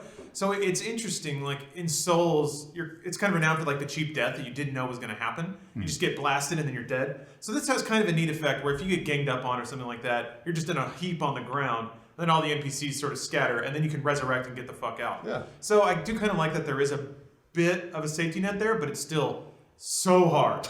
I fought a boss last night. I think I whoopsied it and went to the wrong area because this boss fight killed me in one hit. And it hit me a lot. Jeez. So yeah, I basically spent 2 hours trying to beat that fat fucker. Did you beat him? I did. Oh, nice. And then I went to another area that I especially wasn't supposed to go to.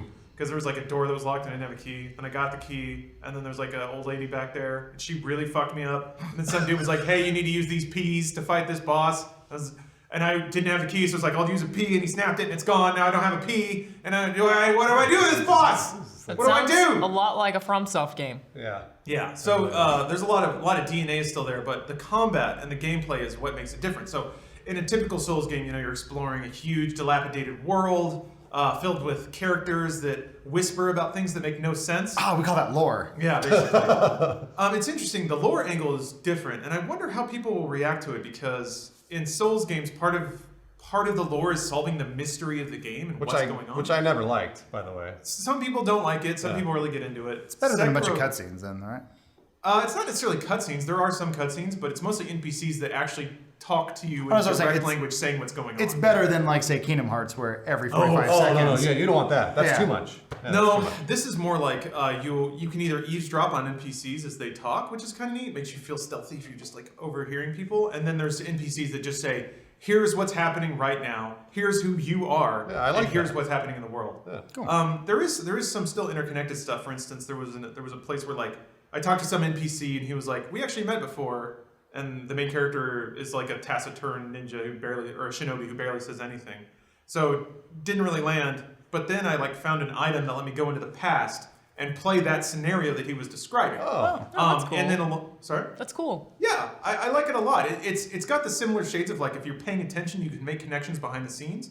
But for people who don't go to wikis and like read the flavor text on every item, there's still enough for them to know the base bones of what's going on, which I really appreciate. That's really cool. Oh, cool.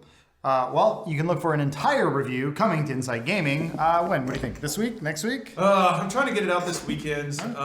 So I want to. It's tough because I want to spend enough time with the game to speak authentically to it, but I also want that video out so we can get some hot views. So I'm trying to get it up this weekend. But yeah, I've been losing sleep for Sweet Lady Games journalism. Don't worry about that. So we'll see. I just talked it out with one of the editors in Austin to do like a swing shift tomorrow so we can get it done. Cool. So yeah, I think hopefully we'll have something up this weekend. Well, I've said it before, I'll say it again. Lawrence is the Jesus Christ of the gaming world. Until... Wow. like Sekiro, man, I died and came back. That's right. Multiple times. He resurrected. He's Japanese Jesus Christ. Let's talk about everything 343. Oh, you need that. Let's talk about everything 343 had to say about the Master Chief Collection making its way to PC. Yeah, fantastic. So the dev team recently did a Reddit AMA headed by the community director, Sketch, and lead producer, Michael Farney. Yeah. First up, we know the Master Chief Collection on PC is going to have games released chronologically over a period of time rather than all at once. One Redditor asked if the 343 team has any time frame in mind. Alana, what did the team say? The team said right now the priority is getting Halo Reach ready for public fighting, and work is underway almost in parallel for Halo CE, which will be the second game because obviously Reach comes first. Yeah. For the rest, they just said as soon as possible, but it sounds like Halo 2, which is most people's favorite Halo in terms of multiplayer, isn't even being worked on yet. Oh, so don't know what the time frame is. We'll find out.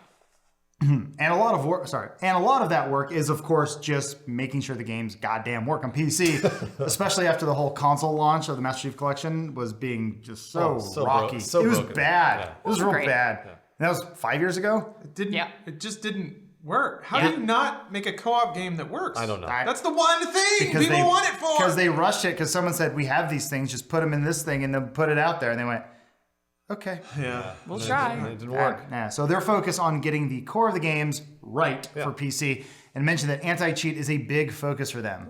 Beyond that, it's planned to grow over time, like they'll likely eventually have mods, and are already exploring options for official mod support. My God, Master Chief's gonna have big old titties. He already does. Yeah, he does. Once they're all out, though, you'll be able to purchase all the games of the MCC in one bundle or completely separately if you want to. You just want Halo 3? You got it. Sure, that's fine. That's good and bad, I guess. I don't know. It's like Master Chief Collection was sold as a bundle, $60 bundle. Now they're setting them all piece by piece. We don't know how much they're going to cost individually. Either way. The weirdest part is that it isn't a season pass. Sketch said you can get them one by one as they release, or wait and get all of them at the end. So you can't repurchase all of them, which is an interesting choice. Huh. Yeah.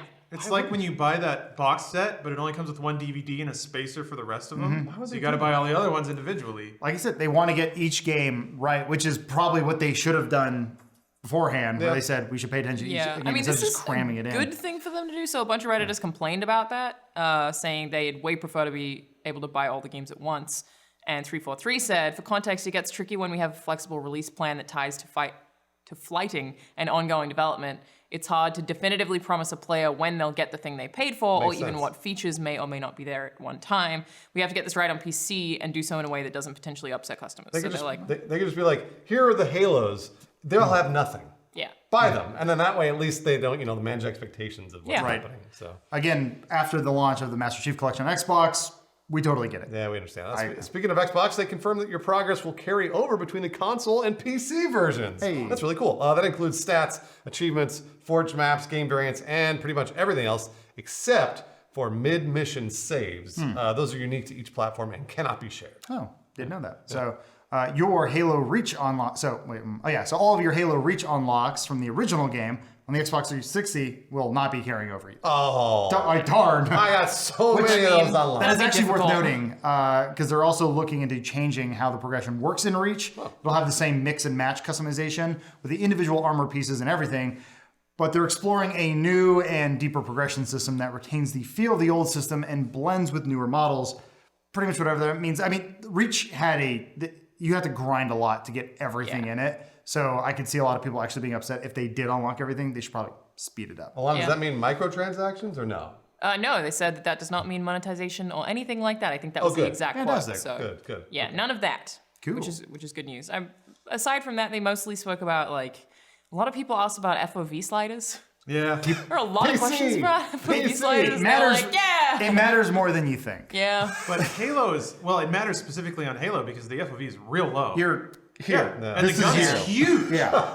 Playing that game on PC back in the day was weird. It made me feel like I was wearing weird glasses because it's meant to be played across the room, not right in front of your face. For content, if you want to try it sometime, stream Master Chief Collection from your Xbox to your PC screen. Oh, yeah. If you have especially like a 1440p or anything, you're just it's so close. You're mashed up against It's weird. Yeah. It makes a big difference on PC actually. Yeah, there are a lot of technical questions outside of that. It was just generally like, we don't really know, but we're excited. Cool. This is the dev team that we're talking about? Pretty much, yeah. Okay. Hey, There's a lot of we can't answer that or we don't know yet. Okay. How big are Master Chief's titties? Big Dev They team? don't know yet. But they're excited. We can go to the next scroll line. down. Sorry. So yeah, with all that said, we'll be updating you guys if there's any more news. But now let's talk about a shooter that is actually out. That's The Division 2. I mean, technically the Master Chief Collection is out. Not on PC. Oh, that's right. Anyway, Lana, you've been playing it. Tell us what you think. I really like it, is my general take, and I like it a lot more than I expected. So have you guys played The Division 1? A little bit. I never played it. It's a lot like that game. Okay. But way more interesting to look at. Oh. So the city is just, there's so much more detail, there's so much more personality and color. I actually found myself, which I didn't expect in this game at all, stopping to look around at environments, which is really cool. One of the biggest criticisms of the Division 1 was that enemies are just bullet sponges, and I don't think that's a thing in the Division 2 anymore. It happens with bosses, which is actually kind of sucky. Basically, all the bosses look exactly the same as everyone else. They're just bullet sponges. They have more armor. Shoot them more. Pretty much, just shoot them for a long time. There's one of them that I found in a PvE zone that, like, at some point gets a tank, which was kind of cool. But aside from that, that's pretty much it. They're all just bullet sponges. But the other enemies, there are some that are weighted down that are, they're slower moving and they're armored. But it just feels like they have variety, and you can basically shoot off the armor they're wearing, so you can get a little tactical with it, which is cool. Probably my favorite thing about it is that the shooting feels really, really good. Honestly, it feels great. I've never really thought that Ubisoft was incredible at shooting mechanics, because they're often just part of a broader game, like a Watch Dogs or whatever, or it's just a part of it. Right. But it is very satisfying, and the cover system's really clean. The menu's kind of a mess on PC, though. It's very weird to navigate. Makes sense. Ubisoft is kind of bad at that. Yeah. From a scale of Anthem to Destiny, where does it land in the looter-shooter genre? Yeah. The big difference it has from those two is that things like you and the people you're fighting look a lot less interesting, and that was jarring to me at first. It's very much a looter shooter. There's way more loot than there was in the first game as well. Like, I picked up like something like 1,000 items already. There's tons of loot. What? Tons and tons and tons of different weapons. But doesn't that get daunting? Like, isn't that a lot?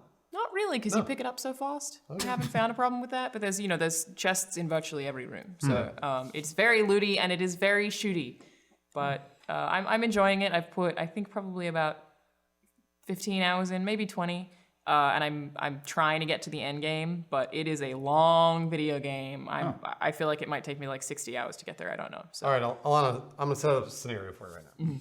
Let's say you see your friend Bruce in the hallway, and you go, hey, Bruce, and I go, hey, Alana, I want to play the Division 2, but I don't want to get started in a looter shooter genre. What will get me into this game? What's the biggest thing that will be like, you'll think this is really cool? I think the talent system is probably the coolest thing about it, which is... Can I be a bard?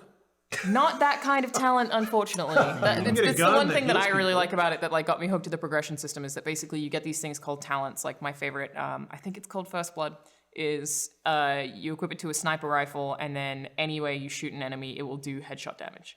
So you can basically have your loadout based around these talents that just are like buffs, but you can only have them equipped to a certain weapon, and if you want to move them to a different weapon, you have to like deconstruct the original weapon. I think that system is really cool and really satisfying, and you're constantly collecting these new things that'll like give you a very unique loadout. And I think it feels more unique than it would to me in an Anthem or a Destiny. Then we high-five each other in the hallway and walk away. Yeah. And I go, thanks, Alana. That sounds cool. Cool, talents. Yeah, Bruce is going to go home and play Apex. No, I want to play Division 2. I have a battle pass now. I can give it money. Lawrence, you've been playing it as well, right? Yeah, I need Dividey Friends. The combat is a lot more interesting than most of what you'd see in Destiny 2, bizarrely. So like Destiny 2, you're basically, it's a click on the heads until you get to a raid, which then it turns into a video game where you have to actually try and learn and communicate. Basic combat is kind of like that in Division 2. The AI is super aggressive. They'll flank the shit out of you. And they operate on like aggro taunt mechanics. So kind of like Alana was saying with talents, you can have one person spec'd out as kind of like the tank. They can get a huge shield, taunt everybody. You can communicate, everybody else can flank around and hit people from the sides, and that makes combat go faster, and it's tough. They will push you, especially some of the boss fights. They do some pretty cool stuff with like AoEs and like heal over time stuff that makes you have to actually communicate and play tactically to get around people. So unfortunately, that's the most useful stuff, though. Like the shield and the healing skills are the most useful. Some of the others, like the turret, works at the start of the game, but when you get later into the game, it's just shot and blows up really quickly. Okay. So that's not super well balanced. Okay. Yeah, I think there are some abilities that are meant to sort of be just a damage aid as you're leveling. Yeah. And then when it comes to endgame, it's more about the buffs and stuff like that. So I haven't gotten to endgame yet myself, but I'm enjoying it a lot more than I thought I would, because it's weird, kind of like Alana said. It is just like man with beanie and gun. Yeah. So the optics of it don't seem that interesting, but the gameplay actually they did put a lot of time into, and it's a little more satisfying than just Destiny of run down hallway, click on enemy. Yeah, I mean, I feel like Destiny offers a lot of good variety for what it does, but it's still a very shallow game. It's repetitive. It's very repetitive. It's like Diablo 3. it's fun and you feel like a badass for killing a lot of shit, but it's never really going to mentally tax you very much or ask you to do something aside from run forward and kill things. Diablo at least pushes you through a level or a world, whereas Destiny asks you to revisit it so many times. Yeah, that's true. All right, well, we'll see you on the Division 2. I doubt it. Maybe. Maybe. Okay. Well, that's it for this week's Gaming Weekly. Thank you all for watching. Yeah, make sure you check out youtube.com/Inside Gaming for more news like this, but daily instead of weekly. And we'll see you next week, because it's called Gaming Weekly. Yeah. Bye-bye. Or later today when Inside Gaming's episode goes up. Yeah. And we talk about Sekiro. And then tomorrow. And then tomorrow. Someone in the chat just made a very good point. Rainbow Six is a Ubisoft game. You're right. Rainbow Six has excellent shooting mechanics. Oh, that's right. And I thought Far Cry feels like a But pretty good that's shooter. first person. I feel like Far Cry's fine. It's fine. I know what you're talking about though. Sort The of like third person games are just like kind of like Black Flag, like you have a gun. Oh. Or like Assassin's Creed 3. There's guns. You guys forget that Shoot Mania was published by Ubisoft. We know. I didn't forget. Yeah, we know. We talked about it all week. You forgot. No. No Remember one forgot. No one Shootmania? forgot about Shootmania. They just Guys, don't care. it's got a glide mechanic. Now? What are they saying in the chat, Alana? What did we do wrong? I'm trying to find all the roasts, but There's an it's- unofficial Funhaus. they're talking about plan in Chromecast Division for 2. some reason. Bumcast? What? Chromecast. Yeah. I Chromecasted The Matrix last night. Oh, really? I watched it on the actual, was the 4K Blu-ray, and it's, I think I'm noticing on those, if it's an older movie and they upres to 4K, On film grain? little grainy. Yeah, film grain. I know, but they can clean that up. They Yeah. choose not to. Someone else, we changed the camera setup? No. Nope. They said it Identical. seems either sharper or more saturated. It's exactly the same. I mean, unless someone changed it. I've been tanning, not true. Or Matt, I don't know. That's the Rooster TV difference. I think that's an XSplit thing I still have to figure out. Oh, great. It's got like Do we look it's like on the- contrasty for some reason. Oh, we're like on the surface of the sun or something? Actually, let me see. I want to see what we look like. For you, Lawrence, someone asked, are there RPG elements in Sekiro? Yes. Kinda. So it's really interesting actually because there are progression mechanics and you do improve on a base level. So it's got the Estus Flask mechanic where you have a healing item that you can get more uses of as you find items in the world, but it's item based. You also can improve your base stats with prayer beads that you get by beating bosses. So that's kind of how it's almost like heart tanks in Zelda. There is an experience system where you get like blue meter by killing enemies, but that only gets you points that unlock new skills. And some of those are pretty fundamental. Like there's a skill that gives you health back when you do a death blow. There's skills that just make you fundamentally more stealthy. So that will improve your base character. And it also unlocks like combat abilities, kind of like Ninja Gaiden. So it's an interesting mix. It's not straight like experience equals levels equals stats. It's more like bosses equals stats and then experience equals new abilities. So that's how they kind of meter it out to you as you go through the game. That's cool. Yeah, I like it. It's a good balance of everything. They found a way to sort of, it's not as obtuse as Dark Souls is in terms of like the mechanics and the item use and everything like that. It's pretty fairly straightforward about it, but it still puts a lot of that feeling and that mechanical depth in the game. I've gotten to bosses where I'm like, I really don't think I should be here yet, and so like you kind of backtrack and go down a different path. So there's probably some stuff that I need to wait to come back to when I've leveled up a bit. But me being me, I'm obstinate, so I tried to do it anyway.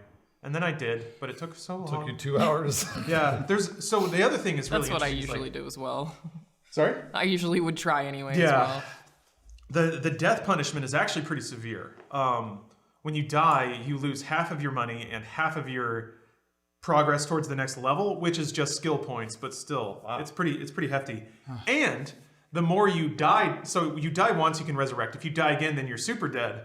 And that causes something called dragon rot, which is like, the way they describe it is you have dragon blood, which is why you can resurrect. But if you do it too much, then like the death overflows from you and goes into other people. So then NPCs in like your home base start getting sick and dying. Wow. So it's a bummer because like, it's weird. It feels worse that other people start dying because I'm bad at the game. So somehow that puts more emotional pressure on me to not die. It's a very Japanese mentality to not reward failure. Yeah. And instead it's to punish you 10 Even times. more. Yeah. Oh, Oh, yeah. God. Not only are you going to fail more, you're going to lose things, but everyone around you is going to suck. I want to shoot a man with a beanie over and over.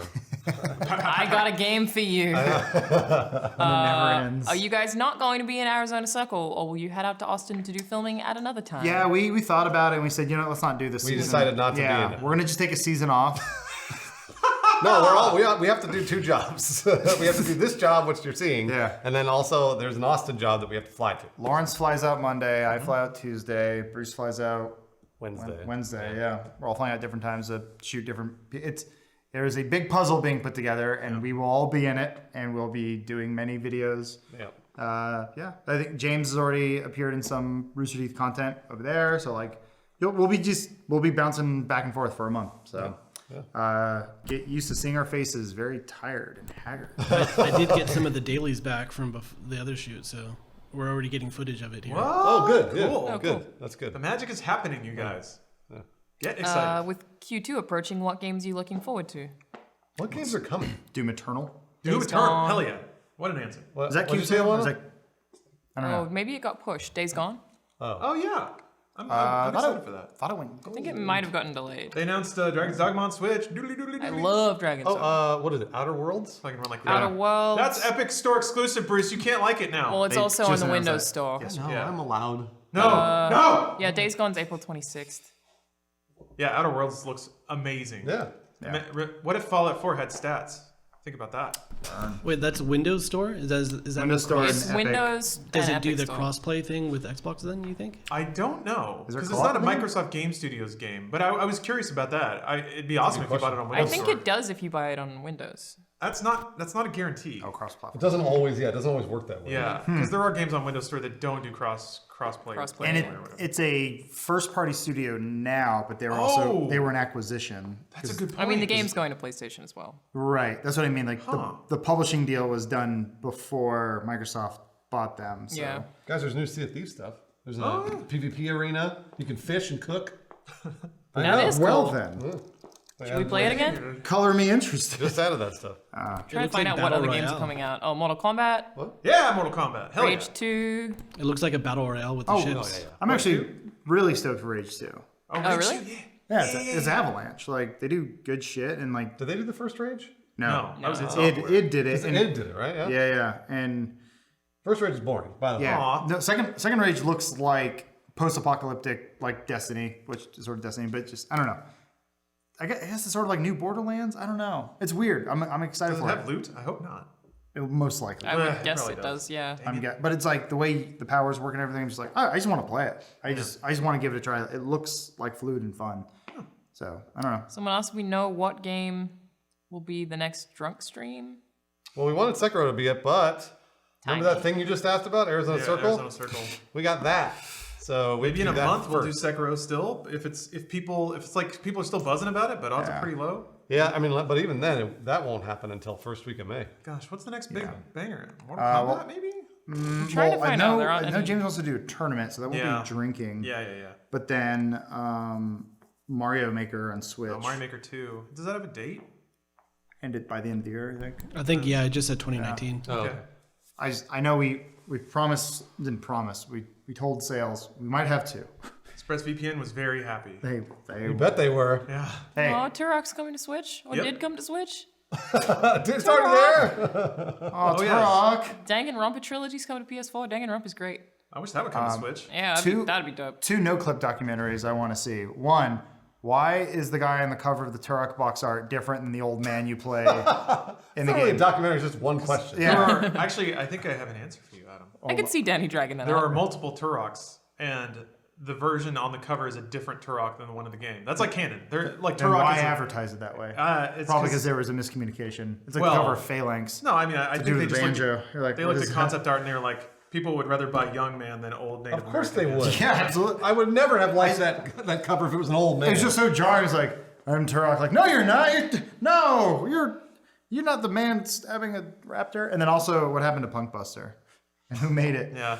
Who are the monsters responsible Actually, for Adam, it? I have a little notepad for like ideas for features for Inside Gaming, and I think we're gonna tackle We're gonna do Punkbuster? not necessarily Punkbuster specifically, but like what is anti-cheat, how does it work, and what companies employ It doesn't. It seems to be the answer. doesn't. Yeah. It stops some people. It's like it's the equivalent of the do not call list, Oh, yeah. where it's like, yeah, you're on it. Doesn't do shit. Yeah, no, They're because still going to It'll call work you. for a month and then stop. well, no, because the spam callers, their job is to Get around it. no. They're supposed to check it before calling you. Oh, They Christ. are? Yeah. No one would ever That's do what that. that's what it's there for. It's not like it plugs into some mega system where they go, oh shoot, this is on a do not call list. They get a number and they go, well, we can check it against the do not call list, but I choose not to. Yeah, or we could just call Omar, it. are you still getting 20 calls a day? Definitely not. That day, I ended up with 37 Fuck, dude. by the end of the day. Just buy whatever they're selling, man. And they're always asking for someone named Diane. So I think someone used my number to sign up for something, which is bullshitty. But it's slowed way down. I only get like 10 now every day. Yeah, and I answer, and mine just speak Mandarin. Huh. Cool. Like, I don't know what you want me to do with this. Are you a Chinese spy? I'm not. Oh. Disappointingly. She doesn't know yet. She's a sleeper agent. Maybe, oh yeah, she'll be The activated. IRS did audit me, apparently. Wait, what, huh? This year? Yeah. What? Because Rooster Teeth put down my social security number wrong. So I got audited by the IRS. Rooster Teeth? Holy shit. Yeah. How many digits were they off by? I don't know. They didn't tell me what they had. Yeah, they're like 111 1111. Guess. I assume your taxes are probably not too complicated, I hope. It's not too bad. That's really, boy, I'm really sorry. Yeah, it was intense. An IRS audit is no fun Yeah. for anyone at all. At me. No. Oh, man. I just know people that have, and they're like, it's one of the worst things that you can possibly have happen. Wait, you have a social security number? Yeah. Is that they give those to you even though you're not a resident or Yeah, whatever? you have to be able to work. Omar's like, you don't deserve one. Get out of my country. Do you not have one over? Yeah, no, to be able to work, you have to have one. What? Do you have one? No. You don't have a social security No, number? I'm a blank man. Interesting. That's what I Oh, thought. just like Damon Wayans. Yeah, that's I why think- they keep calling Diana. Can you work without a social security number? Surely you can't. I don't think you legally. can. Yeah, you can. It's just not. Yeah, no, you need a social security number. Yeah, they'll pay you cash, but Yeah. that's not okay. Yeah, you need to have one. Table. Yeah. I mean, Shenmue 3's coming out this year, guys. Maybe that could be a drinking Yeah, game. looking at say the release that. dates, like all we have in April is Mortal Kombat Days Gone. May is Rage 2. June, you know what we will get? nothing. A release date for Cyberpunk. Judgment, yeah. Oh, yeah, you're right. In theory. Probably this year at E3, maybe? 2020. It's coming 2020. That's what I would guess, too. Yeah. It's one. It plays back to the original Cyberpunk. That was called 2020. That's like Yeah. 2020. And then it also gives them another year to go, we want to honor this date. There's no way that game's coming out this year. No, No, God, no, it's 2020. Yep. No. Yeah, guaranteed. But I get it because everyone sees the E3 trailer from last year and like, look, it's done. It could be early 2020. Yeah. Maybe like February or March. What time of the year no, did Witcher no, 3 it's gonna be release? I think it was like summer. May. Yeah, it was It's either, it's going to be somewhere, later in the year, May to holiday. Yeah. Depending on who's publishing. But then with The Witcher, it was different because. CD Projekt Red. Yeah, they're They're self-published. self-publishing. Because they get all that They're getting government money. distributed by Warner. Oh, yeah, they get the government money. That's right. Like a government-run studio. The It's art really strange. grants, yeah. I mean, it makes sense that they're getting Poland in the headlines. So. I mean, they're one of their biggest exports, which is crazy. Yeah, that's awesome. Yeah, it's cool. Oh, wait behind there, man. Man. I learned how to pronounce some Polish words because of CD Projekt Red. Really? Do Yeah. you think Cyberpunk's a Polish word? Sapowski. Huh? Oh, nothing. No, names mostly. Oh, okay. Any other questions, Lana, or can we wrap this up? Nope, they're just talking amongst themselves, really. All right, let them talk. So, All right, let them chat. Have fun. Bye, everybody. Bye, guys. Chad, here's your gaming weekly question. When's the first time you touched a boob?